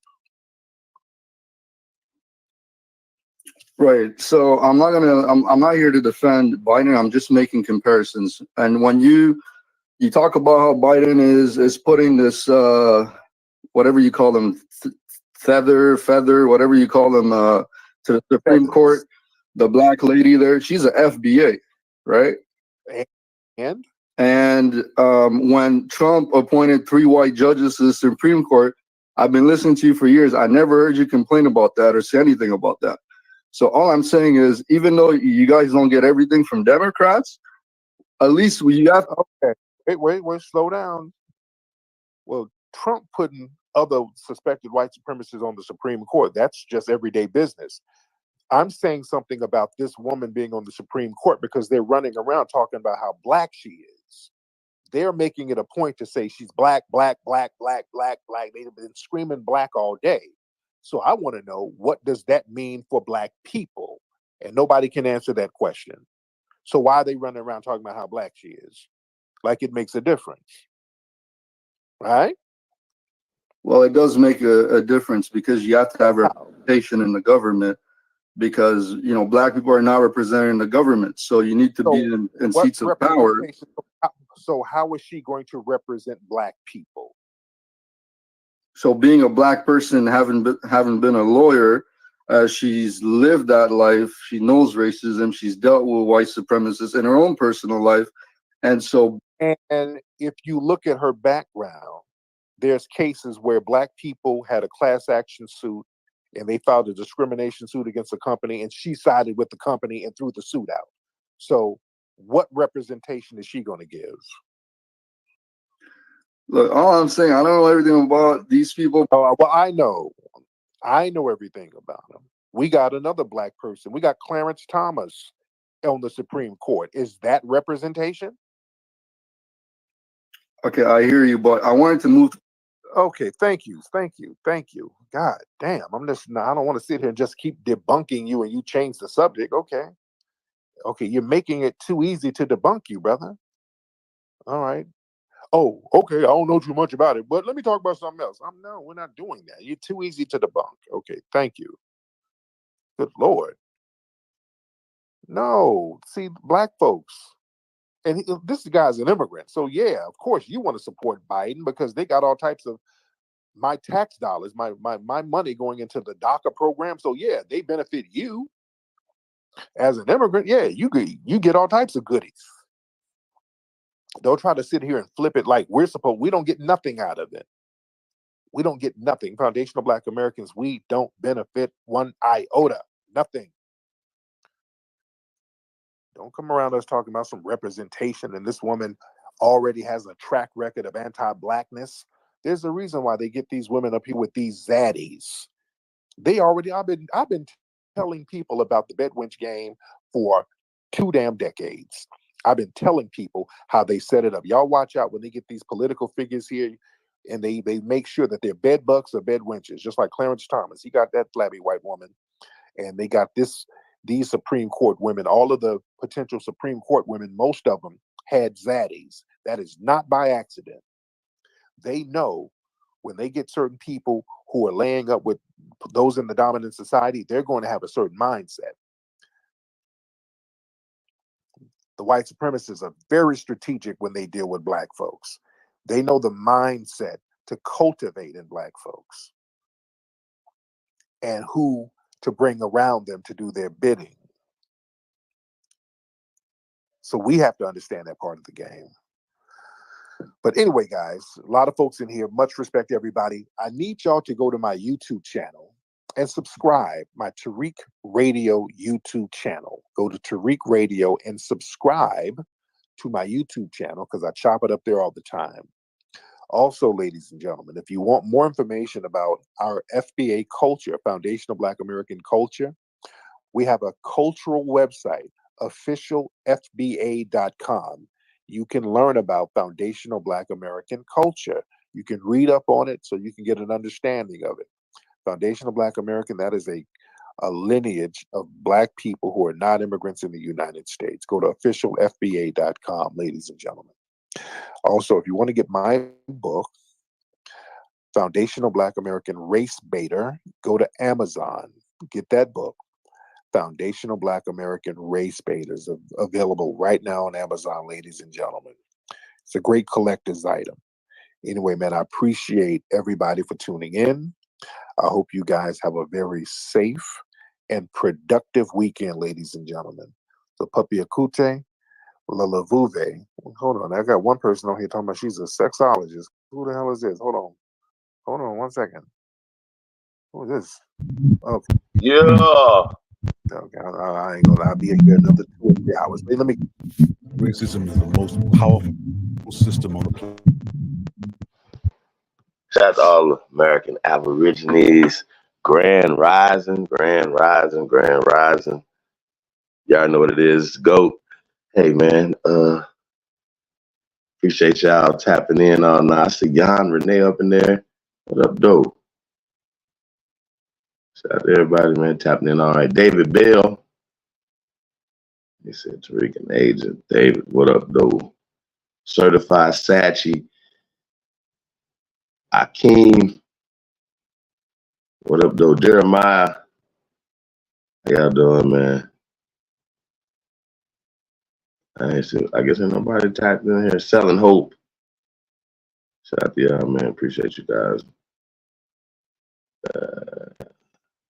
Yeah, we always been here, man. Shout out to y'all.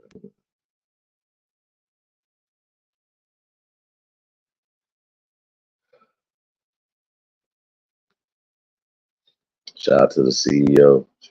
I'm sure she's knocked out. Yeah, we're gonna get ready to transition over to the DJ Cut Tag show, Cut It Live. Yeah, and then we can get into the discussion. In fact, let me drop the link.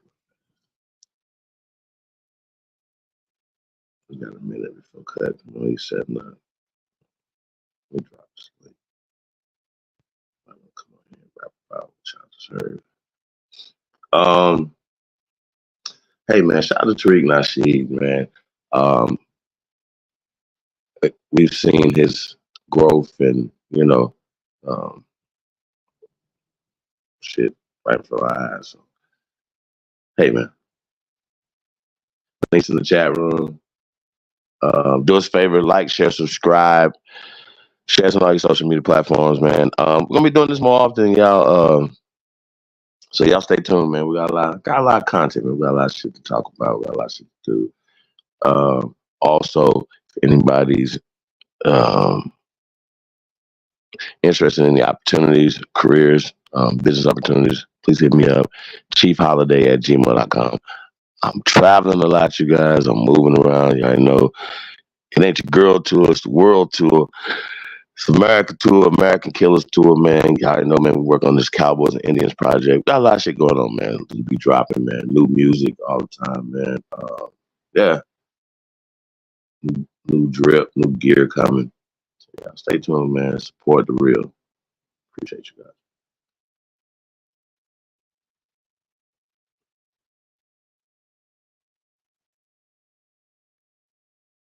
Lady Moon, what up? Y'all up in this piece. Mr. Miller.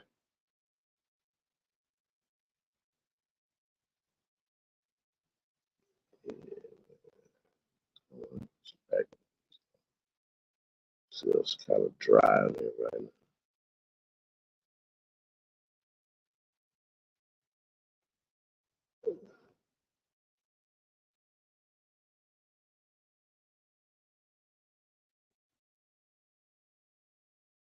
I'm gonna put it in the background. Something over here.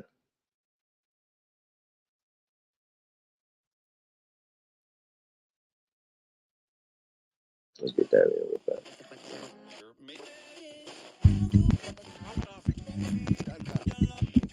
It's the go.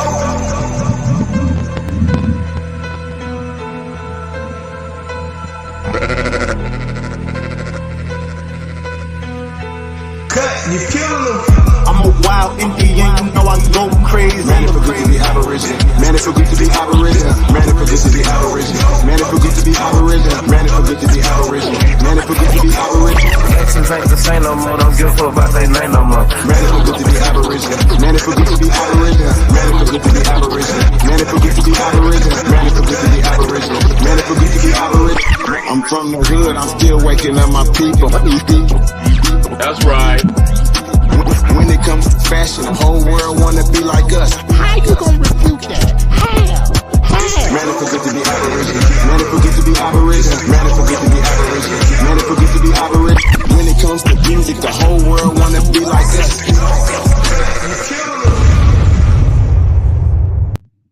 Why do we feel a castle of sand when we know very well, baby, it'll never stand?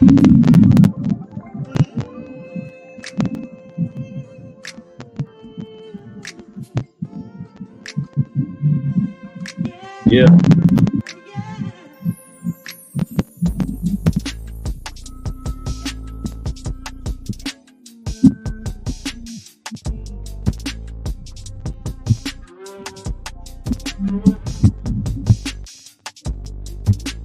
Shout out to all American Aborigines, man.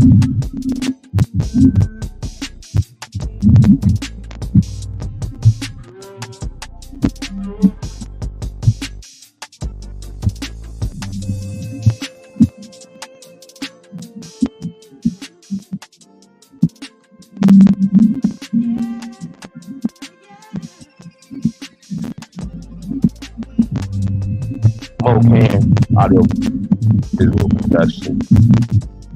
Tap in, cheapholiday@gmail.com.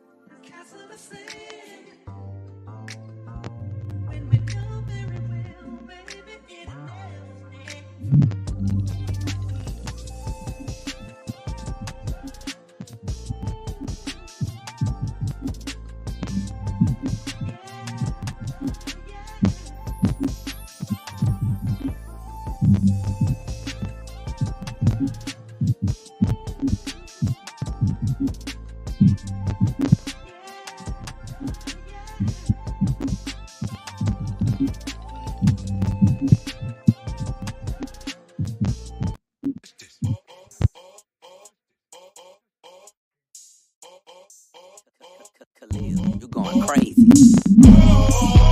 Yeah, get back. Can't touch this. Ha ha. Yeah. Ooh, yeah.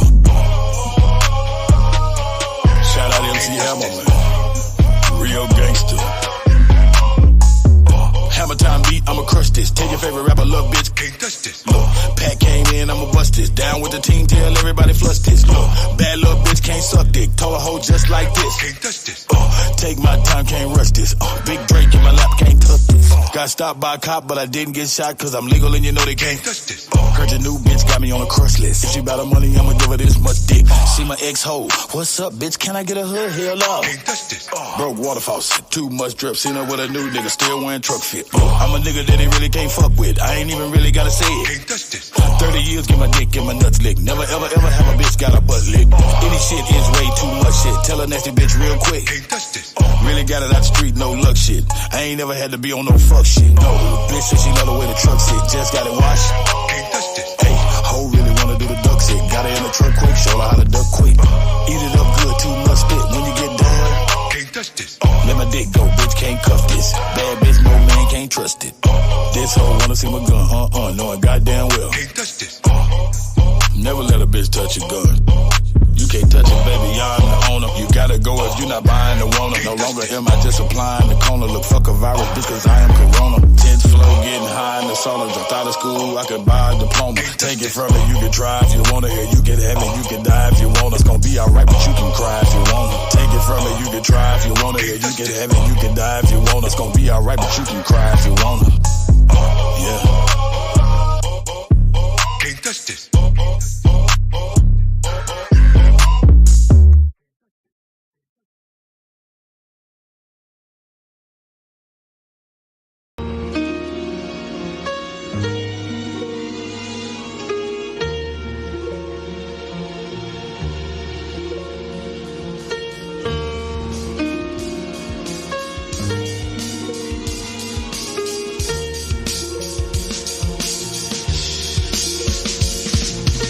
Who they think they better than? Ain't no comparison to the so-called black or African American. You can drop the African, keep the American. When we say Aborigine, it make they world in. I'm going in the same dirt my ancestors buried in. I come from a god and a goddess, so what that make me? Not even Basquiat can trace me. Not even Van Gogh can paint me. The MC in me is the God MC, equals the God in me. I'm focused in, let my mind be free.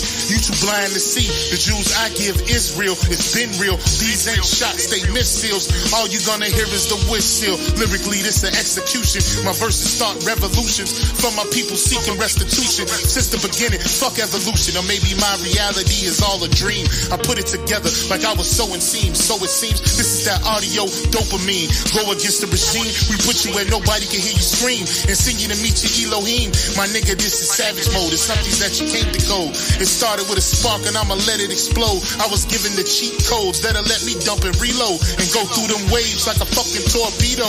You dealt the cards of life, I just cut them diamonds with the ace of spades. Y'all scatter like roaches when they facing raid, or vampires when they facing blade. I'm trying to get next to Shireen like I'm kidding play. You still stuck as a mental slave.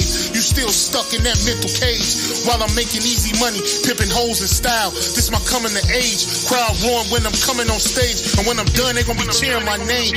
Drake Cobbs, and nah, I ain't quit my day job. I spit bars. I really rap on my day off. That's real shit. Just give you some tools you can build with.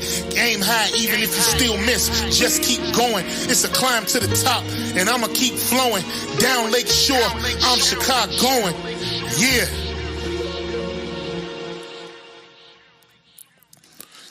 You niggas is playing checkers, we playing chess. And nigga, this is checkmate.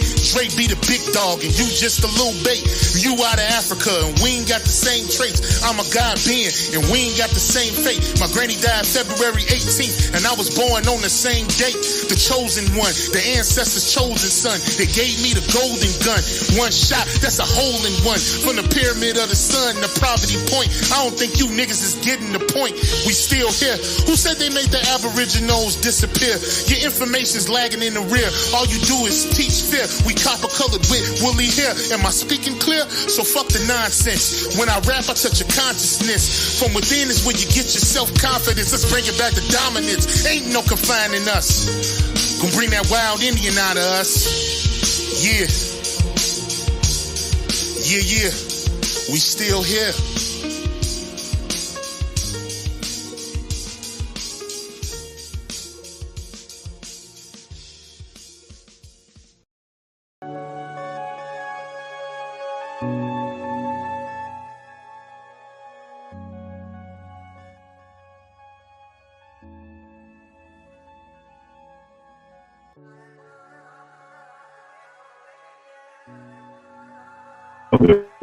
Tap the link, share. Well, thank you as a fan. Good job, man. Like I said, we're getting ready for the Cuddy live show, man. So I'm gonna be over there kicking up dust, man. This morning, man. Appreciate that.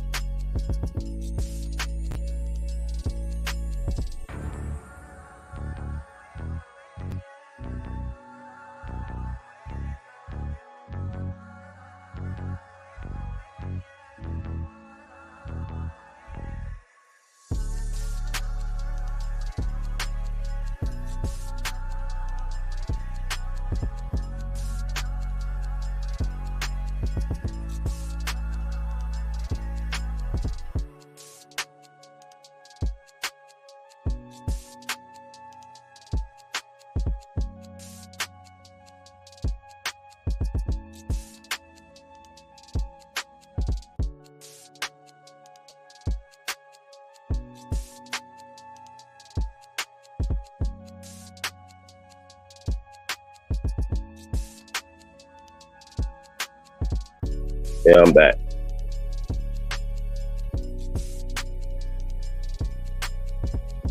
Like I said, man, we're gonna go over to the Cuddy Live show after this, man.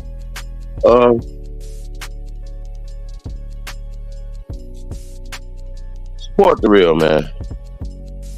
That's all I can tell y'all, man. You know, and for me, y'all, it's just about sharing the information. You know what I'm saying? Talk to your family members, man. It's a lot of work to be done.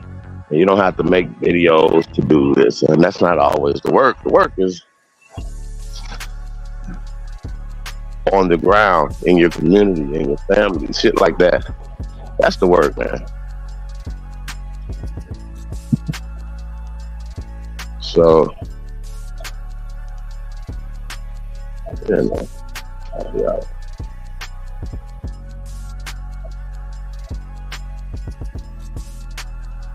Time for my coffee. Mine too. Sheesh.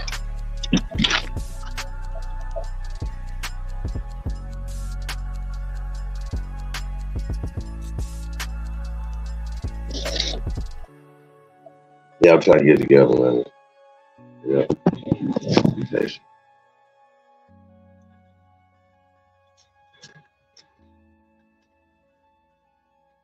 Yeah, man. Shout out to the American Aboriginal Awakening, man. Like I said, man, this thing has a life of its own now. You know what I mean? It's really on fire. You guys really paying attention, man. Let's keep it real. And it's different levels of it, but I just, for me, this, where it came from to where it's at now, it's inspiring. It's make you proud. You know what I mean? Like, you feel me? To see the people gravitating to the movement.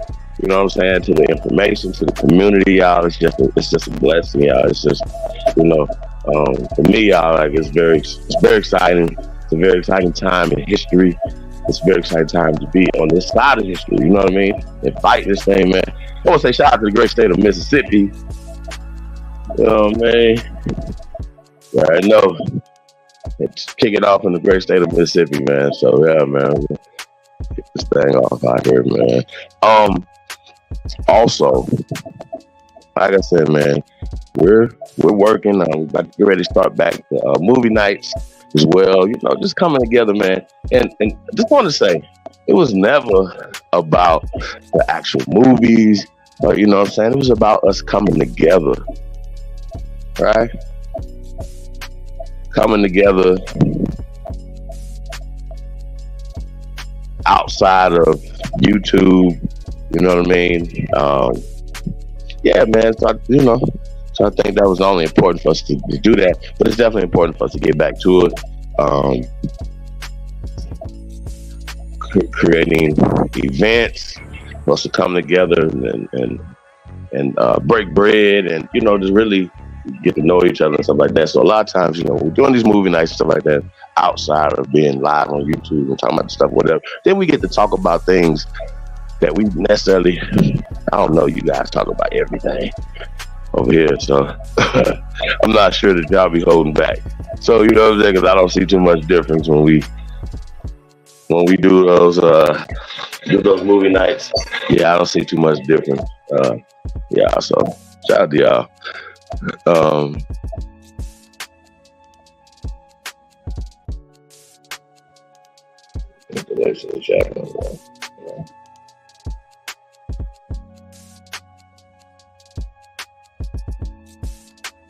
Getting it together. Greedy, what up, though? Daryl reacts. See, Black Panther Jackie Brown is tapped in. I said links in the chat room, y'all. It's Monday, right? It's pretty interesting weekend. Obi Hines, what up? Yeah, man. Y'all know what I'm looking forward to? I'm looking forward to the mix this morning. Cut me going the fuck in. You know what I'm saying? So, who's it? Somebody just came out defending or speaking up for Puff. I think we're gonna be talking about that stuff, man. Brother Wolf, what up, man? Yeah, one of these guys just came out speaking up, defending Puff. I think it's important. I mean, it would look real crazy when nobody was stepping up, man. You know what I mean? Yeah, not to say that anybody should be defending anybody that did anything wrong, but we do know how these people work, man. That they come and it gets you at your weakest. You know what I mean?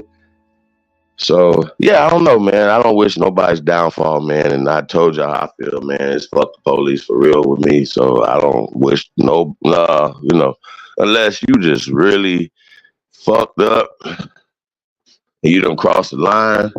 Y'all understand what I'm saying? We talked about this. What snitching and all that type of stuff, man. Yeah.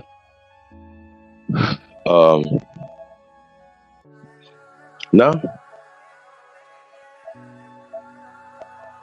Yeah, let's cross the line, man.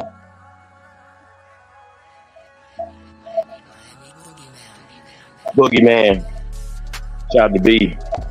Mo Can. Audio. Visual Productions. Tap in. Chief Holiday at gmail.com, man. We got links in the chat room, man. Y'all want to tap in real fast, man. Let the show.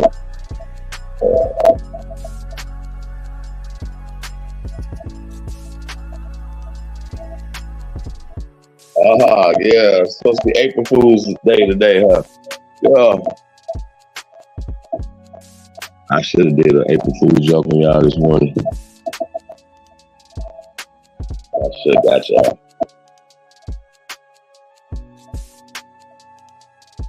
So,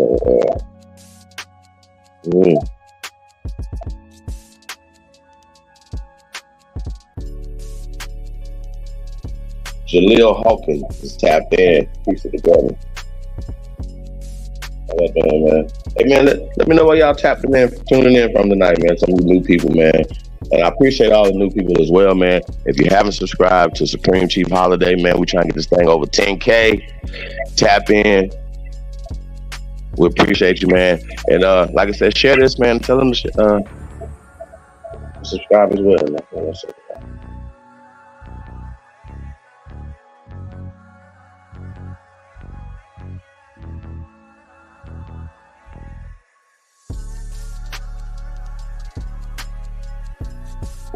Yeah, man. So shout to DJ Cut Tag, man. About to get the Cuddy live show, Cuddy Uncut live show. It's just about to pop off right now, man. It's the GOAT, man. Appreciate you guys. Like I said, man, we're gonna be doing this every night, man. Untamed at night. Be on the lookout for Truth coming through. So yeah, man, y'all stay tuned, man. Shout out to Truth, man. Y'all know, man. Shout out to the CEO, man, for holding us down all night, man. So salute. She going to bed. Shout out to the CEO, man. Y'all big homie, the one and only, the CEO, man. Yeah, appreciate y'all, man. Hey, man, we gonna get up out of here, man. Like I said, I'll see y'all over here on Cuddy Uncut Live, man. It's the GOAT. Yeah.